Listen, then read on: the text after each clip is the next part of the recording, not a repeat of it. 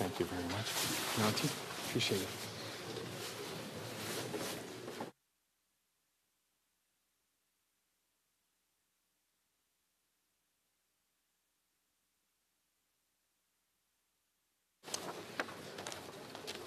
Tabling of documents.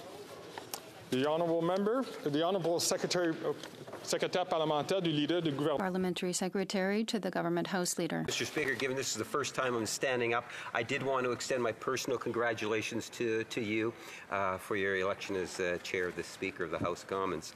Having said that, Mr. Speaker, pursuant to Standing Order 36.8a, I have the honour to table in both official languages the Government's response to one petition. This return will be tabled in an electronic format. Thank the Honourable Parliamentary Secretary. Tabling of documents. Dépôt des projets. Introduction of government bills. Déclaration des ministres. Statements by Minister. Rapport de Reports from interparliamentary delegations. Présentation. Presenting reports from committees. Je reconnais. I recognize the member for Waterloo. Merci, Monsieur le Président. Conformément. Thank you, Mr. Speaker. Pursuant to the standing orders, I have the honor to present the 49th report of the Standing Committee on Procedure and House Affairs regarding changes to membership. If the House gives its consent, it is the intent to propose the adoption of the 49th report later today. Dépôt de projet de loi émanant. Introduction of private members' bills. Première lecture. First reading of Senate public bills. Motion. Motions. La députée. The member for Waterloo.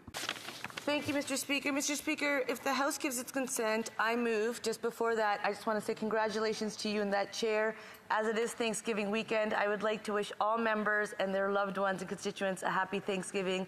And because we've had a couple of tough weeks, I would like to reiterate all the people who helped make this place function, that I give thanks to them and for them, including the PPS. Their work is not easy, and it is appreciated. With that, the 49th report of the Standing Committee on Procedure and House Affairs presented to the House earlier this day be concurred in. All those opposed to what the honourable member is proposing will please say nay. D'accord. Agreed. The House has heard the terms of the motion. All those opposed to the motion will say nay. Adopté. Carried.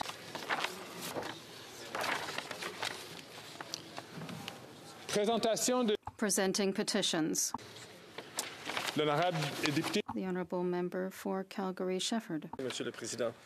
So, Speaker, I'm tabling a petition on behalf of Canadians who are drawing the attention of the House to Bill C-257, which is adding protections against political discrimination to the Canadian Human Rights Act. They have 2 points they want to raise with the House of Commons, and are the following. They want the House to support expeditiously Bill C-257, which bans discrimination on the basis of political belief or activity. And secondly, they want the defense of the rights of Canadians to peacefully express their political opinions to be made priority number one of the House of Commons. Thank you, Mr. Speaker. Thank you. Le député de Courtenay-Alberni. The member for Courtenay-Alberni. It's an honour and privilege to table a petition today on behalf of constituents from my riding. Mr. Speaker, they cite that in 2018 the national anthem was amended with gender-neutral language to ensure equity and inclusion. But Canada's most notable symbols, the Canadian flag and the national anthem, fail to represent Indigenous people. First contact between Indigenous and non-Indigenous people was amicable, and Indigenous people showed newcomers how to survive. Indigenous people agreed to share, not surrender their land, expecting settlers to share resources and only take what they need. And their relationship to the land differs from those who claim it today. And the nature of this tie is not one of ownership, but stewardship. The land is a sacred gift from the Creator, which Indigenous people vow to protect. They cite many things, Mr. Speaker, but I'll highlight the bottom part. Indigenous peoples' relationship to the land is constitutionally recognized. And according, the citizens and residents of this petitioner call on Canada to refute the doctrine of discovery and terra nullius by amending the national anthem's lyrics from our home and native land to our home our home and native land to our home and native land. Canada would therefore honor its moral responsibility and fulfill our home on native land, I should say, Mr. Speaker. Canada would thereby honor its moral responsibility and fulfill part of its commitment to the 45th call to action of the Truth and Reconciliation Commission, moving towards reparation by recognizing that Indigenous people occupied, cultivated, and thrived on these lands before Europeans arrived. Thank you. The Honourable Member for Chatham-Leamington. Thank you, Mr. Speaker, and as this is the first time I have the opportunity to address you, allow me to also congratulate you on your election as Speaker. I present a petition on behalf of very concerned Canadians across this country who are concerned with the loss of the freedom of choice in health care and are becoming increasingly alarmed by the legislation and statutory changes that were embedded and buried, quite frankly, in Bill C-42, the Budget Implementation Act.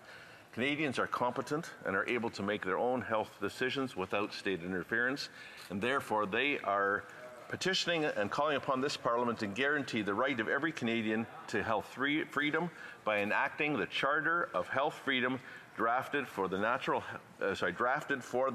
Health Product Protection Association on September the 4th, 2008. Thank you, Madam Speaker. Petitions, the Honourable Member for Skeena-Balclay Valley. Thank you, Madam Speaker. I rise today to table a petition on behalf of 4,000 Canadians who are frustrated with the state of air passenger protection in this country. This petition comes on the heels of several seasons of air travel chaos. The petitioners note that Canada's air passenger protection regime falls well short of the example set in other jurisdictions, including the European Union. They note that the backlog of complaints before the Canadian Transportation Agency as of March 20th, 2023 stood at 42,000 complaints, and I would add that it's now well over 50,000. And finally, Madam Speaker, they call on this government to table a government bill that reflects the contents of Bill C-327, which was drafted in close collaboration with air passenger rights advocates, and to do so at the soonest opportunity in order to protect the rights of air passengers right across this country. Thank you, Madam Speaker. Presenting petitions, the Honourable Member Sandwich Gulf Islands.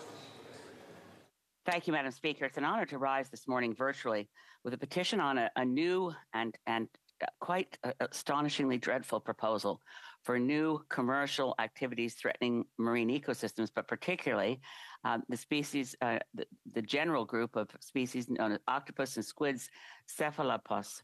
These animals, octopus, squid, are wild animals, obviously. They are solitary animals. There are now proposals all around the world for commercial, industrial scale operations to raise in captivity and then to slaughter for commercial use cephalopods. The petitioners call on the Government of Canada to act quickly on this threat, to ban the importation of farmed cephalopod products into Canada, to ban any effort to take up this operation of commercial, industrial scale raising of cephalopod. The threats are to human health, to the wild ecosystems. This is a carnivorous animal. There'll also be a threat to the wild fish population sustainability. So at every level, the petitioners are concerned and ask this government to act. Thank you, Madam Speaker. Presenting petitions, the Honourable Member for London Fanshawe. Thank you, Madam Speaker. I'm honored to stand in this place and present a petition from signatories. They are concerned that as part of the Federal Defense Department training exercises, over 1,800 piglets have been killed after being stabbed, mutilated, and exposed to radiation and chemical nerve agents.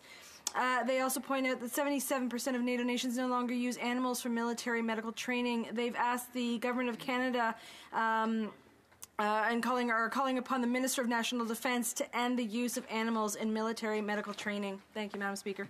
Presenting petitions, the Honourable Member for Waterloo.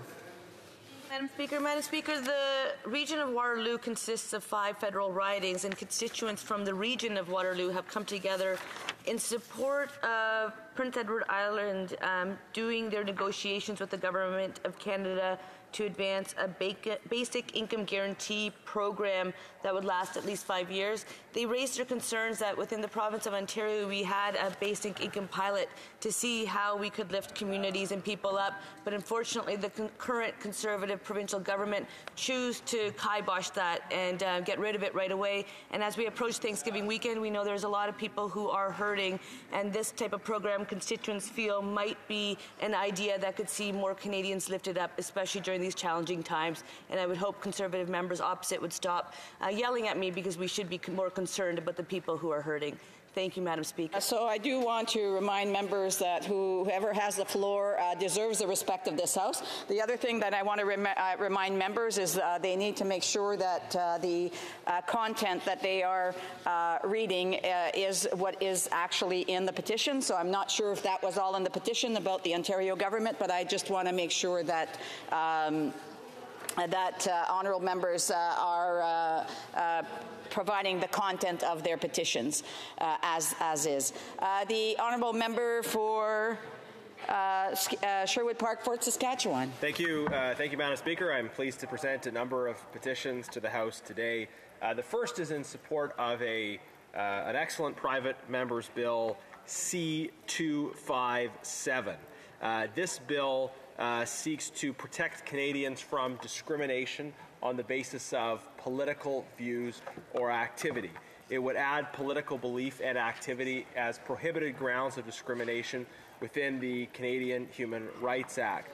It recognizes fundamentally that according to petitioners, that political discrimination is wrong, but also that it is in the interests of our democracy to have a dynamic in which people can express their political opinions freely without fear of employment-related or other kinds of personal repercussions for taking political positions that reflect their sincerely held convictions. Petitioners are asking the House to support Bill C-257 and in other areas also to defend the right of Canadians to peacefully express their political opinions. The next petition that I'd like to table is regarding the ongoing persecution of Falun Gong practitioners in China. Petitioners note that Falun Gong is a traditional Chinese spiritual discipline which consists of meditation, exercises, and moral teachings based on the principles of truthfulness, tolerance, and compassion. Petitioners reflect on the horrific campaign of persecution of Falun Gong practitioners that goes back a number of decades, as well as the work done by David Matus and David Kilgore uncovering forced organ harvesting. Petitioners want to see Canada do more to combat these acts of violence and to stand up for Falun Gong practitioners and other victims, Uyghurs, Christians, and democracy activists and other victims of violence perpetrated by the CCP regime. The third petition I am tabling deals with the issue of the politicization or proposals for the politicization of charitable status determinations. They note a past Liberal Party platform commitment aimed at politicizing charitable status, denying charitable status to organizations which happen to reflect a set of values that's different from the Liberal Party.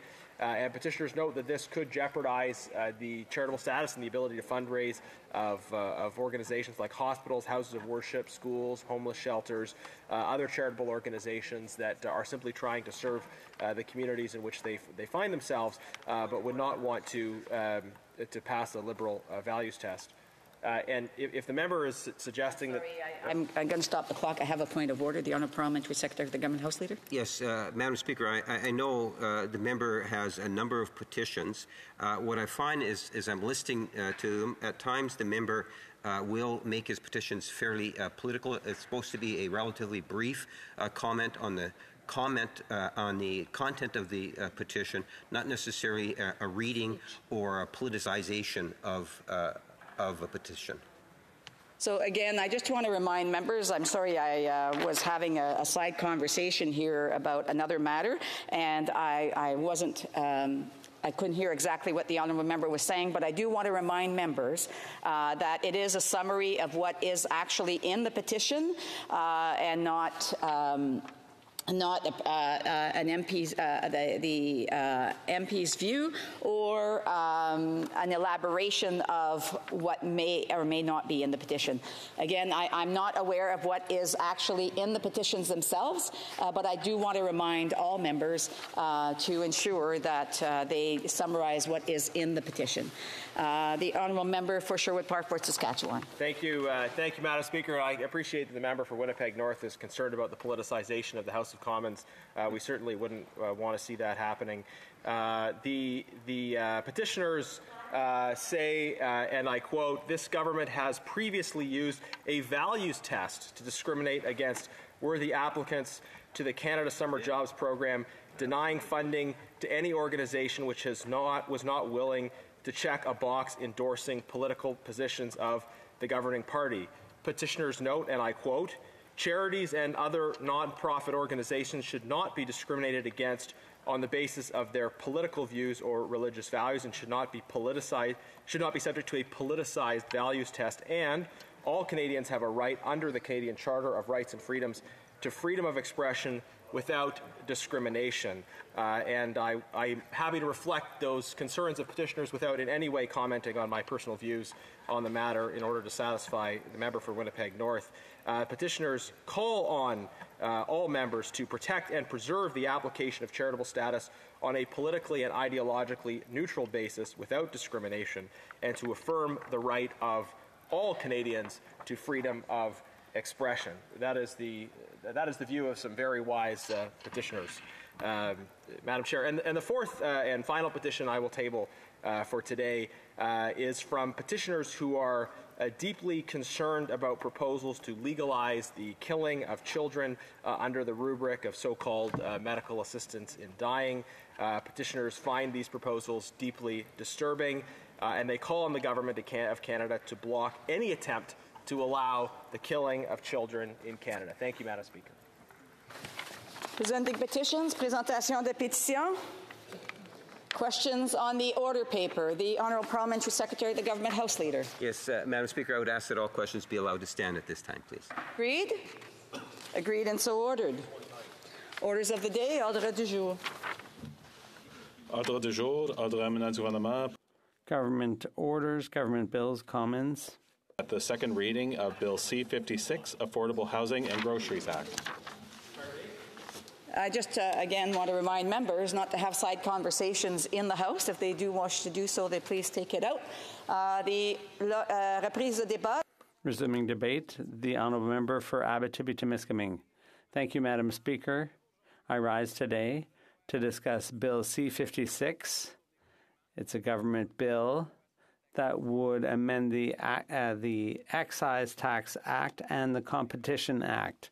Like my colleagues, I see here the government's intention to respond to the spiraling prices of housing and groceries. It's true that interest rate hikes are a real ordeal for many families who see their mortgage payments taking up more and more of their finances. Imagine the situation of single parents, young people, students, immigrants, and I'll spare you the whole list. But you'll understand that I'm skeptical about some of the things in C-56. When you look at the nitty-gritty of the bill, you find some gender-based realities, and women often pay the price. What upsets me is the situation of those who bear the brunt of this situation, thousands of families in our ridings. And what's more scandalous is that seniors are once again, the vulnerable seniors are the hardest hit. In order to solve the housing crisis, we need to listen to organizations in the field. And in Abitibi-Temiskaming, there was an activity that garnered a lot of support, a lot of mobilization around this issue. We need to listen to these groups and free up the funding to get these projects underway. I'm talking about co-ops and not-for-profits and other organizations. These projects need to move forward and we need to renew funding for initiatives that work. This morning, the YWCA in Quebec, which helps women. Sorry, my speech was for last Tuesday, so it's a little out of date. So it wasn't this morning, it was yesterday or the day before. Anyway, we need to remember gender equality in all of this approach. We need more flexibility in these programs. There's a desperate need for housing, and we need to encourage residential and rental building and construction, and there needs to be more affordable housing. C56 includes provisions on competition, which will have a more long-term effect. It's really a pity that action wasn't taken sooner. It's a bit late. In 1986, there were 13 grocery chains, and now there are only 3 remaining.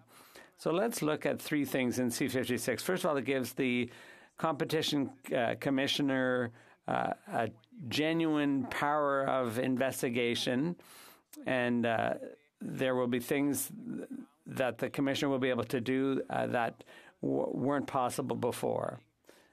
And there was this is an issue that people care about, but it's a bit a day late, a little bit short, and a little bit late. The second measure is to prohibit any deals that would reduce competition. So if those type of deals are now prohibited, and that's a good thing. The last thing, something that we're really happy about and which meets the expectations of the colleague for Terrebonne, is that when it comes to mergers and acquisitions, there would no longer be approvals for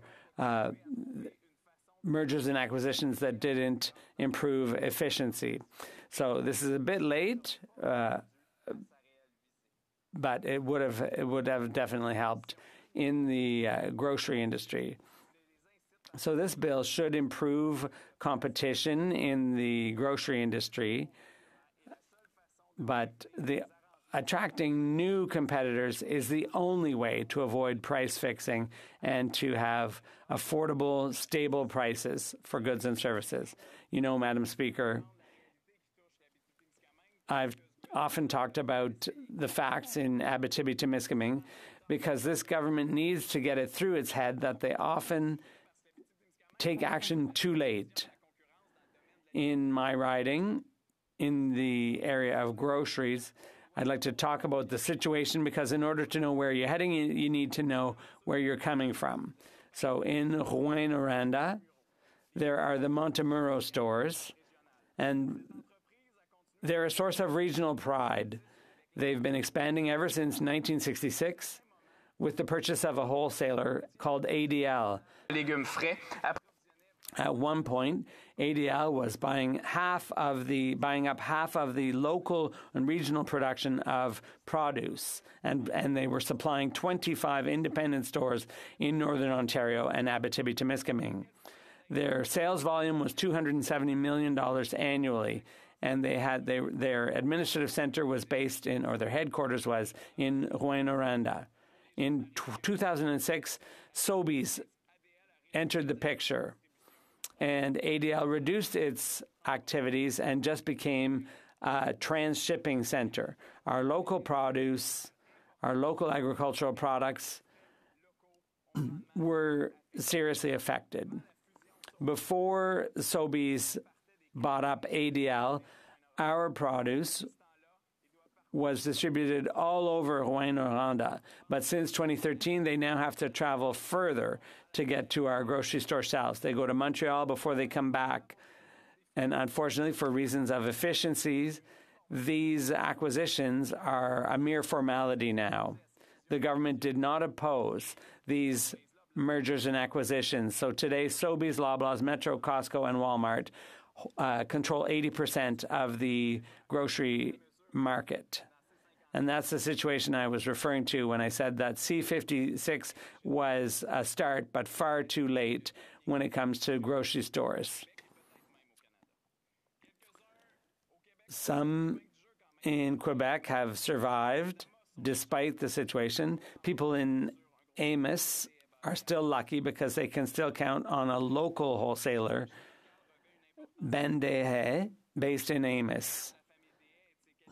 And it's an honor to the Dehe family that they've been so successful and that they've managed to survive the competition, the ferocious competition, where competition is virtually non-existent anymore in this industry. It's time to meet the Bloc Québécois demands here in the House and bring competition back, get rid of the oligopolies, and stop the big players from using their market share to raise prices. In my opinion, the minister has to stop allowing cuts in that affect processors and farmers. This is of particular concern to regional communities. It's striking to see that the grocery stores are making more money and the consumers are paying more. And often it's the companies that are the major players that are concentrating resources and reaping the greatest profits. So something significant needs to be done by the government to stabilize food prices. And I recently read a farmer's opinion in a newspaper, and he expressed the idea of short circuits for our food security. In other words, buying local and not transporting foods over such great distances. So it's important to have there are initiatives in this area, but they need to be year-round. So I think we need to delve deeper into this topic and not just come up with superficial solutions. We need to think seriously, given the alarm bells that are being sounded. The changes in C56 may help prevent a future deterioration of the situation by making the rules tougher around mergers and acquisitions. But C56 won't solve the current situation. The damage has already been done, and C56 offers nothing to rectify past damage. Questions and comments? Madam Speaker, one of the things that the government has done has been supporting Canadians through difficult times, and we understand and appreciate, the whole issue of cost of living. That's one of the reasons why we came up with the grocery rebate, in essence supporting Canadians, somewhere in the neighborhood of the 11 million Canadians. This legislation that we have before us today is in recognition of the fact that we need to see more competition. The minister has met with the big five, if I can put it that way, the groceries, and we have mandated, we want to see lower prices. We want to see more stabilization. And my question to the member is, what would he do in addition to the many things we have already done in order to assist Canadians in this very important issue? The Honourable Member for Abitibi-Témiscamingue. Thank you, Madam Speaker, and I'd like to thank the Parliamentary Secretary for his question. The current situation is that oligopolies have been allowed to set up shop in Canada. It applies to groceries and it also applies to banks. But to take action in these areas will take a bit more courage. And when it comes to gasoline, we're going to need more courage in this place to tackle that issues. And the same thing for the telecoms. Like with the amendments to the Competition Act, I commend the Minister of Innovation on the steps forward that have been taken. So there is a desire to take action. I think it was more than necessary. I've been calling for this on the Industry Committee for years. So it's important, but it's not enough. Not enough is being done about oligopolies. And my question is, how will this impact those oligopolies? How is this going to help with profits and bringing down prices for consumers? I'm looking forward to some answers on that. The Honourable Member for Rosemont-la-Petite-Patrie. Thank you, Madam Speaker. I appreciate that speech. Where I live, just a block away, there are 4 grocery stores. One of the major players, one of the oligopolies you were talking about, and then there's an independent grocery store owned by a Portuguese family, and the little independent store often has prices that are half what the major chain is charging. So something doesn't make sense. The major players are doing something wrong, and the Liberals are basically at the major players' beck and call. But what's the point of stabilizing prices when they're already too high and people can't afford their food? The Honourable Member. Thank you, Madam Speaker, and I'd like to thank the member for his question, but he shouldn't be lecturing us about that beck and call situation. But that's a different debate. So when it comes to the major grocery chains, the question is, where are the profits? It's not with the farmer. The farmers are on the verge of bankruptcy. Where I'm from, there's been increased gas prices, fuel prices. There's been drought. And so there are so many more middlemen. Everyone takes a slice, and ultimately it costs consumers more. But what we're seeing actually in the grocery industry is the opposite. The major players control everything. They control the wholesalers and transportation and so on, and consumers end up paying twice as much. So this is a reality. We need to invest in our regions. We need to create structures that will encourage consumers to go elsewhere, and that will strengthen our economy. Thank you. Time for one last quick question. No. L'honorable député. The Honourable Member for Beauce. Thank you, Madam Speaker, and I'd like to thank my colleague for his speech. Just a quick question. When it comes to the circuits, we know there should be an improvement in terms of there aren't very many slaughterhouses in the regions. Does the federal government have any role to play in abattoirs or slaughterhouses? The Honourable Member for Abitibi-Témiscamingue. Thank you, Madam Speaker, and I'd like to thank the member for Beauce for that question. We have no abattoir in Abitibi-Témiscamingue. People have to go more than 500 kilometers to find a slaughterhouse. And so the livestock has to be transported all that way, back and forth. And so without that kind of infrastructure, it's very difficult. But if we did have a slaughterhouse close by, that would help diversify the economy. So that needs to be invested in. Thank you very much, and I'd thank the member for Beauce for that question. Reprise de débat. The Honourable Member for Surrey Centre. Surrey Newton. Surrey Newton. Thank you, Madam Speaker. It is a pleasure to rise today to speak on Bill C-56, Affordable Housing and Groceries Act. The entire world is experiencing a global inflation crisis due to the COVID-19 pandemic, illegal Russian invasion of Ukraine, supply chain and climate change challenges. Inflation is a worldwide issue. Compared to other G7 countries, Canada has fared very well, but that does not mean our country is immune to the factors that are driving up higher prices around the world.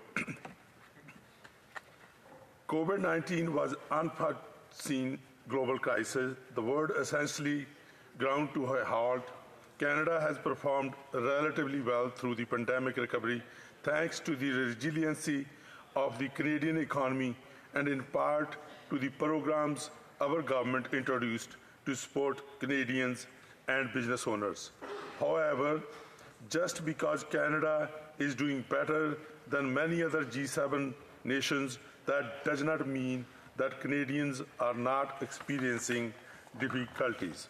Past summer, I spoke to many constituents in Surrey Newton who had concerns about the price of housing and the price of groceries.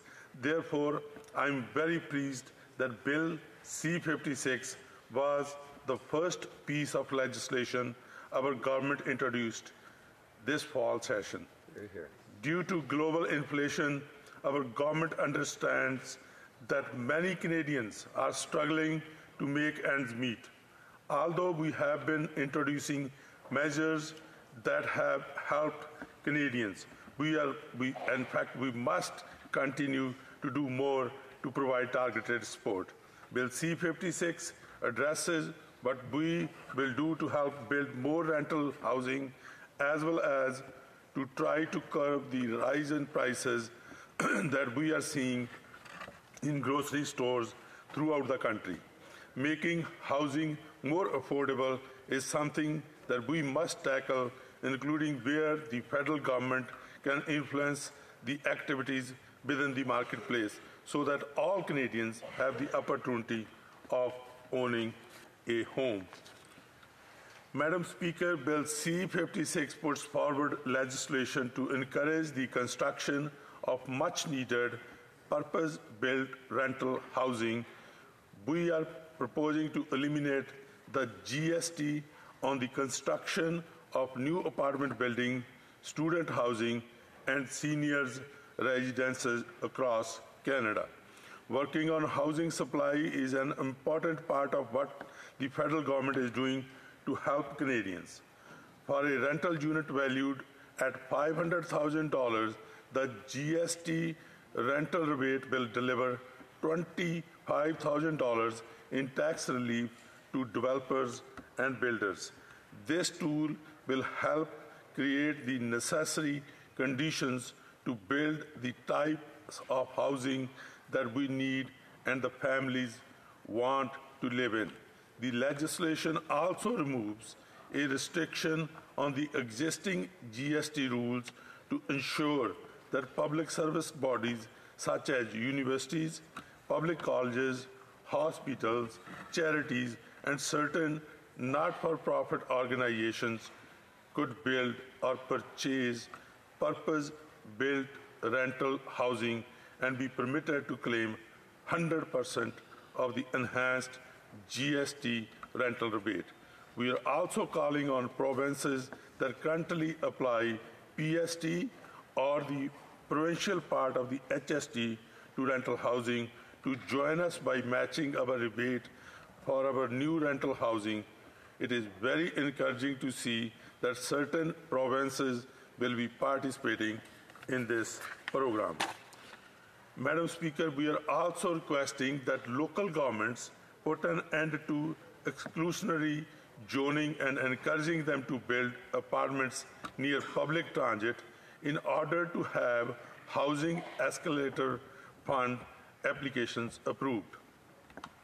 Launched earlier this year, Housing Accelerator Fund is a $4 billion initiative designed to help cities unlock new housing supply, targeting roughly 100,000 units across the country. Madam Speaker, if I look at particularly in the Lower Mainland and particularly in Surrey, the wait times for projects, is up to 2 years. And to bring that down, this $4 billion will help cities to hire more planners, to hire more inspectors, to hire more plan checkers, so as the process can be fast and there's a more inventory out in the market. Fund also supports the development of complete low carbon and climate resilient communities that are diverse, affordable, inclusive, and equitable. Every community across this country needs to build more homes faster so we can reduce the cost of housing for all Canadians. Madam Speaker, through the one-time grocery rebate issued in July, we delivered targeted inflation relief to 11 million low and modest income Canadians and the families who needed it the most.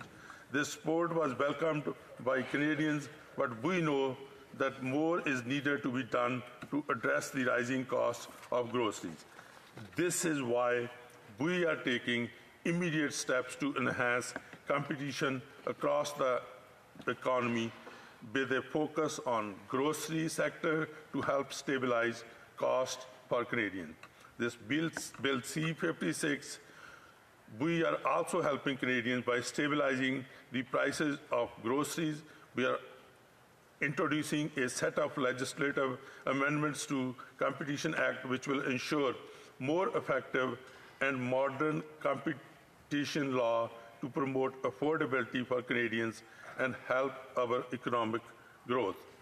This bill will empower the Competition Bureau to take action against collaborations that restrain competition and consumer choice, in particular in situations where the larger grocery store chains prevent smaller competitors from establishing operations nearby. Our government is taking concrete steps to help stabilize food prices and improve competition in Canada. Canadians can be assured that government will continue to work day in and day out to bring them much needed relief. Bill C-56 builds on other measures that our government has introduced to make life more affordable for Canadians. Madam Speaker, we are supporting 3.5 million families annually through the tax-free Canada Child Benefit, including over 28,000 children in Surrey Newton, with families this year receiving up to $7,400 per child under the age of 6 and $6,300 per child for the children aged 6 to 17. We have increased old age security, enhanced the Canada Workers Benefit, and have also reduced fees for regulated childcare by an average of 50%, moving towards $10 per day care by 2026, with 6 provinces and territories already have reached that goal. In my own province of British Columbia, Madam Speaker, the capacity has doubled on this $10 a day care system. We have strengthened the social safety net that millions of Canadians depend on, and we are working on helping Canadians put food on their tables, pay their rent, and be successful within their respective communities. We want to ensure that Canada remains the best place in the world to live, work, go to school, and raise a family. Making life more affordable is a key part of that. With that, I urge all members in this House to support this legislation to help Canadian families. Thank you, Madam Speaker, for giving me an opportunity to speak. For Edmonton, Wetaskiwin. Thank you, Madam Speaker. Madam Speaker, like other Liberals, this member talks in his speech, just lists off a long list of new Liberal spending, record spending, of course, as everybody knows. You know, not many times more than previous governments, but many billions of dollars more than previous governments, and then many of them have talked about the fact that they're subsidizing through a grocery rebate 11 million Canadians. Does the honourable member recognize that the fact that the government needs to subsidize groceries for over a quarter of our population is a sign of an absolutely devastatingly bad Liberal economic policy? The honourable member Surrey Newton. Thank you, Madam Speaker. Madam Speaker, I'm very proud of the fiscal prudence that our government brought to Canada. Madam Speaker, our government absolutely understands that our job is to balance fiscal responsibility and compassion, and we have done that. If I give you the record, Madam Speaker, Canada has the lowest deficit in G7 nation. Canada has the lowest debt to GDP ratio in the G7. Canada's AAA credit rating was reaffirmed just 2 weeks ago. Canadians can afford to be compassionate to the most vulnerable among us, and we will be. And that is where, Madam Speaker, because we gave this grocery rebate, and now we know that we need to work on the Competition Act as well as bringing more housing so people can have affordable lifestyle in Canada. The Honourable Member for Longueuil-Saint-Hubert. Thank you, Madam Speaker. A year and a half ago, we voted in this House on a bill to use $4 billion for an accelerator fund for municipalities. But in Quebec, the federal government doesn't communicate directly with the municipalities. It needs to negotiate with Quebec. And currently, we know that $900 million of this belongs to Quebec because housing is an area of provincial jurisdiction. But we've learned this morning that things are dragging on. The federal government seems to be dragging things out and quibbling about the color of the rugs or whether there should be this or that light fixture, that kind of thing. It's ridiculous because this is Quebec jurisdiction. So what is Ottawa waiting for? It needs to send the $900 million now. For Surrey Newton. Thank you, Madam Speaker, and I totally understand how important this $4 billion escalator fund is to the municipalities. In my, particularly in Surrey Newton, in Surrey municipality, as I said earlier, the wait list for the plans and for the projects is too long, but we have to bring it down.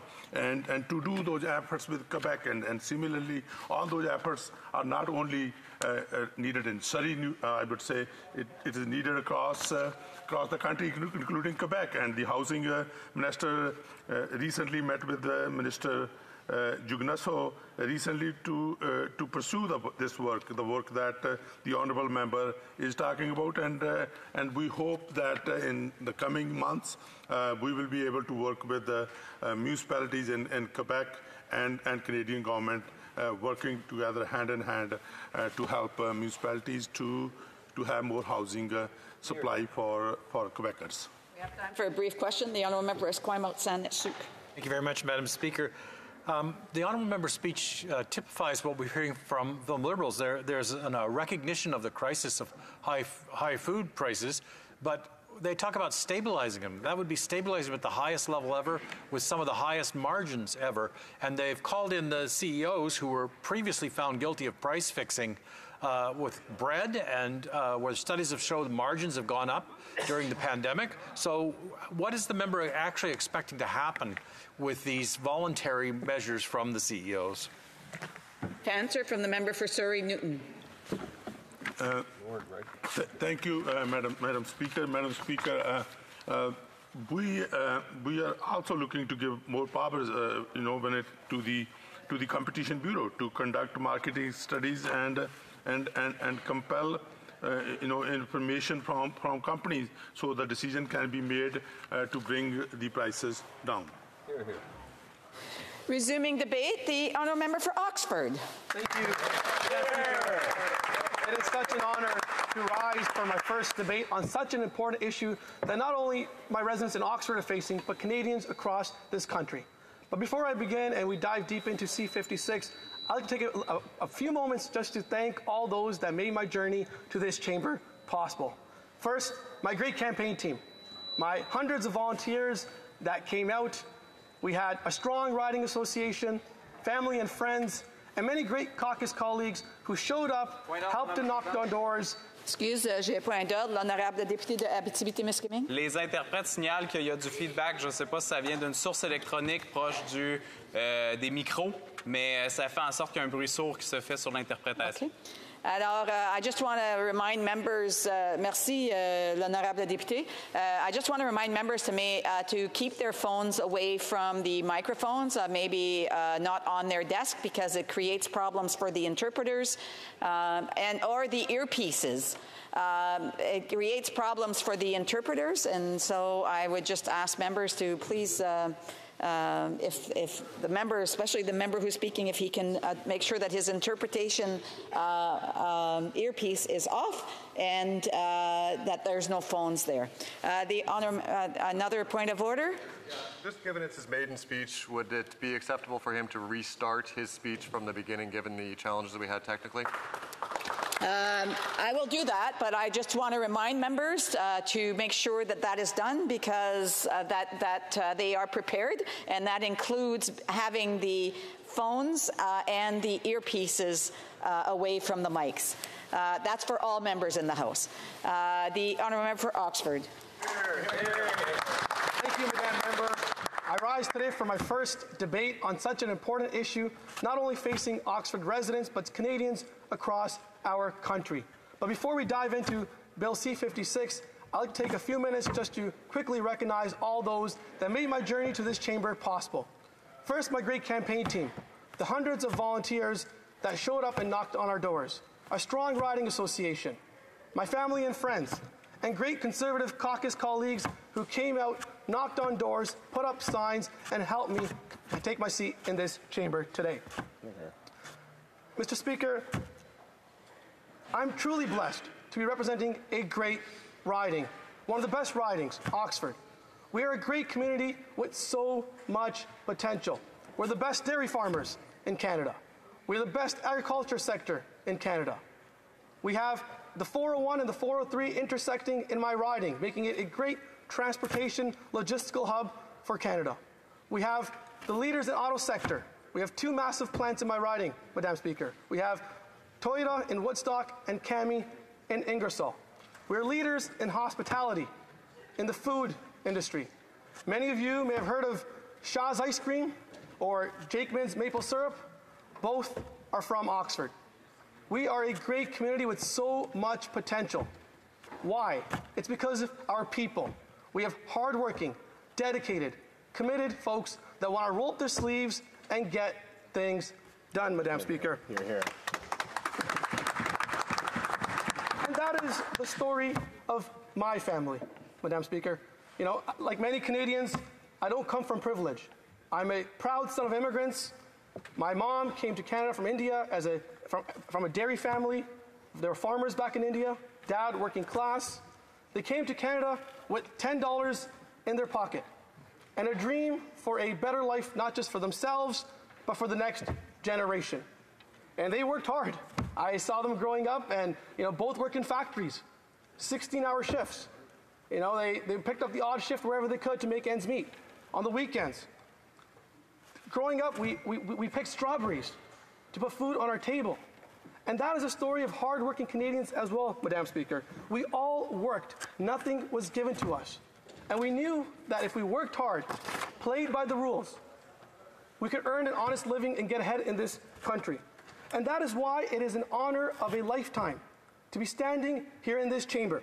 Because only in Canada can a proud son of immigrants, a son of factory workers, can take a seat in this chamber and be a public servant to Canadians. And that is why I do not take this role lightly.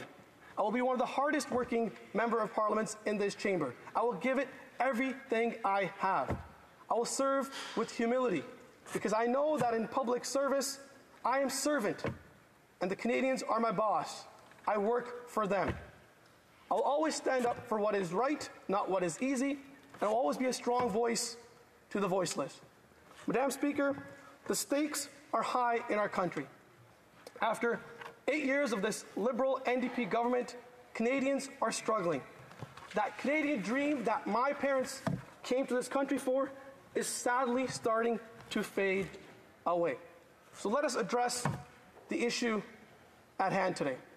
This legislation, C-56, is the government's response to address an affordability crisis that they themselves have created with failed leadership, with weak policies, and simply incompetence. And that is why they're looking around for ideas, and they're looking at the Conservative caucus for ideas, and I don't mind that at all. I understand they like to steal ideas, which is not a bad thing, because Conservatives have common sense ideas that will get our country back on track. Hear, hear. We will bring affordability coast to coast to coast for Canadians. But it does break my heart, Madam Speaker, to see half of our Canadians living paycheck to paycheck. 7 million Canadians are now struggling to put food on their tables. 1.5 million Canadians are now visiting a food bank. Those are our friends. our neighbors, our relatives, and 1 in 5 are now skipping meals. And in my riding, we have great organizations that have stepped up to support the most vulnerable. One of them is in Tillsonburg. It's called the Helping Hand Food Bank. Great volunteers who are working hard to make sure they support our community.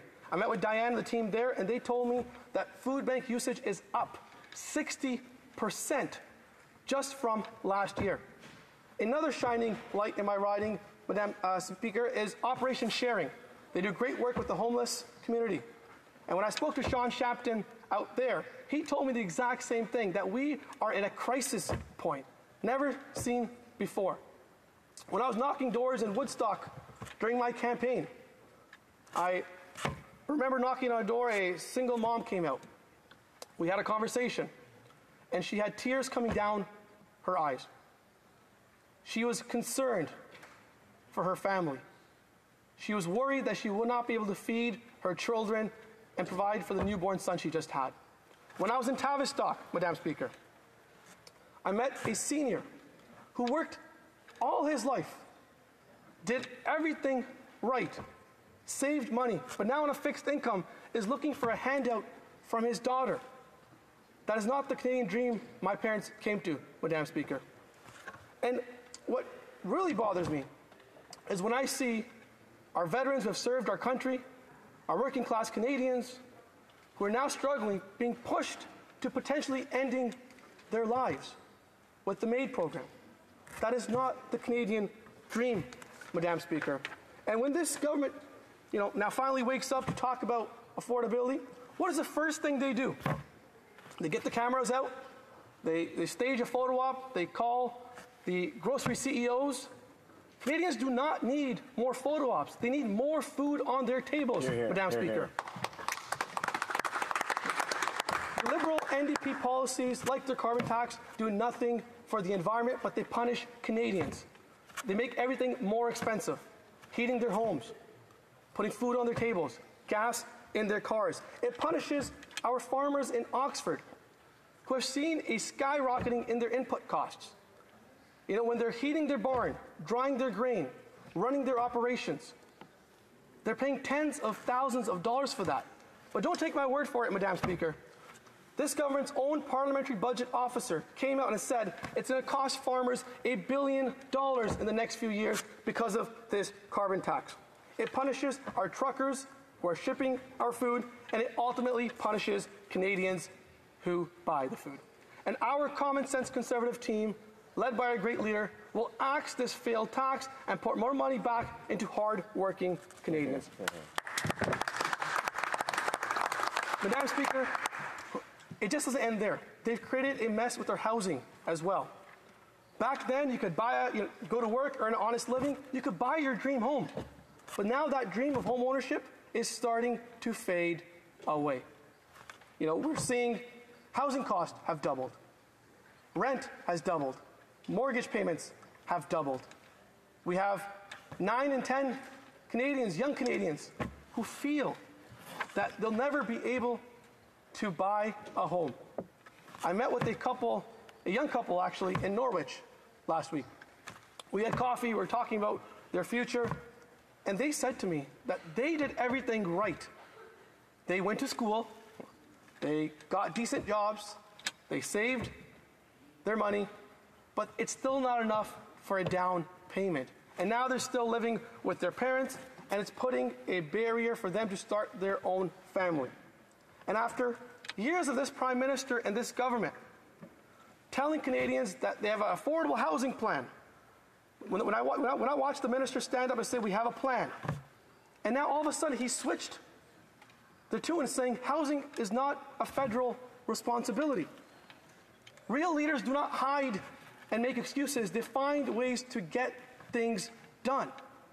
And that is why our leader and our strong Conservative team have put forward a plan where we're going to remove government gatekeepers that are blocking construction.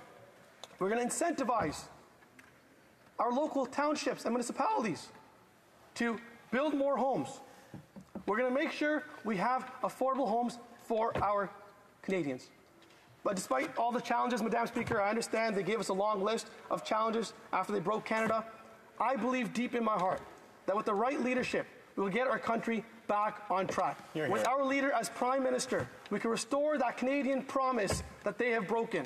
We're going to bring home affordable homes. We're going to bring home affordable groceries, and we're going to bring it home, Madam Speaker. Thank you so much. Questions and comments? The Honourable Parliamentary Secretary. Thank you, Madam Speaker, and I thank my honourable colleague for his speech this morning, and I'd like to welcome him to this House and congratulate him. With C-56, I'm really positive in looking at how it's strengthening the Competition Act, and so I'm wondering if the member could comment on this approach and whether or not he thinks it would have positive impacts on lowering those grocery prices across the country. Thank you. The honourable member for Oxford. Thank you, Madam Speaker. I appreciate the question, and I appreciate the best wishes coming out from the other side of the chamber. I feel that what I do know for a fact is that when you stage photo ops and with grocery CEOs, that is not going to solve this problem. They're trying to take our plan, which is a great plan, and I commend them for that. We need to use common sense, thoughtful policies, which I do applaud them for taking from our leader and from our caucus. But photo ops aren't going to fix the problem. We need real, concrete solutions. They've had 8 years. They've been at the helm for 8 years. This is not a new problem. So for us, I think it's about getting practical solutions that will give Canadians relief, like scrapping the failed carbon tax. That will provide relief to hardworking families right away, Madam Speaker. Thank you. Questions and comments? The Honourable Member for Courtenay Albany. Well, first, I want to congratulate my colleague on his election, and I want to thank him for his speech. One thing that I didn't hear in his speech was about corporate profits when it comes to grocery prices. We know that corporate profits, Madam Speaker, are contributing over 25 times the impact of the carbon tax, according to the Governor of the Bank of Canada, which cites the carbon tax as 0.15% in terms of its contributions to the overall impact of inflation. So through you, Madam Speaker, I'd like to hear my colleague if he believes there should be an excess profit tax on the big grocery stores like Sobeys, Metro, and Loblaws that had a $3.6 billion profit just last year alone. And Madam Speaker, we saw grocery prices skyrocket. So I'm hoping my colleague can talk about the corporate greed that's taking place in this country and the impact it's having on inflation. The Honourable Member for Oxford. Thank you, Madam Speaker. I think I appreciate the wishes again from my honourable colleague, but I'm also concerned because they've been part of this government for the last 8 years. It's the NDP Liberal government that has caused the problems we're seeing today. So they should be pushing this legislation through their colleagues on the other side. And the carbon tax, I think, is what is driving up the cost of our groceries. That is a tax we're going to scrap on our side, Madam Speaker. For them, it's about photo ops, CEO photo ops. For us, it's about bringing home real solutions for Canadians. Thank you, Madam Speaker. Questions and comments? The Honourable Member for Longueuil-Saint-Hubert. Thank you, Madam Speaker. I want to thank my colleague for his speech, and his first speech, his maiden speech in the House. He did it very well. Congratulations. However, he talked about the Conservative solution to the housing crisis. The Conservatives want to talk to the cities, but it doesn't work. That strategy doesn't work at all. In Quebec, the federal government can't speak directly to the cities, the municipalities. It has to go through Quebec. It's the jurisdiction. If it's a little bit less bad in Quebec than elsewhere, it's because Quebec took over for the past 30 years. We created social housing for 30 years, whereas nothing was happening in Ottawa. Does my colleague agree that if they want to develop strategy, that they need to speak directly with the government of Quebec and send the money there? The federal government has taxation and fiscal means that Quebec doesn't have. It has to send the money to Quebec so more housing can be built as quickly as possible. For Oxford. Thank you, Madam Speaker. And I appreciate the question from my honourable colleague. In Canada, last year, we built the same number of homes we built in 1972. And our population has gone up significantly. So when the member says that there's no through you, Madam Speaker, when the member says that there's no solutions or how are we going to work with the governments, we have federal funds that go towards infrastructure. So we're going to make sure that municipalities, before we give them $1, is going to be tied to success, to building more homes. So if municipalities build more homes, they get a bonus. They get more rewards. So our plan is going to work with our local mayors. We're going to give them support. We're going to work with our provinces, and we're going to build more affordable housing here in Canada.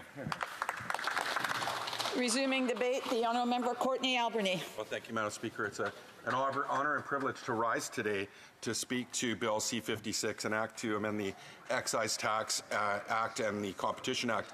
And Madam Speaker, we know that this bill calls for two important aspects: to remove the GST from construction costs on new rental units, to enable the Competition Bureau to conduct better investigations while also removing exemptions during mergers to improve competition. Now, this is, in terms of the first part, Madam Speaker, in terms of the removal of the GST, it's something that New Democrats have been calling for, but it won't meaningfully reduce rent payments or create social and cooperative housing effectively. And this is something that we absolutely need, but this is part of a bigger comprehensive approach that we want to take and move forward to actually address the affordable housing crisis in our country. And in terms of the Competition Act, this bill is a start at reining in and regulating monopolies, but it doesn't go far enough to support Canadians in terms of their desire to control these monopolies and the impact they're having on our economy. And so we know, Madam Speaker, that in 8 years, the Liberal government's been in power. They've been promising help. It's actually New Democrats that have been bringing forward solutions to get people help, like this GST removal on housing, although it doesn't go far enough and it doesn't have enough restrictions, but also dealing with competition, Madam Speaker. So I'm going to speak about a couple of things, because we know this is a little too late in terms of the housing crisis, but I'll speak to the housing crisis first, Madam Speaker. And Madam Speaker, when we look at the impact of housing, and I am the critic federally for the NDP for mental health and substance use, we know that the cost of housing escalating at the pace it is, the lack of affordable housing and the occupancy rates that are at historic lows, available occupancy rates are at historic lows, that this is having a huge impact on people's mental health and stress levels, Madam Speaker. And this is a long-standing issue, since we know that the NDP, when there was a minority government in 1972, worked with the Liberals to create the National Housing Strategy, which developed 18 to 25,000 units a year, Madam Speaker, right to 1992. In fact, I'm one of the many Canadians that grew up in co-op housing, so I'm a beneficiary of co-op housing. And I saw firsthand and lived firsthand the experience of having safe, secure housing for my family and my parents, and saw what that can do. In fact, I can go back to that co-op today, and I can see many of the people I grew up with living in that co-op, their kids and their grandkids living there as well.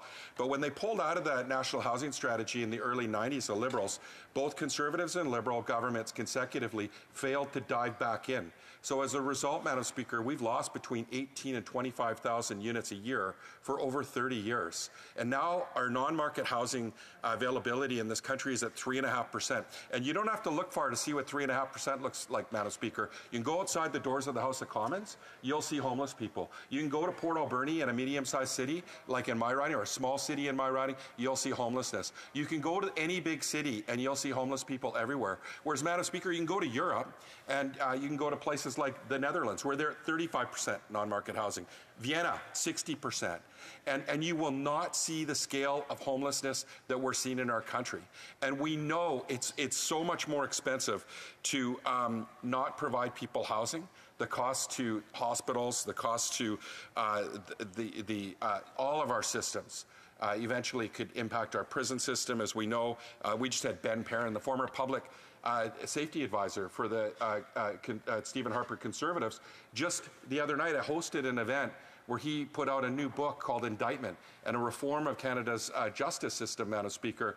And he talked about the lowest approaches to actually put people in proper housing. It's a fraction of the cost of what it costs if we don't, in terms of the prison system, hospital system, and healthcare system. So, Madam Speaker, we need to get back into affordable housing. Now, something we keep hearing about from the Conservative Party is that we need to, we heard the leader of the Conservative Party talk about, divesting and selling off 6,000 government buildings and divesting of 15% of public lands. But, Madam Speaker, I'll tell you what that looks like. We just saw what happened with Conservatives in Doug Ford in Ontario. It looks like profiteer and profits for developers. In fact, a handful of developers would have made $8.3 billion, Madam Speaker, almost overnight. Donors of the Doug Ford government. This is what it looks like. when Conservatives divest public lands. Public lands belong in public hands, not in developers' pockets, Madam Speaker. That's where they belong.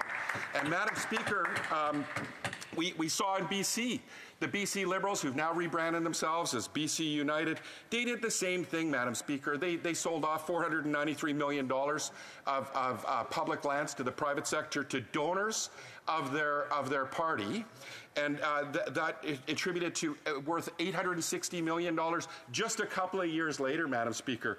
So these conservative ideas of selling off public lands end up in developers' pockets, Madam Speaker.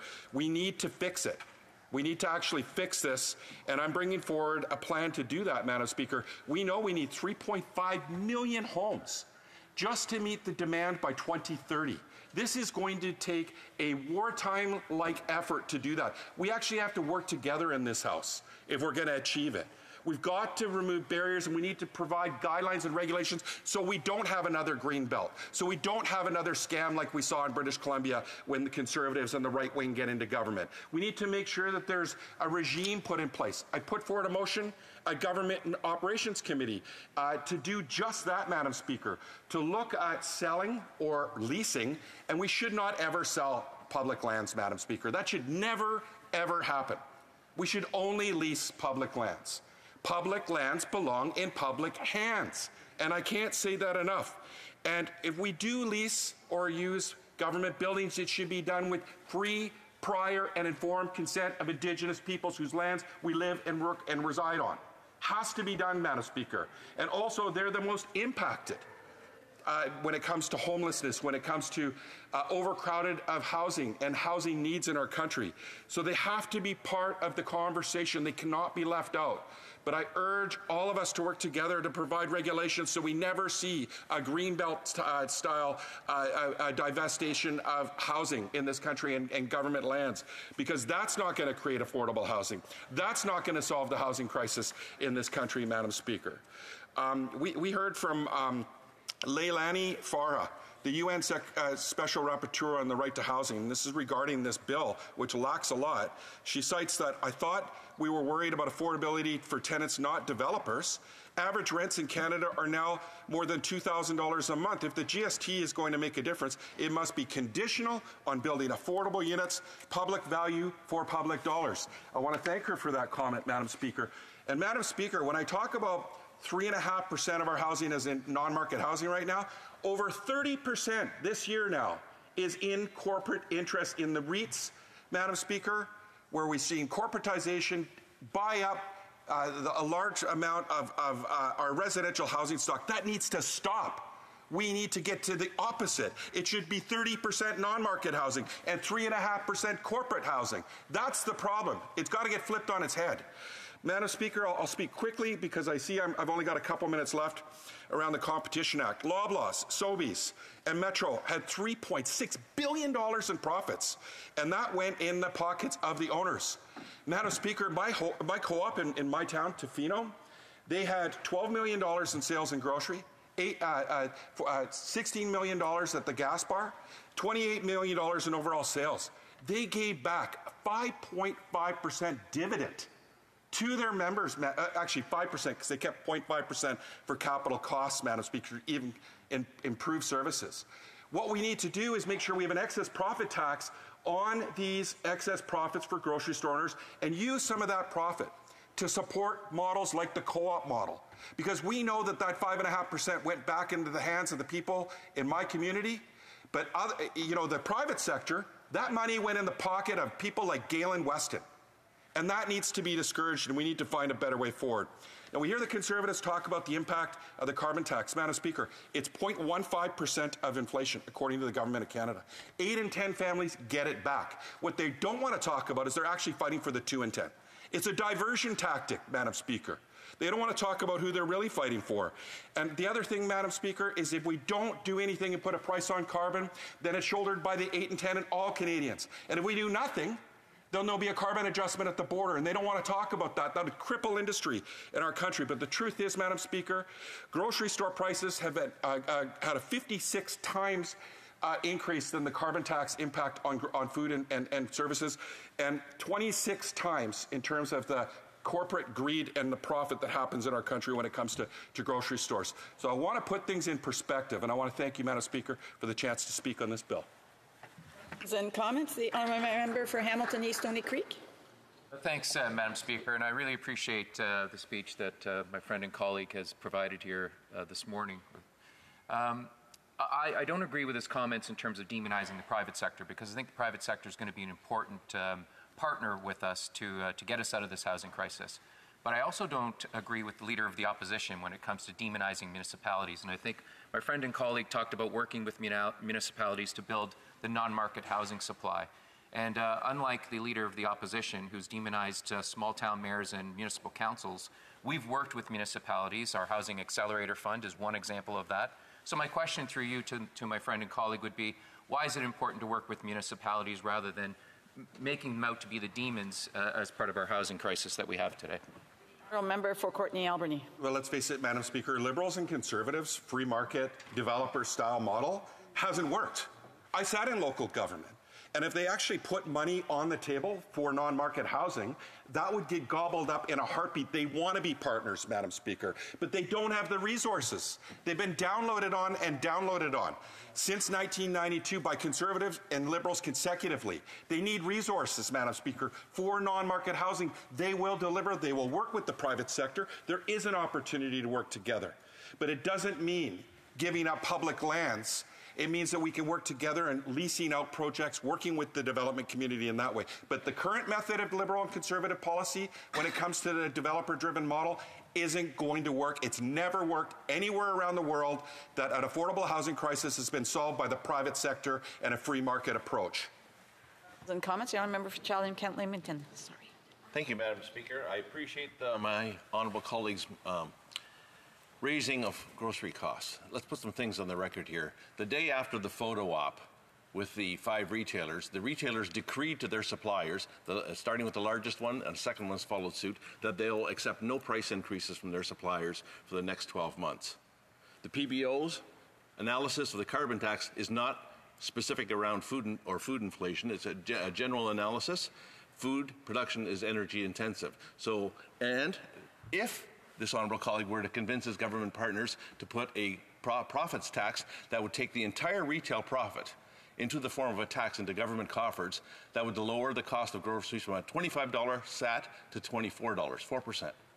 So the question specifically I have to my colleague is, with carbon tax being applied to the farmer, to the trucker, to every step of the process, with retailers saying they will not absorb it, there's no price increases, who should pay that carbon tax? Is it the farmer, the supplier to the farmer, the trucker, the distributor? I would ask who would be paying that. I remember Courtney Albany.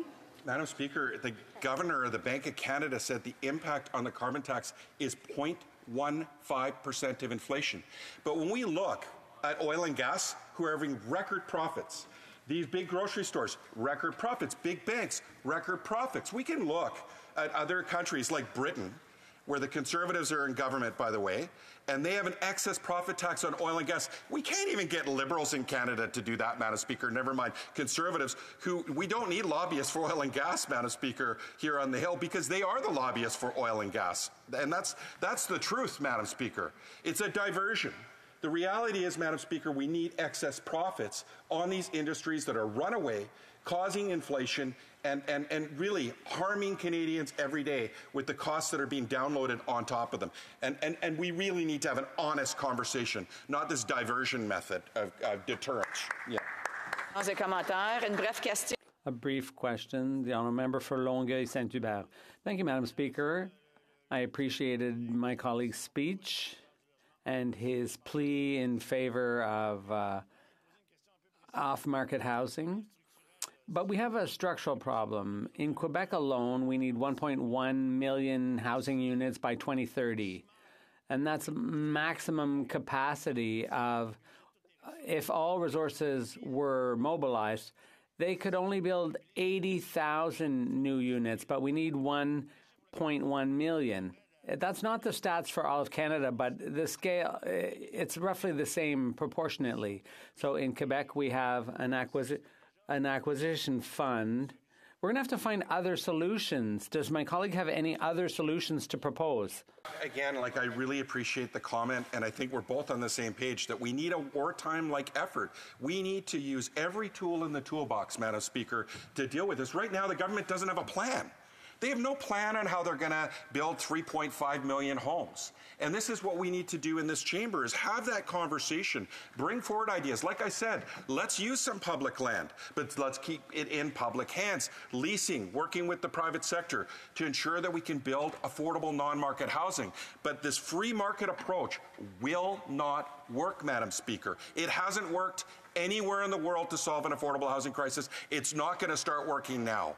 So I want to work with my colleague because we need a plan. And this government, right now, it's a rudderless ship, Madam Speaker. This is low-hanging fruit, removing the GST on rental housing. And so I want to thank the colleague for the question. Resuming debate, the honourable member for Saanich Gulf Islands. Thank you, Madam Speaker. And it's an honor to join the debate today virtually to continue the discussion of Bill C-56, which aims to and claims to address the dual affordability crises of affordability of housing and of food and groceries. There's no question, I think, on any side of this House that we're seeing very, very difficult conditions for most Canadians, particularly for anyone who isn't in the billionaire class. We're seeing very difficult conditions and affordability, particularly for those who aren't in the housing market yet and have to find ways to meet increasingly challenging costs of rent, and those who are in the housing market, increasingly high costs of maintaining their mortgages as interest rates rise. It's with some irony that I remember, Madam Speaker, that during the early days of the COVID crisis, I would say probably it was in 2020, that we had in the Finance Committee, then Governor of the Bank of Canada, Steve Poloz. And some of the members asked him, we're spending this money. What will happen afterwards? Will we suffer inflation? And I remember it was an exact quote that the former Governor of the Bank of Canada said, "Oh, inflation. Quote, that's a problem I'd love to have." Because they were so certain at that point that inflation wasn't the threat, deflation was the threat. What happened? Well, it wasn't that his analysis was wrong, it's that conditions changed dramatically. Why are we seeing rising food prices? Well, let's look at food for a minute and then look at housing, because I think Bill C-56, while well-intentioned, will not make a big difference for Canadians in the cost of housing or food. And that's not because the Liberal government is malevolent, but I think it's because they've taken the wrong approach, as of the Conservatives. We really need to look at this and say, can we really fight what we're seeing in rising costs? Or should we make sure that we top up government revenue sources such that we can provide the sources of income and revenue to Canadians so that they can survive what's coming at them economically? So let's step back and look at this. Certainly, the fact we went from a fear of deflation to inflation were unexpected events. Specifically, Putin's attack on Ukraine, which had the effect of driving up oil prices all around the world. The attack on Ukraine also had an impact on food prices, because as we all know, Ukraine is part of the breadbasket of the world and provides grain in massive exports, which have been significantly challenged by blockading Russian ports. Occasionally we have grain deals that let grain go through, but there's no question that the biggest impacts on driving up prices in Canada in our grocery carts have been Putin's attack on Ukraine, the rising costs of fossil fuels as a result, the supply chain disruptions in growing food and shipping out grains, combined with climate crisis events, which have created droughts which affect access to food, which have created extreme weather events, such as extreme weather events that affect the island of Mauritius, where you grow most of vanilla. So you have massive typhoons that keep hitting because of climate change, drives up, by the time you go through the supply chains, the cost of ice cream in Canada because vanilla costs more. We're looking at a complex web of pressures that have driven up prices. If we look for guidance on what we're now experiencing, there was a 2005 book called The Long Emergency, subtitle Converging Crises of the 21st Century by James Howard Kunstler. He accurately predicted what we're experiencing: war, climate crisis, and instability in fossil fuel production as we hit peak oil. That was what he was looking at in 2005 when the book came out. So we have to look at this and say, are we able with Bill C-56 to confidently say to Canadians, this will bring prices in your grocery carts down? I don't think we can. And I don't think that anyone wants to say that or hold out hope to Canadians that's false hope. We actually have to look at what we're facing. The climate crisis will drive up the price of certain foods. As long as the war in Ukraine persists, we are looking at cost impacts throughout our economy. In fossil fuel production, where Russia has hit Ukraine, it's also had an impact on fossil fuel production and on excess profits to the fossil fuel sector. So let's step back and just examine that the approach of this bill is to go at trying to create more supply for rental housing. Good as far as it goes. I don't think any of us on any side of the house objects to the idea that we should take GST off the construction costs of building more affordable rental housing. But will that solve our housing crisis? Not when we allow short-term vacation rentals, the Airbnb sector, to continue to suck up right out of what we have as available homes, take it out of access to people who want to live there, and provide a very different model for how we use buildings that should be homes because they become investment properties. The more we can take speculation and investment interests out of housing, the better off we will be, which is why Greens have been calling for ages to get rid of real estate investment trusts. They operate to make money off housing in a way that was never intended. I completely agree with the Honourable Member for Courtney Alberni, who mentioned in his speech the importance of co-op housing. We need to return to that. But let me just say there's to come to because this is a complex question on two key issues. And I know I only have about 4 minutes left, Madam Speaker. Looking at this, you can either approach rising prices by saying, we can do this, what we're going to do in C-56. I don't think I certainly am going to vote for C-56, by the way, trying to get a Competition Act extension to look at the lack of competition in the grocery food sector. Good as far as it goes. The big five control too much. But that doesn't really get at our immediate problem. Neither does long-term, let's get rid of the GST on building rental housing. We need to make some rather larger structural changes, like not having our GDP growth depend so much on rising home prices. Breaking our cultural addiction to rising residential home prices would make a big difference. What do we do in the short term? I think we need to turn to excess profits taxes on the oil and gas sector and on grocery chains. We did this with the Canada Revenue Dividend during the COVID crisis, and we should return to it, extend it, so it applies to excess profits of the oil and gas sector and of grocery chains. The Parliamentary Budget Office estimates that if we extended the Canada dividend to just the oil and gas excess profits, we'd have $4.4 billion more. We need to make sure Canadians have the money in their pockets to deal with being able to keep a roof over their head and nutritious food for families. That really means bringing in a guaranteed livable income. How do we afford a guaranteed livable income? Well, we essentially did it with COVID benefits, and it rolled out really quite quickly, and it didn't require needs testing. Guaranteed livable income would protect the most vulnerable in our society from both increased energy prices, housing prices, grocery prices. How do we afford it? We bring in an excess profits tax on the oil and gas sector and on grocery chains, as well as continuing it on banks and insurance companies. You'll find the key to this in Motion 92, introduced recently by the Honourable Member for Kitchener Centre. We need to have, please, other MPs who want to support an excess profits tax, please sign on as seconders for Motion 92. We have to stand back and look at this and say, we can't guarantee to people that the climate crisis is not going to affect food prices. because it is. And until we have an end to Putin's attack on Ukraine, what we're really seeing in the oil and gas sector is war profiteering.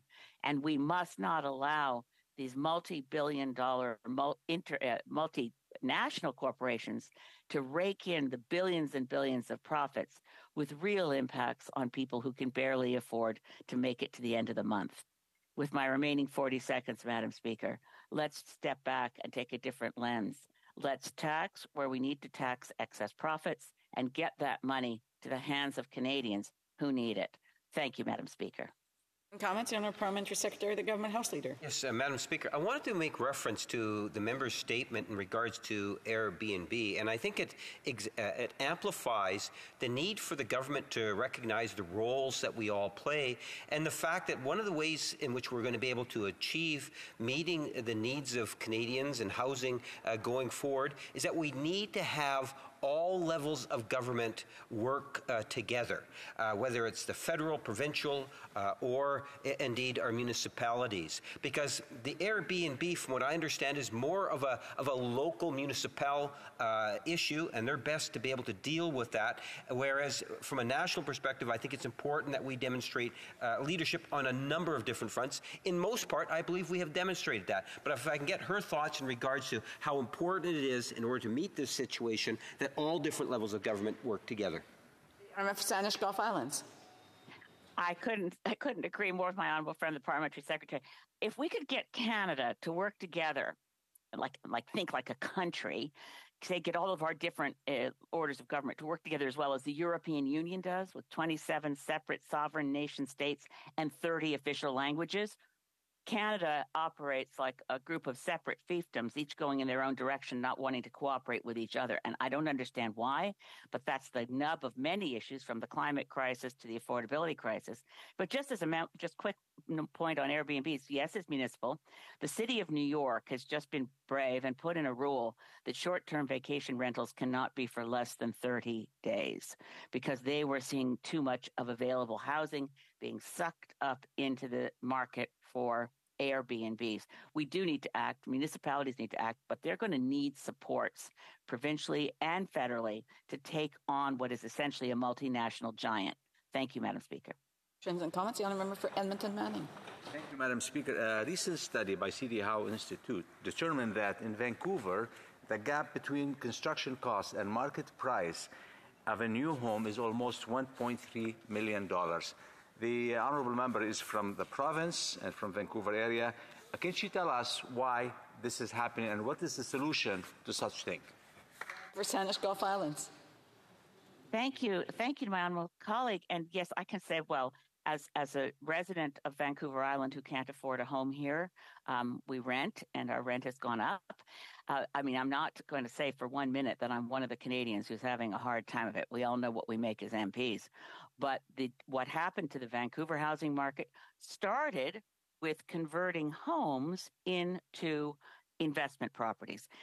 The beginning of this, and I'm not trying to blame everything on the previous Conservative government, so forgive me, but it did start with when there was, under the Harper government, a $1 million investment fast track to get your residency in Canada. So what we had was a lot of offshore money coming in to buy up a property at $1 million property and leave it vacant up to that. So that began distorting our housing market in a big way. So we've seen rising home values, as we know, and then you end up people will say, well, that's all right. If you own your own home, that's where you've cashed in for your savings and your retirement. A lot of people in my community who own their own home want to downsize and move somewhere else, but if they sell their own home, they can't find a place to live that's affordable in their retirement once they've divested of their property. It's a complicated mess that all started when we stopped treating homes as homes and started treating them as investment properties. Questions and comments? The Honourable Member, a brief question. The Honourable Member for Kitchener Centre. Thank you, Madam Speaker. I appreciate the member for Saanich Gulf Islands in her speak spoke about the structural issues that have led to the housing crisis we're in, issues that have persisted for decades as investment in housing has dropped off. For example, in 2022, Rapid Housing Initiative, one-time funds not renewed. Could the member speak about how she's seen that over the last 10 years of her time as a parliamentarian, these one-time investments without ongoing, sustained support to address the housing crisis that we are now in? Brief answer, the honourable member for Saanich Gulf Islands. Well, big thanks to the member for Kitchener-Center for motion 92. I'm hoping we get that through.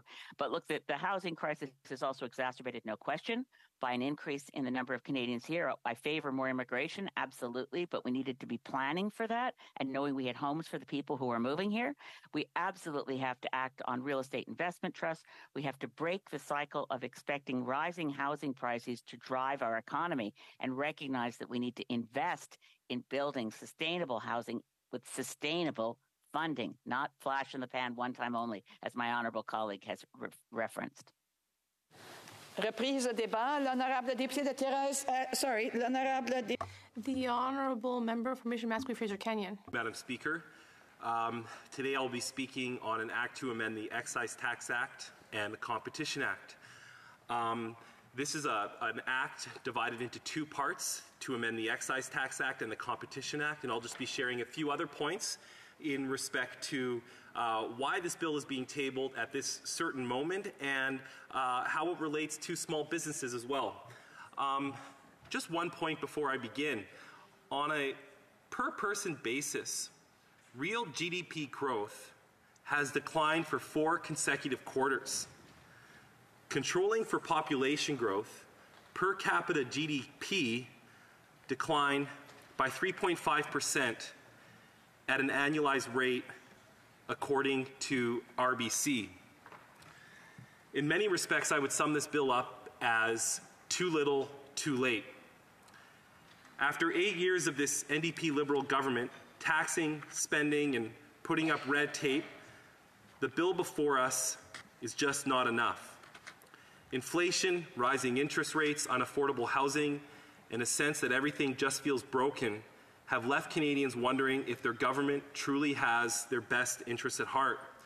Indeed, with tanking poll numbers, the Liberal NDP government had veered from their legislative agenda to table this bill before us today after their summer recess. A recent study by Dalhousie University Agri-Food Analytics Lab found that over half of Canadians are employing more cost-saving measures at the grocery store than they did a year ago, and more than 86% consider themselves more price-conscious thanks to rising grocery prices. But you don't have to ask me. All you have to do is go to the Superstore, Save on Foods, or Costco on the weekend and look at the faces of people at the prices. Food Banks Canada recently reported that 1 in 7 of their clients are currently employed. Canadians are going to work and earning a paycheck, but it just doesn't go far enough anymore. Indeed, this summer when I was door knocking, I met a young mom with 3 kids at home. Her husband worked in the construction industry. He also worked part-time as a mechanic, but even despite having a pretty good income, at the end of the month, it just didn't add up, and they were using St. Joseph's Food Bank in Mission. It's a sad state of affairs right now.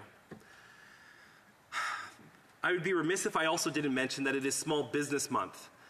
For every dollar that is spent at a Canadian small business, 60 cents are returned to the local economy. For big corporations, that figure is just 11 cents. Small businesses employ 2/3 of Canadians. They are truly the backbone of our economy. Unfortunately, this government has long held a disdain for small businesses and the people behind them. In 2015, the Prime Minister himself said that a large percentage of small business owners our small businesses are just ways for wealthy Canadians to save on their taxes. Just recently, the Prime Minister once again showed his disdain for small business owners with his half-baked promise of a CEBA loan repayment extension.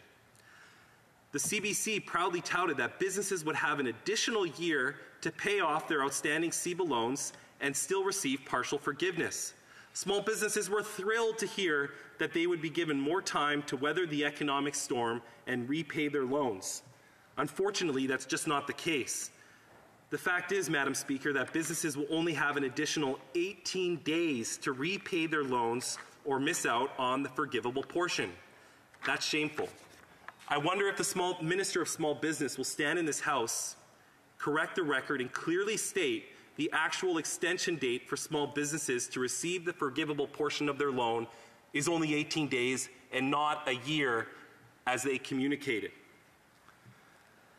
After the last election, the Prime Minister said in this House on numerous occasions the Conservatives' plan on housing was to give tax breaks to wealthy landlords. He typecasted all landlords as wealthy crooks while ignoring key barriers to building new, affordable rental units, namely excessive taxes as one contributing factor. When this government was elected in 2015, they did indeed promise to scrap the GST on purpose-built rental new housing. Was their definition of a landlord a little different back then? Members on that side of the House love to misquote me about getting the federal government out of the housing industry. What I've said is that the federal government needs to get out of industry's ways so that it can build. And funny enough, they're finally taking that step today, and I'm supportive of the measure on GST, reducing the GST on purpose-built rentals. Turning to another portion of the bill, on the Competition Act. This will repeal the efficiencies defense under that piece of legislation. Canada, I will note, is the only country in the G7 which allows this type of defense, which permits anti-competitive mergers to go ahead so long as the cost savings outweigh the negative impacts on competition. Madam Speaker, cost savings are almost always found through job cuts. Just recently, Canadians watched as this government did nothing to stop the anti-competitive merger of Rogers and Shaw, so I'm glad that this defense won't be able to be used in the future. Interestingly, this is another idea that was brought forward by a Conservative in recent months. This past June, the member from Bay of Quinte tabled Bill C-339, an act to amend the Competition Act, the efficiencies defense. C-339 and C-56 make identical amendments to the Competition Act. The problem here is that while this is a good idea to promote competitiveness in the broader economy, it won't do anything to stop rising prices at the grocery store or the anxiety Canadians are feeling trying to feed their families and in this particular week plan for a Thanksgiving dinner. The cost of lettuce is up 94% across Canada. Carrots are up 74%, and oranges are up more than 77%. According to the Parliamentary Budget Officer, and part of the reason I will note that those prices are up so much is that carbon taxes have been rising. And according to the Parliamentary Budget Officer, the carbon tax will cost the average Canadian family between $402 and $847 this year. By 2030, the carbon tax will add an additional 50 cents per litre to the price of gas. Further exacerbating this is the issue of shrinkflation. I remember a time not too long ago you could buy 2 pork roasts from Costco for $18. Now for the same price, you just get 1. So when Canadians see the title of this bill, it gives the impression the government is doing something about grocery prices right now. That's false. While an agreeable change to the Competition Act, it will do nothing to address the immediate needs of Canadians struggling with higher grocery costs and the anxiety that comes with it. As I mentioned in the beginning of my speech, it's too little, too late. It goes without saying, Madam Speaker, that when you tax the farmer who produces the food and tax the trucker who delivers the food, those costs are going to be passed on to the consumer. So if the NDP Liberal government really wanted to address the affordability crisis right now, they would axe the tax. While I will be joining my Conservative colleagues in voting to move this bill forward to committee, it simply doesn't go far enough to provide Canadians relief from skyrocketing prices. In summary, while this bill does contain good policies, it will do nothing to fix the real-time and very challenging struggles faced by Canadians in respect to finding an affordable place to live and to pay an affordable price for the food they need to feed their families. Thank you, Madam Speaker. Questions and comments? The Honourable Parliamentary Secretary of the Government House Leader. Yes, thank you, Madam Speaker. I'm glad the Conservatives are going to be voting in favour of the legislation. The member makes reference in terms of the groceries and the need for competition. I wonder if he's aware of the fact that it was actually the last major buy-up of reducing the competition was under Stephen Harper, where we saw Loblaws actually purchase Shoppers. which had a very profound impact on the size of one company. I think it was somewhere in billions of dollars, like $12+ billion in terms of the purchase. The legislation that the member says he's going to be voting in is going to help deal with that, issues like that. Does he see that as something that's positive? Does he support that particular aspect of the legislation? I'm sorry, the honourable member is talking across the board. I haven't recognized him. I haven't went to, and it's not his turn. So if he has questions or comments, he should wait the appropriate time to do that. The honourable member for Mission Matsky Fraser Canyon. Well, thank you, Madam Speaker. And my colleague from Winnipeg raises an important point. The Competition Act and the efficiencies clause, which was likely used, and I can't confirm that, in the context of the merger he referenced, is the same one used by the Rogers-Shaw merger. I'm not disputing that this is a positive change. In fact, my colleague from the Bay of Quinte tabled very similar legislation in this Parliament. We need to do more in respect to the Competition Act to allow for competition to flourish, and that relates to the to the number of grocery stores and the number of businesses offering those services to Canada. But the principal point I'm trying to make today is that a change to the Competition Act right now will not impact the prices that people are paying at grocery stores. So when you look at the title of this bill, an act to amend the Excise Tax and the Competition Act, and the short title, Affordable Housing and Groceries Act, it does nothing to actually reduce the cost of groceries in the immediate term. Thank you, Madam Speaker. L'honorable député une seconde, ça fait une petite discussion. I'm so sorry. I haven't recognized this member for a while. The honourable member for Rimouski, Nejet-Témiscouata-les-Basques. Thank you, Madam Speaker.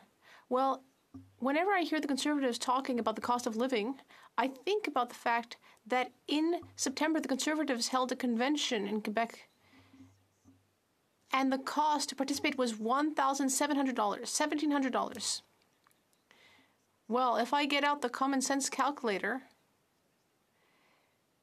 that would be minimum wage in Quebec equivalent to, and I'm not going to include taxes here because we know the Conservatives care a lot about taxes, that would be 5 weeks of work at minimum wage in Quebec to participate in a 3-day convention.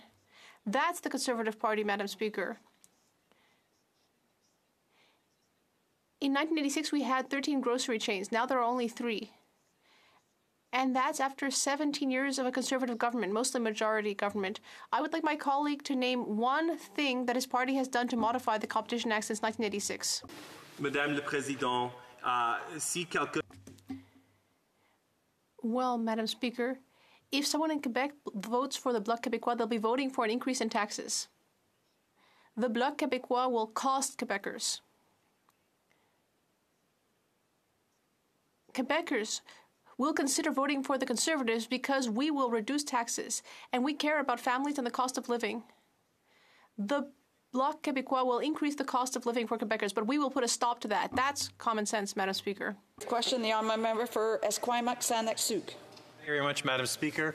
And I listened with interest to the member's speech, and what I didn't hear was any discussion of cooperative housing. And I know that the member has co-ops in his riding, and they've made a great contribution providing affordable housing for families. So does the member support a reinvestment and reinvigoration of the co-op housing movement in this country? Brief answer from the member for Mission Matsky Fraser Canyon. Well, thank you, Madam Speaker. I'm in no way opposed to further increases in cooperative housing across Canada. They've played an important role in providing a safe and affordable place for many of my constituents to live in. But in order to reduce the overall cost of housing in Canada, we need to be not only taking the measure in this bill of reducing GST payments on purpose-built rental construction, we need to have a whole-of-system approach to make sure that we can produce all types of housing so that Canadians have a safe and affordable place to live. It is not lost in this chamber, Madam Speaker, that we had more houses in real terms built in 1972 than we did last year. We have to do more, and what we're doing right now is not enough. Thank you, Madam Speaker. Reprise ce débat. L'honorable députée de Thérèse de Blainville. The honourable member for Thérèse de Blainville. Thank you, Madam Speaker. Now it's my turn. Well, Madam Speaker, This is the first time since Parliament came back. This is the first time I'm getting to make a speech. So I would just like to greet all of my constituents in Thérèse de Blainville. And I will tell them once again that they can count on me to be a strong voice representing them in Ottawa.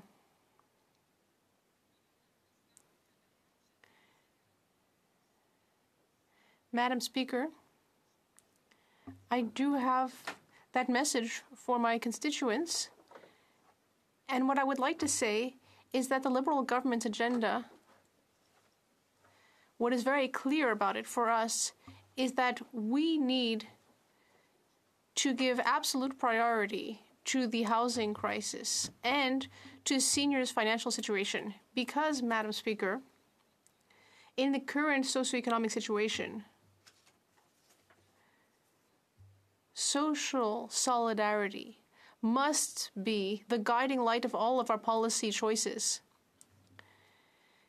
It must absolutely be the foundation of everything we do here.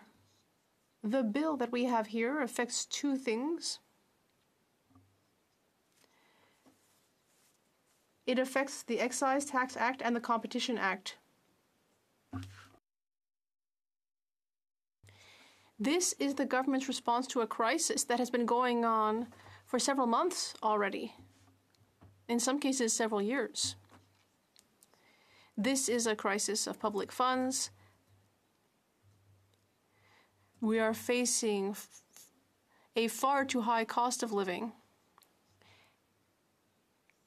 And there is also a serious cost of living crisis that is only getting worse. Perhaps I am still a bit naive, and that's not a bad thing. But when the government announced its major cabinet shuffle this summer, I said to myself, good, this is showing that there's some impetus here. There will be a change. Because if they're having such a big cabinet shuffle, they probably want to send a message. Even though at the time we were seeing in the news constantly headlines about how difficult life was for our fellow citizens. We heard the word housing. At the end of 3 days, there was nothing more about that mentioned. I will say right away that the Bloc Québécois agrees in principle with the principle of C-56. It's a rapid response to say, well, the government is doing something when it comes to housing, something with regard to the cost of living, but I have lost some of my naivete, but I would like to say that this bill, it doesn't go far enough. It's not ambitious enough. It does not respond. It does not do enough to respond to this crisis. Let's talk about housing, Madam Speaker. So there is a report that came out from CMHC, an annual report on rental housing, and it indicates that there is a significant increase in costs. In 2022, the average rent for a two-bedroom apartment went up 5.6%, which is double the average annual increase that occurred between 1990 and 2022. For new renters, it's even worse. We're talking about an increase of nearly 20%. So, if we continue to view housing as an asset, this situation will never end. Housing is a right. Eating and being housed are fundamental needs and rights. And we need to look at this and respond to our constituents. Needs to be a bold response for our constituents. I feel a sense of urgency because this is a housing crisis and it cannot be ignored. The current government has recognized that there is a crisis, but the proposed measures, in particular the ones proposed in this bill,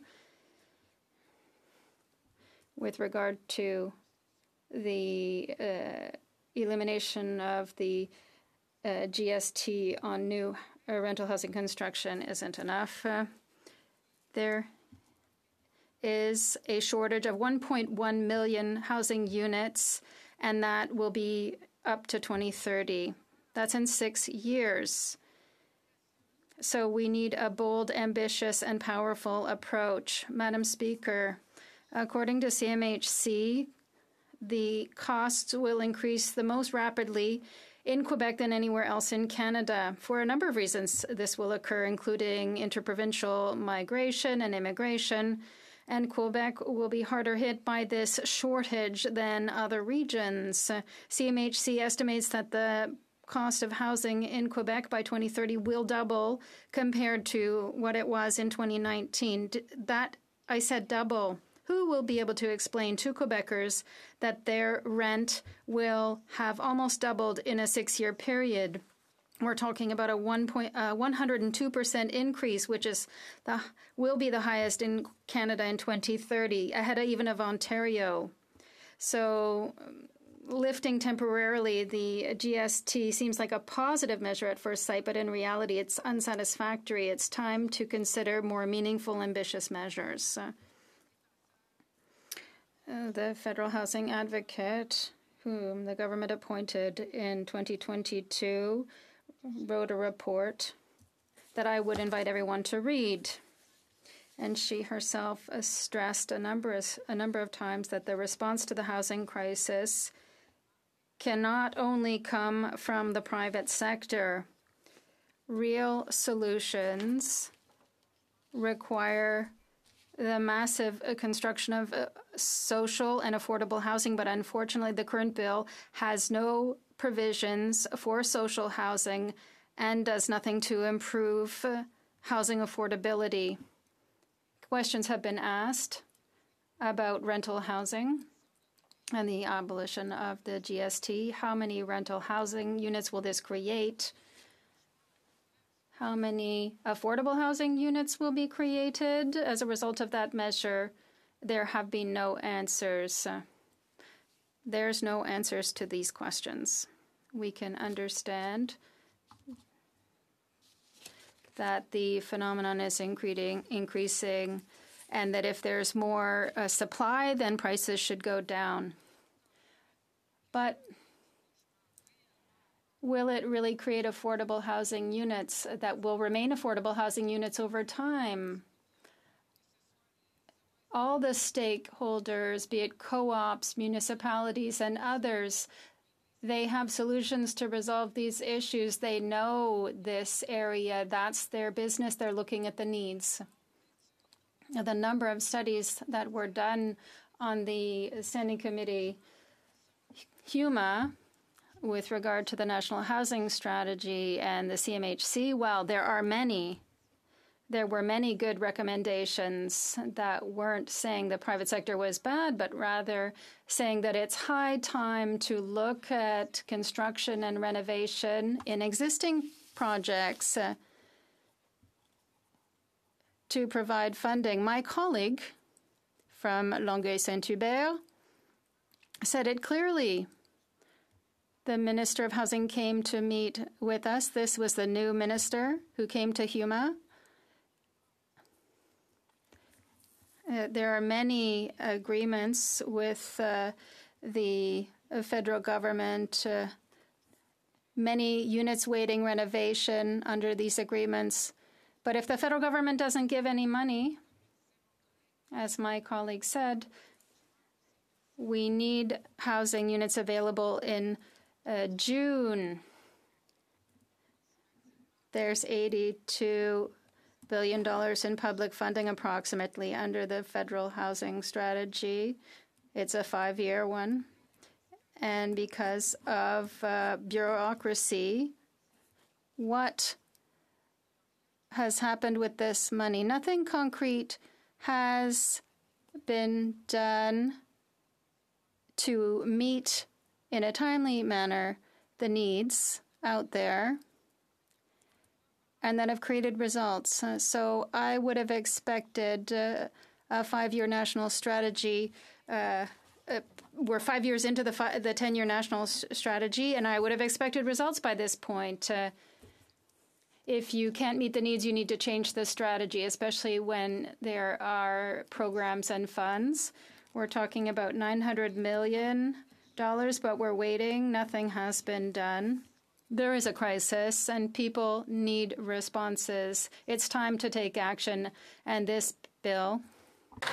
Questions and comments. And comments. The honourable member for Hamilton East, Stony Creek. Thanks, Madam Speaker, and I very much enjoyed the member opposite's speech, and I have worked long and hard with her at HUMA Committee on many housing studies, as she just referenced. You know, one thing, I always put Quebec on the province of Quebec on a pedestal when it comes to supporting non-market housing for residents who are in need of affordable housing. And I'm in the unenviable position of being in the province of Ontario that has a conservative government whose approach to affordable housing is to make people rich in the private sector. And so my question is, and she emphasized this through her speech, why is it important that all three levels of government address the national housing crisis that we have? Certain provinces, it's happening. They're making inroads. The province of Quebec is a great example. I would put the province of British Columbia in that category as well. But here in Ontario, it's not working because we have a provincial government that has no affordable housing programs to match municipal contributions as well as federal. So my question to her is, why is it important that all three levels of government need to work together? The honourable member for Thérèse de Blainville.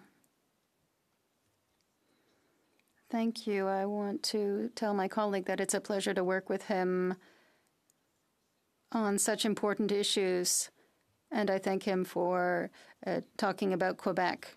Yes, in Quebec, people want to do as much as possible. There are many of them, but I think there are important programs. Why? Because I think that people understand that they have to address the housing issue, and this goes back years, this understanding. Municipalities also have the expertise, so the three orders of government and what we expect from the federal government when it decides through its suspending power to support what is being done, well, I think that it shouldn't slap the municipalities and others for not doing their job. Questions and comments. The honourable member for Lévis-Lotbinière. Thank you, Madam Speaker. I want to ask a question, and I will trust my colleague because I know that she has a lot of expertise in the union movement. There are major union movements. If they could have more flexibility with regard to the construction trades, would this increase the number of affordable housing and social housing units? Because we're talking about costs. Entrepreneurs in Quebec don't want to build social housing because it's very costly. Could perhaps this help things move forward? The honourable member for Thérèse de Blainville. The major union movements, well, when I talked about social solidarity at the beginning, it's the public and social programs that make us rich as a society. There's a huge contribution from these organizations. I worked with the FTQ, and in fact, these measures are taken to support affordable rental housing. But I have a nuance that I wish to make. If we look at what is happening, we think about incentives, and private builders don't even want to consider that. They'd rather not have any responsibility when it comes to affordability, and they want to continue to make a profit on their constructions. The honourable member for Rosemont Petite Patrie. Thank you, Madam Speaker. I want to thank my colleague for her great speech. Eliminating the GST on the construction of rental housing is a small measure. It doesn't match the challenge with regard to housing.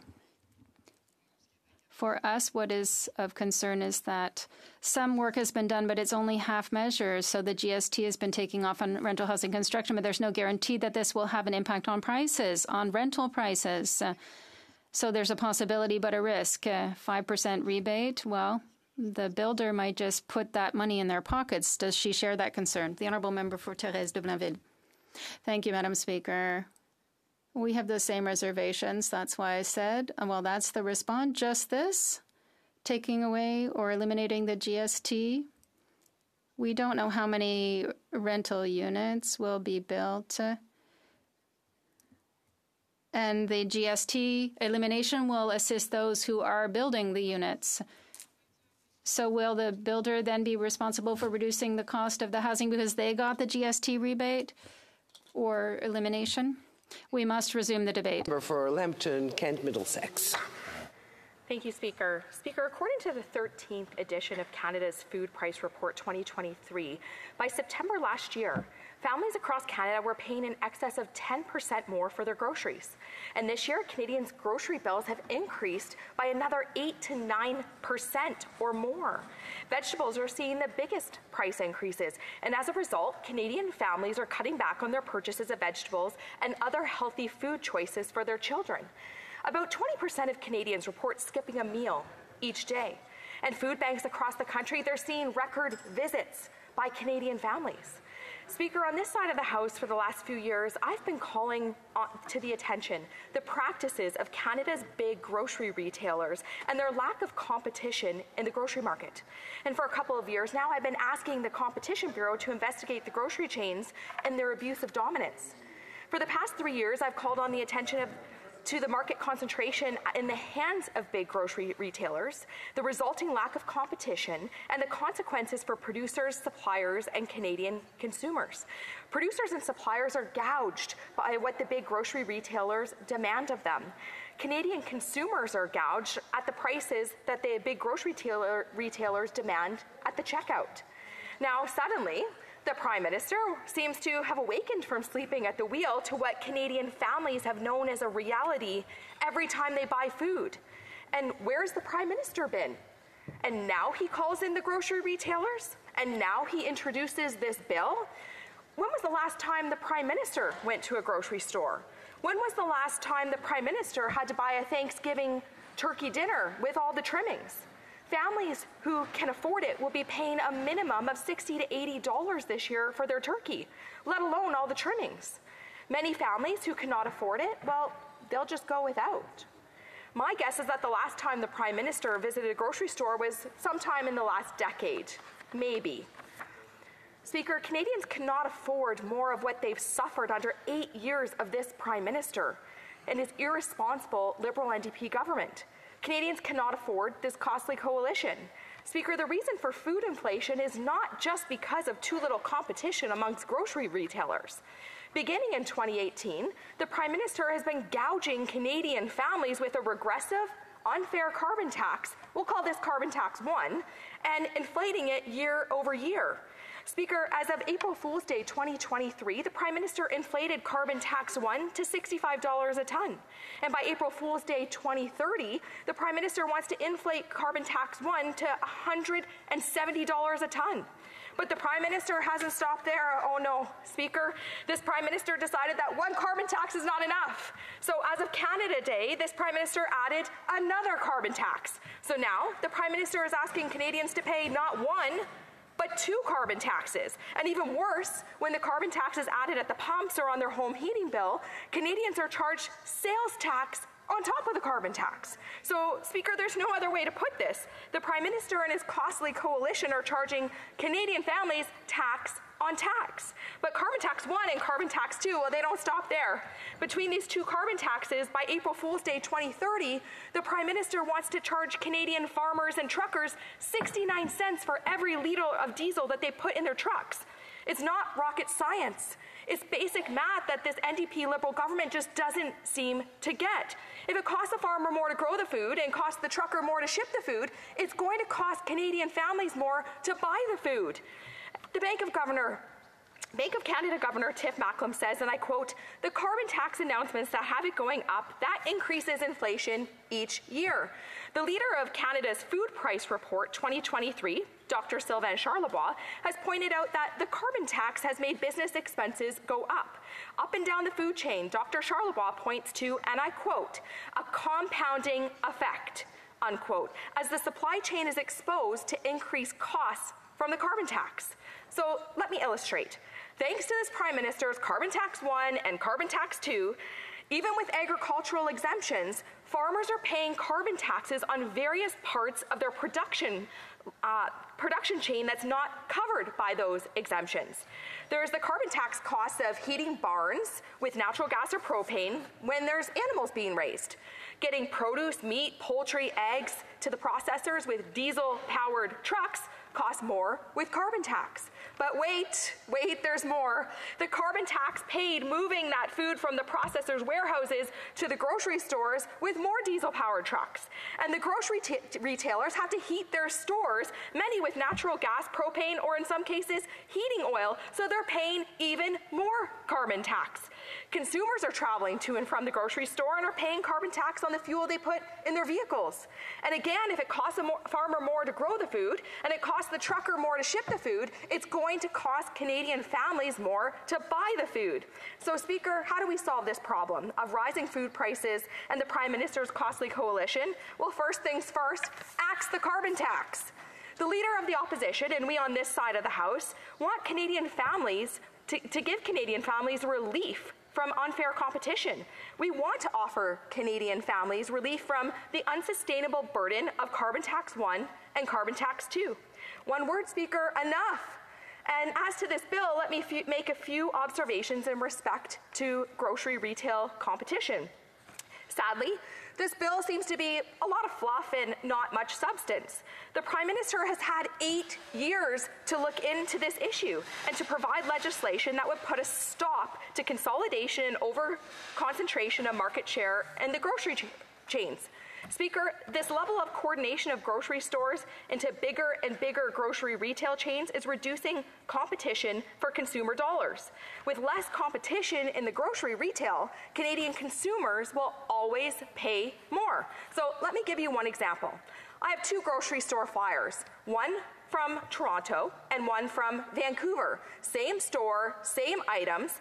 Now, Vancouver is about 2,000 kilometers or about 1,200 miles from the Central Valley of California, where most of our produce comes from, especially during the winter months.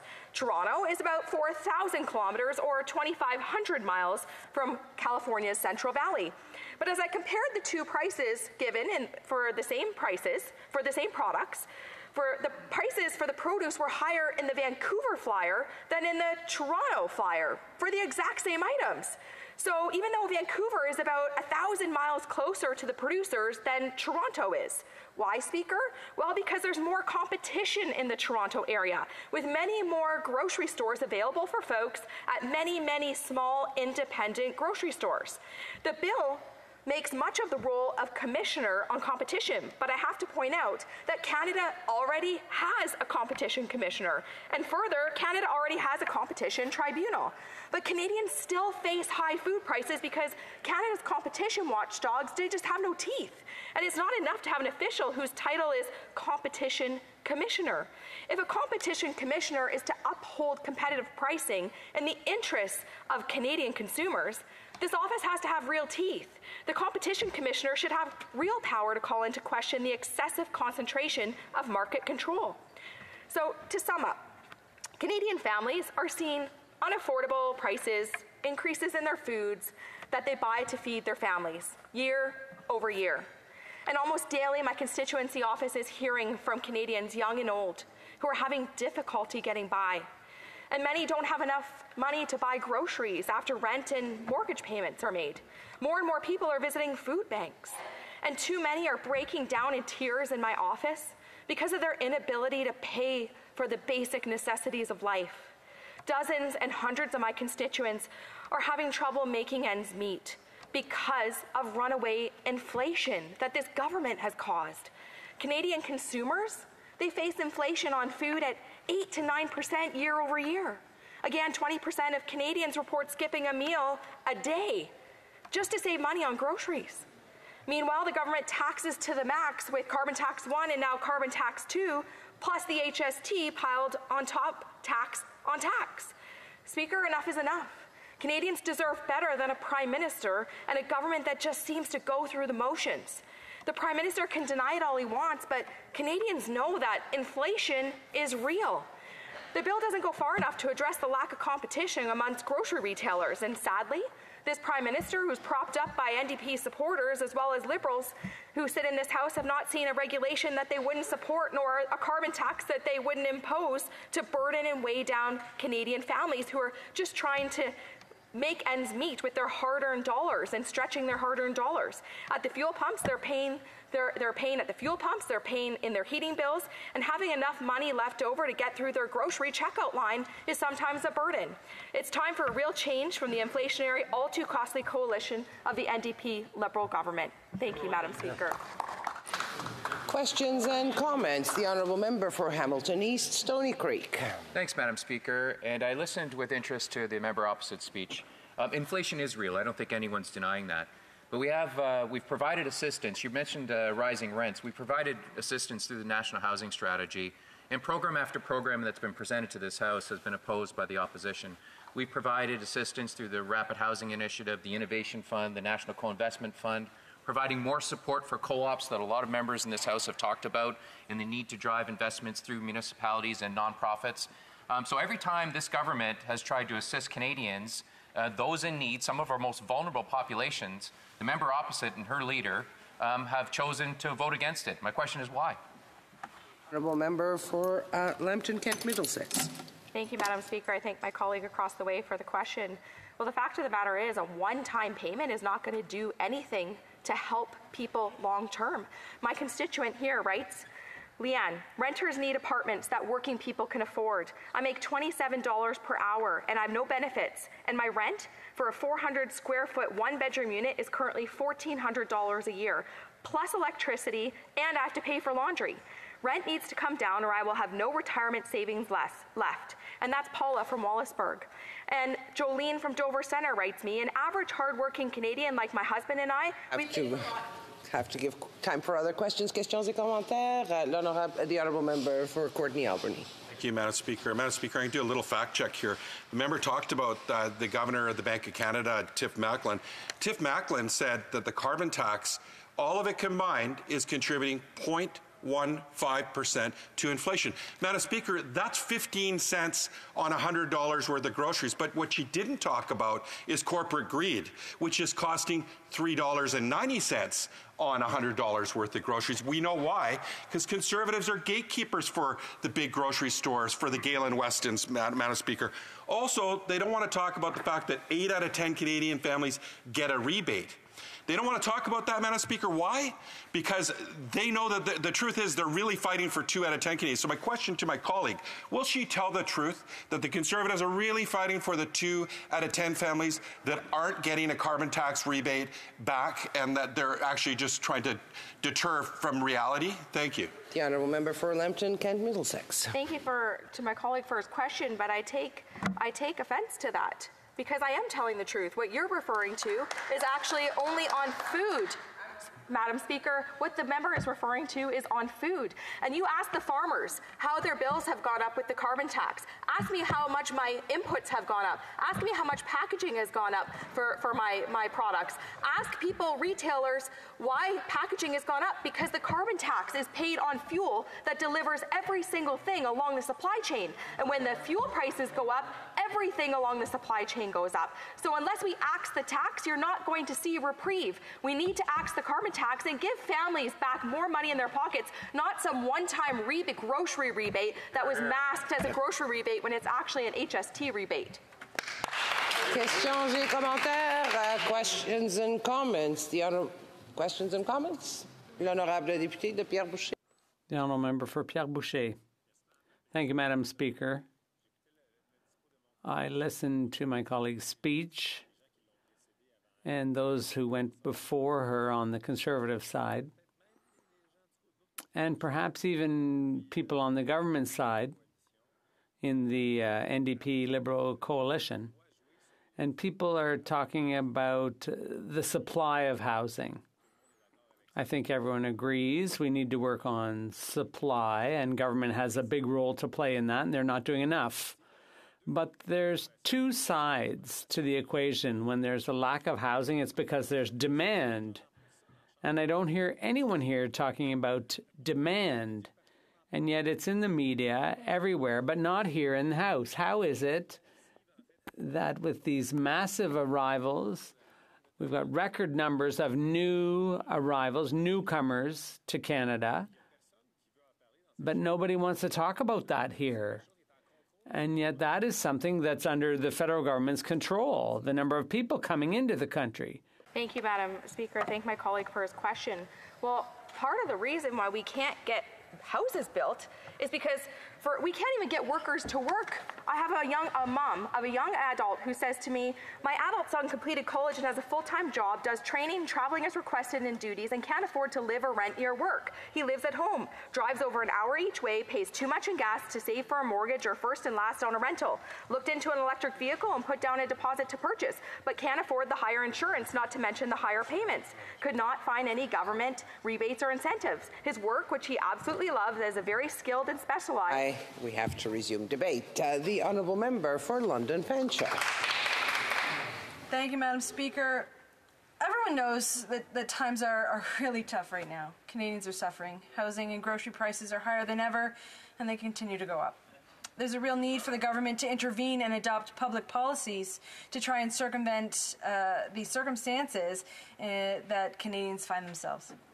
Now, Bill C-56 is a good step to accomplish some of the things, and certainly there are some things that New Democrats have called for years in this bill. But I have to say that this bill is a very small step, and that there are so many things that people need from this government to help with that affordability. The bill introduced by the leader of the NDP actually even goes further with regard to the Competition Bureau that's a part of Bill C-56. His bill, C-352, would impose harsher penalties on companies that fix prices and would better rein in and regulate monopolies in the industry. Currently, the onus to prove mergers or monopolies are harmful to Canadians is placed upon the Competition Bureau, and that needs to change. We think that the burden of proof should fall onto the companies and that they should have to prove that their activities are in the interests of Canadians.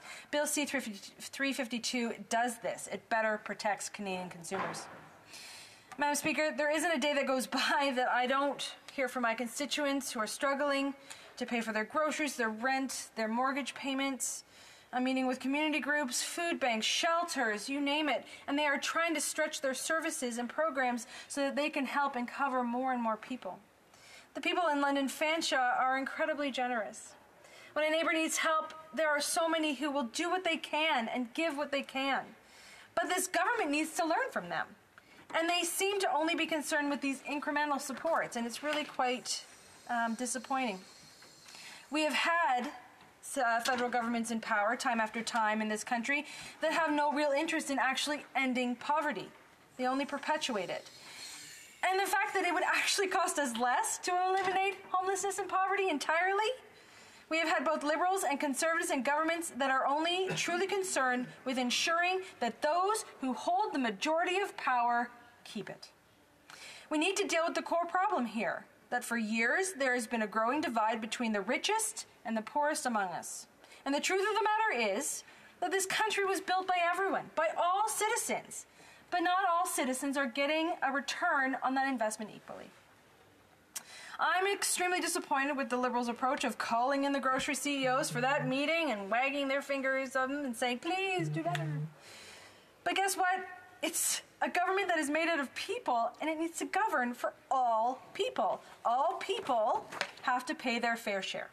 And we have a responsibility to draft laws that ensure that equality. Now, the Conservatives would have us believe that the carbon tax is the only thing driving up grocery prices. But if that were the case, then the CEO's profits wouldn't have grown in the way that we have seen them grow. If they were just passing along the increased costs from inflation or from the carbon tax, Loblaws, Sobeys, Metro would not have made $3.6 billion in combined profits in 2022. $3.6 billion. Profits. Those profits are growing by far more than the increase in input costs. Any government or any party that wants to form a government with some common sense and with a seriousness about addressing the challenges that Canadians have been facing at the grocery stores has to recognize the role of corporate greed in that equation. Nothing will change for people until we do that. Now, long before the pandemic, before these incredible increases in inflation, New Democrats were recommending a windfall profit tax. Other governments around the world are doing this. We can use our legislative powers to stop price gouging, stop price fixing, stop that greedflation. We need to address those extreme profits from companies because they are enjoying that at the expense of people in my riding, people in all our ridings. Now, I want to also talk about the other piece of this bill, and it's the removal of the GST from construction costs on rental units. Now, again, this is a good first step, one New Democrats have been calling for a long time, but a small step. When it comes to housing, we've seen Liberal and Conservative governments ensure that housing is entirely a financial issue. I believe that housing is a human right, and we cannot rely solely on a market-based solution when it's about a human right. If we truly want to resolve the housing crisis that's been growing for over 30 years, we need a wide range of solutions. Now, New Democrats have made several proposals. One I'd like to talk about right now is the inclusion of an acquisition fund for not-profit organizations to give them organizations an opportunity to buy affordable social housing when organizations or companies decide to sell them.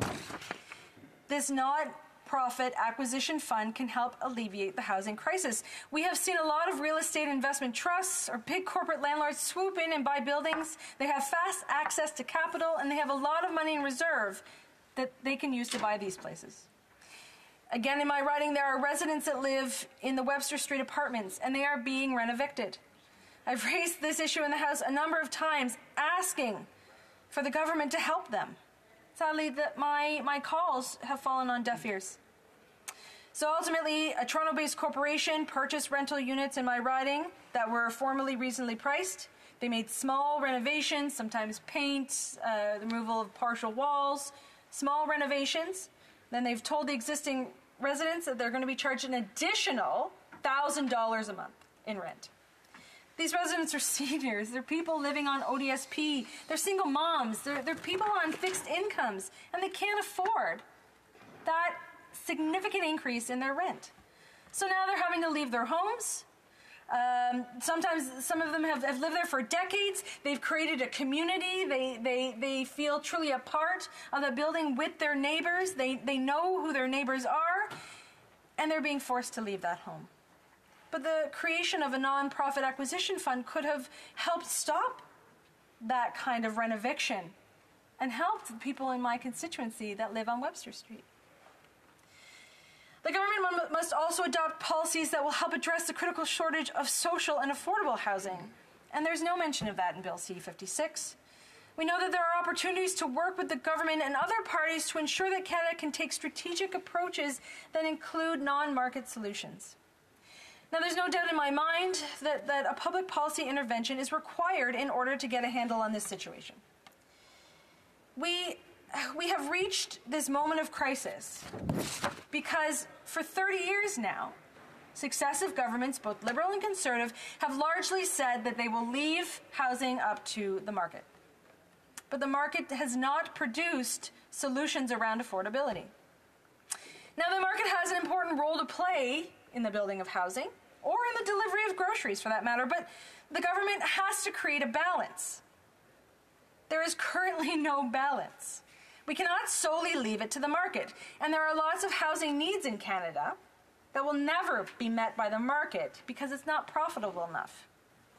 So that's why we need a strategy that pushes those private actors into making available, as part of their holdings, affordable suites. It's why we need governments to take responsibilities like they did in the 40s all the way up to the 90s. And unless we get governments back to the table and take responsibility for the creation of social housing, we're not going to see an adequate resolution to this crisis. And that's one of the things that's changed significantly in Canada since the 1990s, where the government said that they actually did have a responsibility and an obligation to be investing in social housing. But sadly, we had a Liberal government that stopped that. And in Ontario, we had a Conservative government that stopped that in the 90s. We need to get back to that level of investment and commitment, and we can't continue to see current governments, like the Doug Ford Ontario Provincial Conservative government, being in the back pockets of wealthy developers. Again, this is about balance. We have to have a meaningful engagement of not-for-profits and cooperative sectors to build that social housing. And I need to see that in C56. I would love to see that in C56. So I know that I'm almost out of time, Madam Speaker, and there's so many things I want to talk about in terms of affordability and housing, but I'll conclude with this. Food and housing are not just commodities. These are not things that people can do without. They need them to live. They cannot solely be the subject of profit-driven markets with no checks or balances, with no regulations on that greed. My constituents, all people in Canada, have a right to live a dignified and healthy existence, and we have an obligation here in this place to give that to them. New Democrats will always fight for that equality and fairness. Thank you, Madam Speaker. Questions and comments. Questions et commentaires. The Honourable Parliamentary Secretary to the Government House Leader. Yes, thank you, Madam Speaker. I can remember very clearly back in the early 90s, in fact, going right to 93, when I was advocating that the federal government play a role in housing. When every political party inside the House of Commons opposed the federal government being involved in housing. A lot has changed under the current Prime Minister. The current Prime Minister, since the early 90s, is the first Prime Minister that has made a very clear statement that we have to invest in housing and came forward with a national strategy on housing. From virtually day one to today in the legislation that we have today, where we are again saying that the federal government needs to play a role. The question I ask for the member is, would she not agree that yes, it's important and it's nice to see we have a government, a national government that wants to play that federal role, but all the stakeholders, whether it's nonprofit organizations, other levels of government, and of course the federal government, need to come together in order to be able to deal properly with this housing situation. Member for London Fanshawe. Well, yes, absolutely. This is an all-of-government approach, or everybody needs to work together. All partners need to work together. This has become a crisis. The governments have watched happen, that they've created that over 30 years. But, you know, there's also been a lot of gaps in the federal government's provision of some of the solutions that we've been calling for. There's been a lot of delays.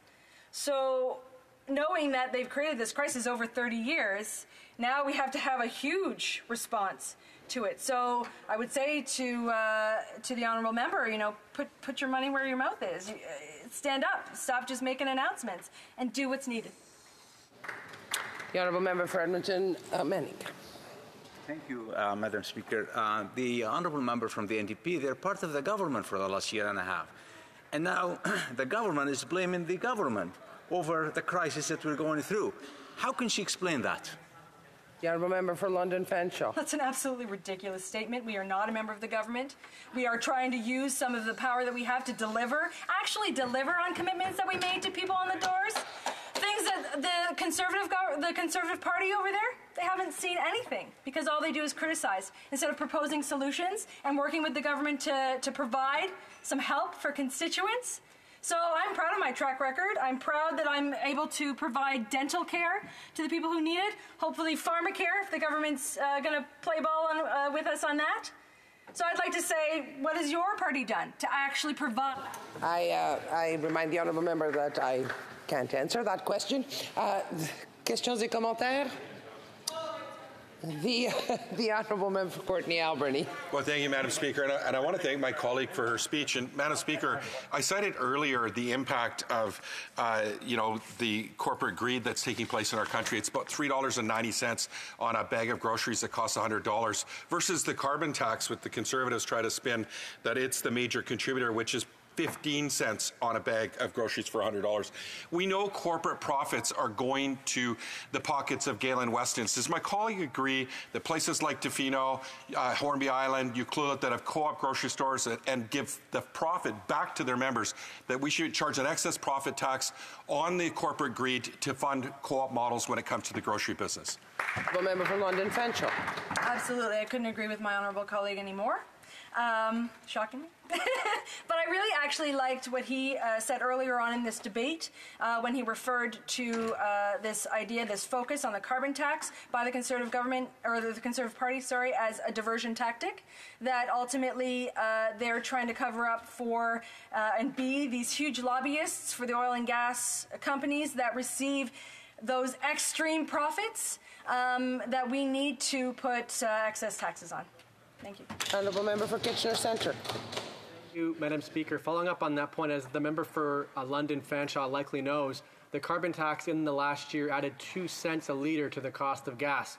Excess profits of the oil and gas industry added 18 cents. It's why I've put forward a motion that calls for a windfall profit tax on oil and gas companies, specifically looking to work with members of all parties to do something extremely reasonable and responsible to get at the corporate greed that she's speaking about. Can she speak about her support for doing so? Honourable member for London Fanshawe. And again, I think my honourable colleague, we've been calling for that for a long time. And again, my entire speech was trying to get at the point that there isn't a balance, and that government's responsibility is to provide a balance, and that's out of play right now. We need to ensure that people pay their fair share, and those are kinds of ideas that need to get to that. Thank you. Resuming debate, the Honourable Member for Charlotte St. James, Assiniboia Headingley. Thank you, Madam Speaker. I'm happy to rise today to speak about Bill C-56, an act to amend the Excise Tax Act and Competition Act, or the so-called Affordable Housing and Groceries Act. I call it a sham. A sham, Madam Speaker, a desperate attempt by this desperate government to make Canadians think they are tackling these problems by using a name that falsely labels the purpose of the act. Pure propaganda, Madam Speaker. Let's talk about groceries. People watching might be surprised to learn that this bill has literally nothing to do with groceries. Once it's passed, grocery prices won't suddenly drop because of anything in it. The bill is, in fact, about something else entirely. It makes amendments to the Competition Act. First, it removes the efficiencies defense, an idea Conservatives first proposed. But we never said it was a solution to high grocery prices because that simply would not be true. What its removal does do is make it more difficult for major corporations to merge using economies of scale and savings as an argument. And it introduces new market study powers, giving the Minister of Innovation the power to order expensive market studies, which many argue politicizes the process and is financially onerous for industry. Ironically, this bill will drive up the cost for industry, making food even more expensive. These don't sound at all like inflation-busting measures to me because they simply are not. Don't take it just from me. Take it from the Business Council of Canada. They released a statement saying that the Competition Act amendments included in today's bill will in no way address the inflationary environment facing Canadians and could, conversely, worsen inflation by introducing uncertainty and instability in the free market. In no way could worsen. This isn't a ringing endorsement, Madam Speaker. Their president, Goldie Hyder, had more to say. She said the bill will stifle business through bad regulation. She called it a Trojan horse, Madam Speaker. Direct quote, Ottawa wants Canadians to think the bill will improve affordability for families by giving consumers more choice, but this is not its purpose or what it will achieve. She says the government acted in bad faith, that the amendments came as an ambush and without proper consultation. She says that if the government was serious about lowering prices, it could have lowered import tariffs on certain goods or eliminated interprovincial trade barriers. But, Madam Speaker, she isn't the only critic. Michael Osborne, the chair of Cozen O'Connor's Canadian competition law practice, says of the bill, some amendments are good, more are bad, and most are useless, Madam Speaker, not high praise. Useless because competition law is simply not designed to solve macroeconomic problems like inflation. He points out what we have been saying for 2 years, that inflation is caused by expanding the money supply too quickly, by loose monetary and fiscal policy.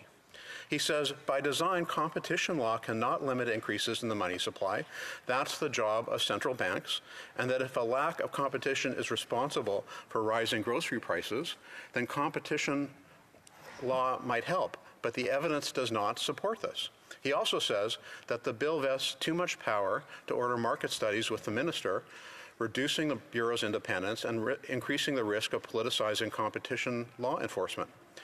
It's becoming a disturbing trend with this government handing power directly to politicians at the expense of other departmental officials. This will lessen the independence of the Competition Bureau and politicize the way that we deal with competition law. Even if there was more room for competition in the grocery industry, Mr. Osborne opines that removing the efficiencies defense would have little effect lowering prices, given how small margins are on grocery sales.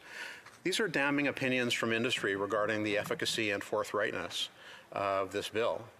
If the Liberals really wanted to make groceries more affordable, they would drop their inflationary carbon tax to stop taxing the farmer who produces the food, to stop taxing the trucker who transports the food, and to stop taxing the grocer who sells the food.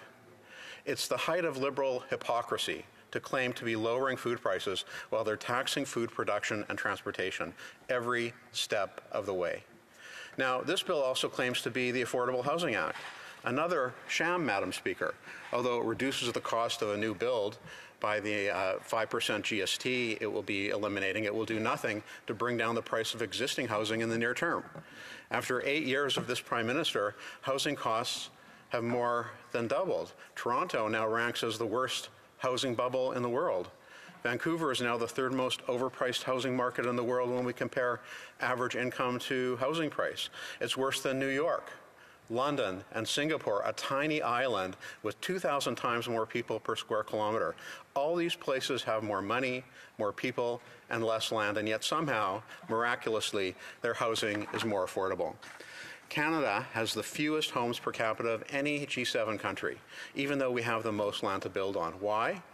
It is because we have the second slowest building permits out of all 40 OECD countries. It used to take 25 years to pay off a mortgage. Now it takes 25 years just to save up for a down payment. Only in Canada has housing become so unaffordable so quickly. This is happening because the Prime Minister subsidizes government gatekeepers and red tape that prevents builders from getting shovels in the ground and our people into homes that they can afford. In Vancouver, nearly $1.3 million of the cost of an average home is in government gatekeepers adding unnecessary red tape. That means that over 60% of the price of a home in Vancouver is due to delays, fees, regulations, taxes, and high-priced consultants. In Toronto, the added cost is $350,000. Housing prices have doubled. Mortgage payments have doubled. According to the IMF, Canada is the G7 country most at risk of a mortgage default crisis. We have the most at-risk housing market amongst developed economies. As low-interest mortgages come up for renewal, defaults are sure to rise. Conservatives have a real plan to get housing built. Our act, our Leaders Act, the Building Homes Not Bureaucracy and the Building Homes Not Bureaucracy Act incentivizes cities to speed up the rate at which they build more homes every year to meet our housing targets. Cities must increase the number of houses built by 15% each year, and then 15% on top of the previous target every year. If targets are missed, cities will have to catch up in the following years and build even more homes, or a percentage of their federal funding would be withheld, equivalent to the percentage they missed their target by. Cities that exceed that target will get bonus funding. Cities that miss it will have their funding reduced. Federal transit funding will be provided to certain cities only when those stations are surrounded by high-density residential buildings. We will empower Canadians to file complaints about NIMBYism with the Federal Infrastructure Department. When complaints are legitimate, we will withhold infrastructure and transit dollars until municipalities allow homes to be built. It ensures that CMHC executives cannot receive bonuses unless housing targets are met and applications for new construction are approved within 60 days. In addition, there will be a 100% GST rebate on new residential rental property for which the average rent payable is below market rate to ensure that low-income housing gets built in this country. This bill will also requires the housing minister to report on the inventory of federal buildings and land to identify land suitable for housing construction and to propose a plan to sell at least 15% of any federal buildings and land that would be appropriate for housing construction. The sad reality is that under this Prime Minister, housing costs 50% more in Canada than it does in the United States. In order to bring market equilibrium, we need to build 3.5 million homes by 2030. This act will not get the job done, Madam Speaker. I find it troubling that the government that caused this affordability crisis because of its inflationary spending and taxes has now brought legislation that blames food producers and grocers. Deflecting blame from itself and using the power of the state to impose a solution on industry is a bully tactic unbecoming of responsible and ethical government. It's time for the Liberals to get out of the way and let Conservatives fix what they broke. This bill is a sham, and this Prime Minister just is not worth the cost. Thank you, Madam Speaker. Questions and comments? Questions et commentaires. The Honourable Parliamentary Secretary to the Government House Leader. Well, Madam Speaker, I'm sure it'll come as no surprise to you that I totally disagree with what the member is saying. And if you listen to what the member is saying, he's making it very clear that he's in opposition to this legislation. For clarification purposes, does the member intend to vote against this legislation? Member for Charlotte St. James, Assiniboia Headingley. Firstly, I want to congratulate that member. I know his daughter was elected to the Manitoba legislature this week as, the only Liberal in the Manitoba legislature, a legislature that has 57 seats. But nevertheless, congratulations to his daughter. What I'm against is a government bringing legislation that says something to make Canadians believe they're doing something when they're not. This bill is called the Affordable Housing and Groceries Act, but has nothing to do with making groceries and housing more affordable. Questions and comments. Questions et commentaires. L'honorable député de... The Honourable Member for Drummond. Thank you, Madam Speaker. It's great to see you in the Speaker's chair today. Madam Speaker, it's always interesting to hear Conservative colleagues strongly criticizing the Liberal government, and I'm not saying that they're wrong. It's often accurate, but rarely do we hear from the Conservatives anything other than decrying the government's inaction or mistakes. They rarely put forward concrete solutions. There are these $900 million for housing that Ottawa is keeping that's supposed to be sent to Quebec to fix the housing problem.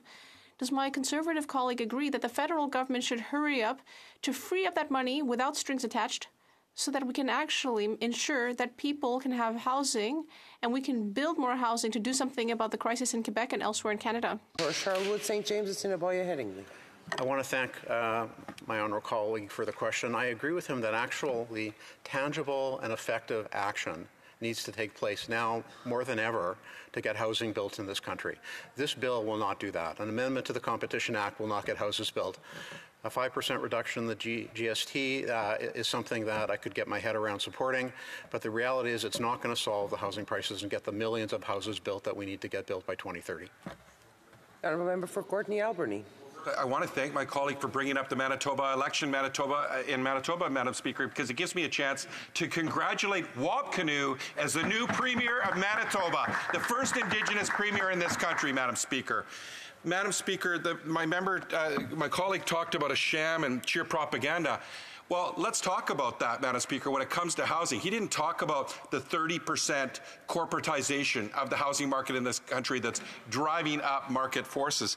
He didn't talk about the profiteering that's taking place and that the free market approach hasn't worked. In fact, he didn't talk about the Greenbelt scandal in Ontario. So my question through you, Madam Speaker, is what are the federal Conservatives going to do different than the Doug Ford Conservatives to make sure that we don't have another Greenbelt scandal? Because they talk about selling off public lands and public buildings. What do they do to make sure that it doesn't end up in developers' pockets? Because public lands belong in public hands. Honourable Member for Charlotte St. James, Assiniboia Headingley.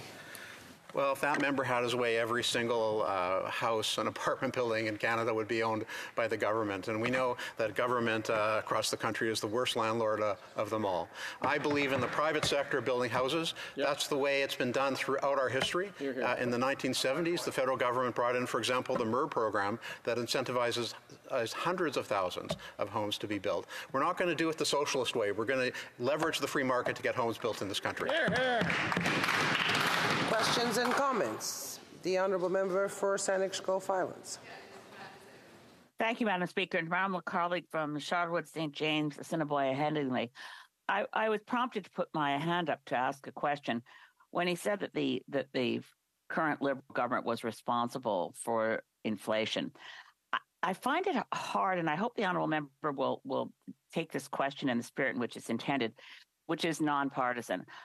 I'm plenty angry with the Liberal government and the Prime Minister for many things, but I don't think it's reasonable to say that the Prime Minister is responsible for Putin invading Ukraine or for climate crises around the world that have had impacts on accessibility and the cost of various foodstuffs, nor to supply chain disruptions all around the world, nor to the post-pandemic impacts on food production. There are multiple reasons that we're facing rising prices, and they're not exclusively within Canada. So I'd like him to reconsider that. I have to give the Honourable Member the opportunity to answer. The Honourable for Charlotte St. James, Assiniboia Head. I'd like to thank my honourable colleague for her question. The reality is, and a simple Google search by her about economists and quantitative easing, increasing the money supply, will confirm to her what economists have been saying for a long time now, which is that increasing the money supply by $600 billion has diluted the value of our currency, and that is what is primarily driving inflation in Canada. Resuming debate, the Honourable Member for Windsor West. Thank you, Madam Speaker, and I'm pleased to rise today on this Bill C-56, an act to amend the Excise Tax Act and the Competition Act, and I'll get into those two components. It's been an interesting debate in the House, watching various land barons get up and talk about affordable living for other people that have to rent from them. But I can tell you, Madam Speaker, is that the mixture of our market right now has brought us to the situation, and that mixture of the market was abandoned by then Paul Martin when we lost our housing initiatives. And since then, there's been a recovery process that's been brutal. And that lack of stock has led to the problems we have right now in the free market system. And on top of that, Madam Speaker, in communities like Windsor and Tecumseh and Essex around myself, there's been a lot of building that's taken place, but there have been more affluent homes that have been more on the higher end of the market for the profit margins to be higher. And that's been one of the problems. We've lost cooperative and also other type of housing units that really should have been built during that time frame. So even when we've had an increase of housing stock, it hasn't led to the things that we want. So here we are today, at least trying to do something on it. I mean, it's not a great bill, but at least it's something coming forward that we actually have some unanimity in the House of Commons with. The GST is something even the Conservatives say they think they could agree with, which is ironic because the Conservatives actually, when you go back in history, they brought in the GST under Brian Mulroney, and they actually brought in the HST under Stephen Harper. In fact, we are still paying for that because when we brought in the HST, they had to grease a couple provinces to come on board, and we had to borrow billions of dollars, which we're still paying interest on that. I've actually done an updated Parliamentary Budget Office and also a House of Commons Library of Parliament paper to always update every year about how much interest we're paying from Harper bringing in the HST at that time and borrowing billions of dollars. Billions of dollars we borrowed to bring in a new tax on Canadians. So when the Conservatives talk about taxation, they need to keep their history in check. And it's at least good that they're owning up to the GST issue and these regressive tax that have been put on place of Canadians. Now, we even had an election at one point in time where the Liberals and Conservatives actually talked about getting rid of the GST, and here we can see it still hasn't happened in a fullness, but at least in this instance, we're actually going to support it, and that's the first part, the excise tax, waiving it on for new builds. And there is a problem, though, that we have to monitor with this, is whether or not those savings are going to be passed on to consumers being renters and also other people in the market purchasing those homes. There needs to be real incentives to build the homes that really many people actually enjoy to this day, called wartime housing, where after the Second World War, smaller units with 2 to 3 bedrooms were built that were affordable for veterans. And those units have now been either built additional components to them or they stayed the same, and they're still very much part of a good market for many, many people, including in my riding where we had a lot of veterans serve. And just as we had a lot of veterans serve most recently, even in Afghanistan and other theaters, where Windsor, Ontario has always done its part, going back to the War of 1812, and even actually contributed in terms of support for all kinds of different wars and conflicts and peace at that time. And so our housing stock that we still have from World War II has never been followed up on, and that's a real issue with regards to our veterans. And those housing units, thank goodness that they're there. One of the things I would want to point out that's really important is the new residential rebate, when we does get going, is going to probably have to get through the Senate, and so we're in more delays. So when we're looking at an opportunity right now to actually get something done, we're probably looking at the new year for this. And so we have a housing crisis right now. And so what's the response of this chamber? Is this at least a modest improvement? But we don't even have everybody in this chamber that's willing to support and get this bill done as quickly as possible. And so we're just going to continue to inflate the problem because it's going to take some time to get through. The other amendment to this bill is really important, the Competition Act. And as I mentioned earlier, the Competition Act in previous debates needs massive updating, which I'm really pleased my leader, the member for Burnaby, has tabled a legislation to actually fix the Competition Act in some respects. This is going to have a few components too. It's going to establish a framework for the Minister of Industry to direct the Commissioner of Competition to conduct an inquiry into the state of competition in the market. That's really important.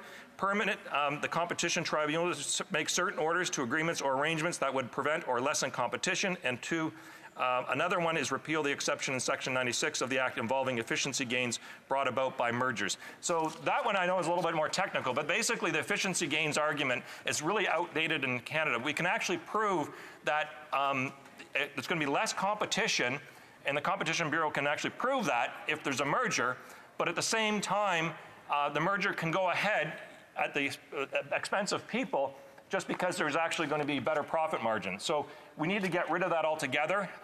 And one of the things that's really interesting about this situation that we have right now is that we have both Conservative and Liberal governments that have allowed constant mergers to take place and the loss of Canadian jobs. I mean, we have the Lowe's takeover of Rona, where we've seen that has actually backfired in many respects, and some of the Ronas are now back being opened up. We had Target take over Zellers, and then Target closed all of its stores. And Zellers, by the way, Madam Speaker, at the time of the takeover, was the only department store making money and actually had benefits to its workers, and the workers were paid about 12% more than other department stores.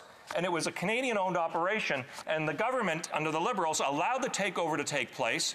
We lost all those stores. Target closed up in Canada and moved back south of the border. Complete, utter disaster. There's been others. We've watched the Future Shop be taken over by Best Buy. Lack of competition now in the electronics sector. Future Shop was a Canadian Icon store, gone. Now we have the Best Buy option, and you have Amazon online, and very little competition when it comes to those measures. I could go on and on for some of these different things that have been allowed to be taken over, basically to lack competition, but I do want to highlight a couple things with regards to the grocery store retail industry, which is another part of the things that we're fighting for. And this is going to help in that situation as well. When we had the CEOs of the grocery stores come before us in front of Industry Committee, and we had the study that took place, we questioned them, and unbelievably, on the same day, all three of the major chains cut their hero pay during the pandemic on the very same day. And that's unbelievable. You still had the issues out there. You have, right now in the retail sector, several different things taking place. In fact, if you look at some of the media stories coming out, I think CTV and Mike Drolet did a good piece that was on, you can watch it on TV, on theft in the retail market, how it's changing, and how some stores are closing, not only just in the United States, but other places, but also potentially here, and they're also changing the way that the stores look and handle some of those things. And the reason I bring that up, Madam Speaker, because it's not a victimless crime. It rises the price of all groceries in terms of theft and the types of behavior that takes place, but also the same workers that were the heroes during the pandemic have to face increased complicated situations at the workplace, either defending the products or feeling that they're compromised or having confrontations with different customers. But it certainly is something that's very important that's taking place. There's a culture change that's taking place as they face it. So these grocery store chains, when you look at the obvious things that they've done in the past was fixing the price of bread. Can you imagine that? They fixed the price of bread. The most important staple for children going to school and for families to survive, they actually colluded together, like the robber barons of the past. Thank you, Madam Speaker, for 2 minutes. The robber barons of the past, and fix the price of bread. So there would be not only just lack of competition, but there's a coordinated approach on one of the basic human staples to increase prices on Canadians. And what did they do? They got a slap on the wrist from it because our current competition issues and right now our challenges are not there. And the government's responded by saying, okay, we brought the CEOs to come in and say, oh, well, you at least hold the prices, hold the line. What a garbage stance that is from the government. So let's go back in history and look at some of the things that have been taking place. Even this Liberal government, they had issues with their own calling for corporate tax cut reductions. Until recent, they were doing that. In fact, some of their former leaders or leadership people said they didn't cut taxes quick and fast enough, and that was their competition. So these grocery store icons that enjoy monopolies in Canada have been a reduction of corporate taxes at that time, CEOs with big pay, and at the same time, they're fixing the price of bread. And there's other types of malfeasance that is going on with regards to their operations. And they've also been known, again, as I mentioned, to actually push the workers some of the hardest and, frankly, some of the most despicable ways possible. And so all three of them canceling hero pay at the same time, not only stinks to high heaven, it tells you the disdain that they have on their workers. And they had no shame in this whatsoever. No shame whatsoever when they're in front of committee. Yeah, that's just the way we do business. It's okay. So, Madam Speaker, this bill right here is a modest improvement. It's something we can control as members right now in the House to get something done for the GST with regards to the increase of housing, and as well to increase competition in Canada, because between the grocery retailers and also the telcos and others, we need competition, and we need it now. Thank you, Madam Speaker. Questions and comments. Questions et commentaires. The Honourable Member for Hamilton East, Stoney Creek. Thanks, Madam Speaker. I really appreciate the comments and the advocacy for additional affordable housing resources. I served for several decades as a municipal councillor and looked to higher levels of government for increased spending. It didn't come from the province for 2 decades. It certainly didn't come from the federal government for the 26 years that I was a member of City Council. And it wasn't until this government arrived and created the National Housing Strategy that we've seen record investment. And so while I take the criticism that we can always do more, I think it's important to emphasize that we've made investments across municipalities across the country. We've invested a lot in Windsor-Essex. Through the Co-Investment Fund, I think that was a $90 million investment. Rapid Housing was $20 million. And so I think everyone gets up and bemoans the fact that we need to do more for housing. I completely get it. But I think there needs to be some recognition in terms of what the government's done in terms of making historic investments we haven't seen since the 1980s. And I just want to make sure that the member is aware of those investments that we've made in Windsor-Essex and other mid to large-sized municipalities, including rural areas across the country. Windsor West. Thank you, Madam Speaker. I appreciate the question, and absolutely, this is, I think it's my 8th Parliament, and every government has done some good work on different things. There's no doubt about it. You could run off a list of whether they've been conservative, majority, minority, or liberal minority, majority. There's been good things that take place in every budget. So there are some good things that are happening. But the reality is, and I appreciate his work on City Council. I served 1.5 terms on City Council. And what we have to recognize, though, right now, is that under the Paul Martin administration at that time, is that they actually basically broke down the process that we had regular routine funding for the not-for-profit and the housing market that's led to systemic problems. So that's where we're going for. But I do appreciate there are things that are happening, and that's why we support this legislation. Questions and comments. Questions et commentaires. The Honourable for Chatham-Kent Leamington. Thank you, Madam Speaker. And I want to thank my neighbour and my friend for his speech. I share with him the impact of the cost of groceries on Canadians. Question for him, if rather than an excise profit tax on retailers, if we were to wipe out the profit entirely of the retailers for the moment, it would take the price of groceries, a bag of groceries, from $25 down to $24. The question would be, is that sufficiently low enough for Canadian consumers, if that's the only solution that's being proposed? Or would he acknowledge, if that's not low enough for Canadians, what other solutions? Would he acknowledge that higher interest rates are impacting the food value chain, the carbon taxes are impacting the food chain? What other solutions would he have? For Windsor West.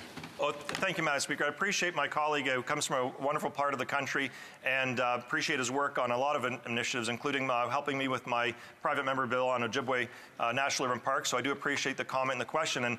And it's ironic because it comes from an area like ours where his riding also has a lot of greenhouses, does a lot of production for Canada, and we do a lot of shipping on it. So that isn't enough to lower it that way. I believe that there needs to be more work done. In the United States, they actually have antitrust legislation where they can break up the monopolization. So there has to be more work for that done in Canada, because some of these grocery retail chains have also bought up many of the pharmacies.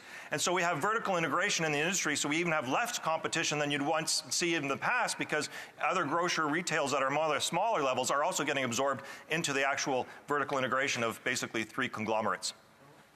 The Honourable Member for Thérèse de Blainville. Thank you, Madam Speaker. I would like my colleague to tell us a bit more how exempting the GST on rental housing will meet affordability needs.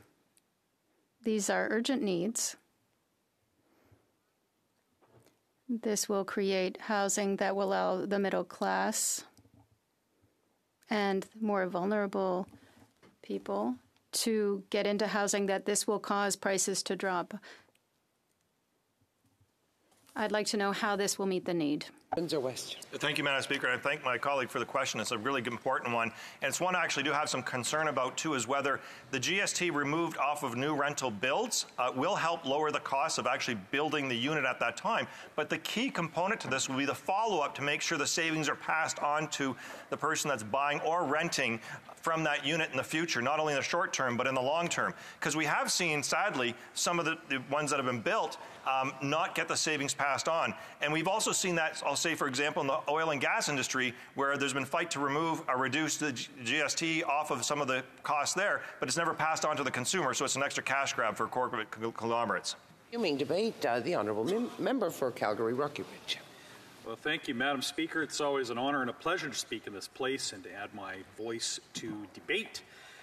Today we're talking about Bill C-56, which, if passed, will amend the Excise Act and implement a temporary 100% rebate on the GST portion of new purpose-built rental housing and amend the Competition Act to get rid of the efficiencies defense, which has been a handy loophole that has been used to let almost any corporate merger go ahead, no matter what it does to consumer choice. So I want to talk mostly about housing, the housing portion of this.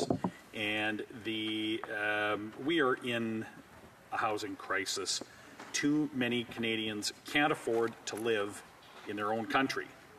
And for a long time, people thought of this as, just a Vancouver problem, or maybe Vancouver and Toronto.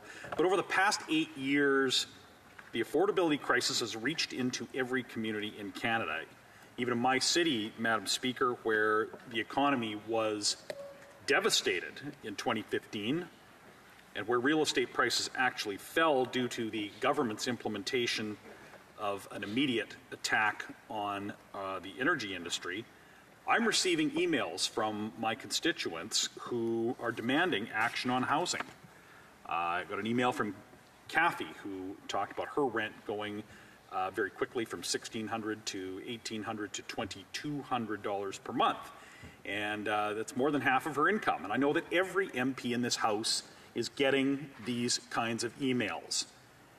Rent has doubled under the watch of this government across Canada.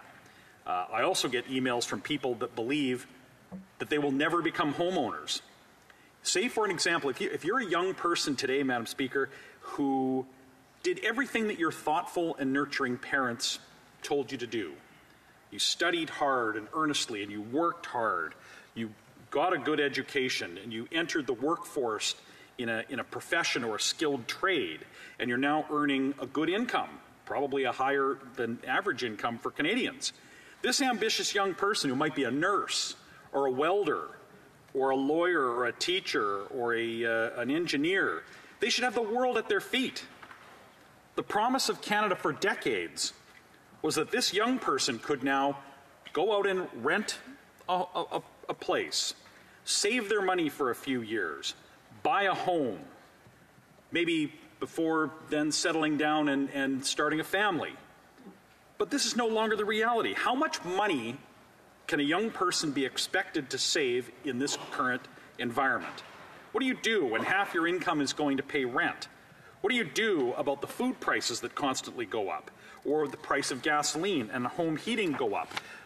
The cost of everything due to the government's inflationary deficits, wasteful spending, leave a worker without the ability to save. It would take the typical worker most of their working life to save up for a down payment to buy a typical house. But that would be in vain anyway, Madam Speaker, because they wouldn't qualify for the mortgage that they would then need to actually go ahead and purchase a typical home. So just what is are the young people today coming out of school to do? Under this government, the country is becoming a place with two kinds of families. Families that already own a home and families that may never. The only hope that young Canadians have of becoming homeowners now, in most of Canada's large cities, is with help from their parents, if their parents happen to already own a home. The hope that their parents will have the ability and have enough money that they can contribute to that down payment, a large down payment, and probably to also co-sign the loan. So for everybody else, there's just an ever-increasing cycle of rents that rise with shrinking space and quality of accommodation.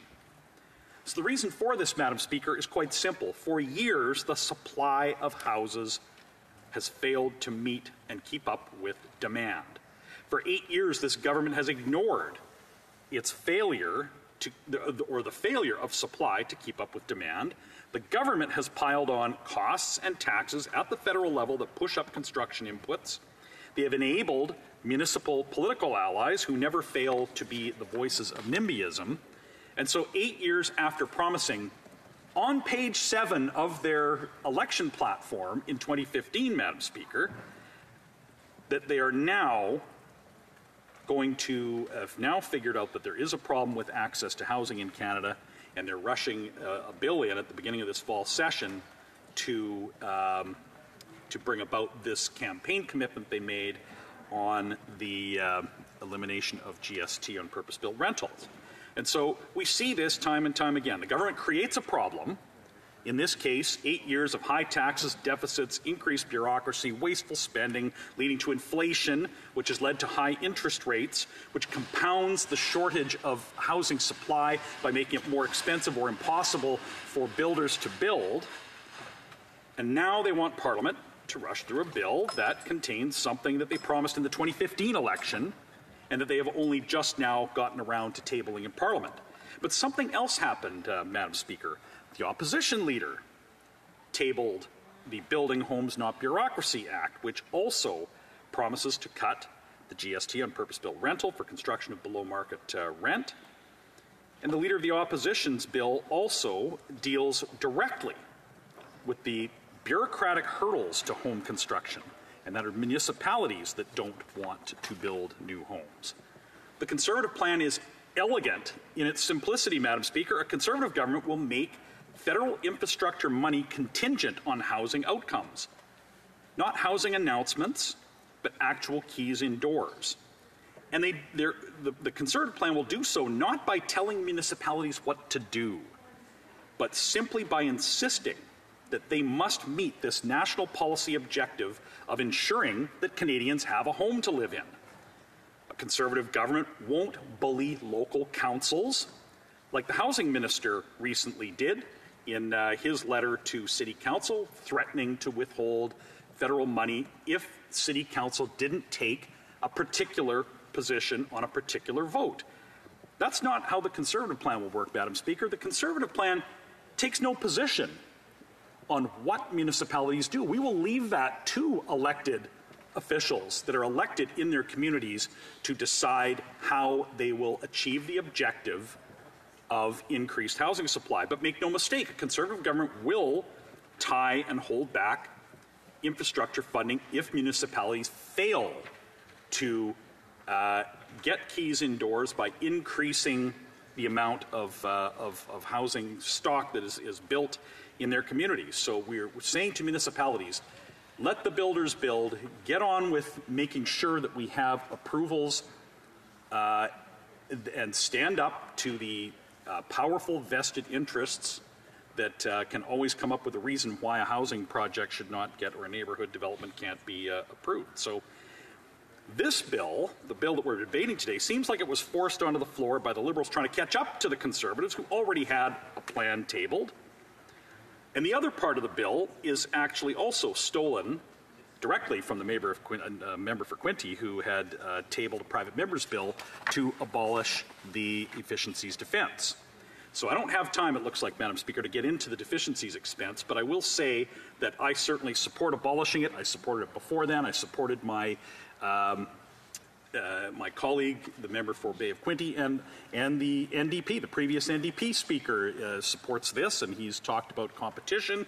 I agree with him as well. It's long overdue. The Rogers Shaw merger debacle should have been enough to immediately table such legislation. But if a Conservative initiative like that private member's bill is enough to spur the government to action, so be it. That's fine. That's actually Parliament doing what it should, debating ideas. And if they see an idea in two Conservative PMBs and maybe even an NDP PMB, and they want to copy these ideas and table them as government legislation, great, let's get it done. Canadians don't care who tabled what. They just want it done, Madam Speaker. But it's a lesson to all those that maybe have cozied up and are in this unhealthy coalition with the government.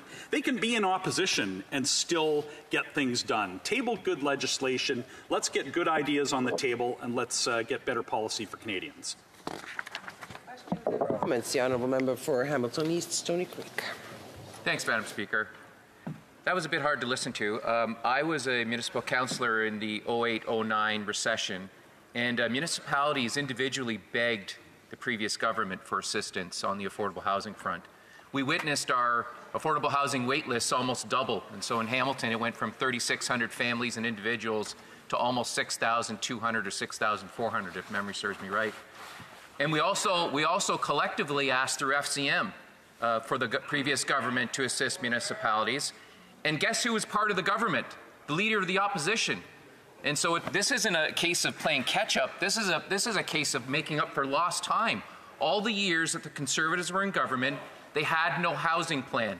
Now our government's come forward with a national housing strategy which responded to the concerns and requests from municipalities from across the country. And so my question to you, Madam Chair, to the member is he aware of that? Member for Calgary Rocky Ridge. Well, I'm aware of a few things, including that this government has been in office for 8 years. 8 years, and they are only now being spurred on by the opposition's plan that has been tabled in this place, kicking and screaming to actually implement something they promised to do in 2015. I know that in 2008, it didn't cost $2,200 a month to rent a portion of a house in my riding. I know that in 2008, you didn't, the mortgage payment on a typical home in Canada wasn't $3,600 a month. I spent 22 years in that industry. I know a little bit about affordability and what people can qualify for then and now. Questions and comments. The honourable member for Courtney Alberni. Madam Speaker, and I want to thank my colleague for actually calling out and asking for good ideas. And Madam Speaker, we saw the Conservatives in Ontario do a land giveaway at the Greenbelt that was going to put $8.3 billion into the pockets of developers. And we hear the Conservatives talking about selling public lands, public buildings. I want to know, Madam Speaker, if he thinks that what happened in Ontario was a good idea, or what will they do to make sure that that doesn't happen again when it comes to federal lands, and that public lands belong in public hands and not in developers' pockets? Honourable member for Calgary Rocky Ridge. Well, I'm not going to debate Queen's Park politics here. I'm not even sure if that part of it was even in order, but the rest of the point about freeing up public lands for development, he raises an important point. It has to be done right, but it was actually promised by this government in 2015 as well. Another broken promise, an ignored promise from 8 years ago to examine ways that surplus buildings and lands of the federal government could be made available for residential housing development to meet the overwhelming need for residential property in Canada. Questions and comments? The Honourable Member for Sherwood Park, Fort Saskatchewan. Thank you, Madam Speaker. I thank my colleague for his excellent speech. He made an important distinction, I think, in terms of the conservative approach to housing, which is we're not going to dictate municipal decisions around zoning, around it's kind of the mechanics of where housing goes, but we are going to set targets and set clear expectations. And I think this is consistent with both the urgency of the housing crisis we see and also the important principle of subsidiarity, that decisions should be worked out at the local level about precise details, but we can see across the board right now that not enough is being built, and we can use the federal spending power to require that when federal dollars are going in for major infrastructure projects, that there is an alignment with those targets, with the need to grow the supply of housing in this country. I wonder if the member can just share further about how the conservative principles operating here can really harness growth in the housing supply, both setting national targets in our national interest and also allowing local decision making to continue. Honourable Member for Calgary Rocky Ridge, 25 seconds. Well, he's exactly right. That's the conservative approach. There is national funding for national government level funding for municipal infrastructure, and that must be tied to national policy objectives like increasing the housing supply. But it will be up to local governments responsible to the local voters that elect them to decide how to meet those objectives, but they will lose their money if they don't meet those objectives. Debate, the Honourable Member for Lethbridge. Well, we certainly don't have to look very hard or listen very hard to know that Canadians are suffering, that this government's out-of-control inflationary spending is causing tremendous damage to households from coast to coast. And I think any member in this place that is taking the time to meet with constituents and to hear the concerns that they have is hearing exactly this. And so here we are in the House of Commons debating the issue of affordability. And of course, this government has come to the table with one thing that they believe is the solution. And we as opposition believe that perhaps there are some other things that need to be considered. And so I'll be talking about those here today. I recently had a phone call with a 65-year-old woman in my riding who is on CPP, OAS, and GIS. Combined, she makes just over $1,700 a month. And she was calling me because she's incredibly concerned because she can't afford her rent, her food, her prescription, her car, and her cell phone bill. Now, these, of course, are just essential things. They're part of making life work.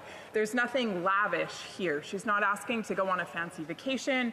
She's not asking to enroll in any fancy art classes or any extracurricular. She's just simply wanting to live.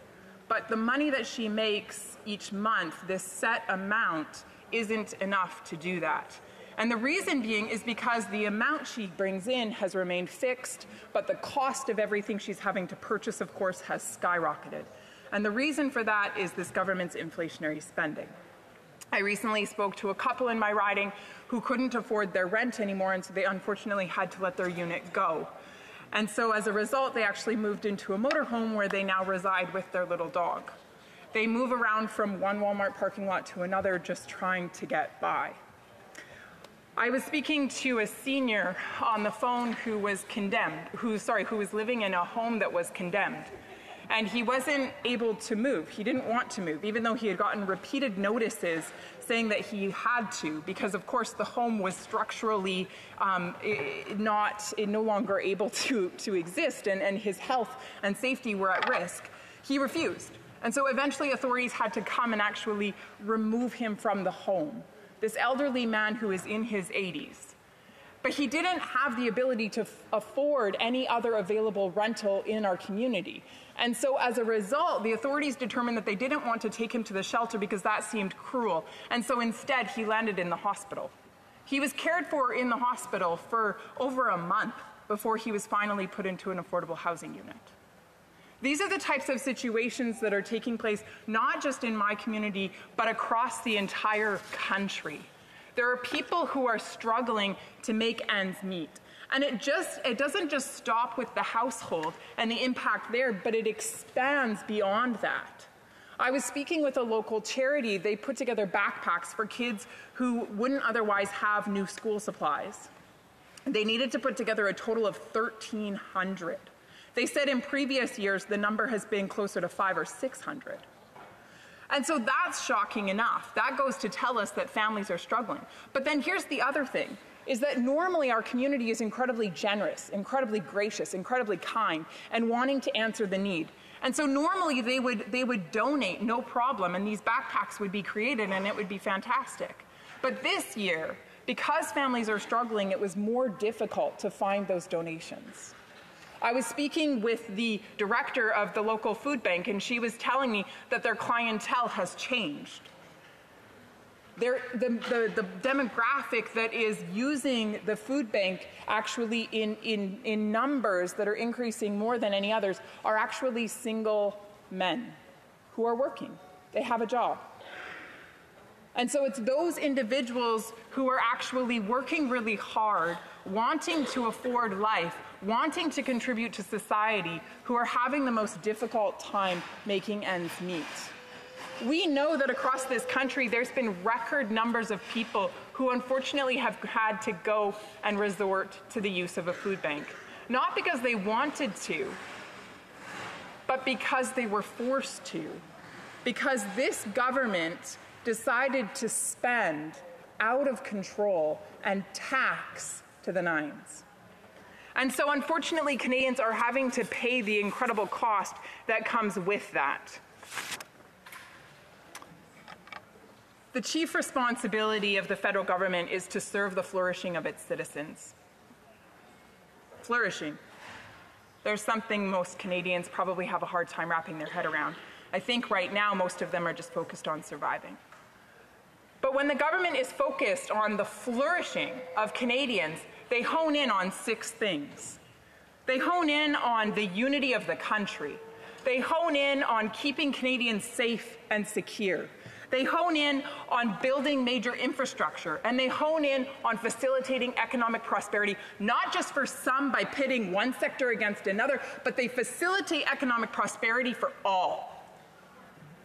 And a government that is interested in the flourishing of its citizens is also focused on a robust justice system and making sure the rule of law is equally applied, and also its place on the world stage and making sure it represents itself well. I would ask Canadians, is this government interested in their flourishing? And I think the answer that would come back to me is no. Because Canadians aren't better off under this government. They aren't feeling cared for by this government. They don't have the ability to flourish under this government. Now, there are many issues here that I could get into, but of course today we are focused on the economic issues. We are focused specifically on affordability. And it is with this issue that I will spend the majority of my time. Because after 8 years of this Liberal NDP government, we are watching as the cost of housing, the cost of food, the cost of fuel, the cost of home heating has skyrocketed. And we are watching as Canadians are struggling to make ends meet. And we are listening to young people who are feeling desperate, who are wanting hope that perhaps one day in the future they could afford a home. I recently sat down with a group of young people in my riding and I asked them, how many of you dream of owning a home? Because the stats say that 9 out of 10 have given up on that dream. Well, in my community, all of them raised their hand. They still have it. They still have it because they believe that they can work hard and earn it. But at the same time, they look at the policies of this government and they look at the reality that's being created for them, and they are struggling to believe that their hope can be fulfilled. But they still hope. Why do they hope? They hope because they are confident in themselves. They are confident in their ability to better themselves through education, to land a great job, to work really hard, and to prosper. But they need a government that's willing to partner with them, a government that also believes in their potential, a government that will also unleash them as young Canadians who are able to bring about great prosperity. That isn't this government. Unfortunately, the Prime Minister's incompetence has led us to a place of darkness, where Canadians are finding it difficult to dream from one day to the next.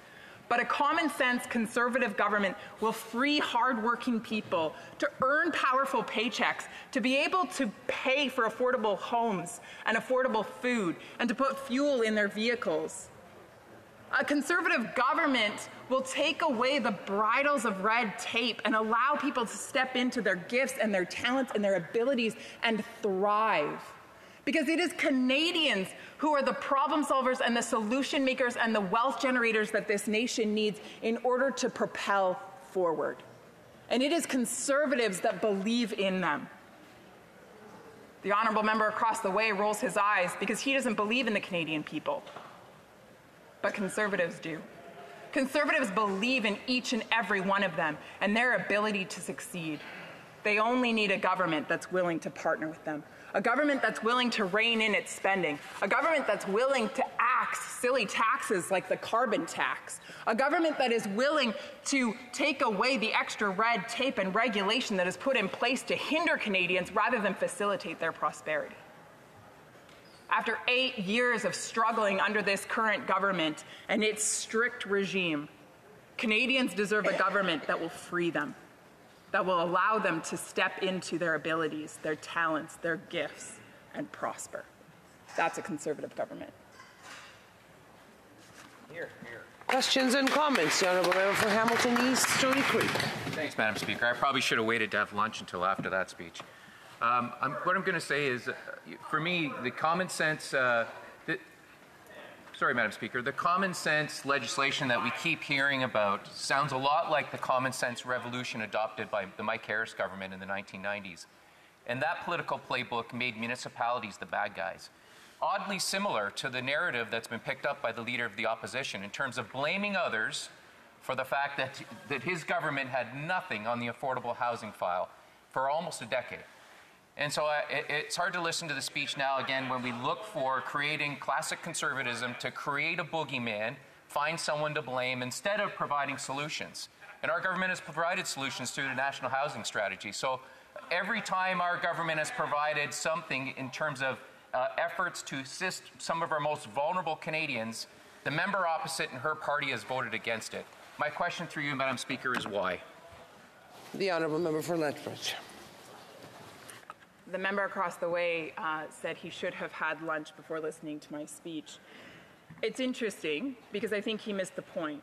Yeah. Sadly, there are 1/5 of all Canadians that actually won't have lunch today because they can't afford to have lunch today because of this member and his government. And again, he rolls his eyes, as if to say those Canadians that are going without a meal today don't matter. He shakes his head, as if to say these Canadians aren't of his concern. Well, shame on that member. Shame on that member. Because each and every one of us in this place is elected to represent every single Canadian from coast to coast, despite their income, their challenges, their abilities. And so shame on that member for not advancing the Questions et commentaires. L'honorable. The Honourable Member for Jonquière. Thank you. Thank you very much, Madam Speaker.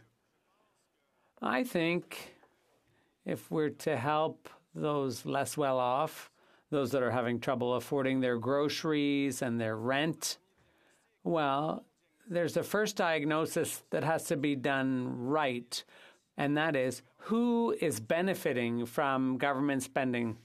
I have to interrupt the member because I don't believe the member getting the question is listening to the question. So I'll give the member the opportunity to start over. Thank you very much. Yes, indeed. But I don't really expect a very well-developed answer anyway, Madam Speaker.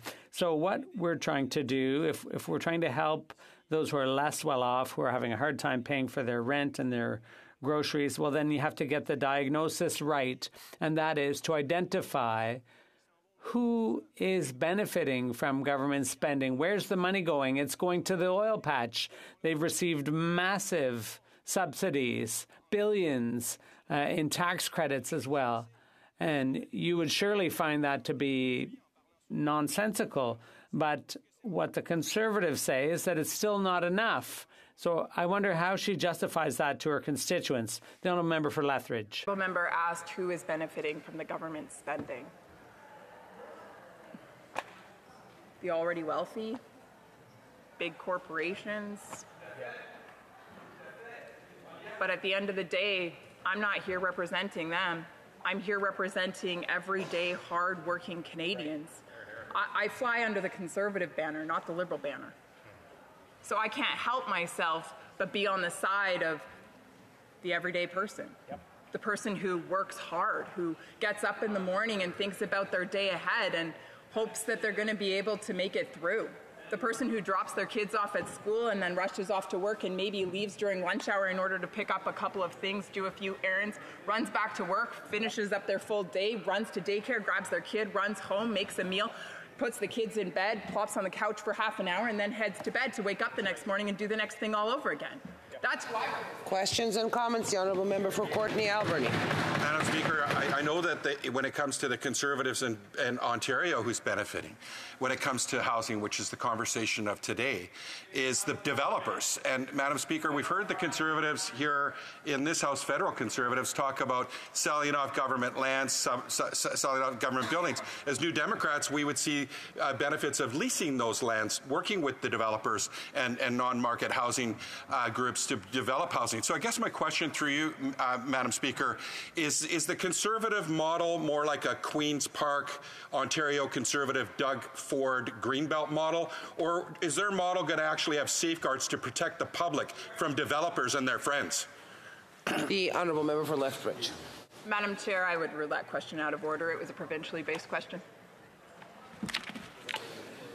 And I would ask the honourable member to not tell me how to do my job. Resuming debate, the honourable member for Vancouver East. Thank you very much, Madam Speaker. I'm pleased to rise to enter into this debate. Housing in Canada, as we all know, we're faced with an intense, chronic housing crisis. In fact, I would argue that the Conservatives, when they were in government, they were the ones who canceled the co-op program, a proven model in Canada that provides safe, secure, affordable housing to community members, and more than that, they provide a community within a community through that model. And what did the Conservatives do in 1992? Oh, they canceled the National Co-op Housing Program. Now, based on the discussion and the leader of the Conservatives, you would think that they're going to be the savior in addressing the housing crisis. But let us be clear, they were the people that helped cause the housing crisis that we are faced with today in this country. Now, of course, after the Conservatives cut funding for housing programs, eliminated the co-op program altogether, we had the Liberals come into office. And what did they do? They canceled the National Affordable Housing Program in 1993, further escalating the housing crisis. The truth is, both Liberals and Conservatives, successive Liberal and Conservative governments, failed Canadians. They failed to ensure that there is social housing built. They failed to ensure that there is co-op housing built to the point of where we are today. I still remember when I was in the community in 1993, working as a community legal advocate, the shock that went through my system and our whole community when we heard the government cancel the program.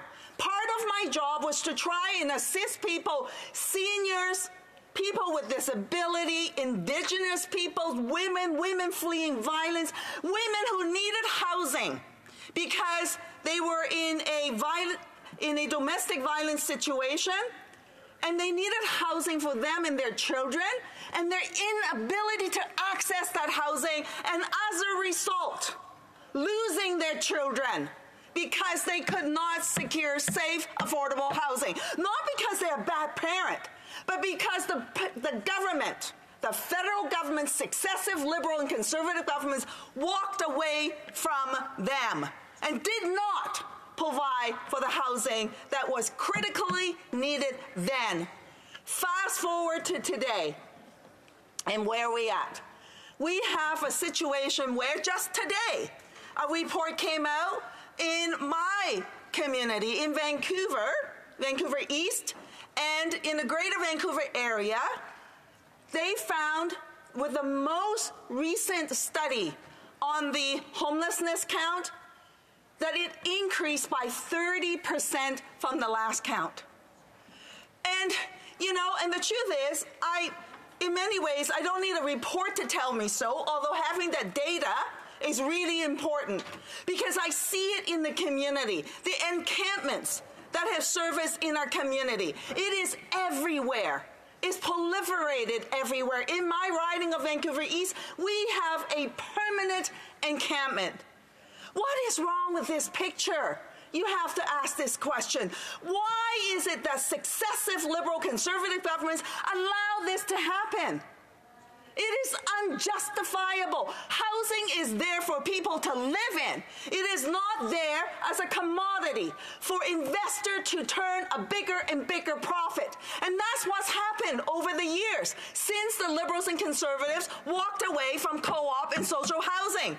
They allow for the market to flourish and then to benefit from it at the expense of people who need homes.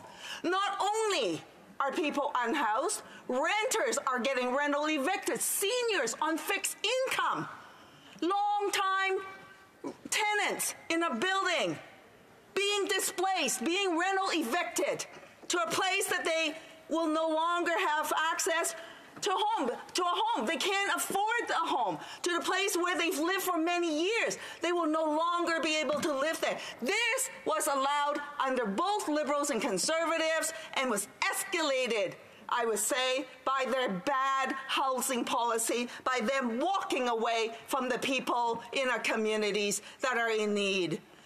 Madam Speaker, the Liberals, I know back in 2017, you will hear them say that they have now entered back into the housing environment with the National Housing Strategy. But if anybody has taken the time, and I urge all Liberal members to take up the report from the Auditor General that indicated that the government's programs, they don't even know who's benefiting from the programs. In fact, they don't even know those who are in need, those who are most vulnerable, are accessing the supports that they need. And so incompetence would be one way of saying it, but it is not justifiable with where things are at today.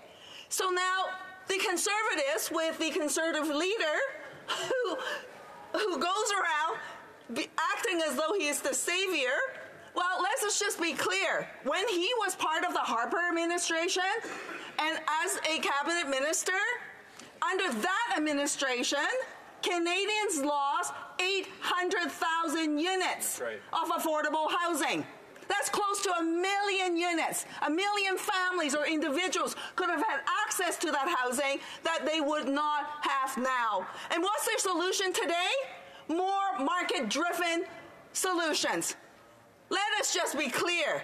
It's the market-driven solutions that the government had relied on that got us here today. Nowhere does the Conservative in their plans talks about building social housing or co-op housing. And then for the Liberals, their program does not talk about affordability.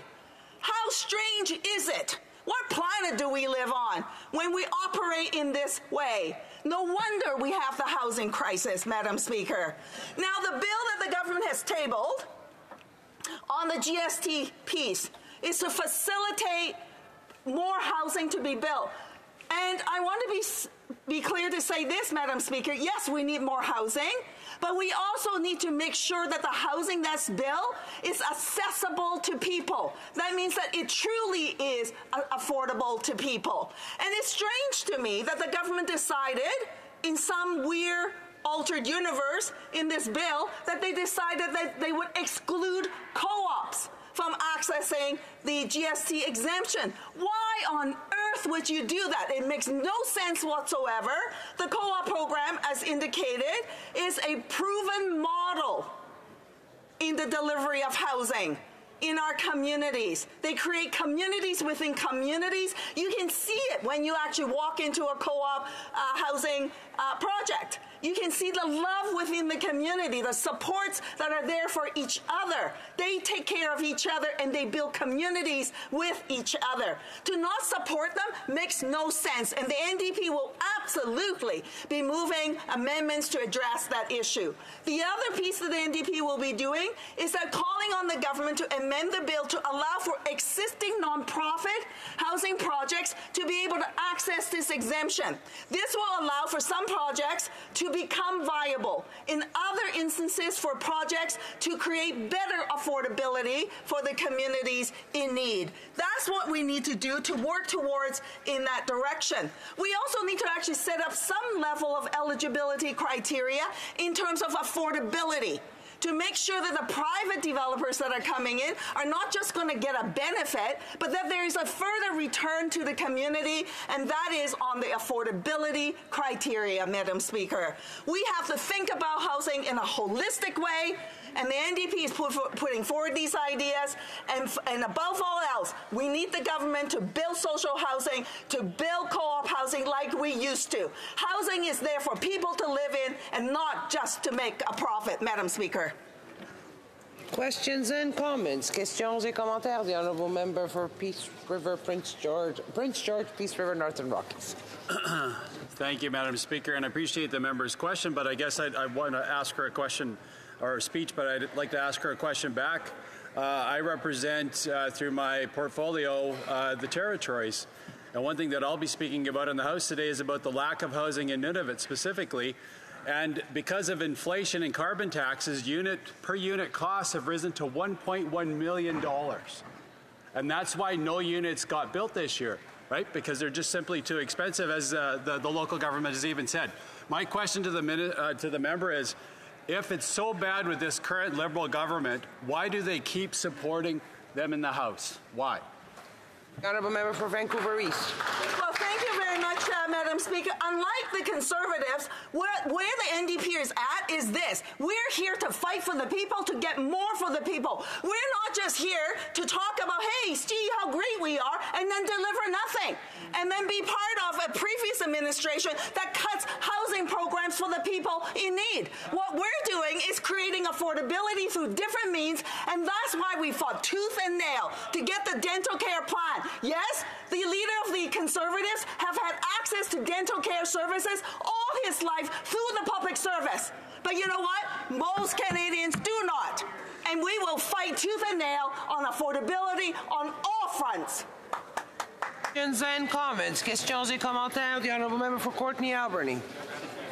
Heard Conservatives talk about selling 6,000 buildings and selling 15% of public lands. Well, we only need to look at Ontario, where the Doug Ford Conservatives did a deal, Madam Speaker, at the Greenbelt, where they sold public lands and put $8.3 billion into the pockets of developers. We've seen in our home province of British Columbia, where the BC Liberals sold private lands to benefit their friends, donors to the BC Liberal Party. Madam Speaker, through you to my colleague, what policies and framework would she like to see in place to protect Canadians from Conservatives and their friends and their donors? Thank you. The honourable member for Vancouver East. Thank you very much, Madam Speaker.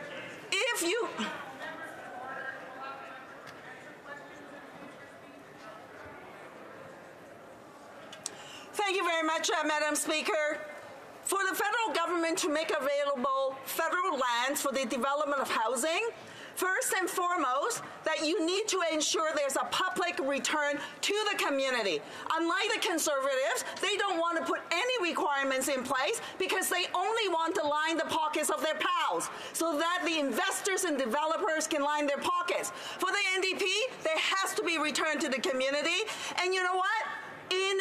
In the spirit of reconciliation, what we have to do is to make land available and land back to Indigenous people, first and foremost, and then second, for buildings that are made available for development to turn into social housing, it has to be social housing or co-op housing. Reduce the rent to below market so that people can access to it and is truly affordable for the community. Hear, hear. The honourable member for Saanich Gulf Islands.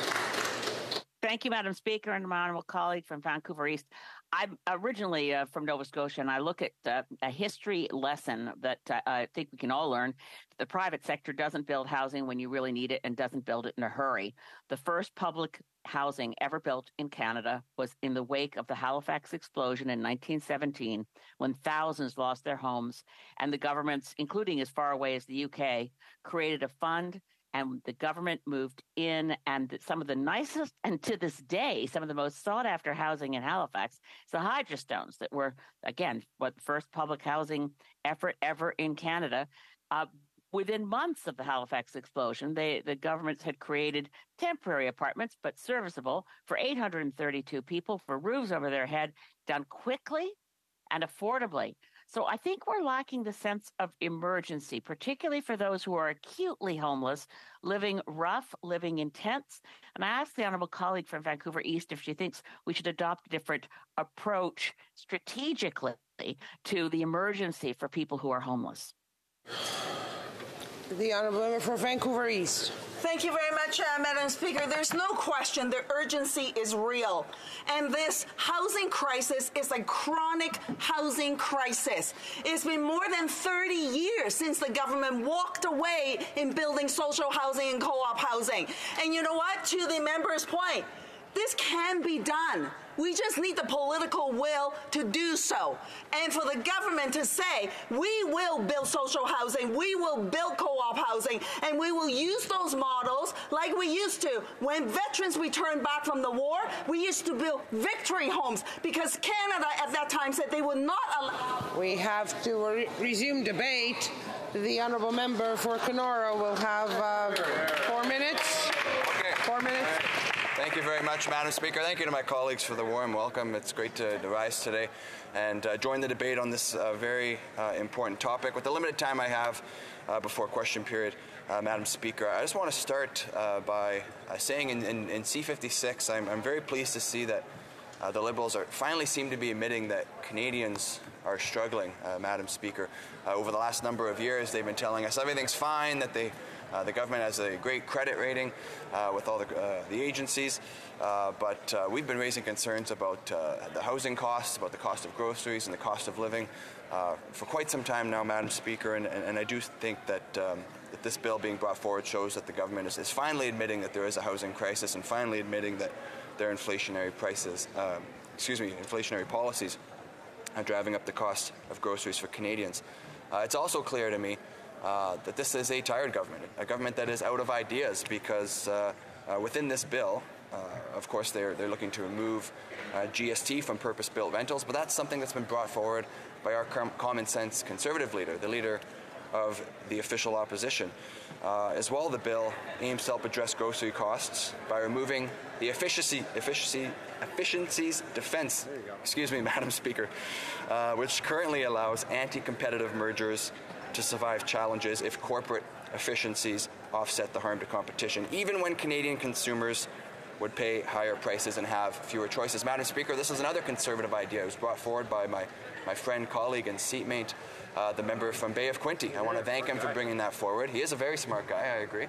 A decent hockey player as well, but he brought forward this idea, and it's another one that the Liberals have now adopted. And I want to be clear, Madam Speaker, I'm happy that the government is trying to take some of our Conservative ideas, so I'd like to highlight a few, or perhaps one with the time I have left, a few other ideas that I'd like to offer the government to bring forward if they are serious about addressing the housing crisis.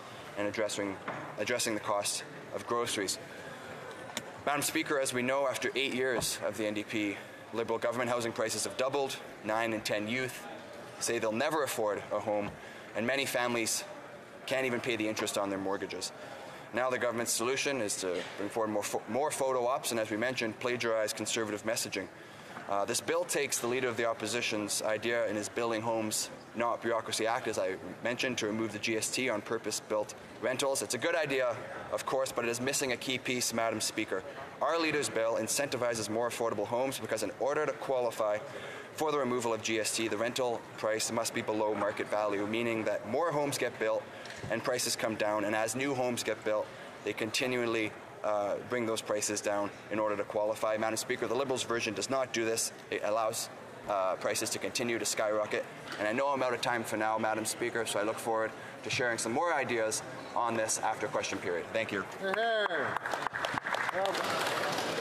Statements by members. Déclaration de député, the Honourable Member for Port Moody-Coquitlam. Madam Speaker, yesterday was National Day of Action for Missing and Murdered Indigenous Women, Girls and Two-Spirit People. In the spring of this year, the NDP led the call to have this House declare the continued loss of Indigenous women, girls, Two-Spirit and gender-diverse people as a Canada-wide emergency, and to commit to providing immediate and substantial investment. This includes the Red Dress Alert. Families and organizations like Sisters in Spirit and Native Women's Association are calling on the federal government to invest in this alert system to save lives. This is a matter of life and death. There's no more time to wait. The NDP calls on the Liberal government to take this emergency seriously and immediately enact the Red Dress Alert.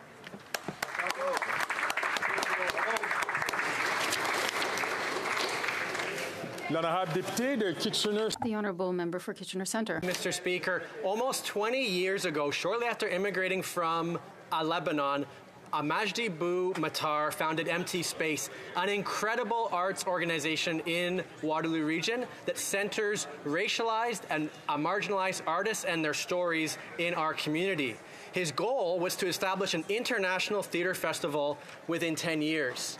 Sadly, Majdi passed away suddenly last June, and our community continues to grieve his loss. But Empty Space has shifted what we consider mainstream theater in our community, and the festival that he envisioned years ago continues to grow. This year marked Empty Space's full return to live and in-person theater with Impact 23. Over the course of 6 days, they pretty much took over downtown Kitchener, bringing together artists from 8 different countries to stage 20 productions indoors and outdoors. To Pam and the entire Empty Space team and board, thanks for your leadership, for challenging our preconceptions of theater, and your tireless work.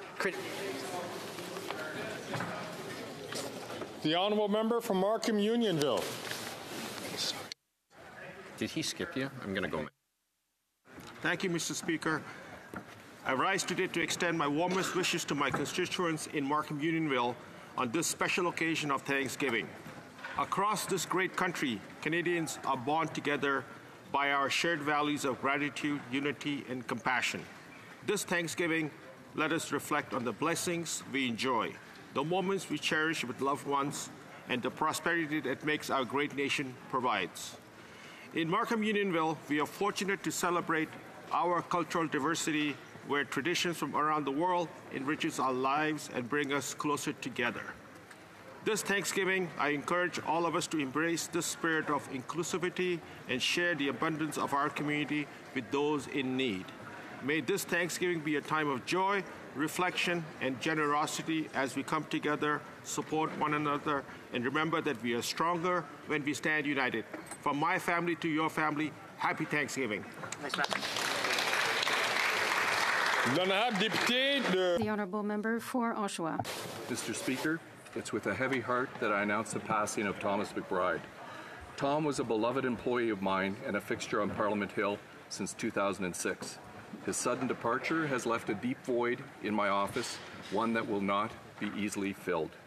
Tom proudly received his BA in political science and moved to Ottawa to fulfill his aspirations of working on Parliament Hill, where many will remember him for roles and assistance he provided to members and their staff. We remember his love of sports and his passionate support of Canada. Perhaps that's how Tom developed his sense of fairness and fair play. Sadly, Mr. Speaker, life sometimes is not always fair. All his friends across party lines who respected, appreciated, and loved him will miss his presence on the Hill. We wish to extend our deepest condolences to his mother, Barbara, his sister, Julie, and the rest of his family and friends. May the Creator accept our prayers on his behalf. Thank you for your friendship and service, Tom. Thank you, Mr. Speaker.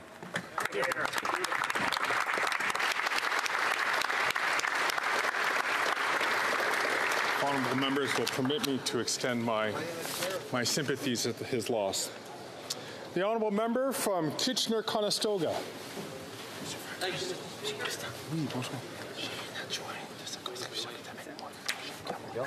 The maple syrup industry has deep roots in Kitchener-Conestoga. But it's more than just a tradition, it's a symbol of our strong agricultural heritage. Maple syrup produces craft one of Canada's most iconic commodities. It's not just about the delicious sweetness that graces our pancakes and waffles, it's about protecting the environment and embracing sustainable practices. I was reminded that maple syrup producers are the stewards of the forest when I visited Snyder Heritage Farms in Breslau, a fifth-generation farm, and met with Kevin Snyder, president of the Waterloo-Welling chapter of Maple Syrup Producers. One of the things we discussed was our government's announcement of the Maple Production Improvement Initiative. This program will support purchasing equipment that increases productivity and efficiency and provides funding to cover woodlot management activities, helping maple syrup producers like the Snyder family strengthen their businesses and continue to sweeten our lives. Thank you, Mr. Speaker. The honourable member for Montarville. Thank you, Mr. Speaker. I'm very pleased today to speak in the House to highlight the 50th anniversary of the St. Julie Scout Group, which celebrated its anniversary a month ago. This has given young people in this region the positive values of respect and confidence, justice, and so on, but also practical knowledge that they will keep their entire lives, and lasting friendships have developed. 50 years in the history of a people that have been around for 400 years. It's quite remarkable, and it deserves to be celebrated. Visionaries founded this group 50 years ago, and many young people have benefited throughout these years. Long life to the 57th St. Julie Scouts Group.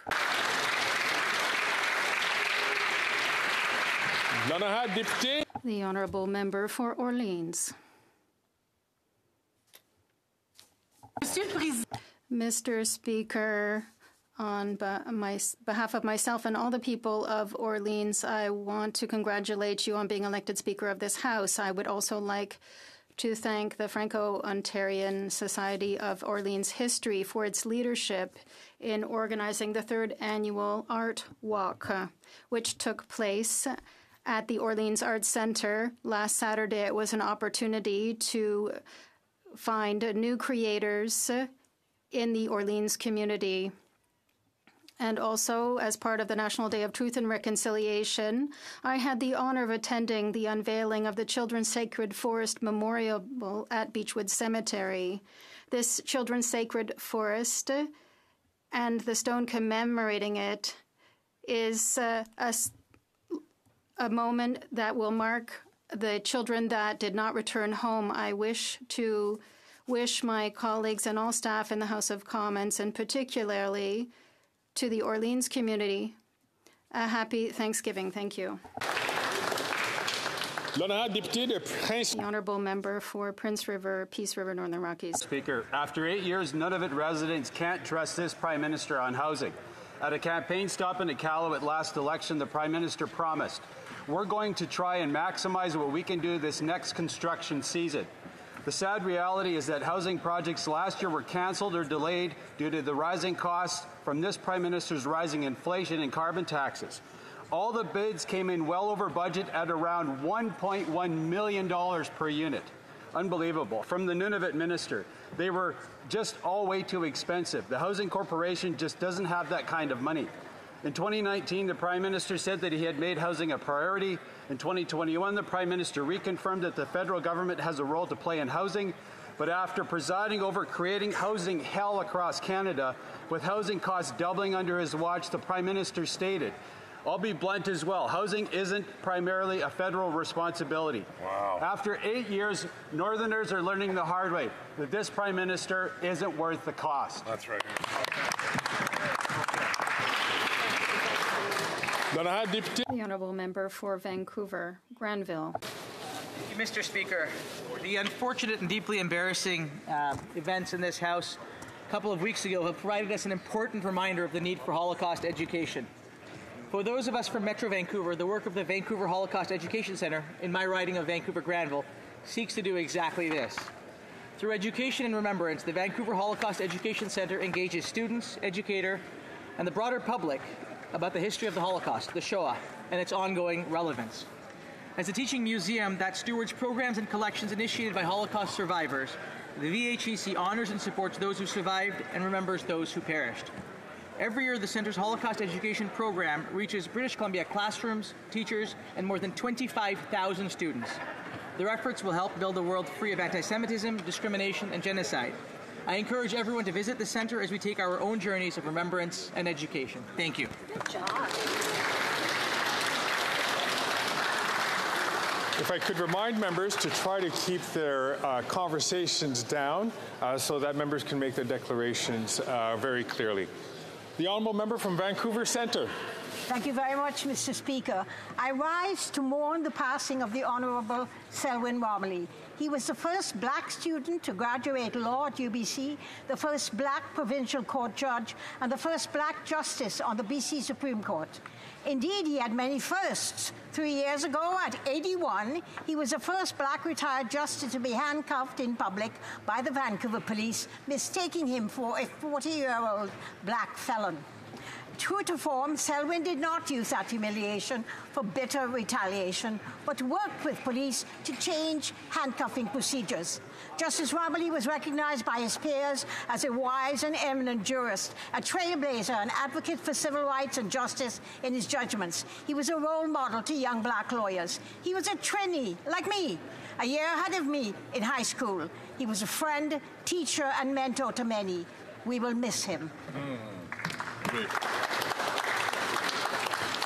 The Honourable Member from Saskatoon University. Everything feels broken in Canada. The costly coalition of the NDP Liberals have shattered the Canadian dream. Unaffordable, unsafe, divided. Everything feels broken after 8 long years because increasingly everything is broken. But we can put the pieces back together. Imagine a government that lives within its means, leaves more money in your pockets, and lets you get ahead, that protects our streets and unites people. It can happen, and it will happen. This Prime Minister is not worth the cost, but soon enough he will be replaced. Common sense Conservatives will fix what he has broken in Canada that you and I know and love. Your home, my home, our home. Let's bring it home. The Honourable Member from Etobicoke Lakeshore. Mr. Speaker, yesterday marked the 5th annual Canadian Beer Day. This year's theme, Passion and Pride, the people behind Canadian beer, celebrates those who brew our beloved beer, sell it, deliver it, serve it, or simply enjoy it. Canadian brewers play a pivotal role in all our communities across the country, employing 21,000 Canadians directly and supporting 149,000 hard-working families. Canadians are rightly proud of our brewing heritage and continue to choose locally brewed beer on 88% of all consumption occasions, amongst the highest domestic content of any Canadian agri-food sector. From the smaller craft brewers to the largest beer makers, behind every pint of Canadian beer we savor, there's a story of perseverance, creativity, and the pursuit of excellence. May we continue to celebrate everyone involved in our beloved beer all year round. Cheers to Canadian brewers. Sláinte, Mr. Speaker. Cheers.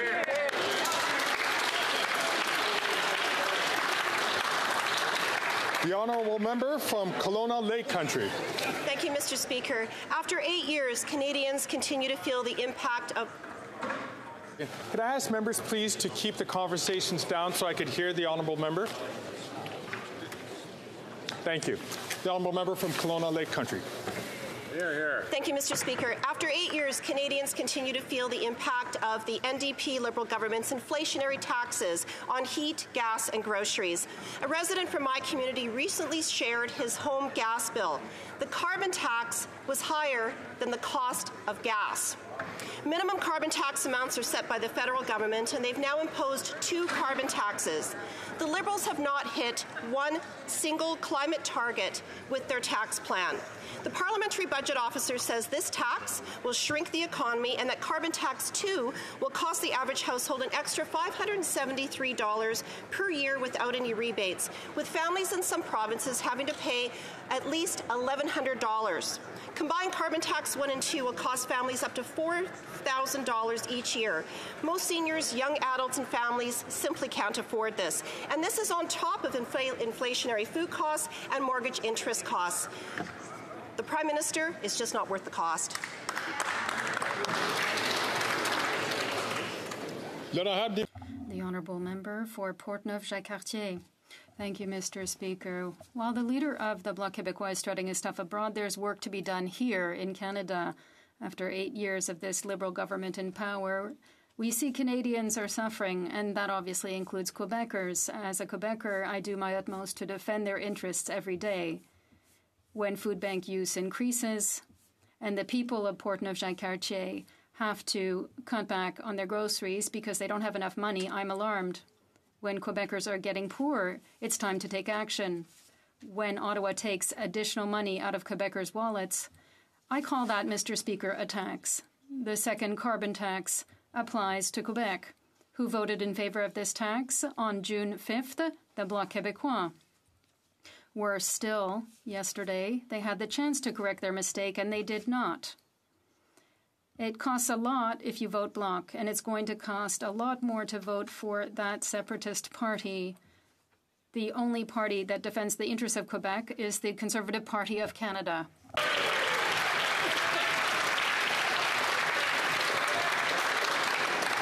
The Honourable Member for Willowdale. Thank you, Mr. Speaker. Allow me first to offer my most heartfelt congratulations on your election as chair. I rise today because last week a fire broke out at a house under construction in my riding of Willowdale. While working to suppress the blaze, one of our courageous firefighters was injured. Fortunately, the firefighter was quickly rushed to Sunnybrook Health Services, and I'm told is in good condition and in stable condition. This notwithstanding, the incident serves as a powerful reminder of the grave risks that our firefighters and indeed all first responders face in their daily lives. This summer, every Canadian marveled at the sheer heroism of our firefighters as they fought back forest fires across our beautiful country that broke records both in number and in intensity. So today, Mr. Speaker, I know that I speak on behalf of all residents of Willowdale when I express our sincere gratitude to our injured firefighter and indeed all first responders. Thank you, Mr. Speaker. Bravo.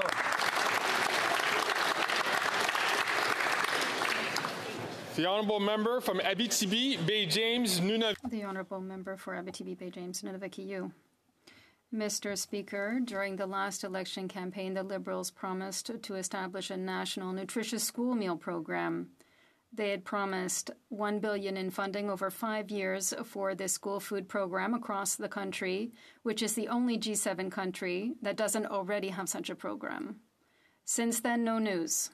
And yet the cost of living has continued to increase, making this measure even more urgent. I have personally written to the Minister of Finance to reminder of this promise on behalf of all the organizations now obliged to ask for it. Organizations such as the Breakfast Club, which can no longer provide enough food for kids in our schools. We all know that direct services to citizens are a weakness of the federal government, but the money has been promised. It's time to transfer the money to Quebec and the provinces so that the programs can become operational, because our children have been waiting for more than 2 years for their lunches.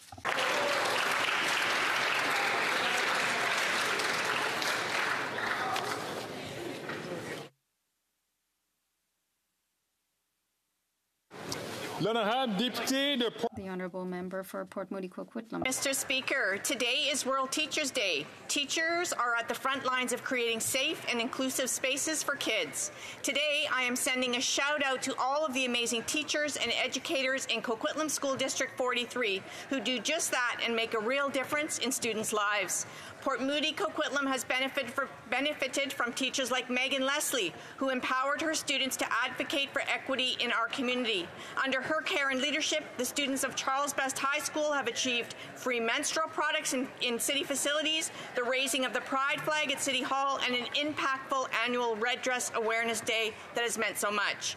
To all teachers and educators, thank you. I see you and I see the amazing work you do. You deserve to be celebrated today and every day. Hear, hear.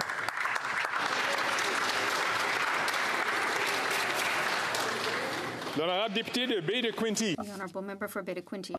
Mr. Speaker, I want to talk about shrinkage.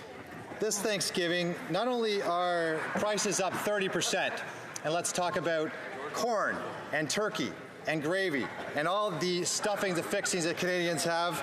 We're under this Liberal NDP government. We're also seeing decreases in products. We're seeing all of these items decreased. We're seeing less corn, less turkey, less chicken, even though we're paying more. And not only do we have shrinkage, this government has started to make more in a hidden tax at the grocery store. HST and GST are being added to everyday items and often hidden at the bottom of the grocery receipt. I encourage Canadians listening at home to pull their grocery receipts up this Thanksgiving and look at the hidden GST and HST tax that's on the bottom. Because groceries are supposed to be tax-free. But this Thanksgiving, we're seeing turkey and corn and potatoes and others seem to have other taxes. This Thanksgiving, Canadians are paying more and paying a hidden tax on shrinking grocery items.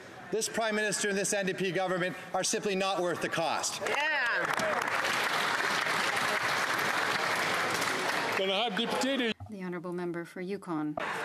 Mr. Speaker, just last week we learned of 15 potential grave sites at the Chutla Residential School grounds in Carcross, Yukon, echoing the stories. I hate to interrupt the member.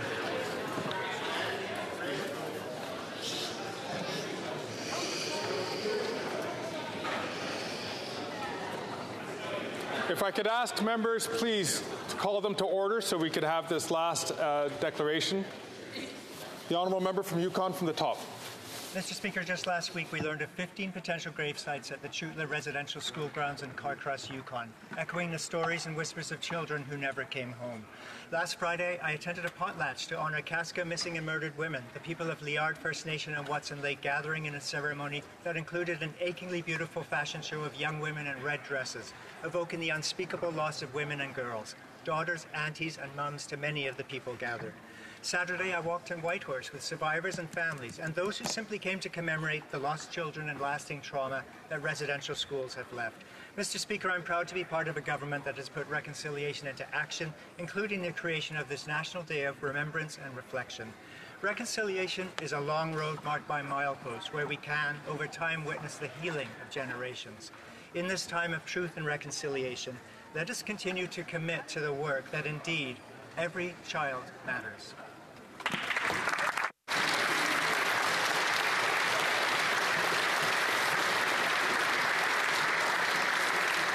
Colleagues, before we proceed, being the new speaker, sometimes I don't know where everybody actually sits in the House. For declarations from members, I'd like to remind all members to please be in your seat to make your declaration. There was one case today, but the new car smell is okay. So I need you guys to make sure that you take care of that and that you stay in your seat. You go to your seats before making that statement. Questions orales. Oral questions. The Honourable Leader of the Opposition. Mr. Speaker, after 8 years of this Prime Minister, it's not worth the cost. For example, a month ago, after a big photo op, he promised to bring down the cost of a Thanksgiving dinner. But we can see today nothing other than another photo op. But Canadians can't eat photo ops, Mr. Speaker. They need turkey. They need other food to eat. and what has gone up since this government took office by almost 70%, the cost of turkey. Will they reverse those increases before Thanksgiving? The Honourable Minister. I'd like to thank the Leader of the Opposition for his question. What Canadians know is not to take his advice on economics. The last piece of advice he has was to invest in crypto. And now he's suggesting to Canadians that they should buy turkey that costs $120. I think they can get it a lot cheaper than that, Mr. Speaker. If the Conservatives want to do something for Canadians, they should vote for C-56 and help Canadians now. The Honourable Leader of the Opposition. Mr. Speaker, what is clear is that this minister is the turkey in this joke. When you look at flyers, you can see in the last years of the Conservative rule, turkey was $1.49 a pound, and now it's $2.49. It's a 67% increase after eight years of this Prime Minister and his carbon taxes, which are causing costs to go up for farmers and for truckers and so on, and ultimately for consumers of groceries. Will the government reverse these exorbitant increases by Thanksgiving, yes or no, in 4 days? Before I turn it over to the minister to answer the question, I'd like to remind all members that it's important. We shouldn't compare a member to an animal, for example. The Honourable Minister, thank you for your intervention, Mr. Speaker, and I'd like to commend you on your new role. This was my first chance to do so. This is no joke, Mr. Speaker. I hope Canadians watching today realize there's no joke here. We came up with a 5-point plan. We called on the major grocery chains to do their fair share to help Canadians. Secondly, we created a specific office to help Canadians on issues of shrinkflation. Third, we want a grocery code of conduct signed. Fourth, we want to help equalize bargaining power. And the Honourable Leader of the Opposition. 8 years, this Prime Minister is not worth the cost of food. For example, the price of turkey is up at Loblaws by 67% after 8 years of this Prime Minister's carbon taxes. And all they offered, since they promised to bring prices down by Thanksgiving, is a code of conduct, an office, and a photo op. You can't eat any of those three things. They won't be on the Thanksgiving dinner table. So what will they do in the next 4 days to reverse the 67% increase in the cost of a turkey at Loblaws, just like they promised they would, Mr. Speaker? Mr. Speaker, we will take no lessons from this Conservative, Mr. Speaker. The last time that the Conservative the leader, Mr. Speaker, advised Canadians was to buy crypto, Mr. Speaker, and now he's suggesting to Canadians to buy a turkey at $120. I found a butterball for him, Mr. Speaker, $30.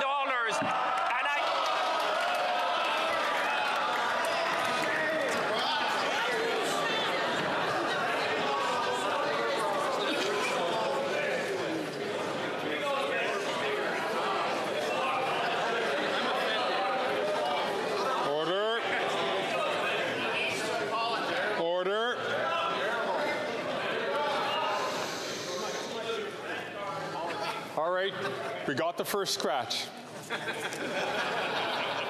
I'd like to remind members, all members, please, that props are not acceptable in the House of Commons. It's about the debate.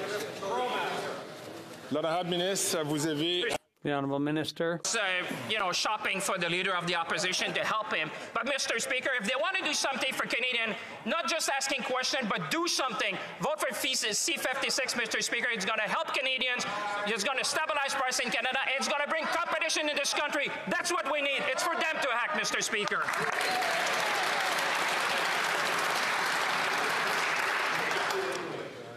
L'honorable chef de l'opposition. Honourable Leader of the Opposition. Fast that Canadians didn't want champagne for Thanksgiving. They just want some food. And I did a little bit of price shopping on that for him.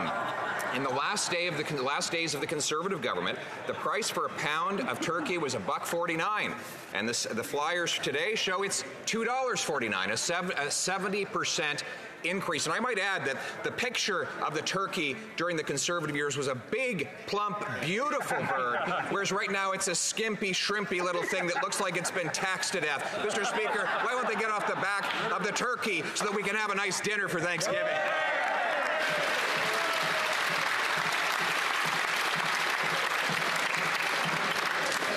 L'honorable ministre. Speaker, the Leader of the Opposition can have as much as he wants, but one thing I can tell you, Canadians have no fun these days, Mr. Speaker, because they know, Mr. Speaker.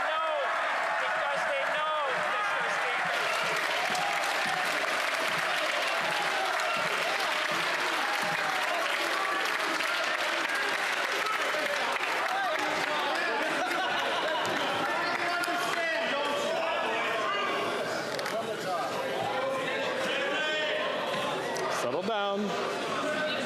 À l'ordre.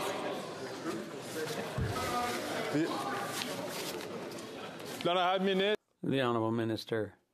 23 seconds left. Mr. Speaker, I hope that I have as much energy to support our bill, Mr. Speaker, to make a difference in the life of Canadians. Because, Mr. Speaker, this is not a joke, Mr. Speaker. Canadians expect action. That's what we've taken this morning with a 5-item action plan to help stabilize pricing in Canada. And if the Conservatives want to keep laughing and make jokes, Mr. Speaker, tell that to Canadians, which expect them to approve Bill 66, reform competition, lower prices in Canada, and make sure that Canadians can have what they deserve from the situation.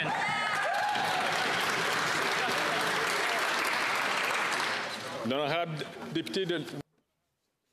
Honourable Leader of the Opposition. The minister accidentally told the truth there for a second. He said Canadians aren't having any fun, and he's got that right, because after 8 years, this Prime Minister is not worth the cost. He says we should energetically support his bills. Well, he's been forcing, and his Prime Minister has been forcing Canadians to support Liberal bills for 8 years, and the bill is way too high. Food prices are up more than 20% in 2 years, the fastest increase in interest rates in monetary history. Why won't they stop sending Canadians the bill and let Canadians afford to eat, heat, and house themselves this Thanksgiving?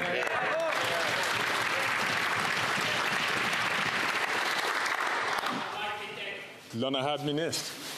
Mr. Speaker, I'd like to thank the Leader of the Opposition.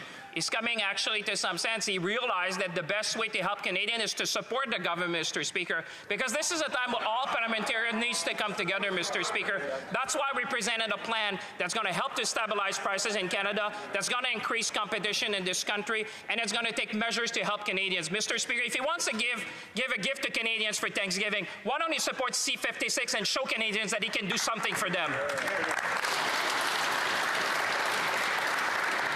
The Honourable Member for La Prairie. Mr. Speaker, it's funny. It's always complicated for Liberals to defend French in Quebec. Take, for example, the Minister of Immigration. Yesterday in committee, he simply couldn't acknowledge a basic fact that all the indicators point to: French is in decline in Quebec. No way. It's like James Bond under torture, refusing to talk. Oddly enough, it reminded us of the debates over C-13, the official languages reform. The minister was one of the West Island Liberals who fought against better protection for French. Is that a coincidence? The Honourable Minister. Mr. Speaker, we need to be careful with the statistics. More people than ever before are able to speak French. But if you're talking about the language used at home, when I was young, I spoke Spanish at home, but I'm a Francophone. I spoke Spanish at home, but at school, at hockey, at work, I always spoke French, Mr. Speaker. So Bill 101 is working in Quebec. That's what proves it. The Bloc can cry foul, but the fact is that there are more French speakers than ever before, and this government will always endeavor to do more every day, and that there will be more French speakers every day. The Honourable Member for La Prairie. Mr. Speaker, we're talking about the Minister of Immigration here. The federal government increased the number of temporary immigrants to Quebec by 150,000 people this year. Quebec is worried about its settlement capacity, and the Quebec immigration minister discussed this with the federal minister, but said that the concept of settlement capacity was not part of his thinking.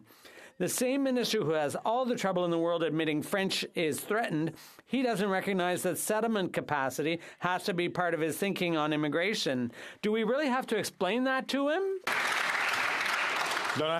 The Honourable Minister. Mr. Speaker, the figure the member opposite is referring to is mother tongue. That excludes me and a whole bunch of other ministers. I am a proud Quebecer, proud of being so, proud to say so, but the statistic he's referring to is mother tongue. But we should be proud of the high number of people who can speak French in Quebec, and the member should be ashamed of using statistics the way he is. I'm a proud Quebecer and a proud speaker of French. The Honourable Member for Burnaby South. Thank you. 21 months since food prices have outpaced general inflation.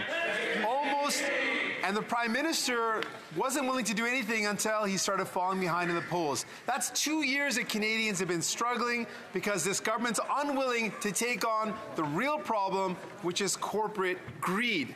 Now, will the government admit that their plan to scramble and try to do something is to save themselves, not Canadians? Hear, hear. L'honorable présidente du Conseil de Trésor. Actually, Mr. Speaker, I beg to differ.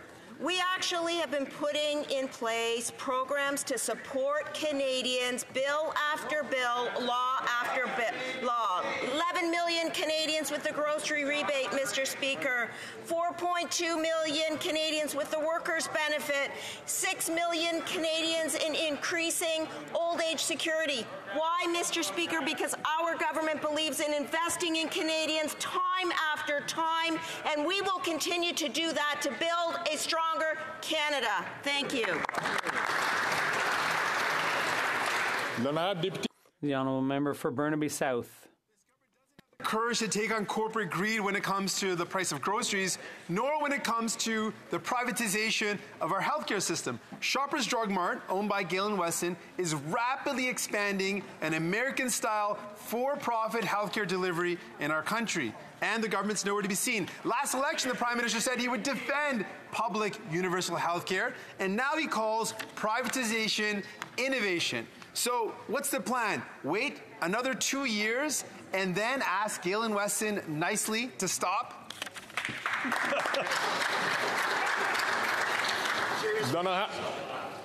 L'honorable député, l'honorable ministre de la Santé. Thank you very much, Mr. Speaker. And together we've made huge progress in reducing drug costs from Canadians. By working together on bulk purchasing, $3.5 billion less is now spent by Canadians by reducing those costs. We need and must do much more. That's why we're continuing to work not only with the party opposite, the New Democrats, but with all parties, with a strategy on rare diseases by introducing legislation on pharmacare. Together, we can make sure that Canadians aren't faced with the impossible choice of essentials or the medicine they need.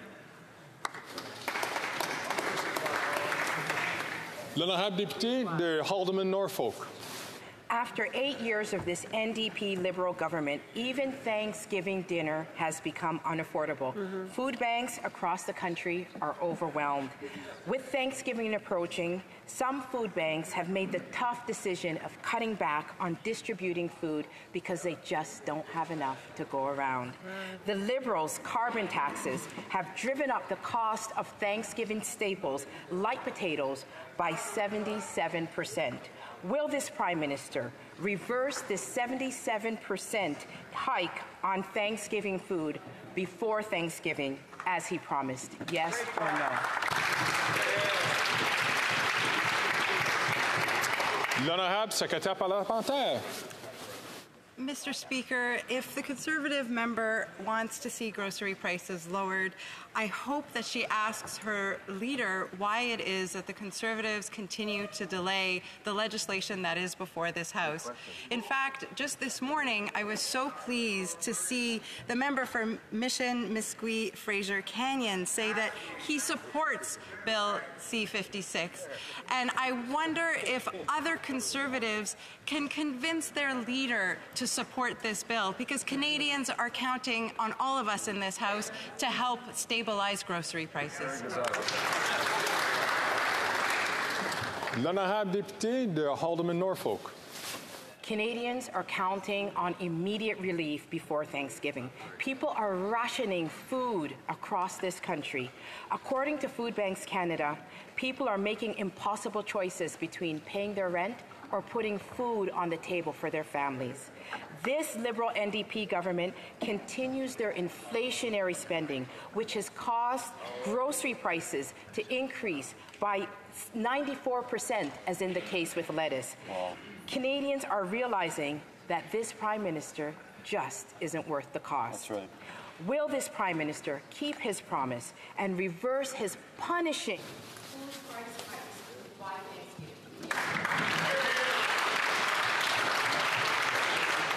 L'honorable secrétaire parlementaire. Mr. Speaker, there are important measures that can be immediately implemented in order to help Canadians. But the problem is what we hear from the Conservatives are very sincere concerns in question period. But then when it comes time to vote, Mr. Speaker, when it comes time to debate legislation, what we're seeing are procedural delay tactics and Conservatives voting against the interests of Canadians. Mr. Speaker, I would urge everybody in this House to act in order to support Canadians, stabilize prices, and get more homes built in this country. L'honorable député de Dufferin-Caledon. This will not be a happy Thanksgiving for many Canadian families because food prices are absolutely out of control. And the NDP leader just said that food inflation has outpaced inflation over the last 20 months, which is coincidentally the length of the Liberal NDP coalition. What could be happening, Mr. Speaker? But the sad fact is this: Canadian families are going to have to make the hard choice, feed their family or pay their rent. Will the Prime Minister finally recognize the damage he's done to Canada, keep his promise so they have an affordable Thanksgiving dinner? Hear, hear, hear.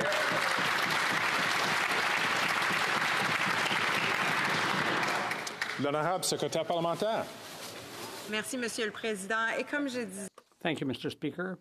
And as I said, we're taking concrete steps. They're on the table right here in the House. And I don't understand how the Conservatives can pretend to be sincere about their concern for Canadians while at the same time they're using procedural tactics to try to prevent us from helping Canadians. Mr. Speaker, it's beyond me.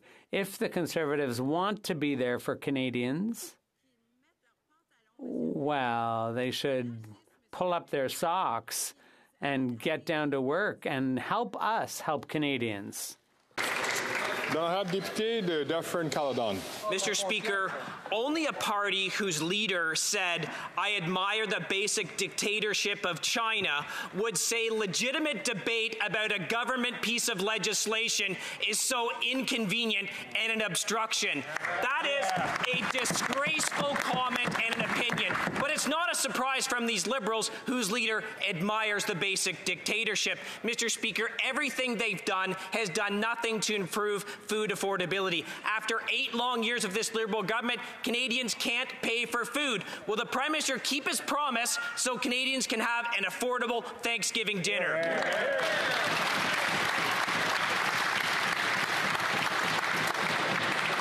L'honorable secrétaire parlementaire. Mr. Speaker, perhaps the Conservatives can then explain in debate what it is about cutting GST on the construction of new homes that they actually disagree with. What is it about strengthening competition laws to stabilize grocery prices here in Canada that they disagree with? Because I haven't heard a single argument in debate that has convinced any Canadian in this country that we shouldn't proceed with those measures, Mr. Speaker. And if the Conservatives want to help Canadians, they should be sincere in their actions. They should vote in the interests of Canadians. The honourable member for Mégantic-L'Érable. Mr. Speaker, we would have voted for scrapping the carbon tax, which would have immediately affected all Canadians' pocketbooks. But instead, the Prime Minister made a big media show of saying he had brought together the food giants so that Canadians could afford their Thanksgiving dinners. He made that promise to Canadians, but food prices have increased, potatoes by 67% and so on. There's only 4 days left to bring prices down in time for Thanksgiving. After 8 years of empty promises, will he or won't he keep his promise to make Thanksgiving dinner affordable? The Honourable Minister. Mr. Speaker, the Conservatives are very selective in choosing their facts. But one thing they never talk about is the fact that what is driving up food prices is also climate change, because this year we had the worst harvests in almost all of Quebec and Canada, in all the regions. And it's so important to put a price on pollution and to combat climate change. And if there's one group who knows that, it's farmers. So we want to help farmers and Canadians. And if they do, they should be supporting our efforts to fight climate change. The honourable member for Mégantic-L'Érable. Mr. Speaker, people in Chambly don't know how they're going to pay for their Thanksgiving turkey. Meanwhile, the leader of the Bloc Liberal coalition thinks he's the head of Quebec diplomacy, spending thousands of dollars on travel and greenhouse gas emissions to attend fancy cocktail parties to talk about what? The cost of living, rising rents, violence in Montreal, carbon tax hikes? No, he went to talk about independence. If you vote for the Bloc, you'll pay for it. Will the Prime Minister call his Bloc ambassador back home and tell him how he's going to keep his promise to lower food prices in time for Thanksgiving? The Honourable Minister. Mr. Speaker, I think today's debate requires a bit of seriousness from the Conservatives. We're talking about the challenges Quebecers and Canadians are facing. The cost of living has gone up recently, and today we have taken steps. We have legislation to help Canadians lower the cost of rent and groceries, but the Conservatives are voting against everything we do, everything to fight climate change and so on. They should support C-56 so that we can stabilize grocery prices, Mr. Speaker. The honourable member for Longueuil-Saint-Hubert. Mr. Speaker, good news. Quebec will be matching the federal contribution of $900 million for housing. There's just one detail, one small detail. The money is still stuck in the federal coffers because the feds are trying to impose conditions on Quebec. This morning, Quebec's premier said that the clock is ticking. The agreement must be reached before November 7th. If it's to find its way into the economic update. Will the government put an end to this quibbling and immediately announce it will pay Quebec its share of the $900 million? The clock is ticking. The Honourable Minister. That's great, Mr. Speaker. The fact is, we don't need threats or shouting or protests from the Bloc. I'll use a word they don't like much. It begins with a C and ends with it's complaining. They're here to complain and to squabble and to pick fights. But the fact is that we have negotiated $900 million for Quebec, and those negotiations will bear fruit because we will always stand up for Quebec. The honourable member for Longueuil-Saint-Hubert. Mr. Speaker, we're not the only ones. There are 10,000 students grumbling about the federal government right now in Quebec. Quebec's finance minister met with the deputy prime minister, and listen to what he said. I repeated to her that it was urgent to sign the agreement, but the federal government is attaching strings, and that's unacceptable to us.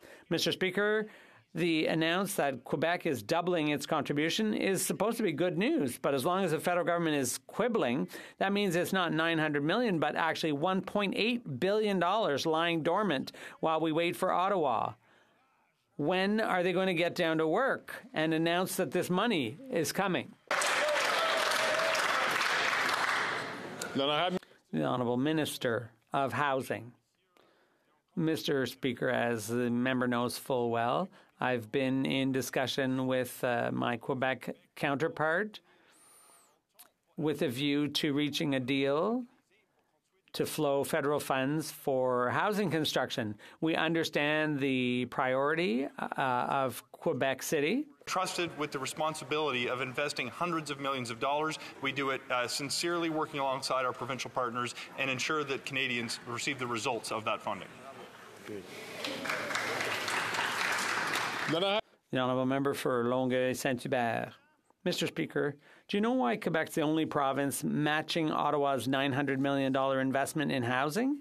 Because Quebec is the only province in Canada that invests in housing. Quebecers have made the progressive choice to invest in housing themselves. And instead of being held up as an example, the federal government is holding back $900 million in a classic flag-waving dispute for which they alone have the solution. Enough's enough. Frappérou is in Ottawa today. This would be a great opportunity to announce that the squabbling is over and a deal has been reached. When will the government stop jerking us around and give us the $900 million? The Honourable Minister. Thank you, Mr. Speaker. The only thing we agree on between me and my colleague and Quebec is that there's urgency. And with Quebec City, we agreed in 2015 on a number of things, and we vote together for Quebec. What's bothering the Bloc right now is that they're not at the bargaining table, and they never will be. On the other side, there are Conservatives who want to take money away from the municipalities and don't trust the provinces. Mr. Speaker, we're going to work together with Quebec and come to a deal on housing. The Honourable Member from Central Okanagan, Similkameen, Nicola.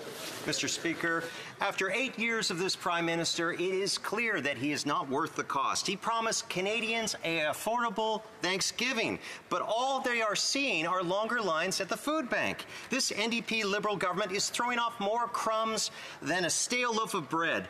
This half-baked loaf of higher deficits and carbon taxes is making it harder for Canadians to afford Thanksgiving. Will the Prime Minister deliver lower grocery prices, or admit he made a turkey of a promise, one that's empty on the inside?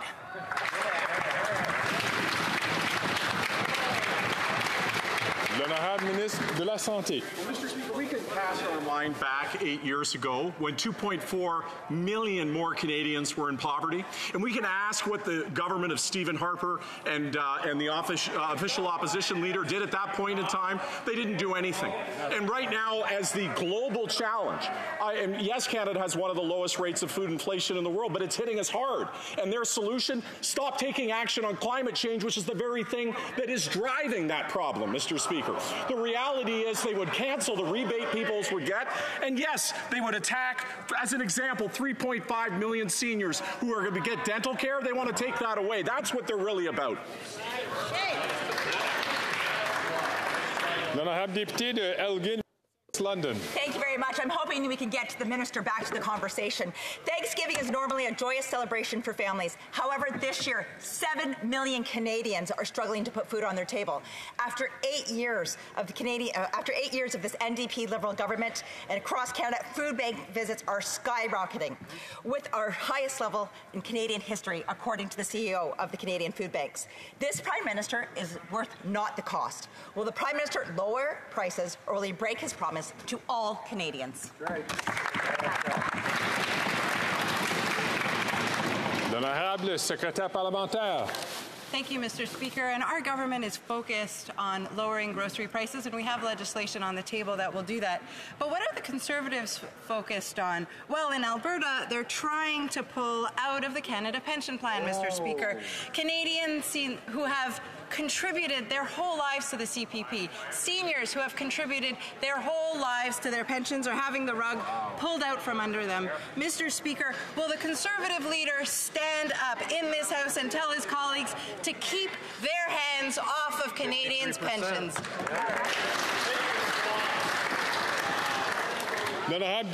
The Honourable Member for Lévis-Lotbinière.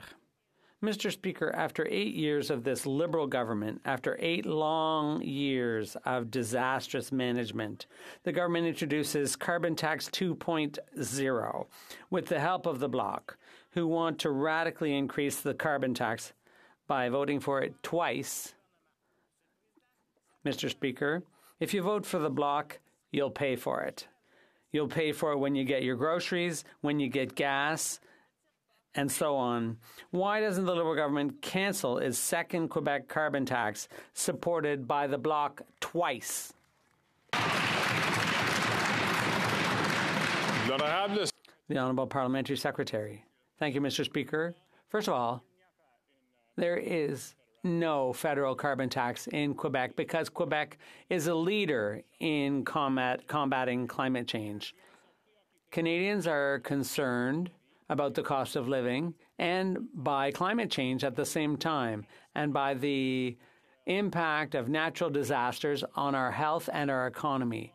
That's why we created a system that puts a price on pollution to meet their concerns. Thank you, Mr. Speaker. L'honorable député de Rosemont-la-Petite-Patrie. The Honourable Member for Rosemont-la-Petite-Patrie. Mr. Speaker, we're facing an unprecedented housing crisis caused by the Liberals and Conservatives. In fact, we're seeing tents pop up more quickly than affordable housing. People are living in mold-filled apartments, but they can't move because they have nowhere to go. People are suffering, but we know that there are solutions. Will the Liberals buy land and build housing on it that actually meets people's needs? Will they use public lands for public housing? Will they build social housing, housing co-ops, and community housing? L'honorable ministre du Logement. Speaker, I agree entirely with the need my honourable colleague has flagged to build more affordable housing. I agree that we should be using federally owned land to achieve that outcome. I agree that we should continue to make the investments under the National Housing Strategy that is now responsible for the construction or repair of nearly 500,000 homes across this country. I'll be the first to acknowledge that over the course of the past number of decades, governments of both Liberal and Conservative persuasion did not do what was necessary to get the job done. We changed that in 2017. We will continue to make the investments necessary to ensure that everyone in Canada has a place to call home. The Honourable Member from Hamilton Centre. Mr. Speaker, Canadians, particularly Jewish, Polish, and Roma Canadians whose family members were murdered by Nazis, demand answers. Meanwhile, the Liberals sit on a secret report from Nazi war criminals who were welcomed into Canada after World War II. Mr. Speaker, we can't learn from the lessons of the past and heal if this Liberal government is intent on keeping those secrets safe. So, will the Liberal government release the Deschamps report so Canadians can finally know who these Nazi war criminals were that were welcomed into Canada?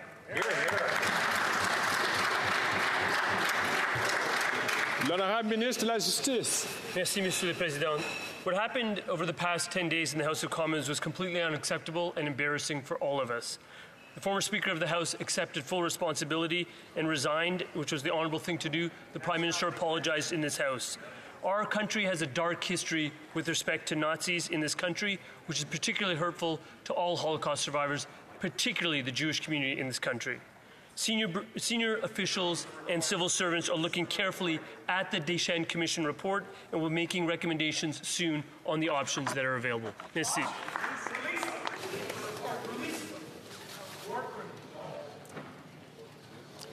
Honourable Member from Kitchener South, Hespeler.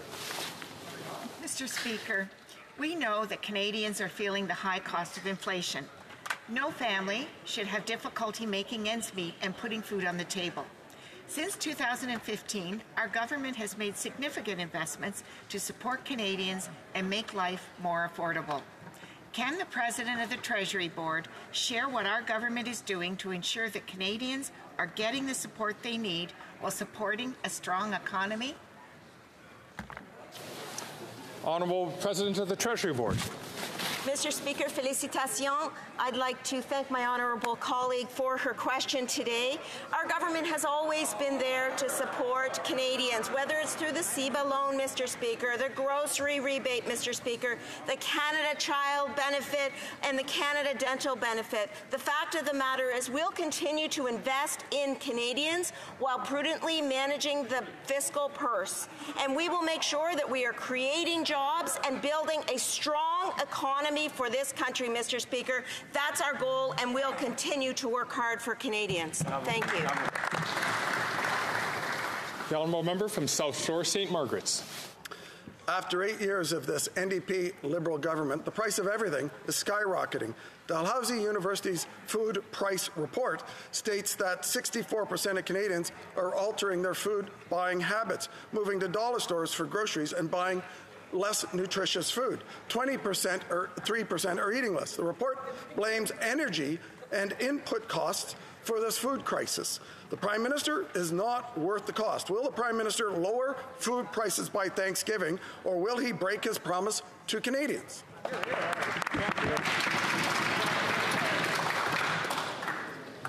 The Honourable Parliamentary Secretary. There are a number of measures that we have put on the table that will stabilize grocery prices, that will build more homes in this country, and consistently what we've seen from the Conservatives are delay tactics. Thankfully, this morning, we had a Conservative member stand up in this House and say that he was supportive of the government's legislation and that he would be voting for it. And so I wonder, are there other Conservatives on their bench that are also of that view? And perhaps they could get together and speak to the Conservative leader, because I believe it's actually the Conservative leader that wants to delay help to Canadians. The honourable member from South Shore, St. Margaret's. So I didn't hear a yes or no to my question, so I'll try again. Food Bank Canada stated that at this time of year, the number of people turning to food banks is growing. And what happens is that people are forced to make impossible choices. Choices like paying rent or buying food. NDP Liberal food inflation is driving food bank usage to its highest levels since Pierre Trudeau 42 years ago. Yeah. After 8 years, the Prime Minister is not worth the cost. Will the Prime Minister lower food prices by Thanksgiving, or will he break his promise to Canadians again? The Honourable Minister. Mr. Speaker, I find it curious that my honourable colleague is standing up only now to defend the interests of low-income families who might need the services that food banks provide, when his party, over the course of my time in this chamber, has consistently voted against the measures that would make life more affordable for them. I look back to when we first formed government, when we raised taxes on the wealthiest 1% and cut them for the middle class, and they voted against it. When we changed the Canada Child Benefit and stopped sending checks to millionaires so we could put more money in the pockets of 9 out of 10 Canadian families, he voted against it. Every step of the way, including voting to support, opposing support for food banks during the pandemic, they couldn't get behind it. Will he now vote for the measures that can have a direct impact on the price of groceries and support C-50? The honourable member from Coast of Bays, Central, Notre Dame. Mr. Speaker, after 8 years of this NDP Liberal government, food bank usage in Newfoundland and Labrador is at a 42-year high. Well, make no wonder, according to the PBO, carbon tax 1 and 2 is going to cost households in my province an extra $2,166 per year. After yesterday's vote, where 23 Atlantic Liberal MPs voted to support this suffering, folks back home say this Prime Minister is not worth the cost. So will this NDP Liberal government finally be the servant and not the master and axe the tax? L'honorable secrétaire parlementaire. Thank you, Mr. Speaker. The agri-food sector has endured more extreme weather events, particularly in the province of that member. That's increasing severe and frequent storms, soil erosion, sporadic and unpredicted rainfall, higher than ever temperatures, including here in Ottawa in the last 3 days, Mr. Speaker, that all results from climate change. But as farmers always do, they've persevered and they've developed and implemented more environmentally friendly on-farm practices, and they've reduced their emissions. Our government is supporting them every step of the way through that process, and we'll make sure that we continue to be there for farmers and consumers when it comes to lowering food prices.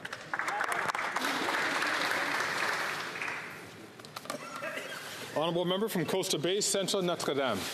After 8 years, Mr. Speaker, the member for Milton should be able to do a better job than that with answering a question. Newfoundlanders and Labradorians want answers. According to CTV's news report, many will not be able to afford a turkey dinner this Thanksgiving. With vegetables and turkey up around 70% in just 8 years, the NDP Liberal carbon tax is now taking food off tables. So will the Costly Coalition listen to the Liberal Premier of Newfoundland and Labrador and axe the tax? Here, here, here. Thank you, Mr. Speaker. And what that member from Newfoundland won't say is that next week climate action incentive payments will be arriving in the bank accounts of his constituents, and he should make sure that they know that's coming. Mr. Speaker, if that member really believes in affordability, then he ought to vote for Bill C-56 and the Atlantic Accord, which he's standing against. But Mr. Speaker, this is not your parents' Conservative Party. Mr. Speaker, the Progressive Conservatives stood up against things like acid rain and created solutions. But this Conservative leader, the member from Carleton, doesn't believe in climate change. He's spun on his heels. They've ditched progressive values, and they don't care about fighting climate change or fighting for lower grocery prices. Thank you, Mr. Speaker.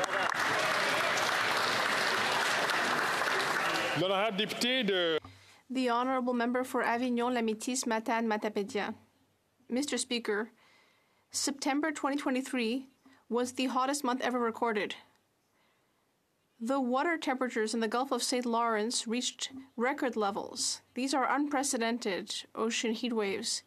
In the Saguenay-Lac-Saint-Jean region, there are plantations that were planted to limit our carbon footprint, but they burned during the wildfires.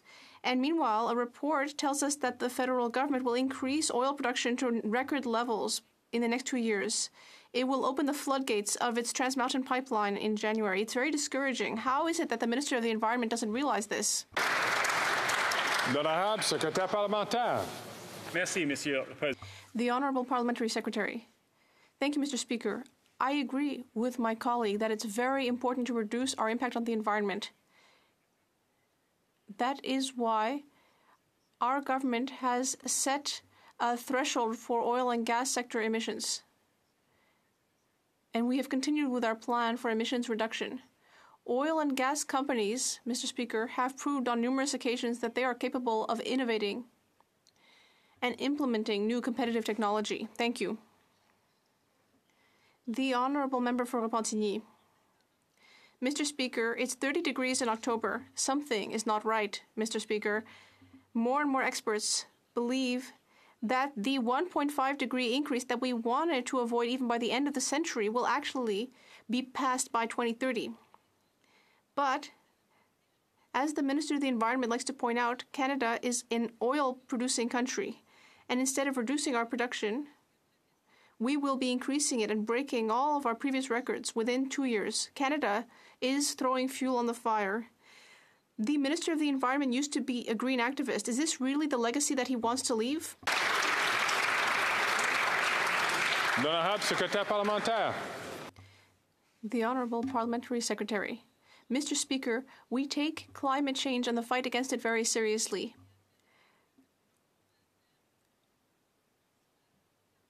Our government has made the commitment to reach net zero by 2050. And if the Bloc Québécois cares so much about this topic, I'd like to ask why the leader of the Bloc Québécois, when he was the Quebec Minister of the Environment, said without hesitation that the government of Quebec intended to go forward with developing the oil industry in Quebec. I'd like to get an answer to that question. The Honourable Member for Louis Saint Laurent. Mr. Speaker, after 8 years of this Liberal government, we see that mismanaging public funds is really their brand. Journalist Daniel Leblanc from Radio-Canada tells us that the Sustainable Development Technologies Canada Fund has spent nearly $40 million in a sloppy manner, and this shouldn't surprise anyone Because when the bosses are behaving like this, when the government mismanages everything, well, it makes sense that everyone underneath the bosses is going to do the same thing. When will this Liberal government finally show some common sense in how it manages public funds? The Honourable Minister. I'd like to thank the member for his question. And we need to remind Canadians of the facts, Canadians who are watching today. As soon as allegations were made, we asked for an arm's-length expert report, and on the basis of that report, we took action. And we required that a plan be immediately implemented, Mr. Speaker, to ensure that we have the highest level of governance in that fund. We expect the highest level of governance from all institutions managing public funds. The Honourable Member for Louis-Saint-Laurent. Mr. Speaker, it's very interesting to hear what the minister said, but the problem is that it's always the same thing with this government. Every time they're caught with their hand in the cookie jar, then they suddenly do something, but actually the alarm bells had been ringing for a long time, but the government didn't do anything. Now the government is saying we need accountability and serious management. Does this government believe in the current management of this fund who are responsible for the problems that we're talking about? The Honourable Minister. Mr. Speaker, there's no cookie jar in this situation. We're talking about serious allegations. It was the government that asked for the report. We were the ones who asked to ensure that we could actually have an inquiry into the allegations and then to create a system with the highest level of rigorous governance, Mr. Speaker. That's what Canadians expect from us. And that is what this government expects from all institutions managing federal funds. We will ensure that taxpayers' money is properly managed. Député de Lethbridge. After 8 years of this NDP Liberal government, they've made it absolutely clear that they intend to censor what Canadians can see, hear, and post online. They are hell-bent to make sure that this is the case. My colleagues and I brought forward a very common-sense motion today in committee asking that the minister come and answer questions with regards to her new podcast registry. This podcast registry, of course, is moving forward under the government's current censorship legislation. The response was this. The NDP, the Liberals, and their Bloc allies all voted down our motion. They don't want to hear. They don't want to ask questions. They don't want to understand. They don't want to give Canadians a voice. In fact, one might refer to them as the censorship coalition. Why is this government so hell-bent on censoring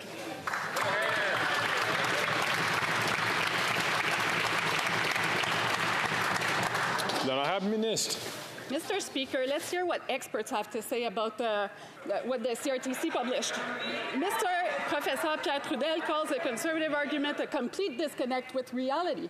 He says it's clear it was not intended to control what users see or post online. He calls the CRTC process a mere formality.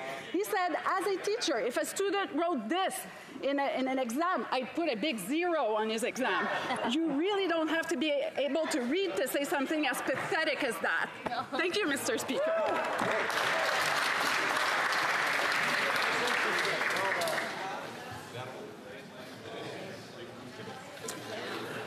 L'honorable député de Saint-Laurent, Saint-Michel. The Honourable Member for Saint-Léonard Saint-Michel. Mr. Speaker, after years of inaction from the Conservatives, this government finally adopted a system to protect passengers' rights, with a set of obligations that all air transport companies must respect. In order to strengthen that system, further measures were adopted in Bill C-47 to create stricter regulations.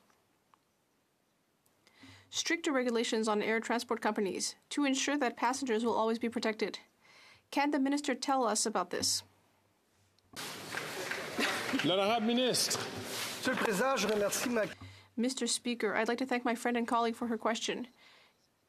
Canadians work hard, they save and they put aside money for their holidays or to go visit loved ones. That's why our government was the first to protect passengers' rights. We strengthened our passengers' rights by making compensation mandatory for most situations, by ensuring that the responsibility falls on the companies, not passengers, and by creating standards that apply in case of disruption to travel. We were the first government to be there and stand up for Canadian passengers, and we will continue to do so. L'honorable député de Carleton Trail, Eagle Creek. After 8 years of this Liberal NDP government, Liberal insiders have never had it so good, and Canadians are paying the price. We've learned that the RCMP is investigating allegations of misconduct involving 3 companies that worked on the ArriveCan app. They paint a picture of cozy relationships between this government and questionable contractors. Sweetheart deals for the Liberal insiders while Canadians struggle to make ends meet. The Prime Minister is not worth the cost. When will the Liberal government come clean on their unethical behaviour and quit lining the pockets of Liberal insiders?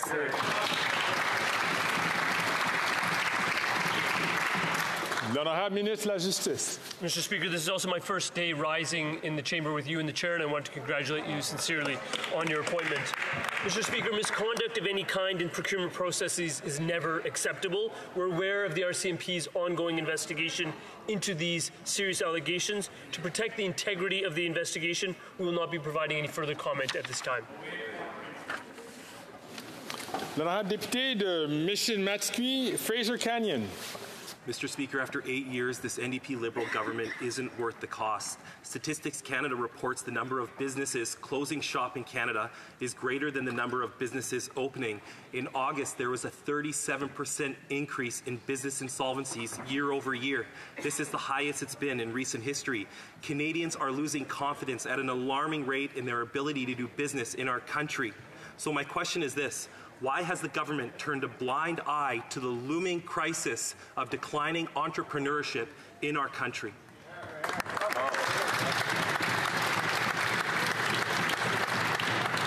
L'honorable Ministre.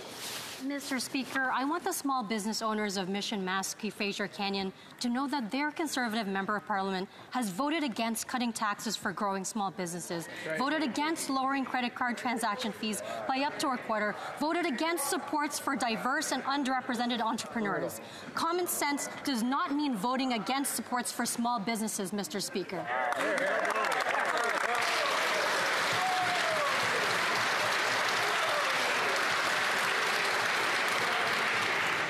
L'honorable député de... Excusez-moi, l'honorable député de Mission-Matsqui, Fraser Canyon. Mr. Speaker, that Liberal minister knows as well as I do that many of the problems facing small businesses in our country are a direct result of that party's governance and their negligence. Higher inflation, higher payroll taxes, higher carbon taxes, higher commercial rents, a labor crisis, more red tape, and a botched CEBA repayment plan that confused thousands of entrepreneurs across our country. All of these factors hurt our job creators and business confidence in our country. When will this government begin taking these problems seriously? Well delivered.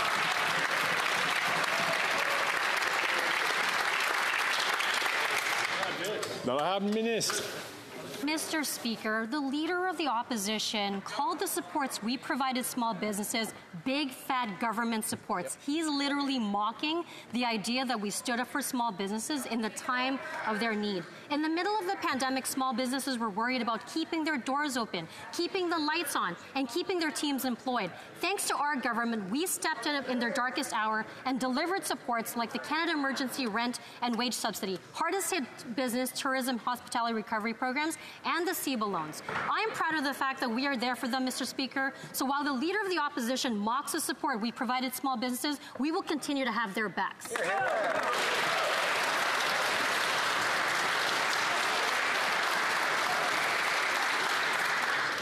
L'honorable député de Scarborough Centre. Thank you, Mr. Speaker. Mr. Speaker, every week Canadians are having to spend more and more on groceries just to feed their families. They are having to put off savings and even other essentials in order to keep putting food on the table. We recognize the global supply chain challenges and global inflation, but we need to acknowledge Canadian families are having a hard time right now. Could the Minister of Innovation, Science and Industry tell us about his meeting with the grocery executives and what we are doing to address affordability at the grocery stores? L'honorable Ministre. much, Mr. Speaker. I'd like to thank my colleague and actually all our colleagues here on this side because, you know, my voice was to express the frustration of millions of Canadians when I met the CEO of the grocery store. But the good news, Mr. Speaker, is today we presented a 5-point action plan. First of all, we have commitment from the grocery store. We're going to create the Office of the Consumer Affairs to help consumer, Mr. Speaker. We're going to make sure that the Grocery Code of Conduct is going forward. We're going to collect more data on the food prices in Canada. And, Mr. Speaker, we're going to fight for more competition. Every day is a good day to fight for Canadians. They should join us, Mr. Speaker, and make sure that we bring stabilization in price in Canada for the benefit of all. L'honorable député de Edmonton, Strathcona. Mr. Speaker, this summer, 11 emergency rooms in Alberta closed due to the shortage of healthcare workers. And today, we learned that some Canadians are being forced to leave overcrowded emergency rooms without treatment due to no staff. The Liberals and the Conservatives have failed to protect Canadians from Conservative leaders like Danielle Smith, Scott Moe, who want U.S.-style healthcare that will poach nurses and doctors from our public system. When will the federal government stand up for Canada's public healthcare and ensure our hospitals have the staff they need to care for Canadians? L'honorable ministre de la Santé. Thank you very much, Mr. Speaker. And standing up for public health care is what we have done over the last 8 years. It's certainly what we're going to do going forward. We made an investment of $200 billion in our health system, and we're making sure that not only does that money flow, but that there are indicators so that Canadians can see how health outcomes are improving for them in every corner of this country. We're going to make sure that these dollars go to make sure that we reduce wait times, increase doctors, increase nurses, and make sure overall Canadians get better health. L'honorable député de Fort York. Mr. Speaker, on the 112th National Day of the Republic of China, Taiwan, I reflected on a few facts. Taiwan's never held 2 of our citizens as hostages for 1,019 days. It hasn't intimidated Chinese Canadians or interfered in our elections or tried to buy off MPs or political parties. Mr. Speaker, Taiwan is a democracy. They don't have a president for life who won't hesitate to destabilize world peace or threaten Canada's bilateral trade as a coward Liberal government looks on. Can the government enlighten this House if there's been any new credible evidence for it to stand up for Canadians and combat foreign interference by the Chinese Communist Party, or is its new strategy to engage in a diversionary war with India?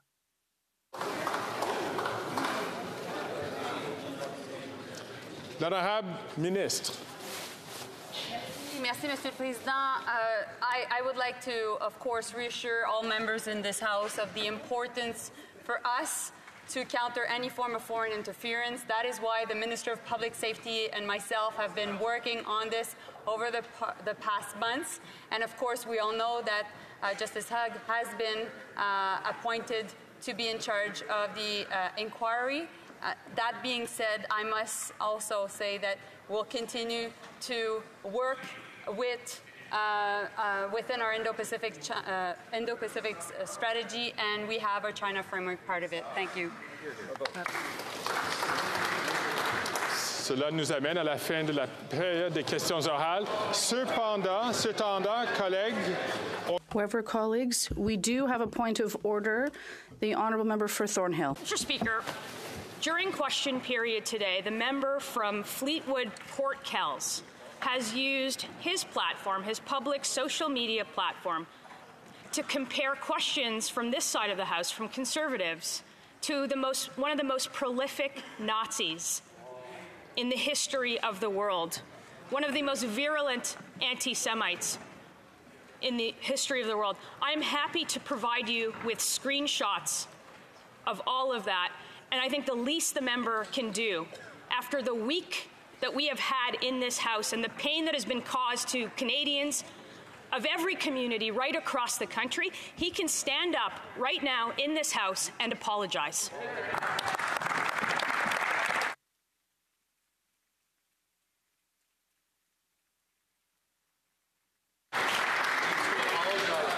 If members can please accord me a couple of seconds to consult with the table.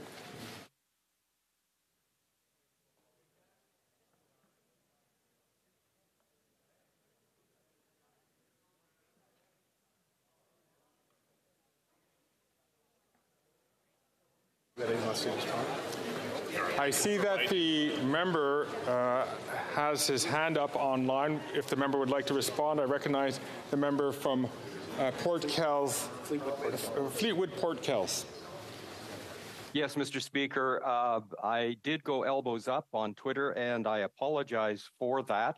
I did, though, attempt to raise the issue the other day of the frequent misrepresentation coming from the Conservative side, but elbows up was a little too much in this case, and I do apologize.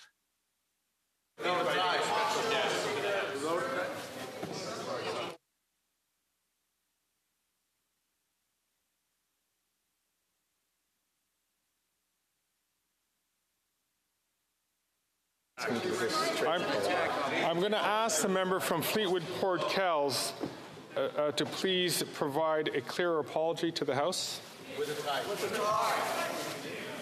Absolutely, Mr. Speaker. I do apologize to the House. I thank the member from Fleetwood Port Kells for unreservedly apologizing to the House. Sur un appel au règlement. Point of order. I recognize the honourable member for La Prairie. Thank you very much, Mr. Speaker. You insisted on the fact that we have to be respectful here when you came to this position. We all agree with this. The member for Hamilton Centre asked the Minister of Justice a question earlier. After the answer from the minister, he said, and we all heard it, and I quote, well, I say this very rarely in English. Just release it, fascist. C'est ce qu'il a répondu. That's what he responded, and I think it deserves an apology.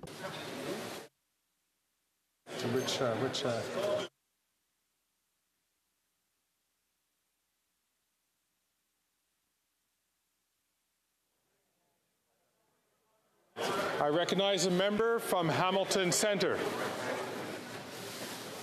Mr. Speaker, history will tell us quite clearly that the Nazis were indeed fascists, and that's why when I reference Nazis, I reference them as fascists, and I think you'll find the comment stands. Hear, hear.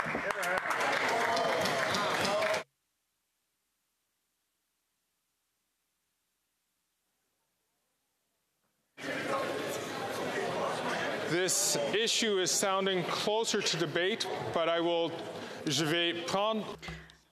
take all of this under advisement, and I will come back to the chamber. Colleagues, before we move to the Thursday question, excuse me.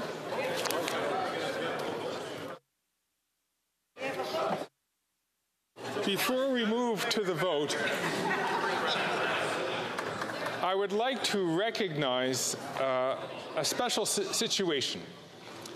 Today, after over 30 years of service to the House of Commons, we have a retirement from our table officers, Michel Patrice. Alors, chers collègues, cette semaine... Dear colleagues, this week,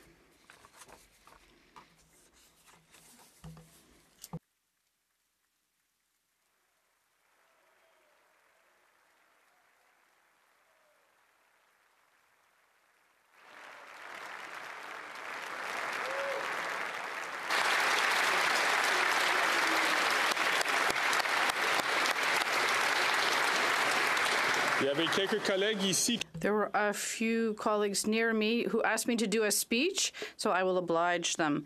Dear colleagues, this week, Mr. Michel Patrice, Deputy Clerk Administration, will retire after 30 years of service at the Parliament of Canada. Michel was appointed Deputy Clerk Administration in August 2017. As Deputy Clerk Administration, he played a crucial role in the excellent services that were provided to members, including at the Bureau, where he gave very useful advice to the speakers and members. Members of Parliament have benefited from smooth and efficient operations and services from the House of Commons. I understand that he managed meetings exceptionally well, being new here, and making sure they never ran over time. And I'm sure that this had nothing to do with him wanting to stretch his long legs and enjoy the great outdoors of Spark Street while lighting up a smoke. He very skillfully supervised the move project and renovation project of the Centre Block to this location here at West Block. Career on Parliament Hill, Michel served both houses, the House of Commons and, of course, the other place, with diligence, intelligence, professionalism, calm, and his trademark smile. Many members will remember how quickly this House was able to respond to the COVID-19 pandemic to ensure that Parliament was able to work on behalf of Canadians in a time of crisis. The accomplishments of this place under Michel's leadership were many, and they were significant. With his training as a lawyer, everyone here and also in the other place benefited from his experience in law and of his excellent understanding of complex procedural and administrative questions. Are qualities that made him an invaluable, trusted resource for countless parliamentarians over his career. Michel, on behalf of the members and of the employees of the administration of the House of Commons, I would like to very sincerely thank you for your long and valuable contribution to our institution. You have always acted with dignity, humanity, and an inspiring sense of duty. And no one will forget your great sense of humor, a vital asset for any workplace. I wish you health and happiness as you start this new chapter of your life. Happy retirement, and thank you for everything. Michel, please know that you leave this place better for your service, and you take with you the deepest thanks of all members and the entire Parliament Hill family. Bon succès. Thank you. Merci.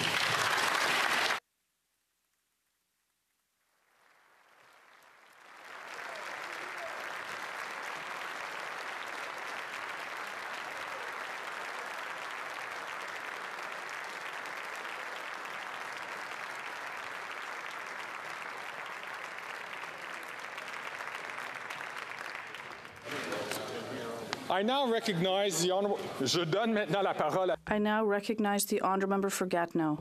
Merci. Thank you very much, Mr. Speaker. I rise today following you, and I'd also like to congratulate you for your position as Speaker, and you make Outaouais very proud. Also, I would like to pay tribute to another gentleman from Outaouais who has served this Parliament for 30 years of service. We must recognize it, Mr. Speaker. He served parliamentarians and, of course, Canadians over these 30 years with honour and distinction. Everyone here know him. His name is Michel Patrice, Deputy Clerk of the Administration of the House of Commons.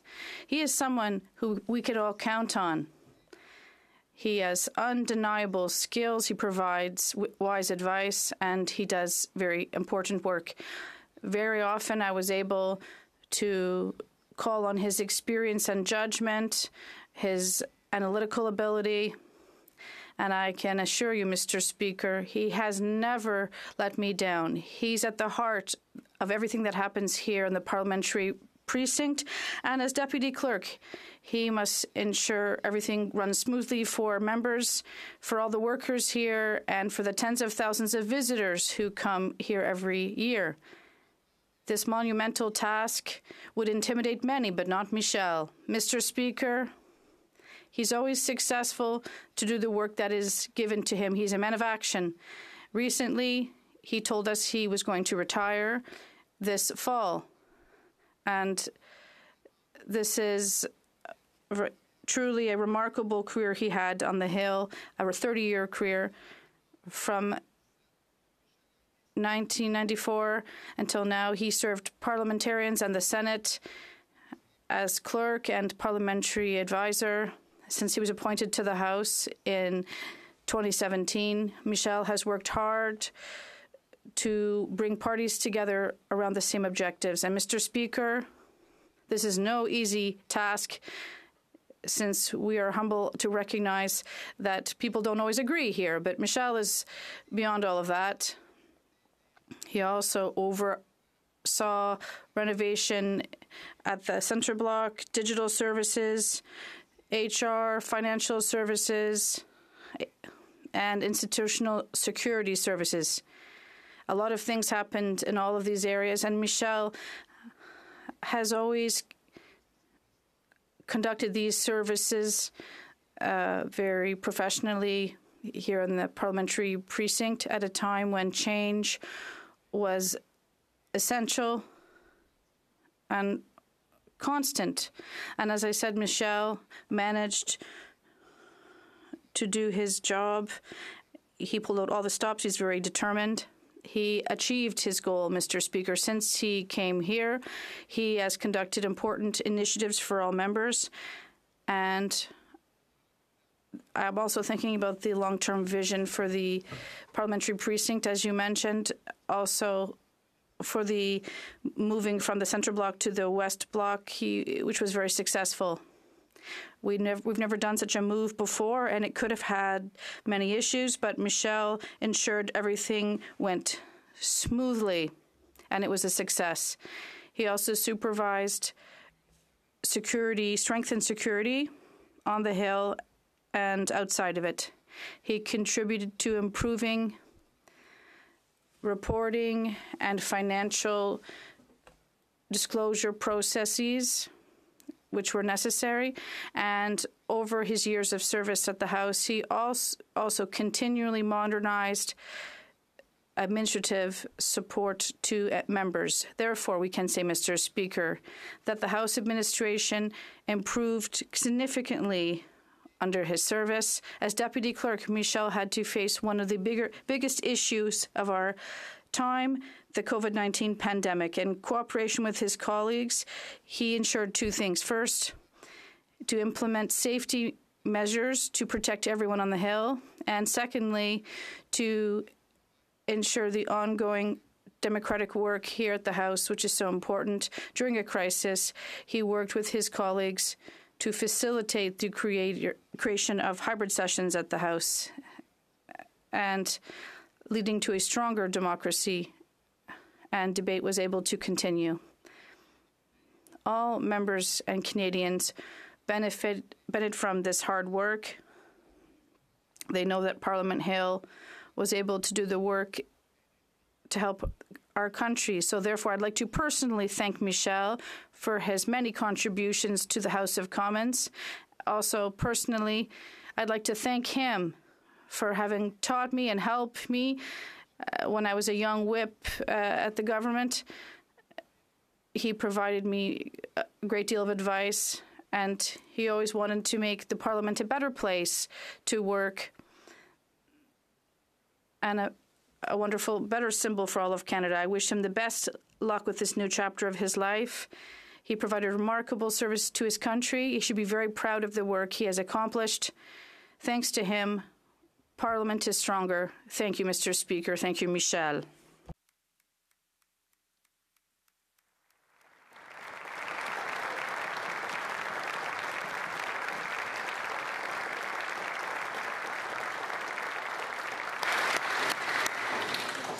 I now give the floor to the member for Nova West. It's a great pleasure and an honor for me to rise in the House today and say a few words to highlight the amazing career of our much appreciated colleague, Michel Patrice, the Deputy Clerk Administration, who's retiring in just a few days. Humbly, let me tell you that I'm very impressed by the breadth and diversity of Michel's career, which includes more than 30 years of hard work on Parliament Hill. And I'm convinced that you will all share my admiration. Michel has occupied several positions throughout his brilliant career. I'll name a few. He was a committee clerk, a legal clerk, parliamentary counsel, and legal counsel before offering services on this side of the House of Commons since he was appointed in 2017, Deputy Clerk, Administration. Going from the Senate to the House of Commons is a little backwards in a lot of cases, but I'm sure he learned a lot about, well, the importance of one chamber versus the other. Don't forget, we're 70%, they're only 30%. Bien que je connaisse Michel. And while I've known Michel since 2019, I feel like I've known him forever. And I'm convinced that many of my colleagues here in this chamber feel the same way.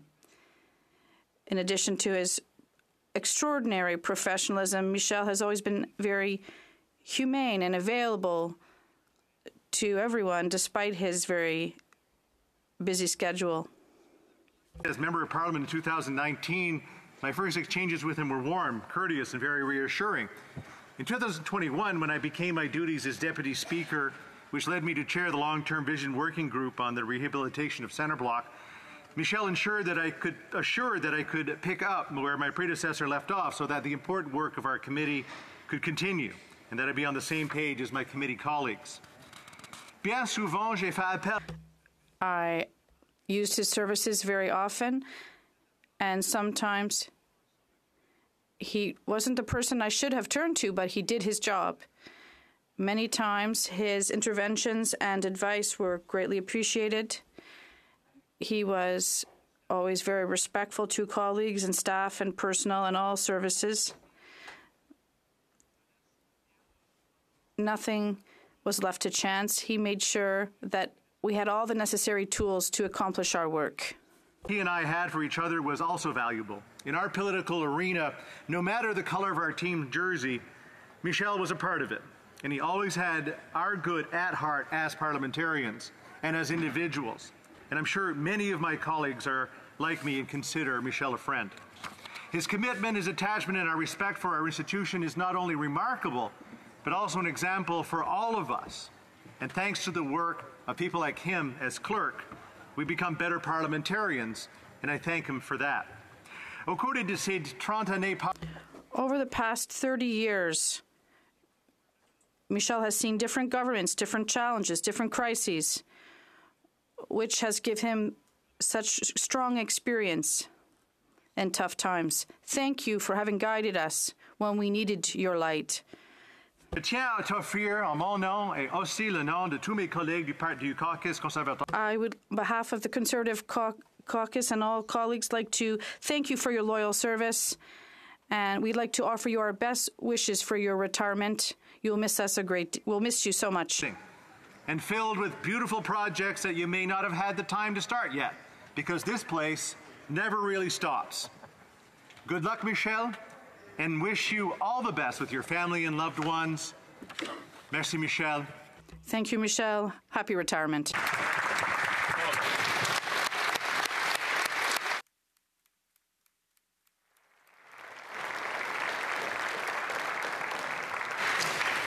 I now give the floor to the member for Salaberry-sur-Loire. Thank you very much, Mr. Speaker.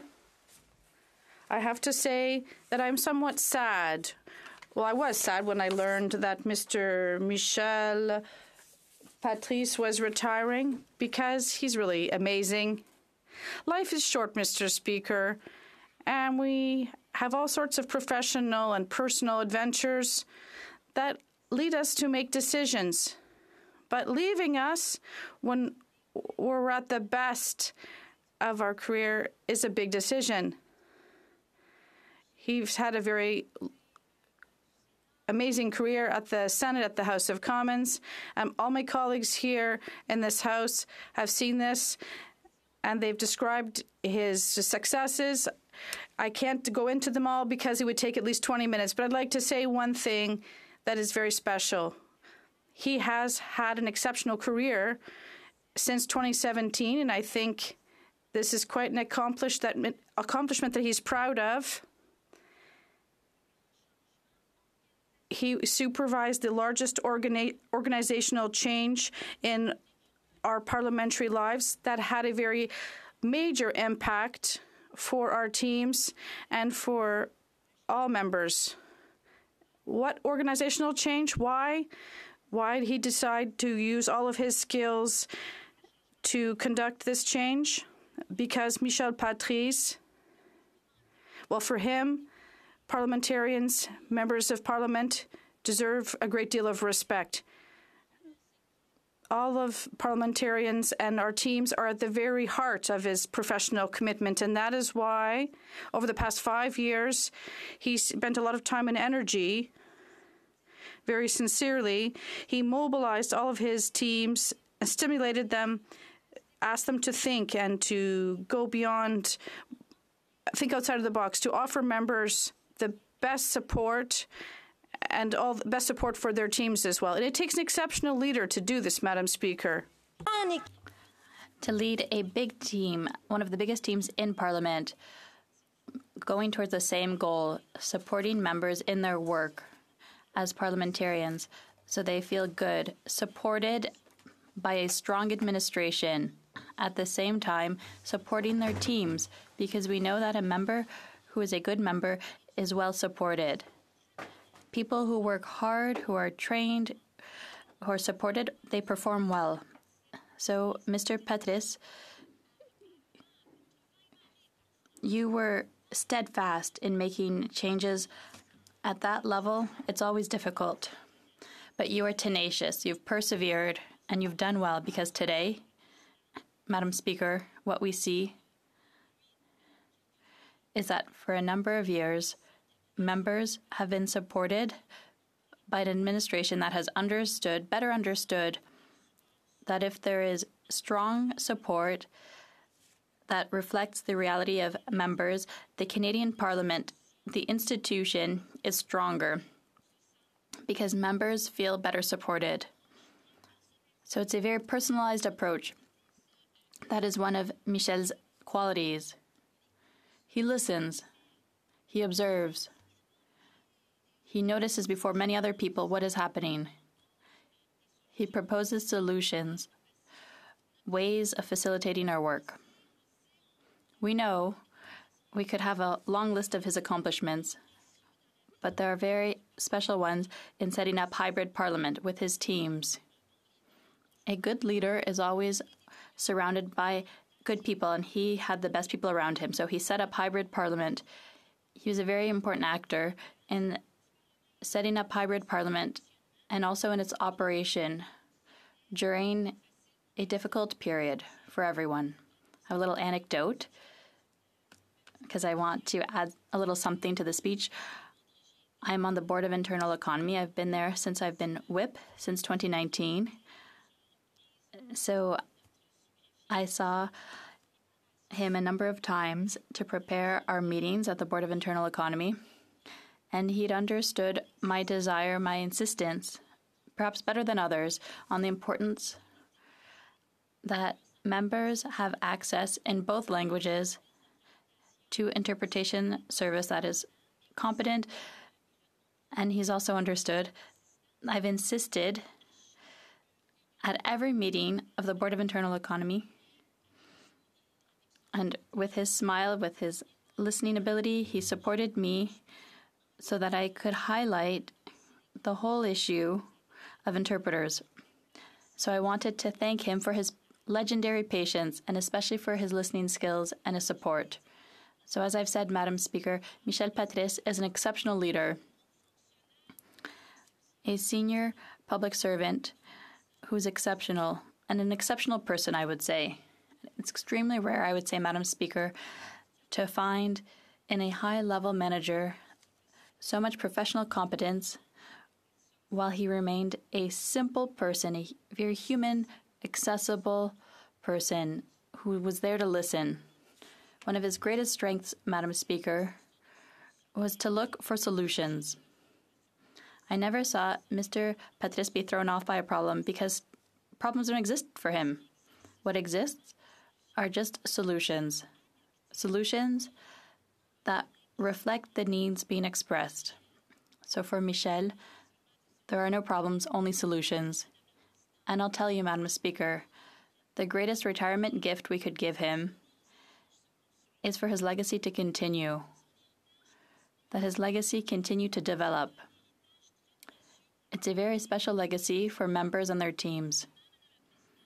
And Madam Speaker, I really feel so privileged to have known him. He's a generous person, a good person, with a career dedicated to public service. And frankly, Madam Speaker, I'm confident that life will give him good things. Michel, I wish you the very best. And once again, thank you for everything.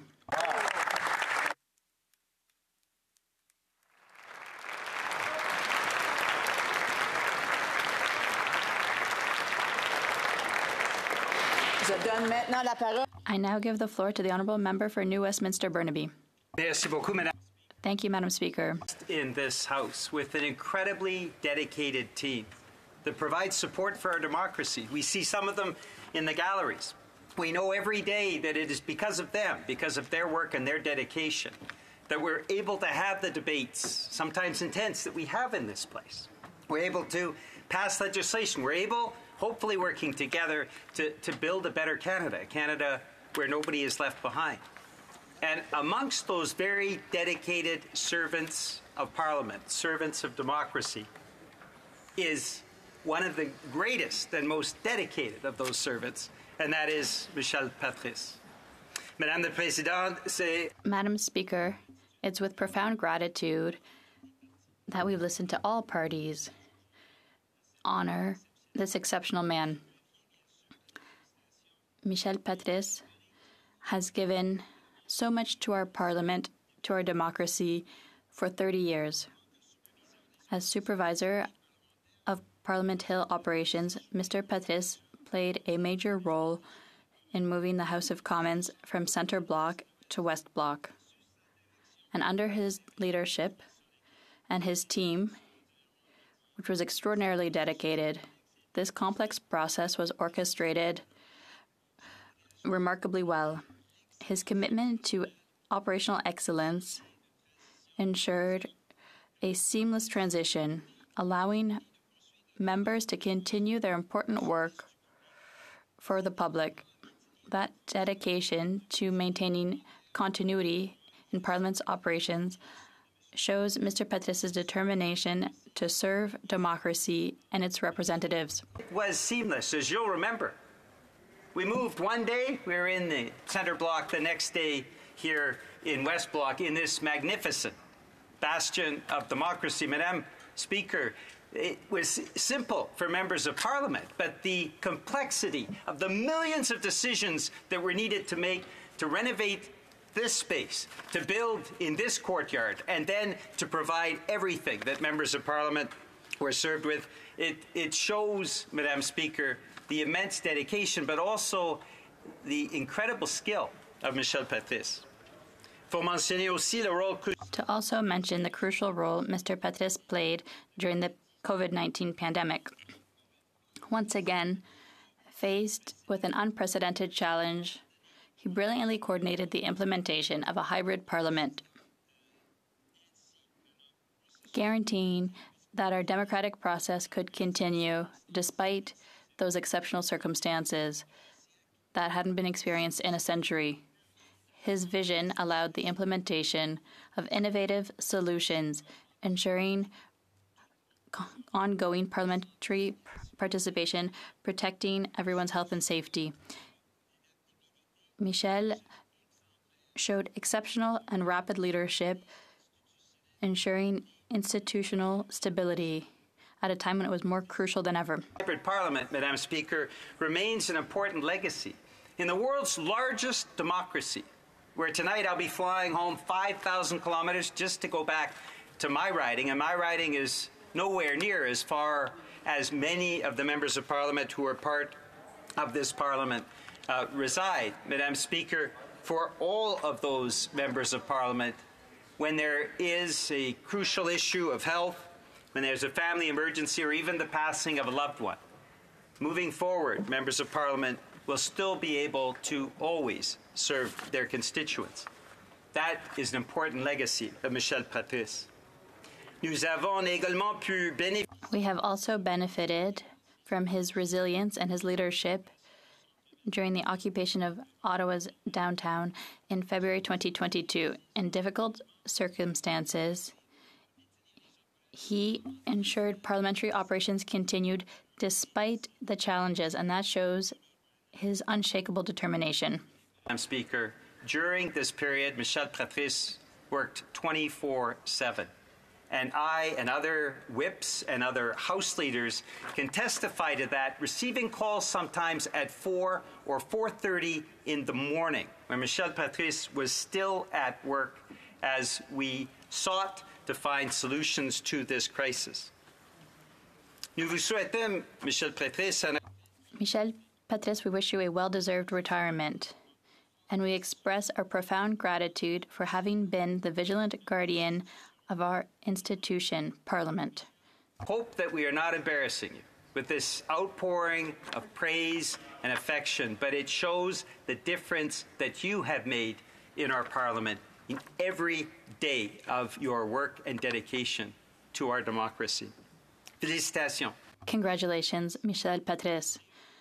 I look forward to seeing you fully enjoy this new adventure opening up to you. Thank you very much.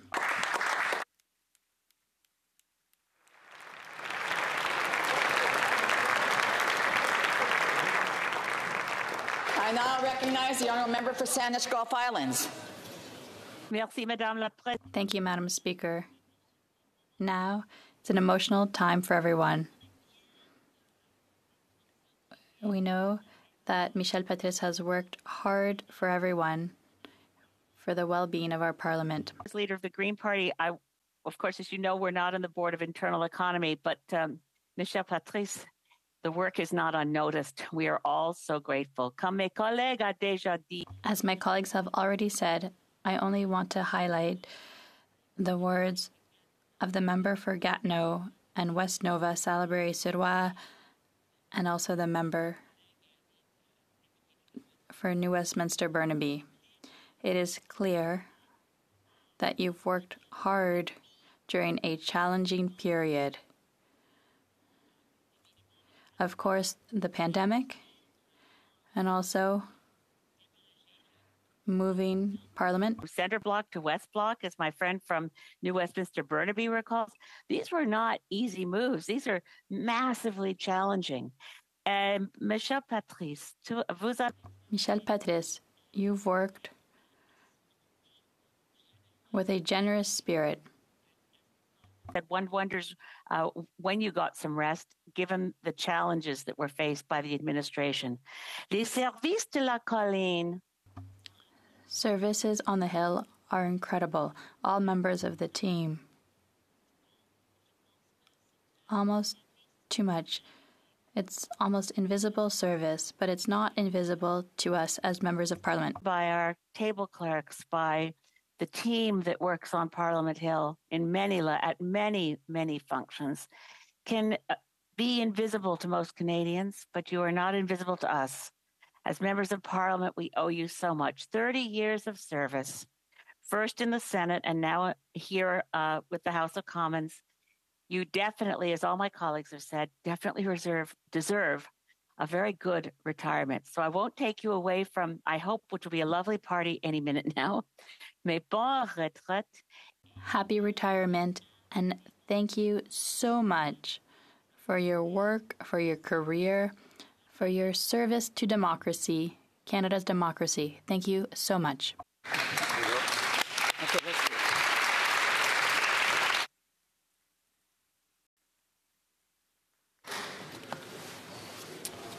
Okay, so that's that.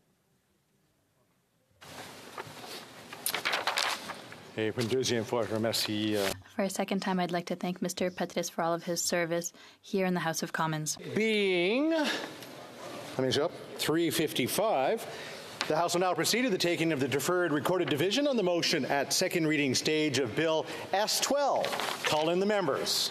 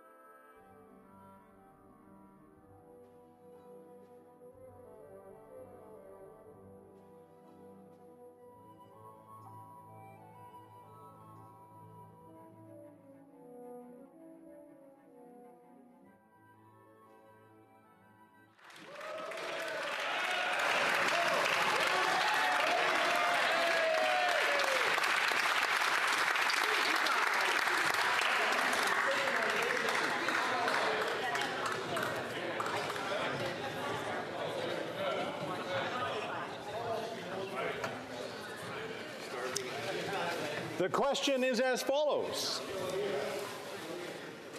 Mr. Virani, seconded by Mrs. Santonge, moves that Bill S-12, an act to amend the Criminal Code, the Sex Offender Information Registration Act, and the International Transfer of Offenders Act, be now read a second time and referred to the Standing Committee on Justice and Human Rights.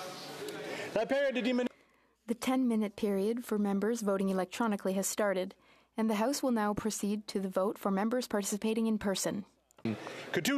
All those in favor of the motion will please rise. Ms. Tassi. Ms. Tassi. Mr. Virani. Mr. Virani. Mr. Scarpaleggia. Mr. Scarpaleggia. Mr. Casey. Mr. Casey. Monsieur McKinnon-Gatineau. Monsieur McKinnon-Gatineau. Madame Pittspa-Taylor. Madame Pittspa-Taylor. Madame Fortier. Madame Fortier. Mrs. Romanado. Mrs. Romanado. Mr. Lamour. Mr. Lamour. Ms. Sahota. Ms. Sahota. Mr. Frederick-Skaros. Mr. Frederick-Skaros. Mr. Baptiste. Mr. Baptiste. Mr. Kuzmarchuk. Mr. Kuzmarchuk. Mr. Sidhu Brampton East. Mr. Sidhu Brampton East. Mr. Badaway. Mr. Badaway. Mr. Kellaway. Mr. Kellaway. Miss Vandenbelt. Ms. Vandenbelt. Monsieur Sanson. Monsieur Sanson. Monsieur Seri. Monsieur Seri. Madame Koutrakis. Madame Koutrakis. Mr. Morrissey. Mr. Morrissey. Madame Shanahan. Madame Shanahan. Miss Sidhu Brampton South. Miss Sidhu Brampton South. Miss Yip. Ms. Yip. Miss Latenzo. Ms. Latenzio. Mr. Shahal. Mr. Shahal. Mr. Gahir. Mr. Gahir. Mr. McDonald Malpeck. Mr. McDonald Malpeck. Miss Taylor Roy. Ms. Taylor Roy. Mr. Kimmich. Mr. Kimmich. Monsieur Deltel. Monsieur Deltel. Mr. Kelly. Mr. Kelly. Mr. Baldinelli. Mr. Baldinelli. Mr. Seaback. Mr. Seaback. Mr. Small. Mr. Small. Mr. Bazan. Mr. Bazan. Mr. Workington. Mr. Workington. Mr. Albultaif. Mr. Albultaif. Ms. Ferreri. Ms. Ferreri. Mr. Cooper. Mr. Cooper. Monsieur Godin. Monsieur Godin. Madame Vien. Madame Vien. Mr. Malillo. Mr. Malillo. Mrs. Bloch. Mrs. Bloch. Monsieur Brassard. Monsieur Brassard. Mr. Lobb. Mr. Lobb. Mr. Muse. Mr. Muse. Mr. Redicop. Mr. Redicop. Mr. Waugh. Mr. Waugh. Monsieur Lou. Monsieur Lou. Mr. Tucker. Mr. Tucker. Mr. Couric. Mr. Couric. Mr. Mazer. Mr. Mazer. Miss Rempel Gardner. Ms. Rempel Gardner. Mr. Cram. Mr. Cram. Mr. Tolmie. Mr. Tolmie. Mrs. Wagenthal. Mrs. Wagenthal. Mr. McLean. Mr. McLean. Mr. Arnold. Mr. Arnold. Mr. Dowdle. Mr. Dowdle. Mr. Leslie. Mr. Leslie. Mr. Majumdar. Mr. Majumdar. Madame de Bellefeuille. C'est moi. Monsieur Sainte-Marie. Monsieur Sainte-Marie. Monsieur Garon. Monsieur Garon. Madame de Bellefeuille. Madame de Bellefeuille. Madame Michaud. Madame Michaud. Monsieur Savard-Tremblay. Monsieur Savard-Tremblay. Monsieur Perron. Monsieur Perron. Madame Posé. Madame Posé. Mr. Julian. Mr. Julian. Mr. Garrison. Mr. Garrison. Mr. McGregor. Mr. McGregor. Mr. Green. Mr. Green. Madame Hughes. Madame Hughes. Ms. Zarillo. Ms. Zarillo. Mr. Morris. Mr. Morris.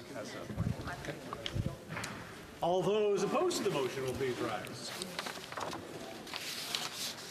The House will now wait for the electronic voting period to end before resuming its proceedings.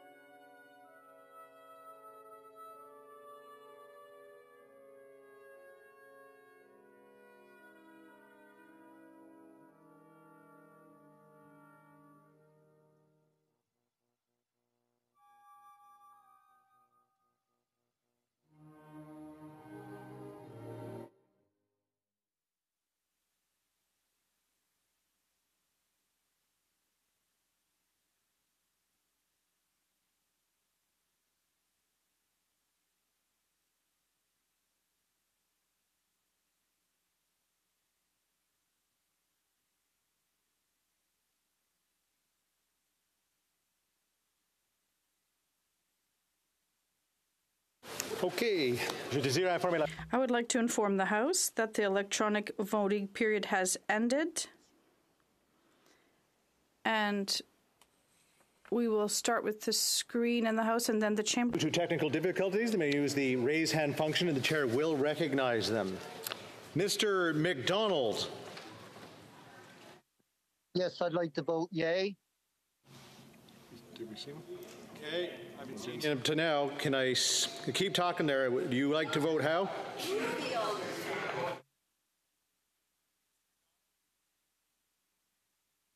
Mr. McDonald?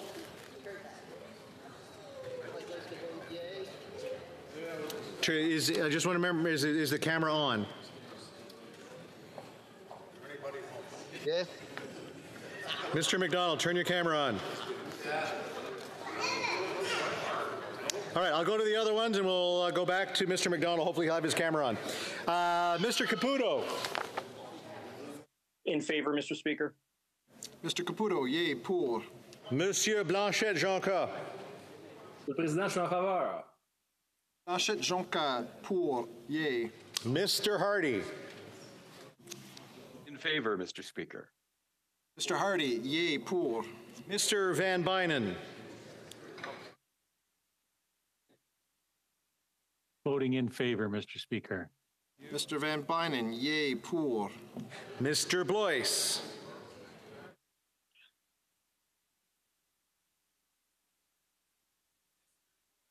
Mr. Blois. No? All right. We'll go to Ms. Bradford.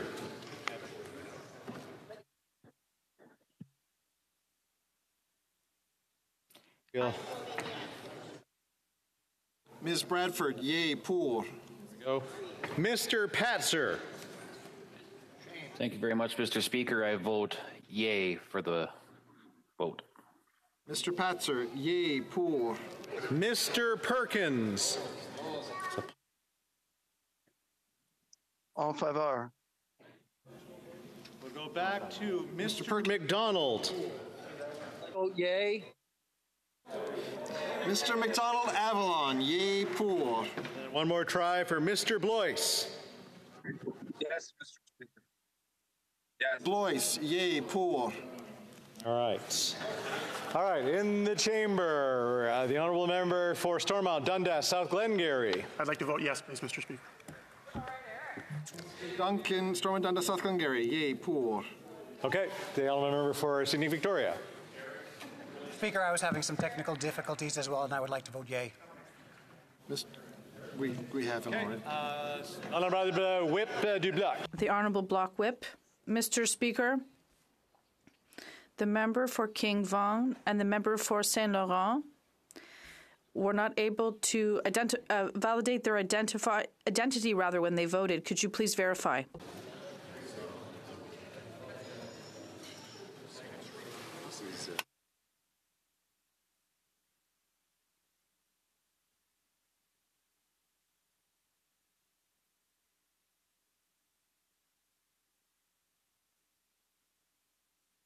Okay, so let me do with the last vote here, and then I'll address that. The honourable member for Vancouver Kingsway. Mr. Speaker, I was having technical difficulties with my vote app, and I'd like to vote yes. Mr. Davies, yay, pour. So for the two that we're having trouble identifying on the vote, Ms. Roberts, if she's online, she can actually turn her camera on and vote accordingly to be able to, so that we can do that. And Madame Lambropoulos as well was the one that was unidentified as well. And I guess I give them 3 tries here to make sure that it's done. This is the most confusing vote we've had in a long time. So. No, the personnes là sont pas là. Okay, then we'll have to delete those because we can't confirm their identities. Well, okay. The table will now compile the results of the vote. Yeas pour 315, 315. Nays contre 0. Aucun. I declare the motion is carried. I think we have a point of order from the honourable member from Calgary. Mr. Speaker, during the roll call vote on on the government benches. The member for Fredericton voted during the roll call, then left the chamber before the vote was reported to the House. I would like to know, Mr. Speaker, whether that vote can count under the current voting rules, or whether her vote should be stricken from the record. Strike it. I say strike. Do we have her in the chamber, or do we have her online?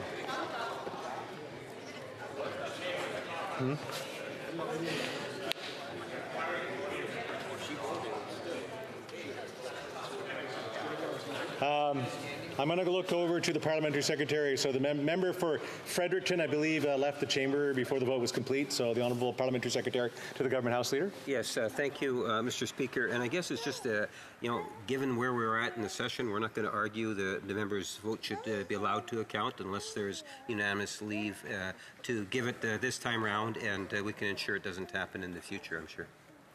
So I'm going to take that as a motion. Do the honourable members agree to allow the vote for the honourable member for Fredericton to stand? No, I'm hearing number no's. The honourable member for Calgary, another Calgary. Speaker, the honourable member from Calgary Heritage also left his seat while the vote was underway. So I think we should allow both members to have their votes count and not play these petty politics. Strike them both. I'm just going to say let's strike them both, and we're good to go. All right, perfect. Accordingly, did we do the call? Because I kind of skipped over that part. So, accordingly, the bill stands referred to the Standing Committee on Justice and Human Rights. I wish to inform the House that because of the deferred recorded divisions, government orders are extended by 16 minutes. Okay. Now, time for the Thursday question. The honourable member for Grand Prairie Mackenzie. Thank you, Mr. Speaker. This is customary that on Thursday we ask the government what they plan for next week, but next week is a constituency week where I know that members of Parliament will be headed back, having the opportunity to celebrate with their loved ones on Monday. And then, of course, constituency work that follows throughout the rest of that week. I'm wondering if the House Leader might be able to tell this House what the government has planned for the week that follows our return to Parliament. The Honourable Parliamentary Secretary to the Government House Leader. Yes, thank you, Mr. Speaker. Tomorrow, in fact, we will return for second reading debate on Bill C-49, the Atlantic Accord Implementation Act. Upon our return, priority will be given to Bills C-56, which is the Affordable Housing and Groceries Act, and Bill C-50, the Canadian Sustainable Jobs Act. I would also like to take note that Tuesday, October 17, shall be an allotted day. In closing, let me wish all colleagues a happy Thanksgiving, and I hope every member has a wonderful time with their family and friends and with their constituents over the coming constituency week, Mr. Speaker. While I appreciate the heads up, I'm going to recognize the Honourable Minister responsible for the Federal Economic Agency for Southern Ontario. Confirm that Tuesday, October 17th, shall be an allotted day. Thank you very much for the heads up on what we're doing, and after we come back from, of course, break week. Now, I recognize the honourable member for Calgary-Nose Hill. Thank you, Mr. Speaker. I rise on a question of privilege regarding a response to Order Paper Question Q1417 and one additional matter with regard to the same. Out of respect for time of the members present, I will not read the entirety of the question put to the government, but instead cut to the heart of the matter. There are two matters at hand which I request that you examine. On the first matter, this morning, the CBC reported that it obtained information that clearly demonstrates that the government misled the House of Commons in response to Order Paper Question Q1417 and thus breached members' privileges. The CBC report stated that the Prime Minister's trip to Montana over Easter of this year cost far more than the government reported to the House of Commons through Q1417. Q1417 reported to the House that the trip cost $23,846. However, the information obtained by the CBC discovered that the trip actually cost $228,839. Part of the cost of this trip is the provision of security for the Prime Minister, which is a necessary function of this role. And to be clear, Mr. Speaker, no one here is questioning the need for the Prime Minister to have access to security. However, the issue is at hand that from the CBC story, the government appears to have hidden the total cost from a Member of Parliament in an official request for details of this expenditure. Canadians have a right to know how their tax dollars are spent, and if they are spent wisely.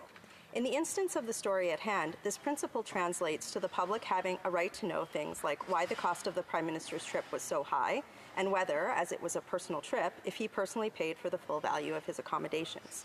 It's impossible for members to debate this issue without this information, which is why it was requested from the government via an order paper question. As a member, I was not able to make an accurate determination on this matter as I was misled by the government's response to Q 1417. Recourse on this breach privilege should be explored.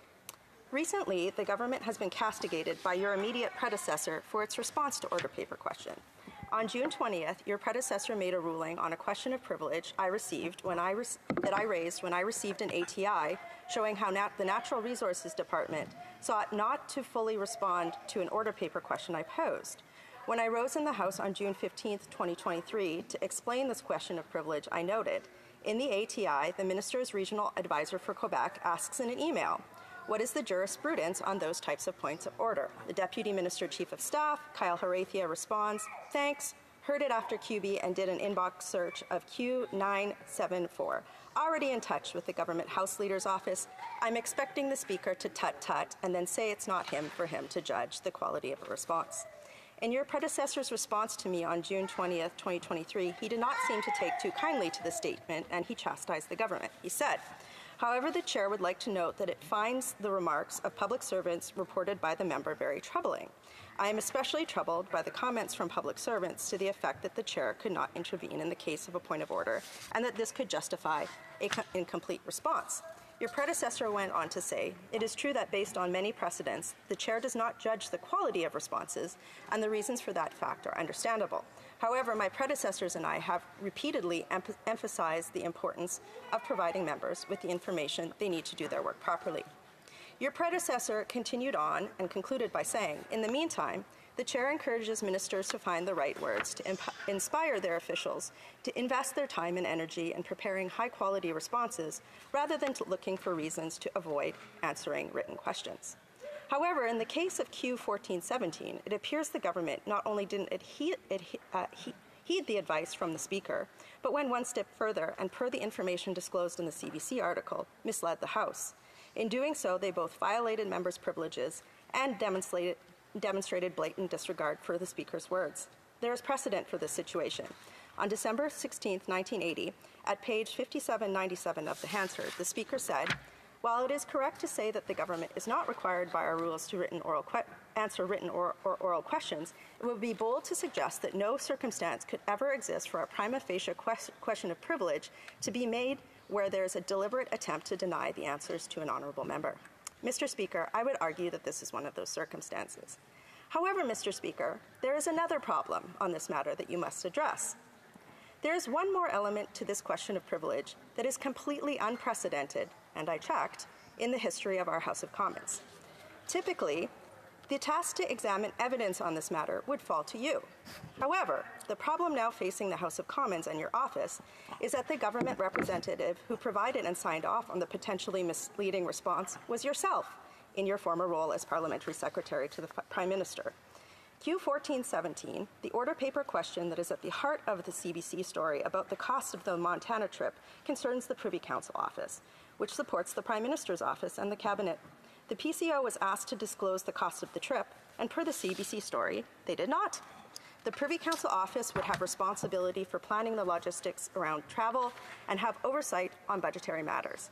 Again, in your role as Parliamentary Secretary to the Prime Minister, you signed off on the response to Q 1417, which the CBC reported on today. I believe this situation may present concerns with regard to your ability to impartially rule on this matter. With deep respect to you and the institution of the Chair, I will now argue why this is so and also what action I believe you must take in considering a matter which you may have a conflict of interest. Prior to making these arguments, I want to be clear that I bear you no ill will, nor am I challenging your office. At the time of your election, there were no rules preventing parliamentary secretaries from occupying the Speaker's chair during the same Parliament. I respect that you occupy the Speaker's chair by virtue of your legal election to it. But here's the rub of the matter. Under normal circumstances, it would be virtually impossible for the Speaker of the House of Commons to ever be in a potential conflict of interest situation when making one of these rulings. That's because the Speaker is a member of Parliament elected to office by their peers at the start of a Parliament, immediately after an election. Elections wipe the slate of Parliament clean.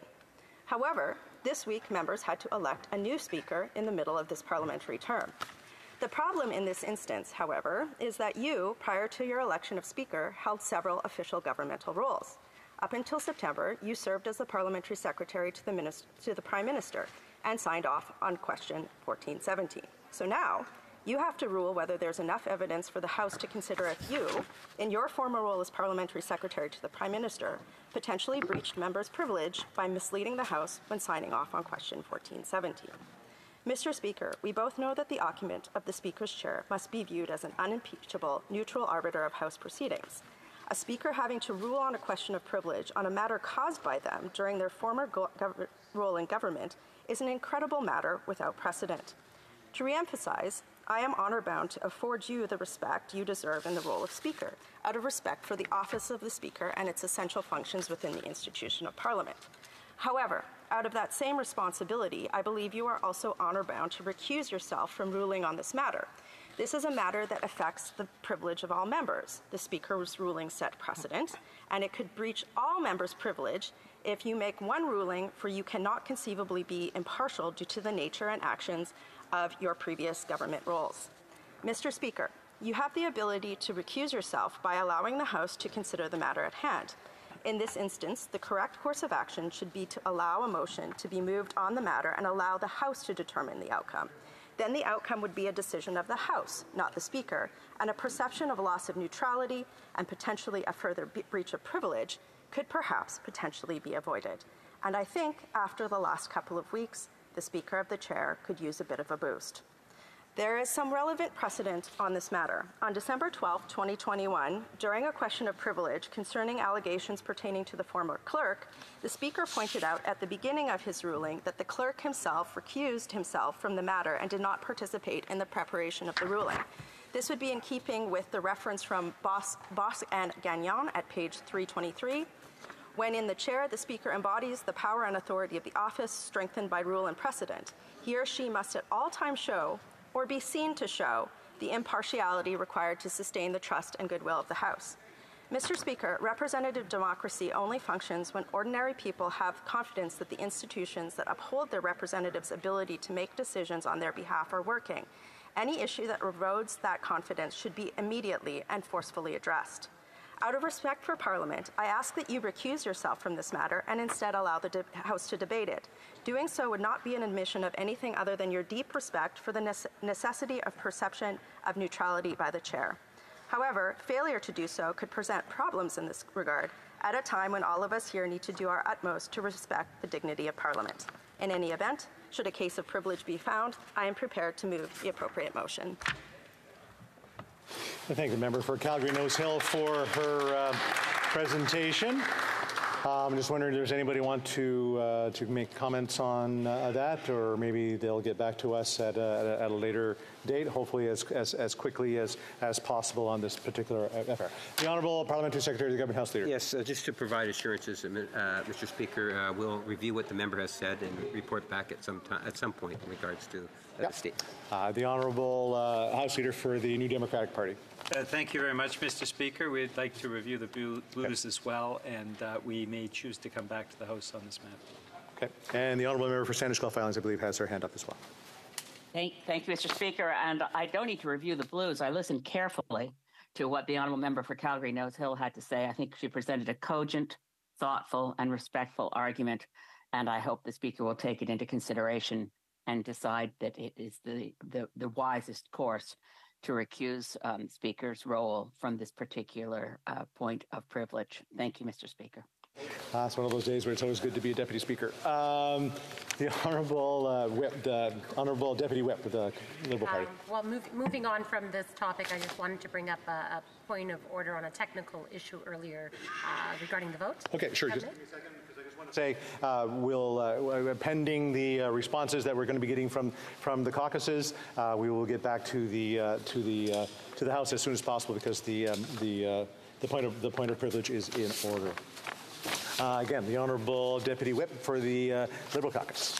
Yes, Mr. Speaker, I just wanted to bring it to your attention and to the House's that the dispute over the member from Fredericton's vote today, I wanted to clarify, and I've already clarified with the table clerks, that the member did not vote physically in this chamber today, nor did she intend to do that from the beginning. She had voted remotely and was only entering the chamber to retrieve her articles. So there was some mix-up thinking that perhaps she had voted in this chamber and then left before the tally of the vote.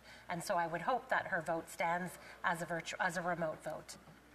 All right, so I'm going to make two quick comments on this one. One is when we are having standing votes, I would suggest that all members should try their best to stay in the chamber. And if they're planning on voting on the app, that they may leave the chamber as quickly as possible and sort of stay out of the chamber until after the vote is complete. Just a suggestion and process. Secondly, I did confirm with the table, and it was done remotely with the app, so I will allow her vote, of course, to stand. Okay. Orders of the day. Ordre du jour, ordre amenant du gouvernement, projet de loi. Bills. Commons. Of the motion for second reading of Bill C-56, Affordable Housing and Groceries Act. When we left this, I think the floor was free, so we have the Honourable Minister of Housing, Infrastructure and Communities.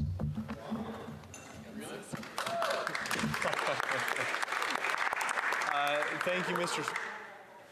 Well, I was wondering why the honourable member looked a little perplexed. So I apologize. So let me take a break. We'll just do this quickly. My duty pursuant to Standing Order 38 to inform the House that the question you raised tonight at the time of adjournment is as follows: the honourable member for Nunavut on air transportation, and we'll go to the blue lineup. So the honourable member for Selkirk Interlake Eastman does have the floor. Well, thank you, Mr. Speaker, and indeed proud to be here. I'm part of the blue team.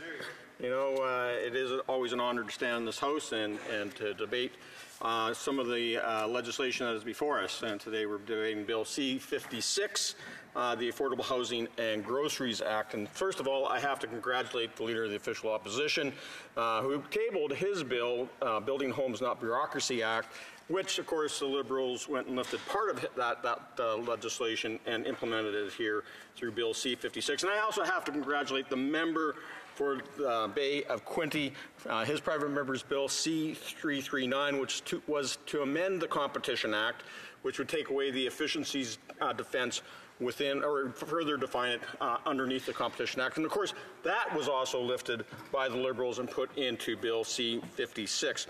I guess this is true to what Oscar Wilde used to say, is that imitation is the sincerest, and I would say the greatest form of flattery. So, you know, for the Liberals to take actually conservative legislation, to put it into their own government bills is a form of flattery, and it's one that I think that we should really recognize that this is conservative ideology that the Liberals are implementing here.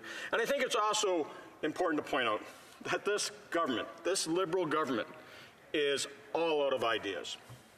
It's been 8 long years.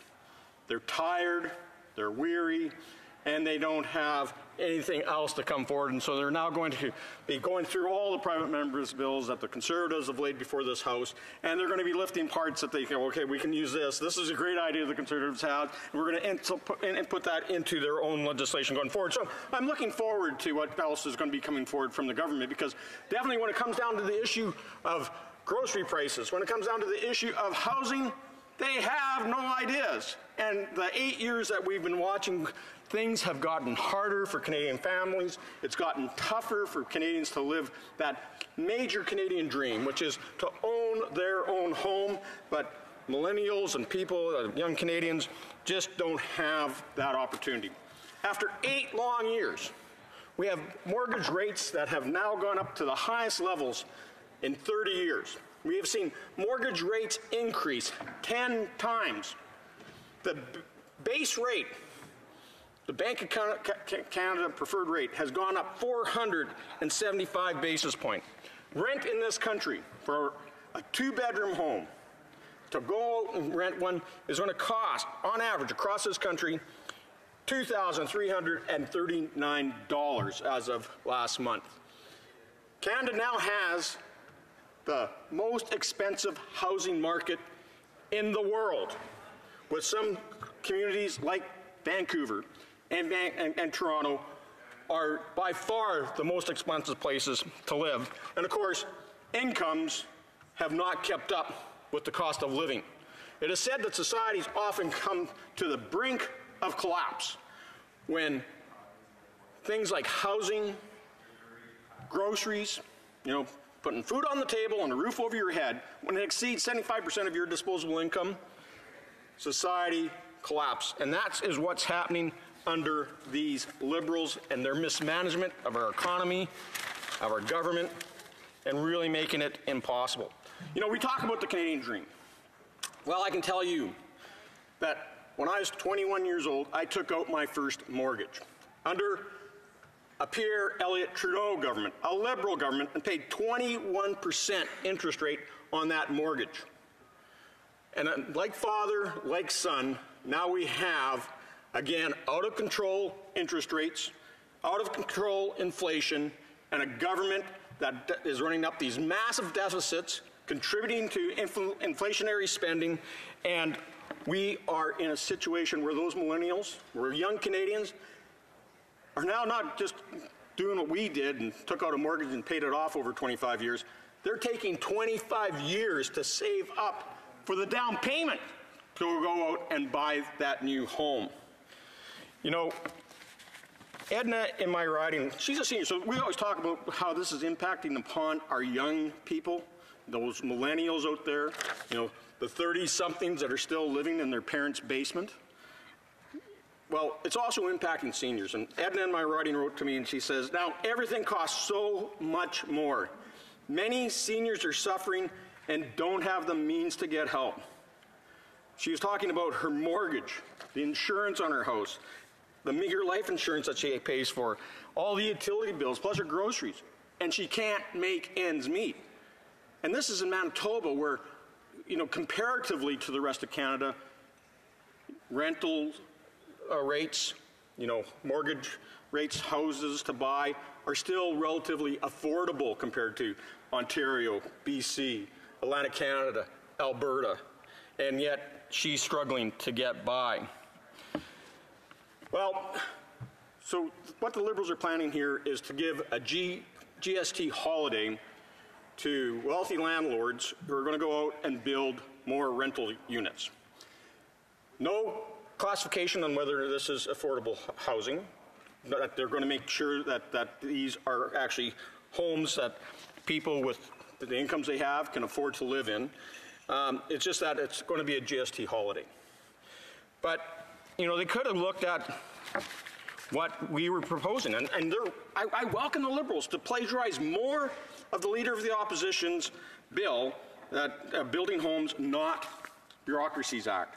So on top of removing the GST over the next 5 years on new home builds, well, why don't we just make it easier for all developers so we can build more single-family unit homes as well?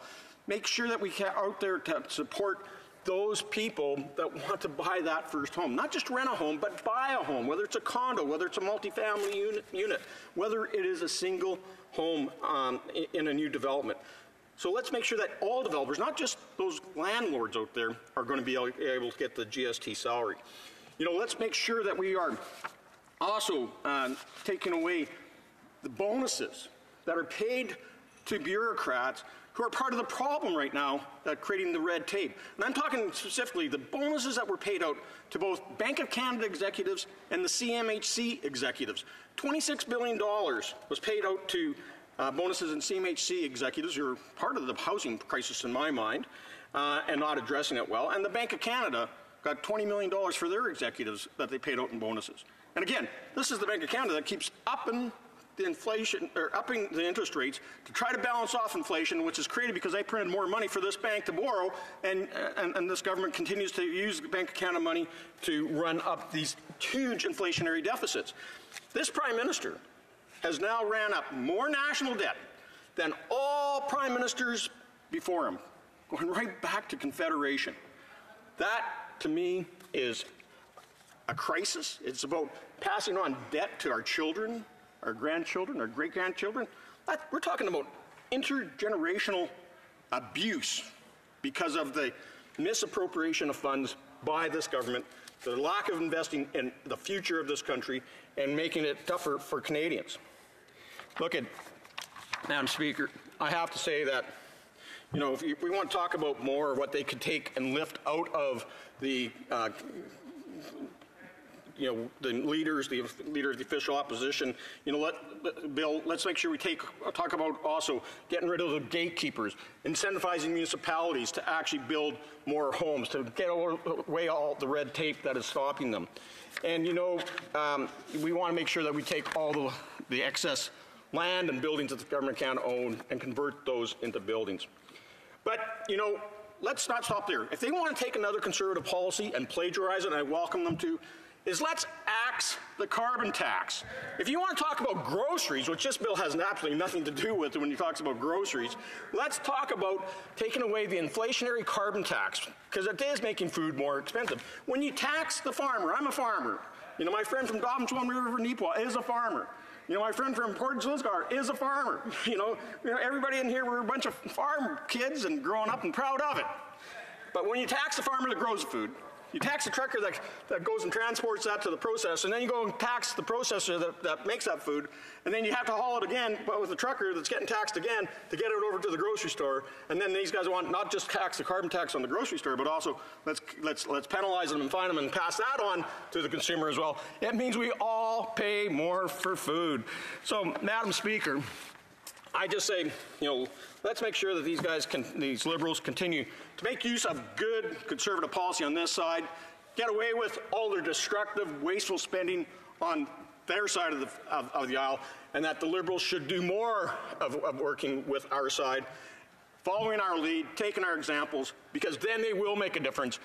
But if they don't, well, Madam Speaker, I have a promise to all Canadians that they'll have a chance to pass judgment on this government and get rid of the Liberals and bring in the common sense Conservatives for a better and brighter future. Questions and comments. The honourable member for Calgary Skyview. Thank you, Madam Chair. Thank you, Madam Chair. I want to thank my colleague for his speech. Well, I don't really agree with much of his statements on I think it was the Conservative Building Bureaucracies Act and the lack of housing you'd build. But I do have a question. Calgary City Council voted in favor of the Housing Task Force recommendations. Does the Conservative Party support Calgary's Housing Task Force recommendations? Do you support Conservative housing critics' support of those recommendations, or do you support your leaders and Conservative Party's MPs' opposition of those Housing Task Force recommendations? Could you please tell this House whether you support your housing critic or do you support your Calgary MPs? I do want to remind member he's not to address questions and comments directly to the members. It should be through the chair. The honourable member for Selkirk Interlake East. Well, Madam Speaker, I'll address the question from the member from the Calgary area and just let him know that I do support our leader on this, because it is, and I'll just repeat it again, it's Building Homes, not Bureaucracy Act. It's about getting houses built, not more red tape. It's about making sure that we're getting able to provide more opportunity for young Canadians to actually get into a house of their own. And if they can't, then let's make sure there's more housing stock out there. So if the city of Calgary, and my daughter lives in Calgary, by the way, and if she, and they luckily are homeowners, but I can tell you that it's getting more and more expensive for them as well. And so the question becomes, will the city of Calgary be willing to work with our federal Conservative Party when we become government to make sure that we're taking away all of the restrictions, all of the NIMBYs that are blocking the development of land in Calgary and creating more homes and more opportunities for people in Calgary to own their own homes. So if the City of Calgary has some great ideas, we're more than happy to work with them and provide them more infrastructure dollars to ensure that there is that opportunity to build more homes, more developments, and at the end of the day, everyone is better off. Questions and comments. The Honourable Member for Mirabel. Thank you, Madam Speaker. Thank you to the member for his speech. I have a pretty specific question for him. For about 20 years, the Bloc Québécois has been asking to reform our Competition Act, the Competition Bureau, and we've been asking for years that the Competition Bureau be able to block a merger and acquisition despite the fact that it would generate efficiency if at the end of the day the result of that merger and acquisition would mean that the consumer would pay more.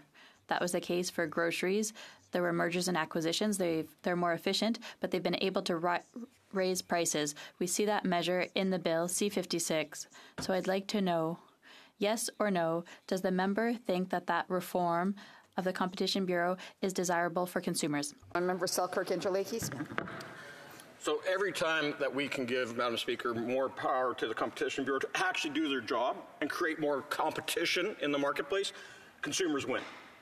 And so what we can do in this, in addressing the whole debate and the rules around the efficiencies defense, I think is something that has to be addressed. Because efficiencies usually mean less jobs, and we know that efficiencies, they've been implied in the past, has meant that we've had more concentration of the market and fewer players, and that has not helped the consumer. So although they call this the Affordable Housing and Groceries Act, the change that is suggested here, as it was by the member from Bay of Quinte, addresses the entire Competition Act, goes beyond food production as well as grocers, and talks about every part of the industry so that we can have this opportunity to apply a new lens when we're looking at acquisitions and mergers. For a brief question, the Honourable Member for Edmonton Strathcona.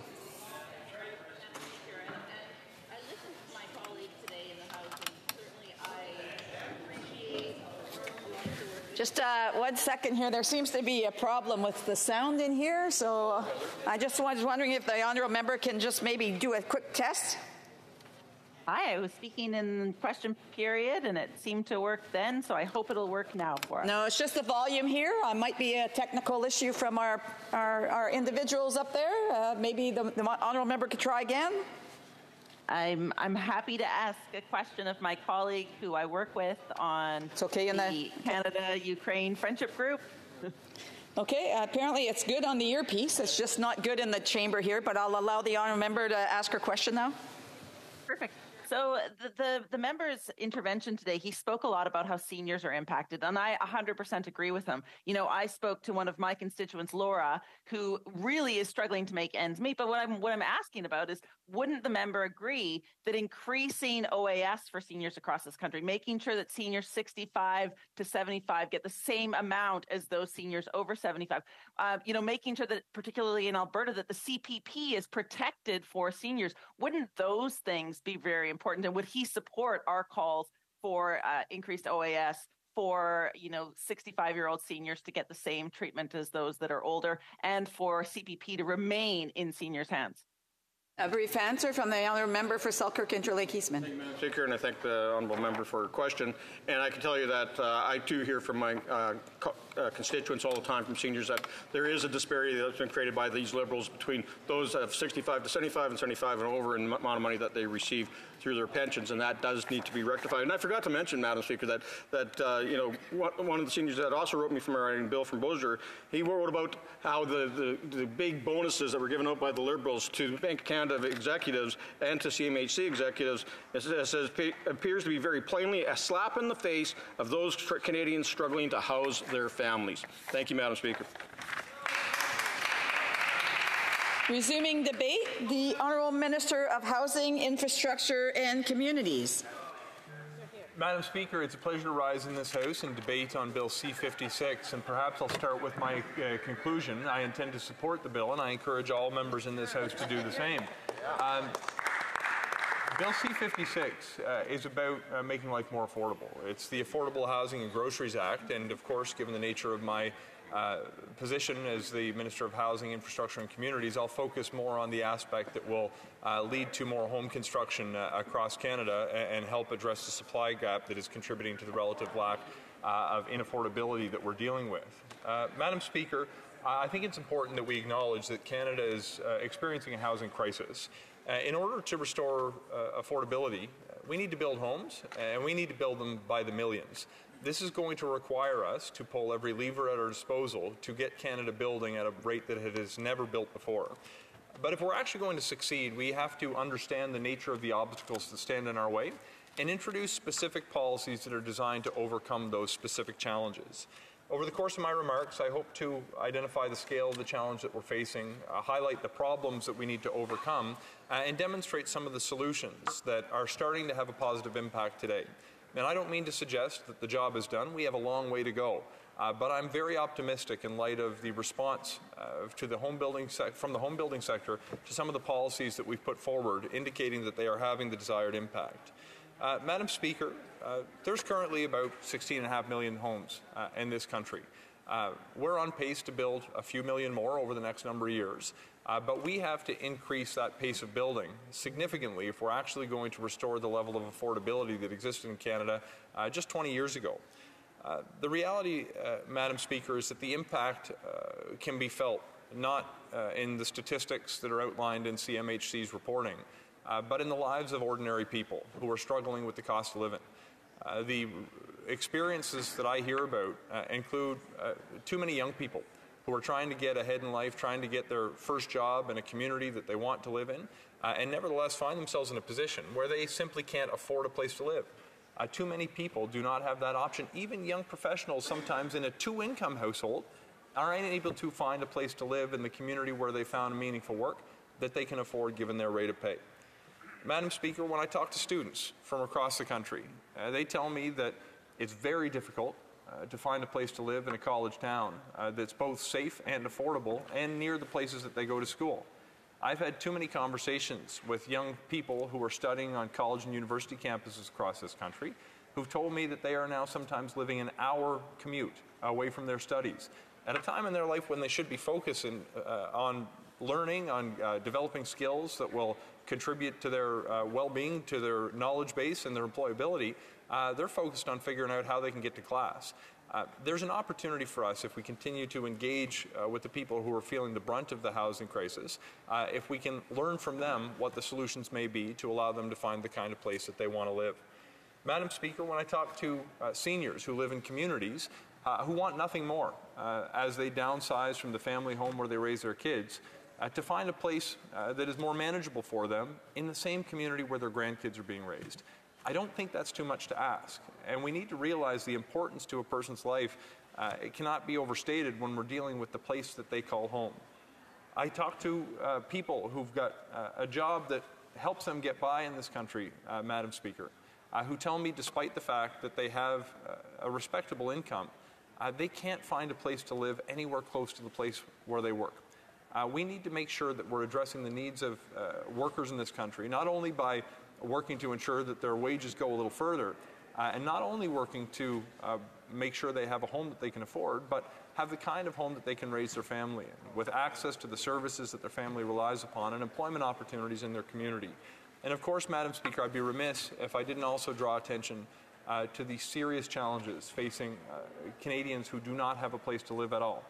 People who do not have housing security, people who are sleeping rough. Madam Speaker, we need to continue to do more to support some of Canada's most vulnerable people. There's a number of challenges that we need to overcome. Primarily, I want to focus today on the need to change the financial equation that home builders are dealing with as they make an assessment as to whether they should greenlight a project or let it sit on the shelf. As a result of the recent increases in supplies, the cost of supplies and materials, the cost of labor, the cost of land, and of course, the rising interest rates as a result of global inflation, there's too many builders who've got projects that are sitting on the shelf that have been approved, that could go ahead if the economics of the project work. This is where the GST measure that we have advanced and are seeking support from members of Parliament through B56 comes from. If we actually remove the tax on constructing new apartments in this country, we're going to see more apartments go up, Madam Speaker. When we actually reduced the GST, or made the announcement we would reduce the GST on new home construction amongst rentals across Canada, we saw certain provincial governments step up and say they would do the same. I want to thank in particular British Columbia, Ontario, Newfoundland and Labrador, my home province of Nova Scotia, and we're starting to see movement to different degrees in other provinces as well. In some instances, Madam Speaker, this has reduced the cost of GST by 15% overnight when you look at the combined impact of the federal and provincial measure.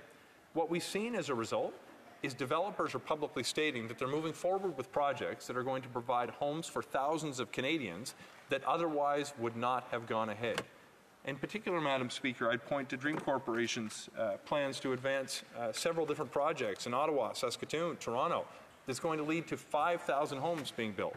I look at Fitzrovia announcing they would be moving forward with developments totaling 3,000 homes.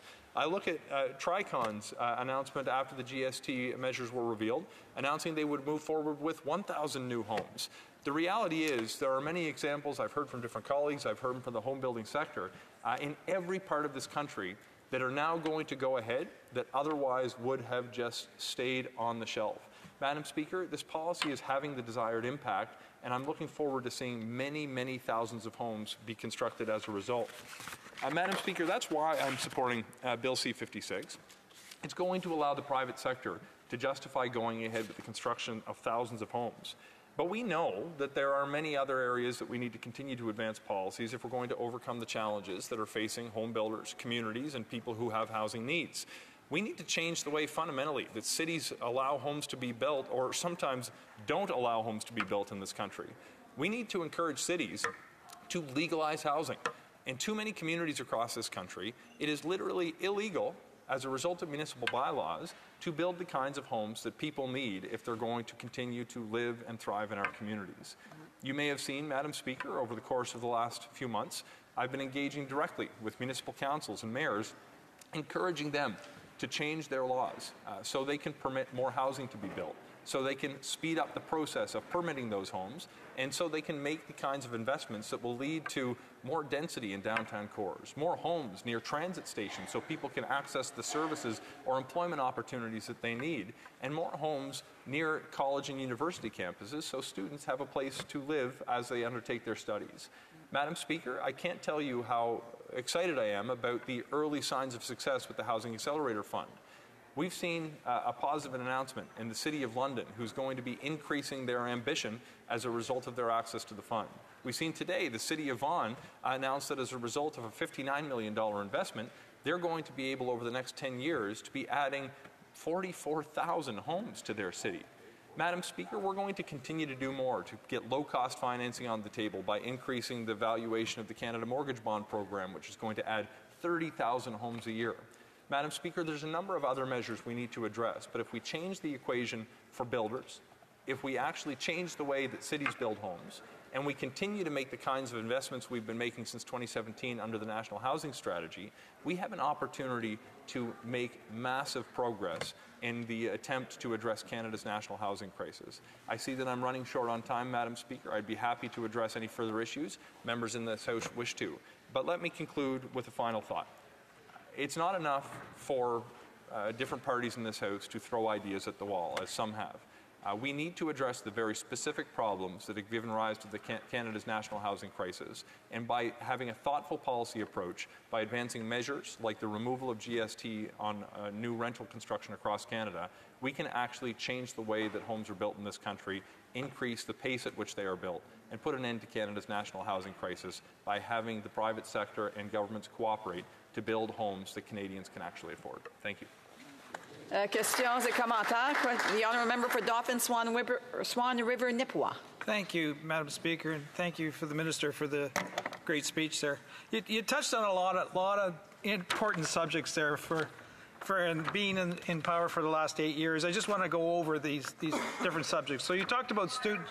To address questions and comments through the chair. Right, yes. Seems to be so nice today. The honourable Madam Speaker. So yes. So through you, Madam Speaker, the member talked about lots of different subjects that are near and dear to my heart as well.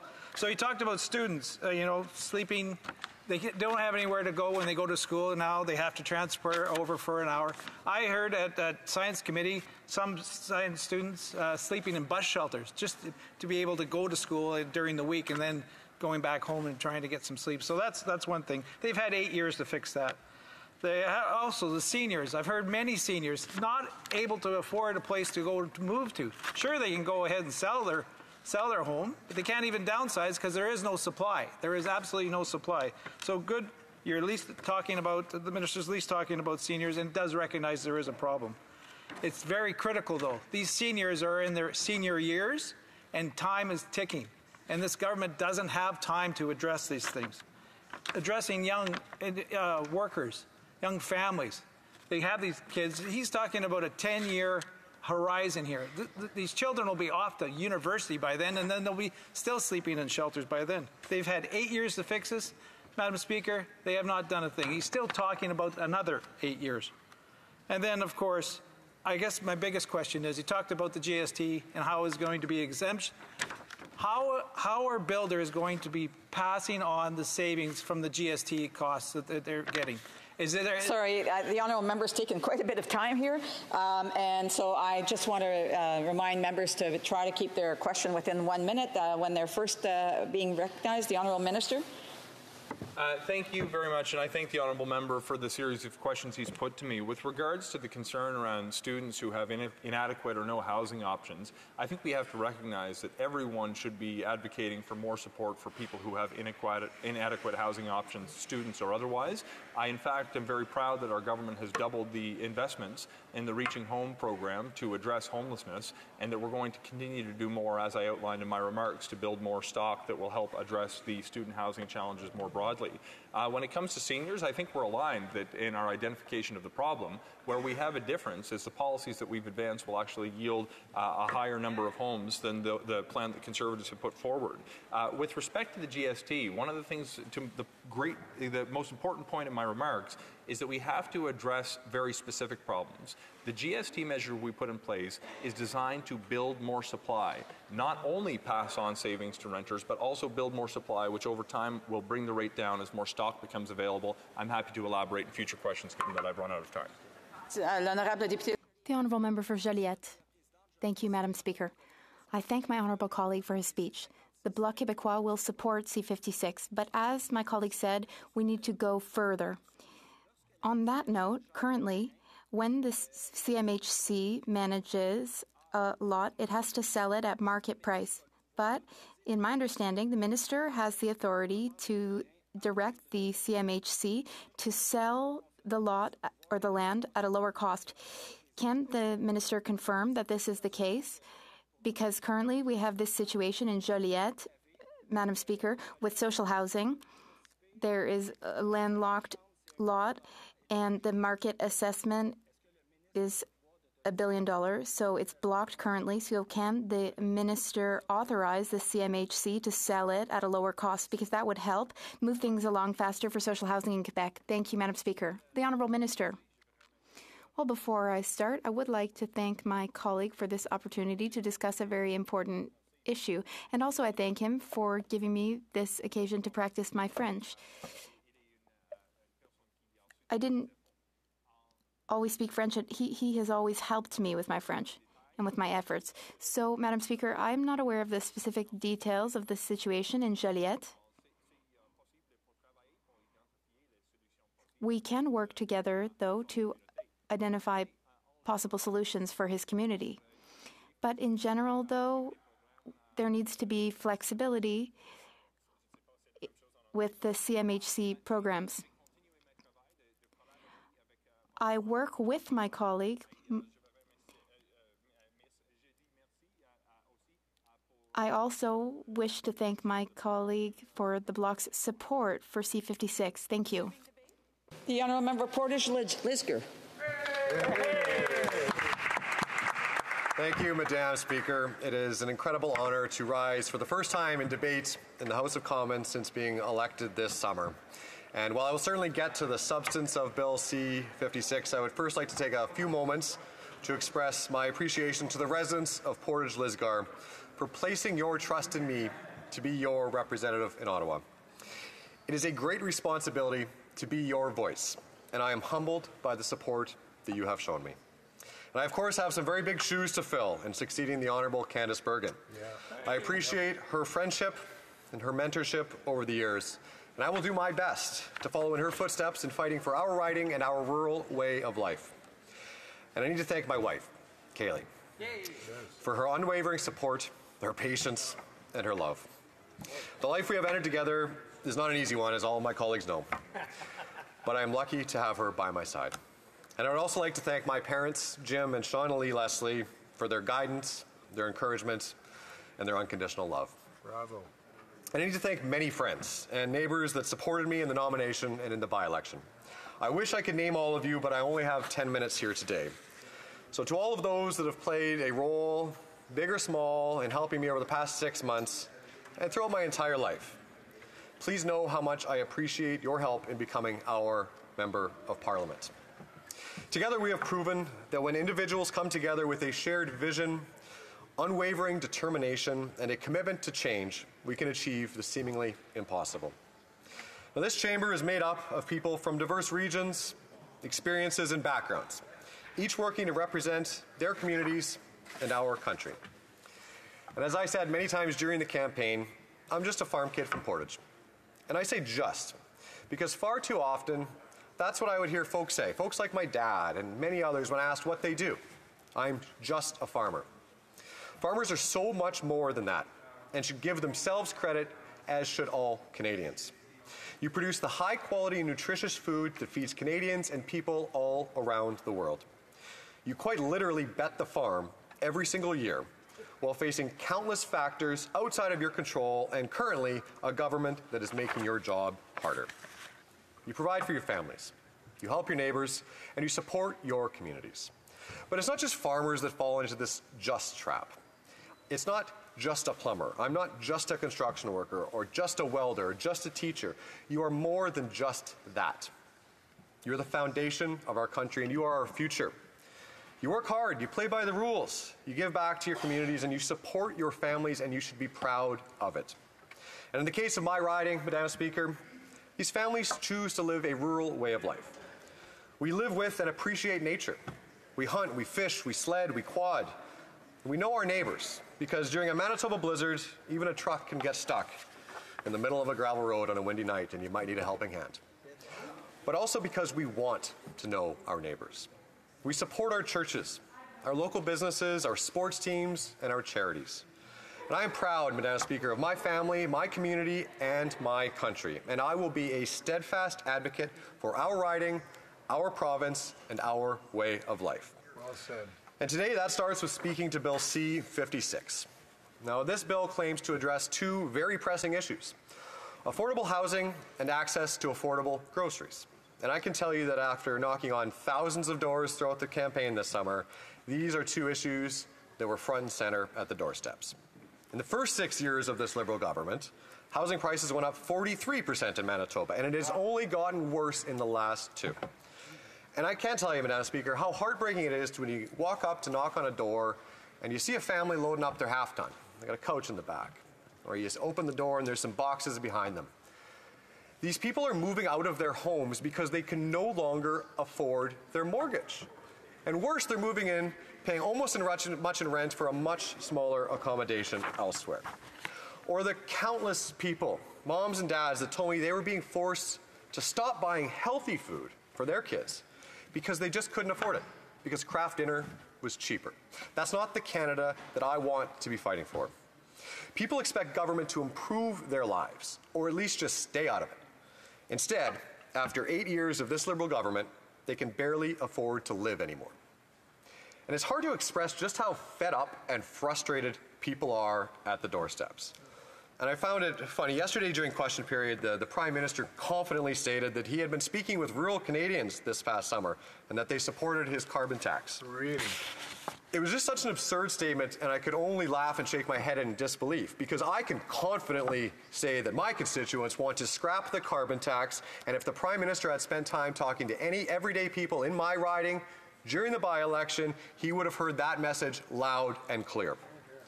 The common sense of the common people recognize a tax when they see it. They know that this costly Liberal NDP coalition is driving up the cost of everything. It's time to axe the tax.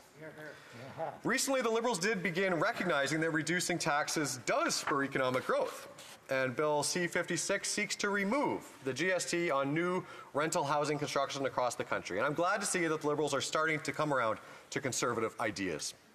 And just a day before the Minister of Finance announced this legislation, our leader introduced Bill C-356, the Building Homes Not Bureaucracy Act.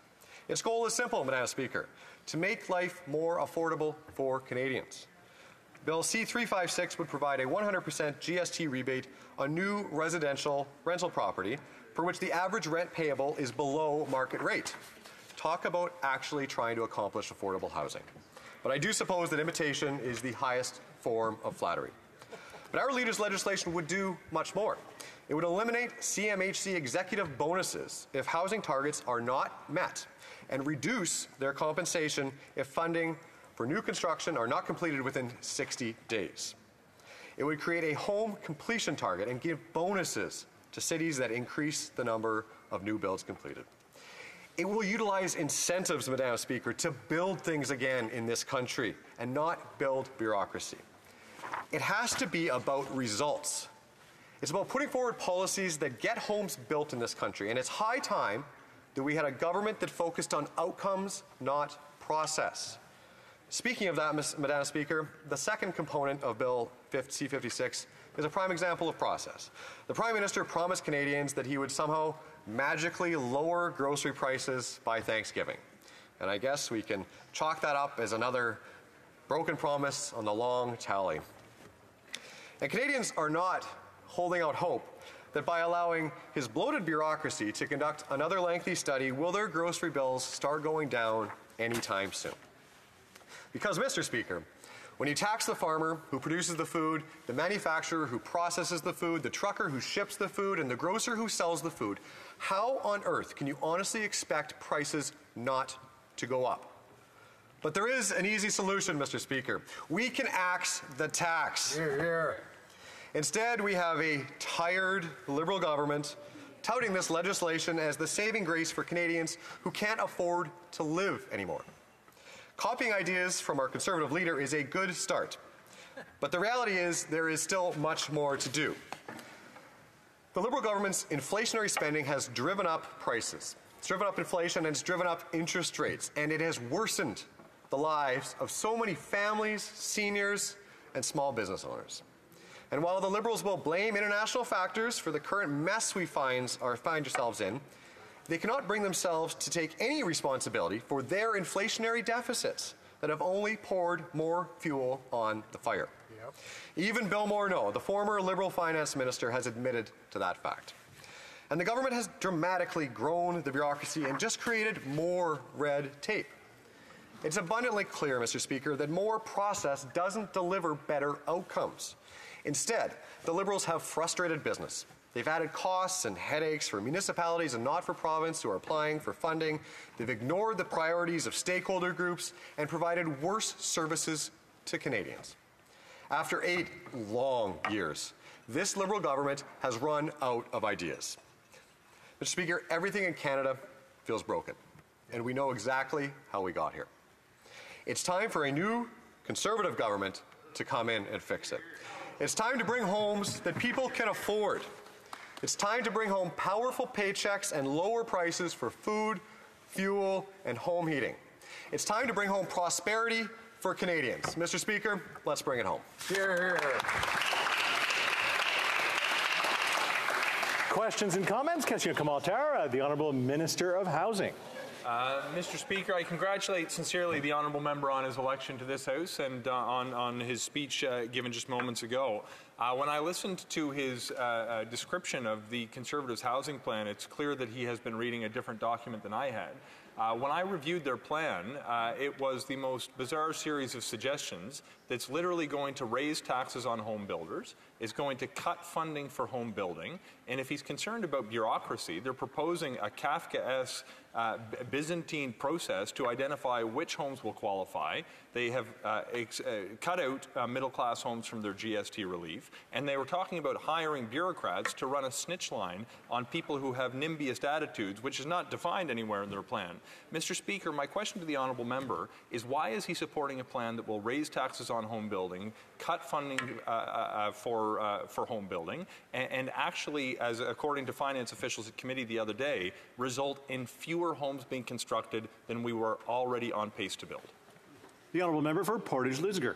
Thank you for the kind wishes. For my honourable colleague across the way there. You know, in 1972, we built more homes than we did last year. That's the record. That's what we're dealing with. And we may be reading different documents, but I am very confident in the plan that our leader has put forward. And the plan that you thought was so good, you would snatch parts of it and put it in your own announcement. I don't think we need to take any lessons from the option across the way here on how to actually get homes built in this country. Sure. While I'm really great to see new colleagues in the House of Commons, just make sure that the questions go directly to the chair, not to the other members on the opposite side. So the use of "you" can be always used very, very sparingly in this chamber. Questions and comments? Question commentaire, l'honneur of the The honourable member for Berthier-Masquinongé. Thank you, Mr. Speaker. I'd like to congratulate my colleague for his first intervention in this House. I have a question for him, and I hope that he'll be one of these colleagues that do specifically answer questions. And here's my question. The government is announcing a housing measures to remove GST on rental housing with no guarantee that it'll be granted for social housing or affordable rents will be in place. We, right now, are fighting for the federal government to free up $900 million that is due to Quebec, but it's intent on putting strings on this funding, even though it's not their jurisdiction. Does he not agree with our position that the federal government should transfer this money as quickly as possible so we can finally, quickly have social housing in Quebec? The honourable member for Portage-Lisgar. Well, thank you, Mr. Speaker, and thank you to my honourable colleague for the well wishes. You know, I think that the challenge with the question is it is, of course, best aimed at the governments, but the reality is that this government has set up such poor relationships with our provincial leaders across this country that it comes as no surprise that there are ongoing battles over these sorts of challenges. And the challenge here is, what is affordable housing? I think we need to undertake our very best efforts to make sure that we are providing all types of new housing builds to make sure that those that are currently homeless or living in housing poverty are able to upgrade their way of life. And the easiest way that we can do that is by lowering the cost of living for all of them, allowing them to keep more of the money that they earn, take home more powerful paychecks so they can live the higher quality of life that all Canadians deserve. Questions and comments? Question commentaire, the honourable member for Cowichan, Malahat, Langford. Well, thank you, Mr. Speaker, and let me also welcome the member for Portage-Lisgar to the House, and also to offer my sincere congratulations to him on the election of an NDP government in the wonderful province of Manitoba. What my question was, Mr. Speaker, you know, he did talk about the carbon tax a lot. We're very familiar with this at the Agriculture Committee. He knows as well as I do that there are exemptions in the existing Act. He also knows that there is room for improvement, which is why I voted for Bill C-234. But what I never hear Conservatives talk about is, you know, over the last 3 years, we have seen the oil and gas industry increase their profit margin by over 1,000%. So my question through you, Mr. Speaker, is why do Conservatives never talk about the gross profiteering that the oil and gas companies are having off the backs of working families right across this country from coast to coast to coast? Thank you. The honourable member for Portage-Lisgar, 20-odd seconds. Thank you, Mr. Speaker, and thank you for the sincere words from my honourable colleague who, in a past life, I had the pleasure of working with and look forward to working collaboratively with. And that legislation that he mentioned is an important piece. There are currently exemptions, but so many costs are passed on to the farmer, who are at the bottom of the totem pole when it comes to these. And so I appreciate his support for Bill C-234, and I would encourage my honourable colleagues in the other place to quickly pass that legislation to expand that carbon tax exemption to farmers across Canada. And the last thing I will point out, Mr. Speaker, is profits aren't a bad thing. I think wealth creation is a good thing, and I think that given we are invested heavily in all of our pensions, we should want Canadian companies to succeed. Thank you, Mr. Speaker. Continuing debate, reprise de débat, the honourable member for Kitchener Centre. Thank you, Mr. Speaker. It's an honor to rise to speak on behalf of folks from Kitchener Centre with respect to Bill C-56. The signature measure of which involves removing GST from rental home construction. And so I'll start by saying very clearly, I certainly support this bill, as my colleague from Saanich Gulf Islands does. It's an important and good measure. However, it is not nearly the kind of ambition we need to meet the moment we are in. And that is a very deep and protracted housing crisis. Specifically, in my community, in the last 3 years alone, the number of people living unsheltered has more than tripled to over 1,000 people. Home prices in our community, if you compare back to 2005, in 2005, the average house price was around 3 times the average person's income. Today, it's over 8 times. House prices have gone up 275%, wages up 42%. Pretty clear that wages aren't keeping up. We're also losing 15 units of affordable housing to rent evictions and the financialization of our housing for every one new affordable unit getting built. What that looks like day to day is that the shelter system in my community is overflowing. One example, the week before we returned here, I showed up for a community meeting at an apartment building downtown Kitchener. More than 40 people showed up on that night, invited by their counselor. I was there as well as bylaw enforcement, and we heard from folks there about the living conditions in their building, everything from cockroaches to bed bugs. And what the residents of that building were clear in telling us is that they knew they didn't have any other options, that there was no recourse, there's insufficient recourses. Of course, we can talk about the landlord-tenant board and the backlog there, but the fact is that because we haven't been building the kind of social housing we need in this country, people are left with no other options. More I can tell you about, as I've heard from other colleagues here, when I was knocking on doors this past summer, and a young man I spoke with, he was engaged. He's working in the trades, living at his parents'. His fiancée is a teacher. She's doing the same. And they don't know when they'll ever be able to afford a place of their own. To help restore affordability, CMHC is telling us we need to build 3.5 million more units than planned by 2030.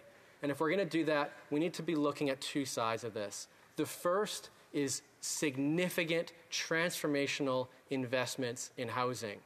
And, this has been done in this country before. Back in the 1970s, federal assistance for building starts across the country were 40% of all building starts had federal assistance. That went down to 8% by the 1980s, and today, no surprise, if you look at the total stock of social housing across the country, we're way at the back of the G7. We're at 3.5%. So even a call as bold as saying let's double the social housing stock, that only gets us to 7%, which is only kind of the middle of the peer average amongst the G7. To do that, though, we need to get serious about having CMHC get back into building housing the way that they used to.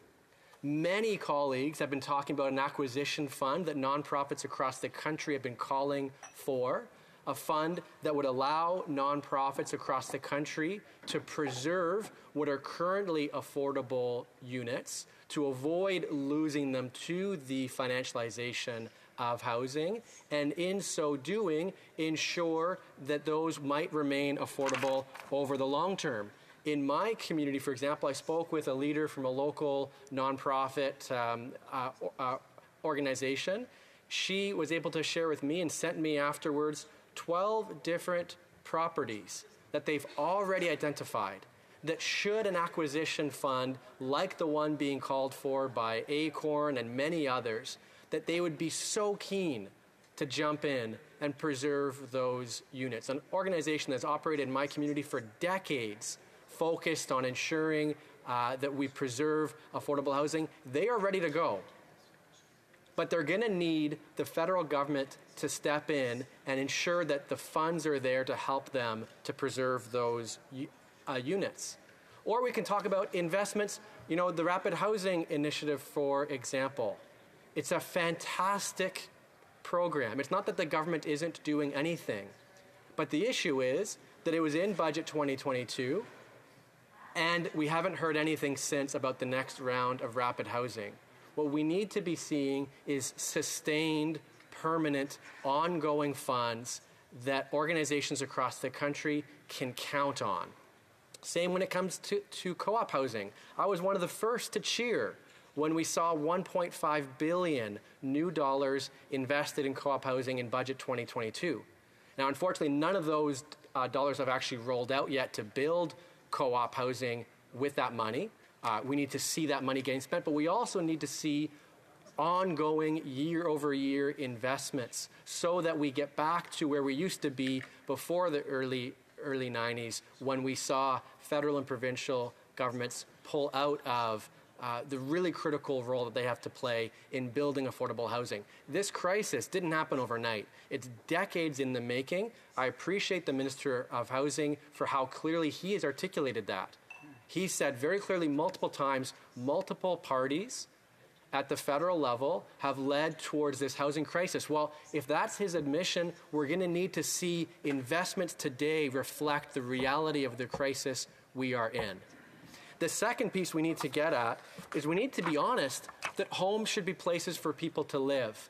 They shouldn't be commodities for investors to trade. But the reality is that's what's different between folks who are looking to rent and buy homes today versus my parents in the 1980s.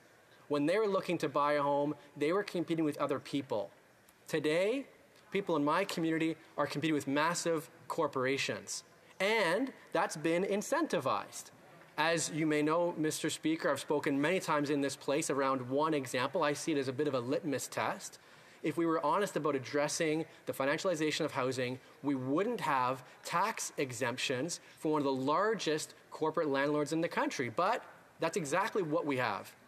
Real estate investment trusts who have almost exclusively been buying existing units. The reason being, of course, it's more profitable for them to do so.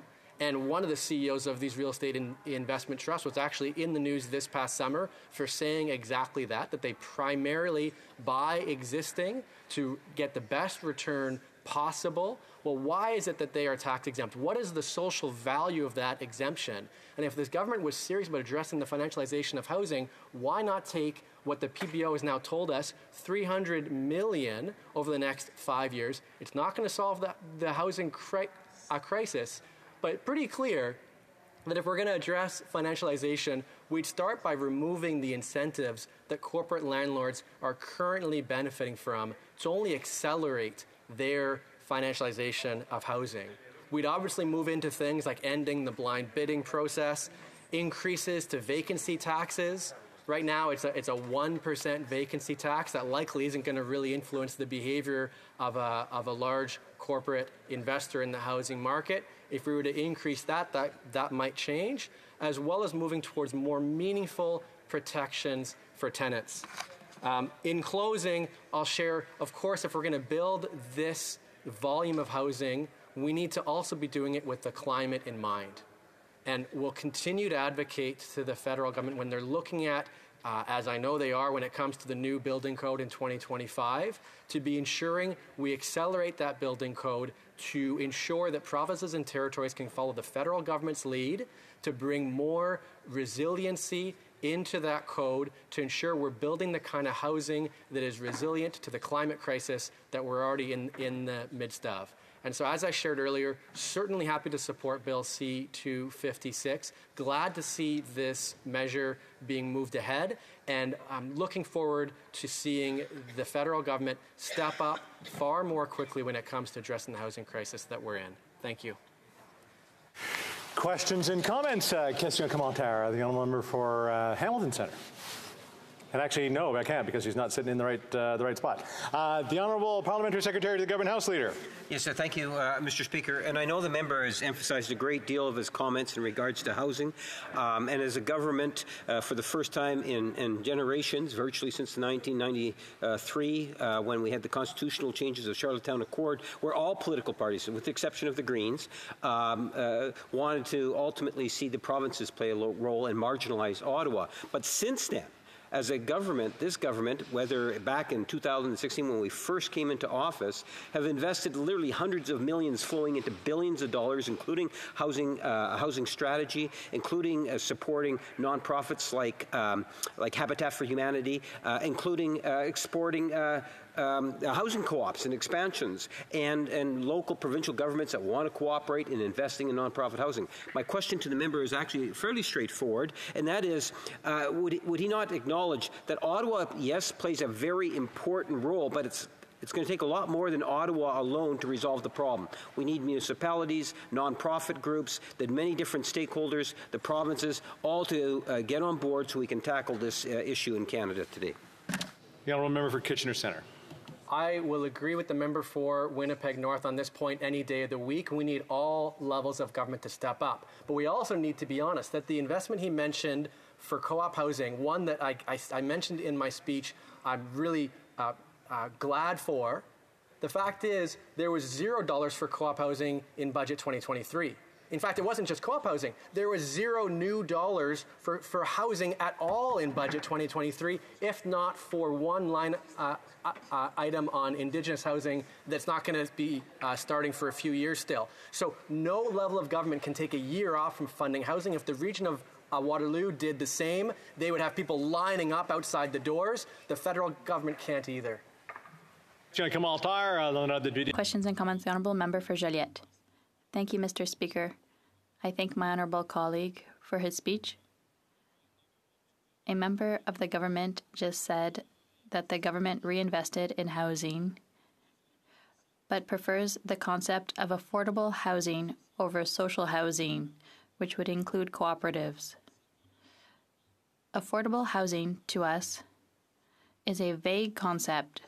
Often the amounts that go towards it don't actually build affordable housing. What does my honourable colleague think? Thank you, Mr. Speaker. The Honourable Member for Kitchener Centre. Merci, Monsieur. Thank you, Mr. Speaker. Thank you for the question to my colleague, my honourable colleague for Joliette. It's such an important question because the definition of affordable housing is different in different programs under this government. And a definition of affordable that talks about 80% of market isn't really affordable. So we need to push this government to give a definition of affordable housing that is really affordable. Very little time left before we have to move on to the next item, and I know the Honourable Member for Hamilton Centre tried in the wrong seat, so now he's in the right seat. The Honourable Member for Hamilton Centre on a quick question. Thank you very much, Mr. Speaker. And we heard the Honourable Member speak about the housing crisis. I actually would like to suggest that what we have is a crisis of capitalism. We have the capitalization of people's very existence identified in the real estate investment trust that he's highlighted. We have Vanguard, BlackRock, and others. In my community, sir, we have 9 apartment buildings that are facing rent evictions and demevictions. So my question through you, Mr. Honourable Speaker, to the people who are going to be meeting in Hamilton in about an hour from those 9 apartment buildings, what do you have to say about the crisis of capitalism and the impacts that it has on housing? I have nothing to say as the chair occupant, but the Honourable Member for Kitchener Centre win 10-15 seconds. What I would say is that housing is a human right, and it deserves to be more than a preamble in a bill. It needs to be enshrined in legislation. It being 5:46, the House will now proceed to the consideration of private members' business as listed on today's order paper. Private members' business. Resuming consideration at second reading of Bill C-314, an act to amend the Criminal Code, Medical Assistance in Dying, bill standing in the name of Mr. Fast. And I believe the Honourable Parliamentary Secretary to the Government House Leader has the floor.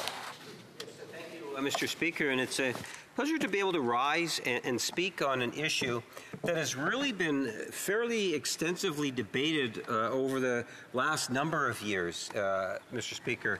You'll recall that the reason why we're having today's debate can actually go back to 2015, when there was a Supreme Court of Canada decision that ultimately obligated parliamentarians here in the House to develop and pass a law to take into consideration a ruling that was made by the Supreme Court of Canada in terms of the necessity of the government to provide for a framework. And it was not a very easy challenge. When that decision was ultimately made, the government of Canada at the time, Stephen Harper, ultimately, I don't know how best to put it, ultimately sat on the issue until there was an election. That election saw a change in government, and it was one of the first orders of business that the government of Canada, under the current Prime Minister, had to deal with. You know, over the years, I've been engaged in many different types of debates on all types of forms of legislation. And I often, especially when I'm talking to young people, they try to get a sense of what it is that we do here in Parliament. And I talk about legislation, and I'll often make reference to Bill C-7. Bill C-7 was a very passionate debate that had taken place on the floor of the House of Commons, Mr. Speaker, back in Centre Block. And I can recall it vividly because of all the different emotions that were being expressed on the floor. All the discussions that had taken place. It was something that was not taken lightly. You know, if you were to take a look at, over the years, the number of Canadians that have been consulted in one form or another in regards to medical assistance in dying, we're not talking about tens of thousands. We're talking about hundreds of thousands of Canadians from coast to coast to coast in many different forms actually came together in order to be able to voice opinions and concerns. In fact, we had a standing committee also that did an incredible amount of consultations, not only with individuals in our community, but many different stakeholders. And I think in the debates that I have seen, I don't think we reference our healthcare professionals and the important role that they also played in the debate. And I wanted to start it off by talking about that because I think it's really important that as we see this bill will ultimately be voted on, C 314, that we understand and appreciate the amount of discussions and efforts and the current legislation that we have, which was amended, Mr. Speaker. We saw C7, and there was some issues that ultimately came out of C7, which caused another government bill to come to the floor. And again, a lot of repeat discussions that had taken place and ultimately passed. And I think that's where the current member has made the decision in terms of his private member's bill, because the changes that were made in that bill, and I think it was C39, Mr. Speaker, I'm not 100% sure, the member can correct me if I'm wrong in his closing comments, is what ultimately might have brought forward this particular piece of legislation. And to be clear, in terms of what does C314 do? It proposes to permanently exclude the eligibility to receive medical assistance in dying on the basis of a mental disorder alone. Wording is really important, Mr. Speaker. I know in the original debates with all the different stakeholders, and I made reference to, in particular, our healthcare professionals, the quality of presentations and understanding of the issue, the serious nature of the issue. I would suggest to you is second to no other in terms of the debates that I have seen and witnessed. In particular, some of the things that we heard coming out of the committees. And as I reflect on that debate, Mr. Speaker, I think in good part throughout almost the process, what you saw was in many members of Parliament put their party position to the side and reflect in terms of what they or he or she believed as a parliamentarian. Maybe it's a crossover of personal beliefs versus the canvassing, no doubt, that many people had in terms of their constituents and wanting to reflect in terms of the general will of the constituents. I say that because at the end of the day, when you think of medical assistance in dying and the issue of a mental disorder, as we all know, I am not a medical professional, Mr. Speaker. But I have an immense amount of respect for what it is that our medical professionals have to go through in order to be put into a position, because it's not just any and every doctor, Mr. Speaker, or nurse practitioner. There is a whole lot more that's involved. And I don't think that we want to try to simplify a message. And towards the end of the debate, you know, if you looked at it, in particular on the second piece of legislation, in dealing with this particular issue, you get members that would stand up and say, well, yeah, just go and put in your order almost as if you're going through a drive-thru and then it's done. And we all know, Mr. Speaker, that that is by far not the case. I'm going to fall back on the fine work that our standing committees have done. I'm going to fall back on the issues and how it was explained in good part by the different stakeholders. I'm going to stand by what it is that the healthcare professionals brought forward to us, Mr. Speaker. And then look at the information that was provided and ultimately reflect what I believe in this particular situation, what a vast majority of the constituents in which I represent would want me to be saying on this particular issue, Mr. Speaker, with very much a sympathetic heart and understanding the difficult situation that unfortunately far too many people have to face, Mr. Speaker.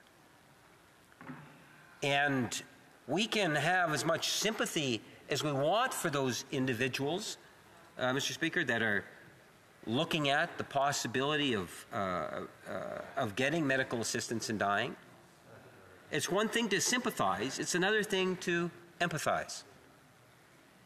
And, you know, based on everything that I've had to look at and listen to over the last number of years, Mr. Speaker, I have not been convinced that this is in fact the direction that we should be going, Mr. Speaker, in regards to 314. I'm just not convinced. I think that what we need to do ultimately is to continue to monitor and look at ways in which we can ensure that there is no abuse of made legislation, that we continue to show compassion in every way that we can, that we continue to listen to what the experts are telling us and the individuals and the stakeholders, and try to build more value to the legislation so that there is a higher sense of comfort, Mr. Speaker, by the broader community, in which I believe there is today, Mr. Speaker. The mechanisms are there, and there's opportunities to continue to be able to review. So with those few words, I would end my remarks. Thank you, Mr. Speaker. Continuing debate, le débat continue avec l'honorable. The Honourable Member for Repentigny. Thank you very much, Mr. Speaker. So I will address Bill C-314 from the standpoint of the subject it addresses, of course, but I feel compelled to denounce the excessive and inappropriate nature of the initiative of the Honourable Member for Abbotsford when it is introduced in response to an important and sensitive social issue, medical assistance in dying. The desire of the member from Abbotsford to insert into the criminal code the notion that mental disorders are not considered serious and irremediable health problems for the application of MAID is inappropriate. You see, Mr. Speaker, mental illness is something extremely complex, something which, in the medical sphere, is not without controversy, and there are several reasons for this. First, if we were to rush to provide access to MAID when mental illness was the only medical problem cited, well, yes, that would be unwise and dangerous, but that's not what is happening right now. The criminal code will be revised in due course if necessary. On this point, experts consider that the current provisions of the criminal code are adequate to allow further work on MAID. And what I want to denounce today, Mr. Speaker, is what I would call crass manipulation of this issue by the official opposition. You wouldn't know it from just reading Bill C-314. Well, almost. It's the whole message that accompanies and surrounds this bill's arrival in the House. That's what I want to denounce. So I wish I could say it was just a matter of misunderstandings on the part of some colleagues, but I can't even take refuge in that explanation. Associating the fact of not being able to buy a home or suffering from inflation and rising grocery prices, situations which are not easy, I agree, but associating that with access to medical assistance in dying for mental disorders, well, come on, that's populism, and it's low-level populism, I'd say. It's a demonstration of ignorance of the many realities faced by people with mental disorders, and if it's not ignorance, it's worse. So it's a position of contempt for people who struggle on many fronts to lead a more or less normal life despite the suffering caused by mental disorder diagnoses. With Bill C-314, the Conservatives are putting on their agenda falsehoods they believe to be electorally profitable, and I see nothing positive in that, because this debate is about our society. When the official opposition claims that the work to be done next spring to give Canadians living in despair, that's the word used by the leader of the official opposition, those who are in despair, to provide them with access to medical assistance in dying, well, I consider that irresponsible. We have to see the difference between making a request and having that request accepted. That would be the first thing the member should take into account. Just because a request is made doesn't mean it will be automatically granted. So this is purely for electoral purposes, and it's completely false. Telling Canadians at a press conference that the intention is to provide MAID for people whose only condition is depression or other mental health conditions, well, come on, depression is reversible, and so is suicidality. So wait a minute, it's downright dangerous to say such things. But it gets worse. Yes, Mr. Speaker, it gets even worse. The leader of the official opposition in March 2023 said, and I quote, "Those who go to the Mississauga Food Bank are seeking medical assistance in dying not because they're ill, but because they're hungry." Come on. Another quote, 1.5 million people are visiting food banks and some are requesting MAID because they can't eat or heat or pay for their homes. Are they serious? Are they for real? And I could read all sorts of quotes that I found in Hansard, but you know.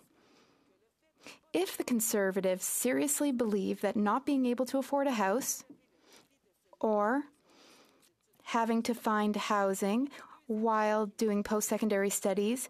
If the Leader of the Opposition really thinks that those are factors that lead people to want to end their lives, well, that's not a really good argument.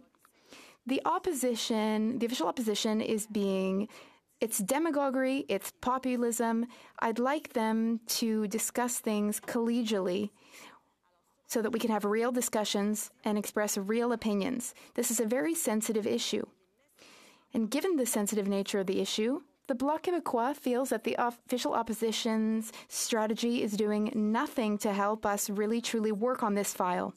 This is an important file, and we have a solemn duty to our constituents. And our duty is not to say nonsense like the nonsense I've just shared with you that the Leader of the Opposition said in March 2023.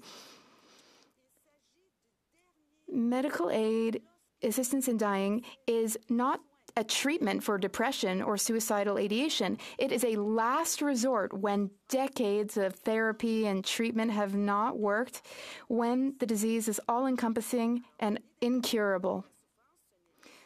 We feel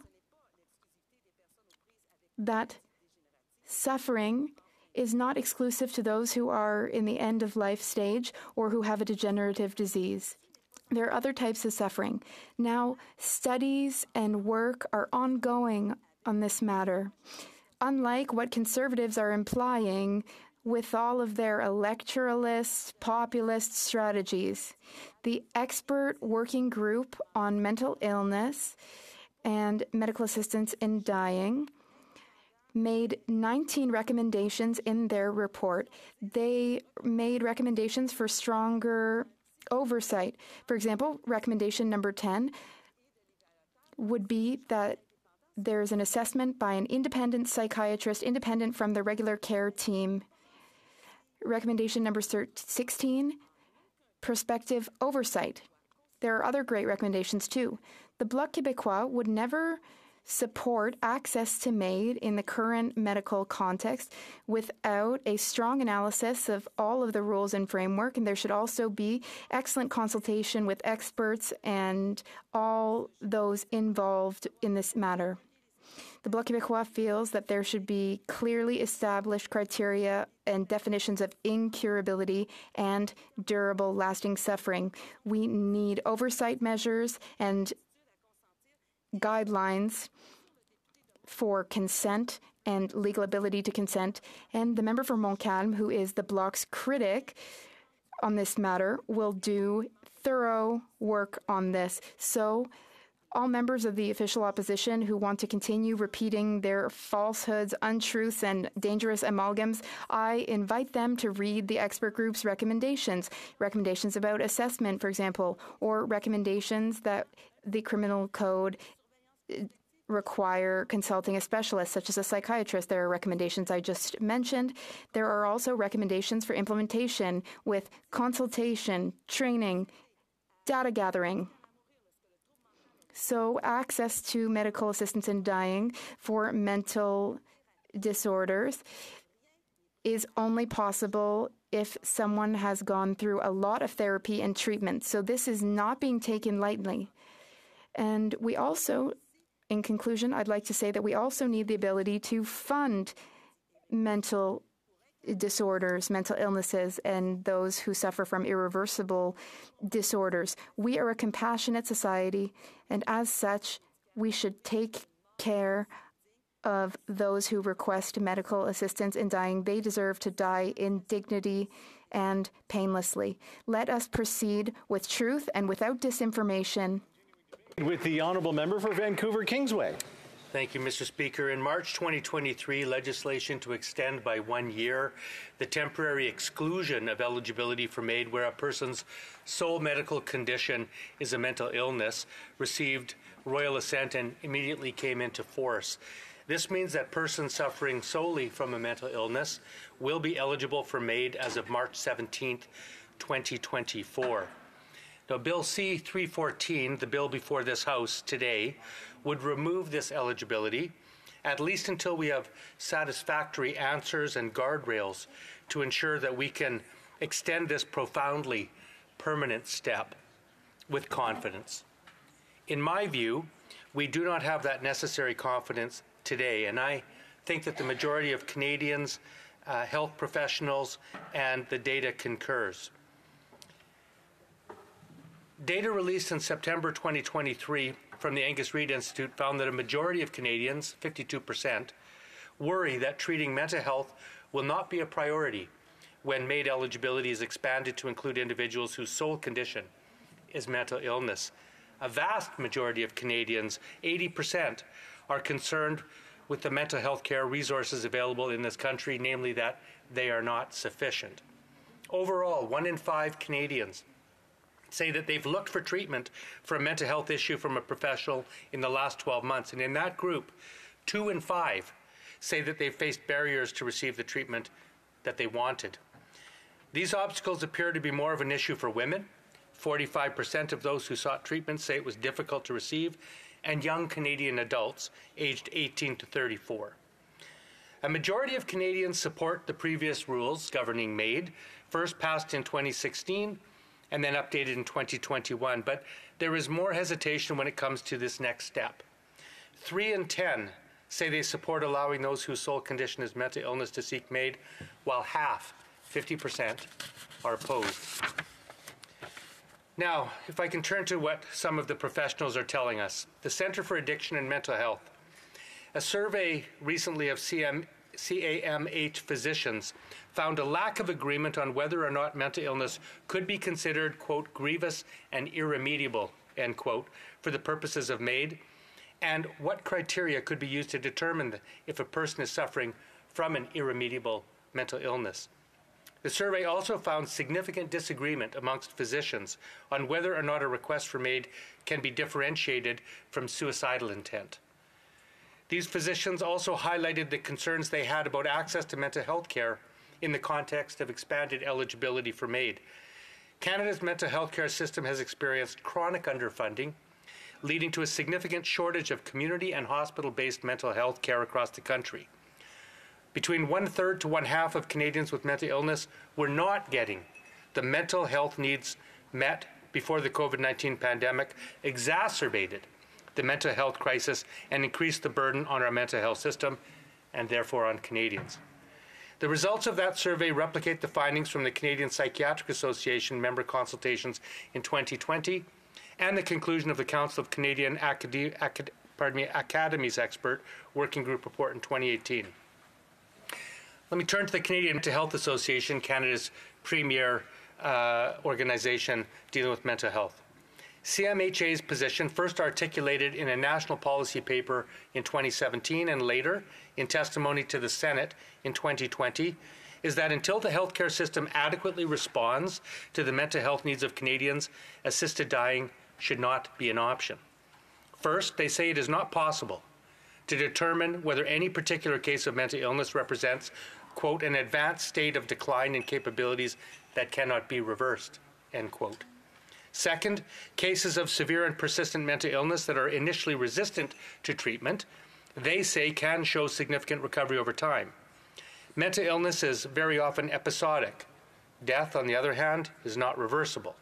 In Dutch and Belgian studies, a high proportion of people who were seeking MAID for psychiatric reasons but did not get it, later changed their minds. Third is the issue of whether this distinction for mental illness vis-a-vis all other types of illness is inherently discriminatory. Denying access to MAID for mental health reasons alone does not necessarily mean that those with mental illness suffer less than people afflicted with critical physical ailments. That is true. What is different about mental illness specifically is the likelihood or not that symptoms of the illness will resolve over time.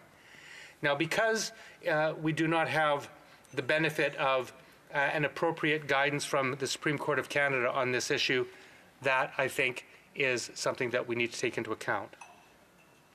It's also noteworthy, Mr. Speaker, that with only 7.2% of Canada's health budget dedicated to mental health care, Canada spends the lowest proportion of funds on mental health among all G7 countries.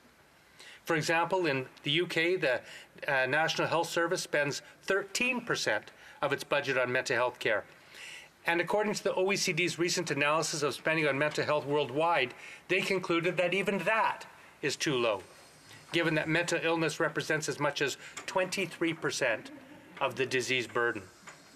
So the historical underfunding of mental health has been most pronounced in community-based mental health services, and I think that ought to be taken into account.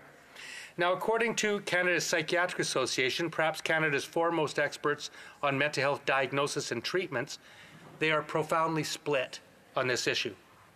The CPA's most recent member consultations in 2020 found that 41% of respondents agree that persons whose sole underlying medical condition is a mental disorder should be considered for eligibility for MAID. 39% disagree or strongly disagree, and 20% were undecided. According to CPA President Dr. Grain Nielsen, balancing the commitment of psychiatrists to provide treatment, care, and hope for recovery with the person's lived experience of suffering and right to enact personal choice in healthcare decisions, including MAID, is a fundamental challenge, particularly where death is not naturally reasonably foreseeable.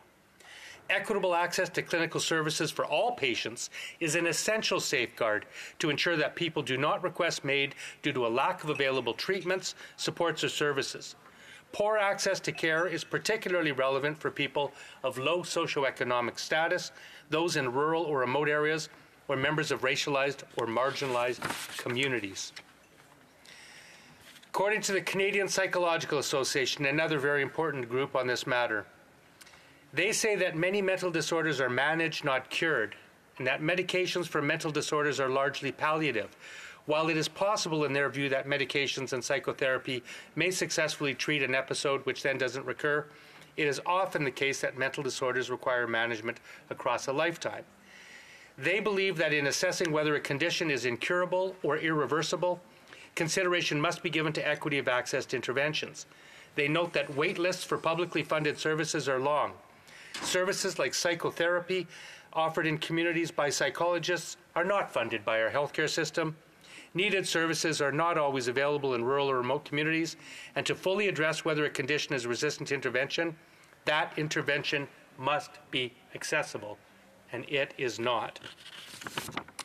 They note that the mental functions required to give consent to MAID are the very ones sometimes impaired with a serious mental disorder, despite the grievous and irremediable suffering the disease or disorder imposes. So consideration must be given to how to assess capacity despite the impairment in thinking that can accompany serious mental disorders. Mr. Speaker, I believe that we must act cautiously, prudently, and we must take a phased approach in this area. As has been noted by all parliamentarians, this is an intensely sensitive issue with grave moral and obviously consequential concerns. Adequate time, in my view, is needed to facilitate a comprehensive national conversation about acceptable safeguards in the availability of medically assisted dying for those suffering from psychological or mental health conditions alone, so that we minimize negative impacts on people living with mental health problems and illnesses when they are most vulnerable, and on their caregivers and health professionals. I think that holding that national conversation must involve people living with mental health problems and illnesses and experiences because they play a central role, and get their input into what mechanisms must be there to minimize the risk of wrongful death. So, Mr. Speaker, it's going to be my position to support this bill, and I think we must move very cautiously. I don't think that we can say that we can never move into this area, but I think we can say with confidence, now is not the prudent time. Continuing debate with the honourable member for Calgary Confederation. Mr. Speaker, today I rise to speak to Bill C-314, an act to amend the Criminal Code, Medical Assistance in Dying. This enactment amends the Criminal Code to provide that a mental disorder is not a grievous and irremediable medical condition for which a person could receive medical assistance in dying. This is not the first time I've risen in this House to speak on this issue of medical assistance in dying, Mr. Speaker, or what we refer to as MAID. And I do thank the honourable member from Abbotsford for the opportunity to speak on this bill. As we know, MAID is an extremely complex issue that has generated some strong opinions on both sides. In May of 2016, when I rose here to speak in support of the MAID legislation, at that time, I stated that when it comes to something as personal and sensitive as death, it is better to have options available, even if we don't like these options, even if we don't believe in these options. It is better to have some legal framework in place than none at all. I quoted from many letters I received from constituents in my speech back then, and I read many of them out, from Ken, from Connie, from Valerie, Deborah Lee, Catherine, Tracy, Doug, and David. They all share their personal perspectives with me, and it was extremely helpful in my own personal deliberations. In the years since MAID was legalized, I have come to have known a number of people who have found comfort, personally and for their families, in the MAID process. Their death was foreseeable, there was no chance of recovery, and when the dying process appeared to be both prolonged and cruel, it was an option that they took advantage of. Their death was dignified, it was planned, and it was peaceful. It allowed them to say their goodbyes to their loved ones, to their friends when they could. However, that being said, Mr. Speaker, I am a very big proponent of hospice and palliative care, which must always be a viable and an available option to someone contemplating MAID. In the strongest terms, MAID cannot be seen as a substitute for good palliative care, and it shouldn't ever. Through my family's volunteer experience with Hospice Calgary, and later with my wife's final days with breast cancer at the Agape Manor Hospice Care Facility, I saw firsthand how critical it is that we have a proper, well-funded palliative care system here in Canada. I saw then how underfunded this specialized care is within our healthcare system, and it is still that way today. Canadians should have access to the support and the care that they need while living through one of the toughest times in their lives. We need to do better, we can do better, but we certainly have a long way to go. Today, however, we are here to address the concerns of Canadians when it comes to the implementation of MAID with mental illness as the sole eligibility. And this is the gist of Bill C-314. Should there be a permanent exclusion from MAID for people whose sole underlying condition is a mental disorder? Mr. Speaker, back in 2016, during the original MAID debate, I had a meeting with a constituent, a young man named Anton. He came to my office, and Anton is the main reason why I'm rising here to speak today. He was a young 20-something, 25, 26-year-old, fit, good-looking. He was an articulate, intelligent, healthy young guy. Now, when I say healthy, though, I mean in the physical sense only. Anton came to my office to discuss his desire to have access to medical assistance in dying. He literally wanted to die. He shared with me his mental struggles, and he said he was tired of living and he just wanted to die.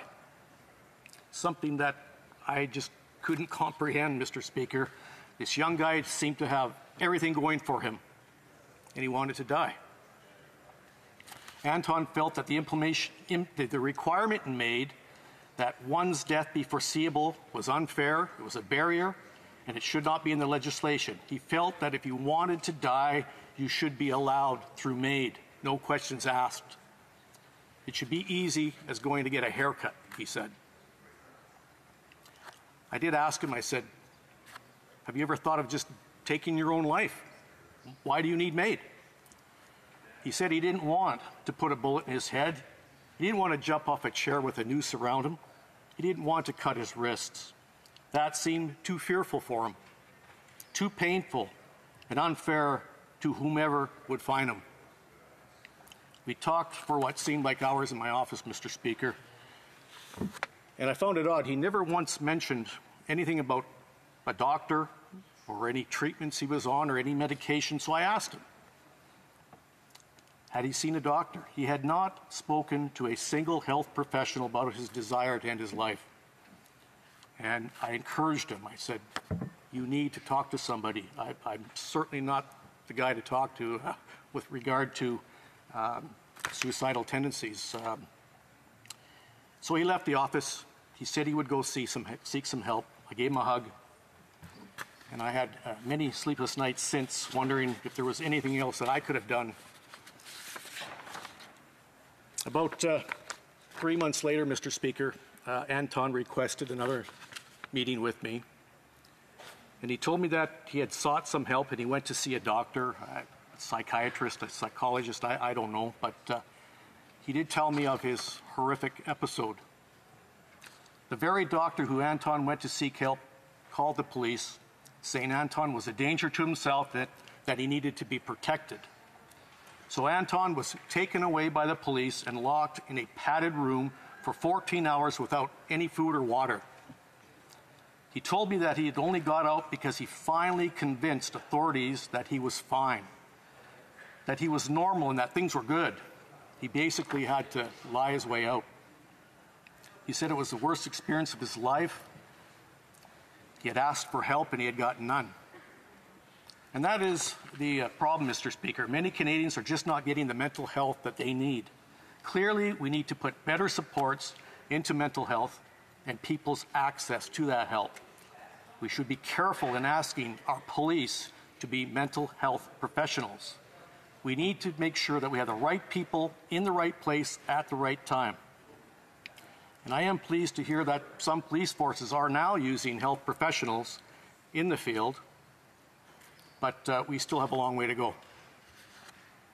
We need to put vulnerable Canadians back in control of their lives. We want to see them get the help that they need, provide them with the social and mental health supports that they need. We must never give up on them and allow them to prematurely choose MAID over access to mental health care.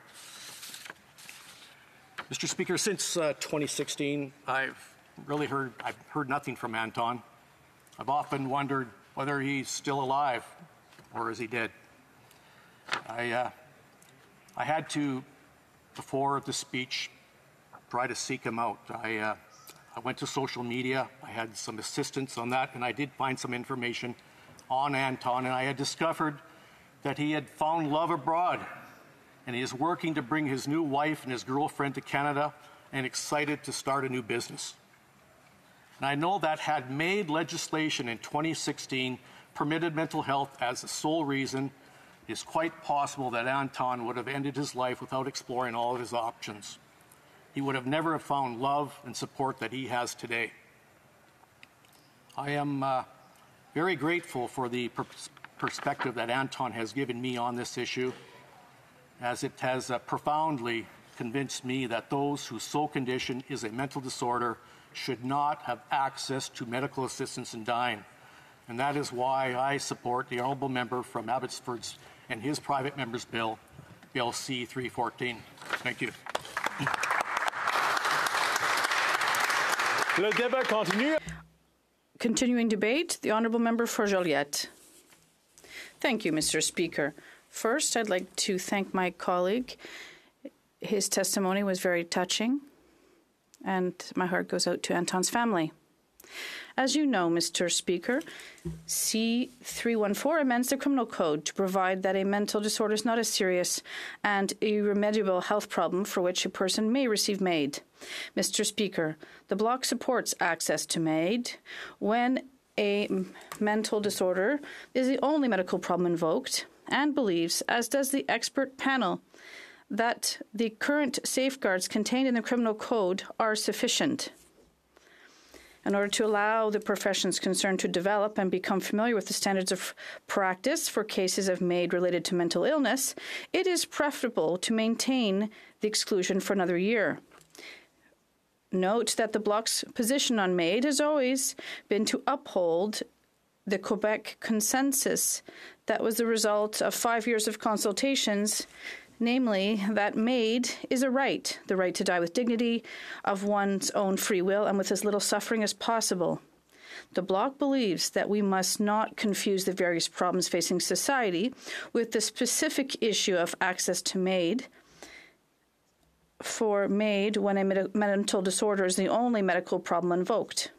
We believe that it's possible to defend the right to self-determination which MAID does, while helping to improve our healthcare system, particularly our mental health services. In this regard, as a reminder, the government has not substantially increased health transfers. Mr. Speaker, contrary to the comments made by the Conservatives, I'd like to reiterate that in this debate there's no question of offering people MAID as an answer to society's various ills. To suggest that the government's actions are driving people to depression and that their solution is just to offer them MAID is simply irresponsible. It's also important to bear in mind that in the Conservative leader's communications, he uses misinformation, ignoring the context, when he states that the government has decriminalized dangerous drugs. The context is that Ottawa has authorized a 3-year pilot project in BC to decriminalize possession of small amounts of drugs. It's a pilot project inspired by practices in Portugal, with the specific aim of stemming the overdose epidemic in BC. The hope is that this pilot project will pave the way to helping Canadians and Quebecers struggling with addiction. Moreover, to say that government will offer MAID in less than a year is misleading. It implies that people will be granted access to MAID in less than a year, but that's not the case at all.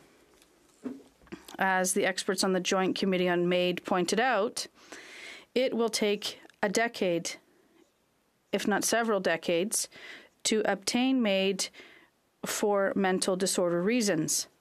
It will have to be established that decades of therapies marked by multiple approaches failed to cure the patient's mental health. In short, this is the exact opposite of the Conservative leader's suggestion that temporary depression is sufficient grounds for access to MAID.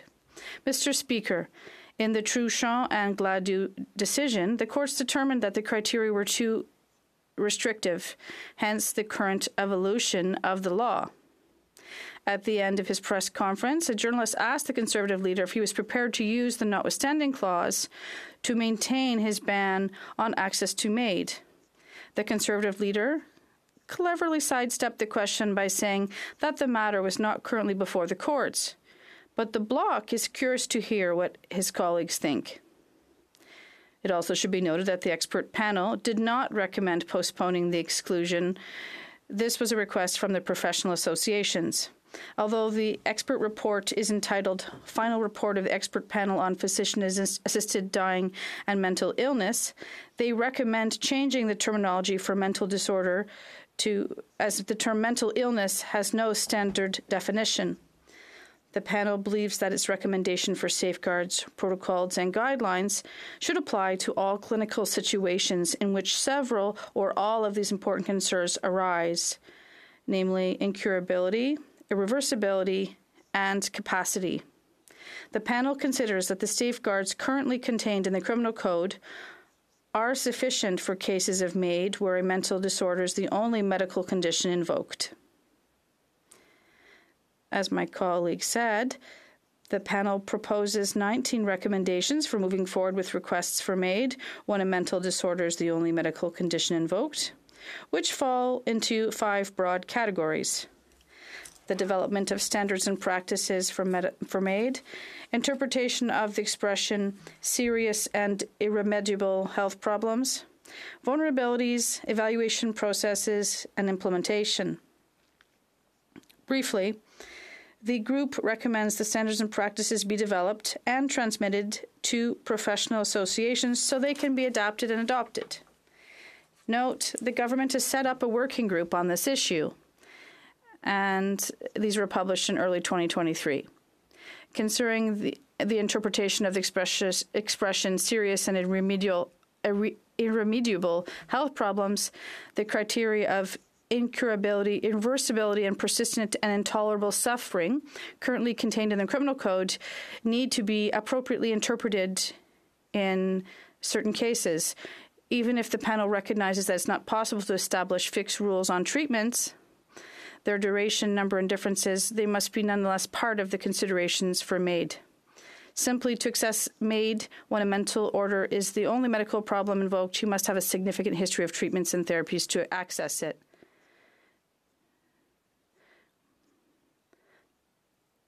There clearly has to be a history of treatment and therapies involved to access it.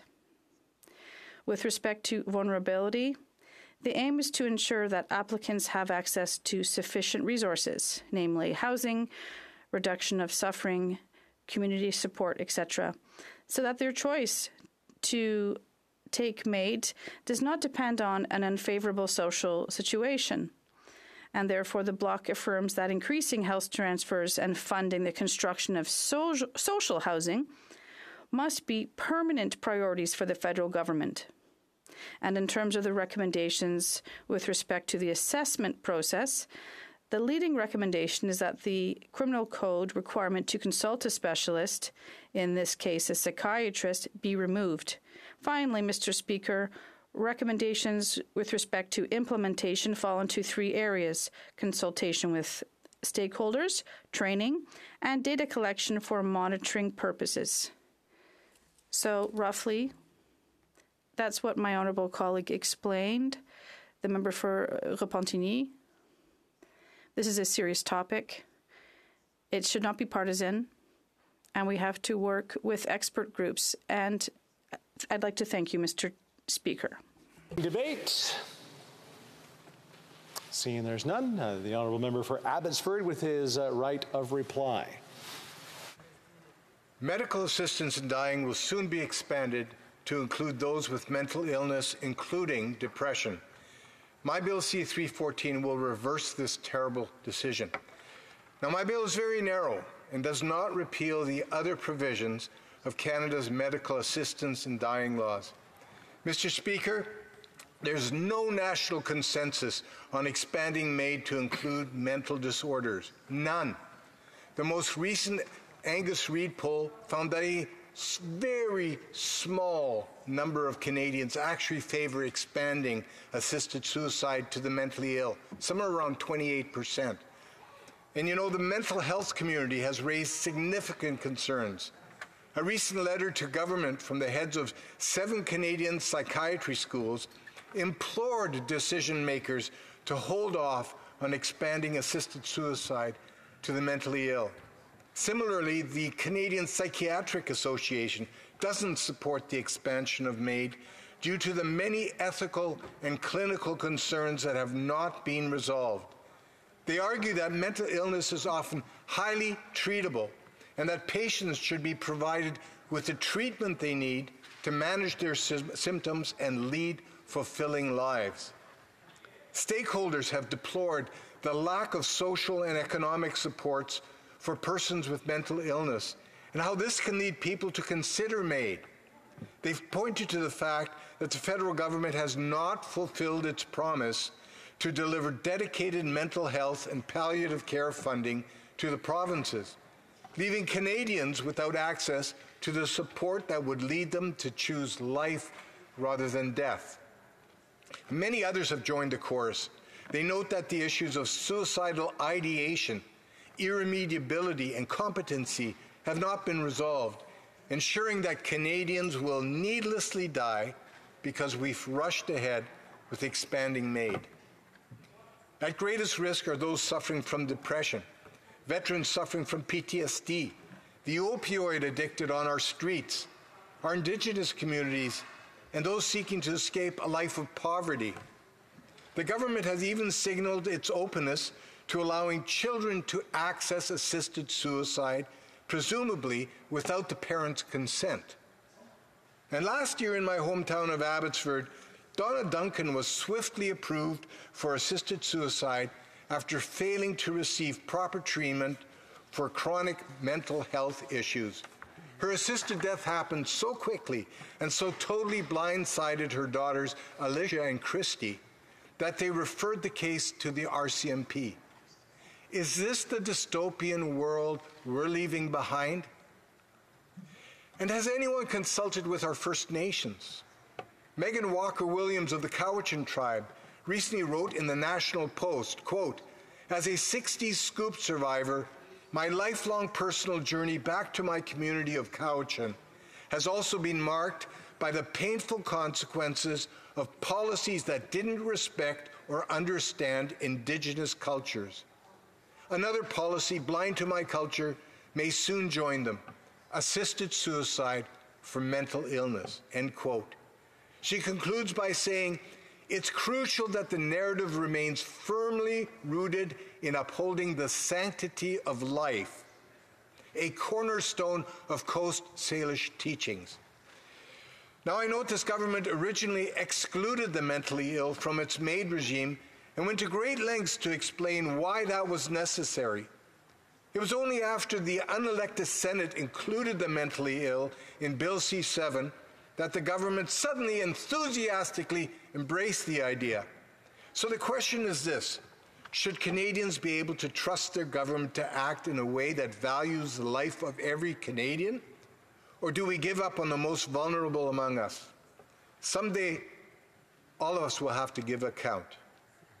A famous world leader by the name of Moses once challenged his own people with a choice and a promise. I have set before you life and death, blessing and curse.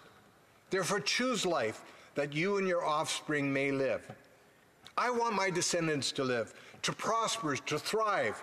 And I want the same for our mentally ill and our Indigenous peoples, and indeed all Canadians. It's time to end this experiment. With so much uncertainty, surely we should err on the side of life, not death. I respectfully ask that you support my Bill C-314. Hear, hear.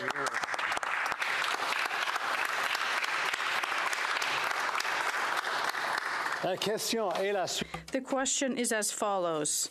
Mr. Fast, seconded by Ms. Ferreri, moved that Bill C-314, an act to amend the Criminal Code, Medical Assistance in Dying, be now read a second time and referred to the Standing Committee on Justice and Human Rights.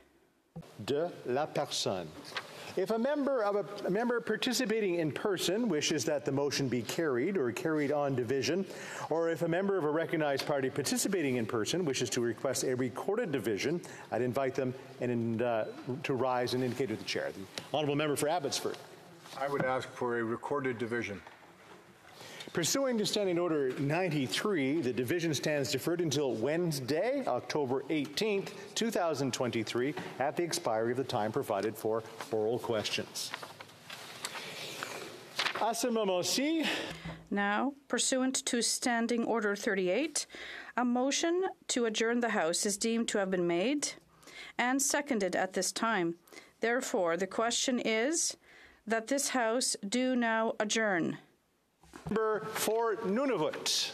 The cost of flights in Nunavut is astronomical.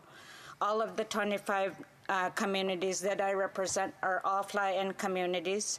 A flight to Ottawa can cost over $5,000. It costs more to fly within our own country than it does to destinations such as Mexico, London, Nuuk. Most of my constituents cannot choose to take vacations because it is simply not affordable. There are no other options. Flying is an unfortunate reality of living in Nunavut, yet Nunavut does not have adequate airport infrastructure to ensure prices can be affordable. Nunavut have seen increases in fares since the government first approved the Canadian North First Air merger. I understand these increases were a result of Transport Canada undertakings that made it impossible for Canadian North to maintain sustainable operations. It is difficult and expensive to run an airline in a territory as large and sparsely populated as Nunavut. Imposing onerous conditions in one of Nunavut's only airlines is not the solution. The 25% annual fare increase that Transport Canada has allowed for is far too high. That is 4 times the rate of inflation. For a $3,000 flight between Ottawa and Iqaluit, that fare could be raised by $750 a year. When the government announced its new deal with Canadian North last April, they promised to maintain fares and departures while providing a more efficient service. In the last few months, I have received many complaints about the disruptions experienced by my constituents. In Joe Haven, where there are only 1 or 2 flights per week, this leaves families in southern facilities for extended periods of time. For example, if a person from Joe Haven had a medical appointment in Yellowknife, that patient most likely will end up in Yellowknife for weeks due to either canceled flights or overbooked flights. These are patients who, because of the lack of healthcare system, are forced to leave their territory to access basic healthcare services available to the rest of Canada. The mayor of Arctic Bay wrote me saying they are seeing 9 fewer flights per week compared to last year. This is unacceptable for communities that rely on these flights for food, health, education, tourism, infrastructure, and economic development. My office is receiving many similar stories from constituents who have been stranded due to cancellations, delays, or rescheduling flights. Nunavummiut struggle every day with the excess cost of living in the north. Not only are they battling rising costs of food, fuel, and housing, but they are paying thousands of dollars more for essential appointments. When will this government admit that this deal signed with Canadian North will not, according to the federal government release, quote, provide the access to air services they need, while at the same time ensuring Canadian North remains a viable service provider? The Honourable Parliamentary Secretary to the Minister of Transport. Thank you, Mr. Speaker, and I thank the member from Nunavut for her intervention.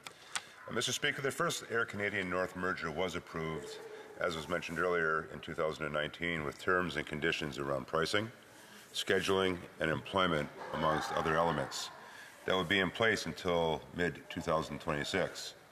The sudden onset of the pandemic, which drastically changed, Mr. Speaker, the air transportation landscape in northern Canada, has had a lasting impact on the Canadian North's ability to comply with these conditions while continuing to serve communities, return to profitability, as well as maintain services. Passenger levels in the north remain below 2019 levels and lower than in other regions throughout the country. The lasting impacts of COVID has required us to vary the original terms and conditions, while at the same time, Mr. Speaker, ensuring that important safeguards do remain in place for Northern Canadians for the remainder of the period subject to obligations. In this context, Mr. Speaker, Transport Canada has negotiated new terms and conditions with Canadian North that were subsequently approved by Governor and Council. These conditions are intended to strike a balance, Mr. Speaker, in ensuring the airline's continued operations and financial resiliency while maintaining some conditions to maintain the public interest, such as imposing caps on fares, fare increases, and profit margins, as well as ensuring, once again, Mr. Speaker, the balance in service. These terms and conditions will be in place for the next 3 years. Furthermore, Mr. Speaker, the new terms and conditions include an obligation by Canadian North to be subject to assessment by an independent monitor reporting to the Minister of Transport and to provide financial and scheduling data to ensure compliance with the new terms and conditions. The Government of Canada shares concerns over air affordability and accessibility in Northern Canada, which is why the Government of Canada insisted on maintaining safeguards for Canadians when deciding to vary the terms and the conditions, Mr. Speaker. At the same time, Mr. Speaker, we have acted to ensure that Canadians in northern communities continue to receive the air services that they rely on. It is our understanding that the merger-related terms and conditions to which Canadian North is subject do not supersede the contractual obligations it has with the territories around medical and duty travel. In this context, Mr. Speaker, Canadian North will need to adhere to the conditions laid out in the agreements it holds with the territories. And I'll add, Mr. Speaker, and the member does recognize this, that we are on the Transport Committee working with the member from Yukon to look at these arrangements as well as other arrangements to once again strike that much-needed balance in the northern part of our country. Thank you, Mr. Speaker. The honourable member for Nunavut. And I'd like to thank the Parliamentary Secretary for his response. I did have the pleasure of traveling with him when he was part of the Indigenous and Northern Affairs Committee, and know that he has direct experience with the challenges of traveling in my region. Another example of what it is like to fly in Nunavut. One of my constituents was on a routine flight from Iqaluit to Ottawa. This flight was canceled twice, then rebooked 4 days later. It would cause her to miss an important meeting.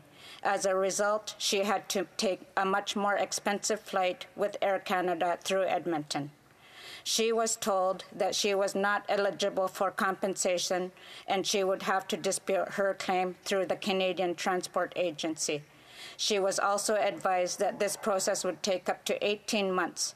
This is unacceptable. Nunavummiut do not have thousands of dollars and many months to wait for compensation for essential travel. Are these delays that the government had in mind when they introduced the Air Passenger Bill of Rights? Parliamentary Secretary to the Minister of Transport. Thank you, Mr. Speaker, and I thank the member for her, once again, for her intervention. Mr. Speaker, the Government of Canada is concerned with ensuring that northern communities, northern Canadians, have access to the air transport that they require. COVID-19, once again, Mr. Speaker, placed serious pressure on the ability of Canadian North to continue to provide services to northern Canadians while at the same time avoiding financial losses. To ensure ongoing service in the North, Transport Canada recently reached the agreement, as I spoke about earlier, with Canadian North to vary with their merger-related terms and conditions. This aim, Mr. Speaker, is to strike that balance, as I spoke about earlier, in addressing public interest concerns while maintaining the sustainability of the airline. Mr. Speaker, in conclusion, I'll say this, that the Government of Canada, in approving these new terms and conditions, ensured there remain safeguards for Canadians, especially in the North, such that each community will continue to be served and that fare increases would be representative of the new realities of the market, and as well, Mr. Speaker, as I mentioned before, a capping to, again, ensure that balance is maintained. Thank you, Mr. Speaker. Well, thank you very much for this evening's interventions. Have a wonderful evening, everyone. The motion to adjourn the House is now deemed to have been adopted. Accordingly, the House stands adjourned until tomorrow at 10 a.m. Well, I'll join you again, pursuant to Standing Orders 24-1.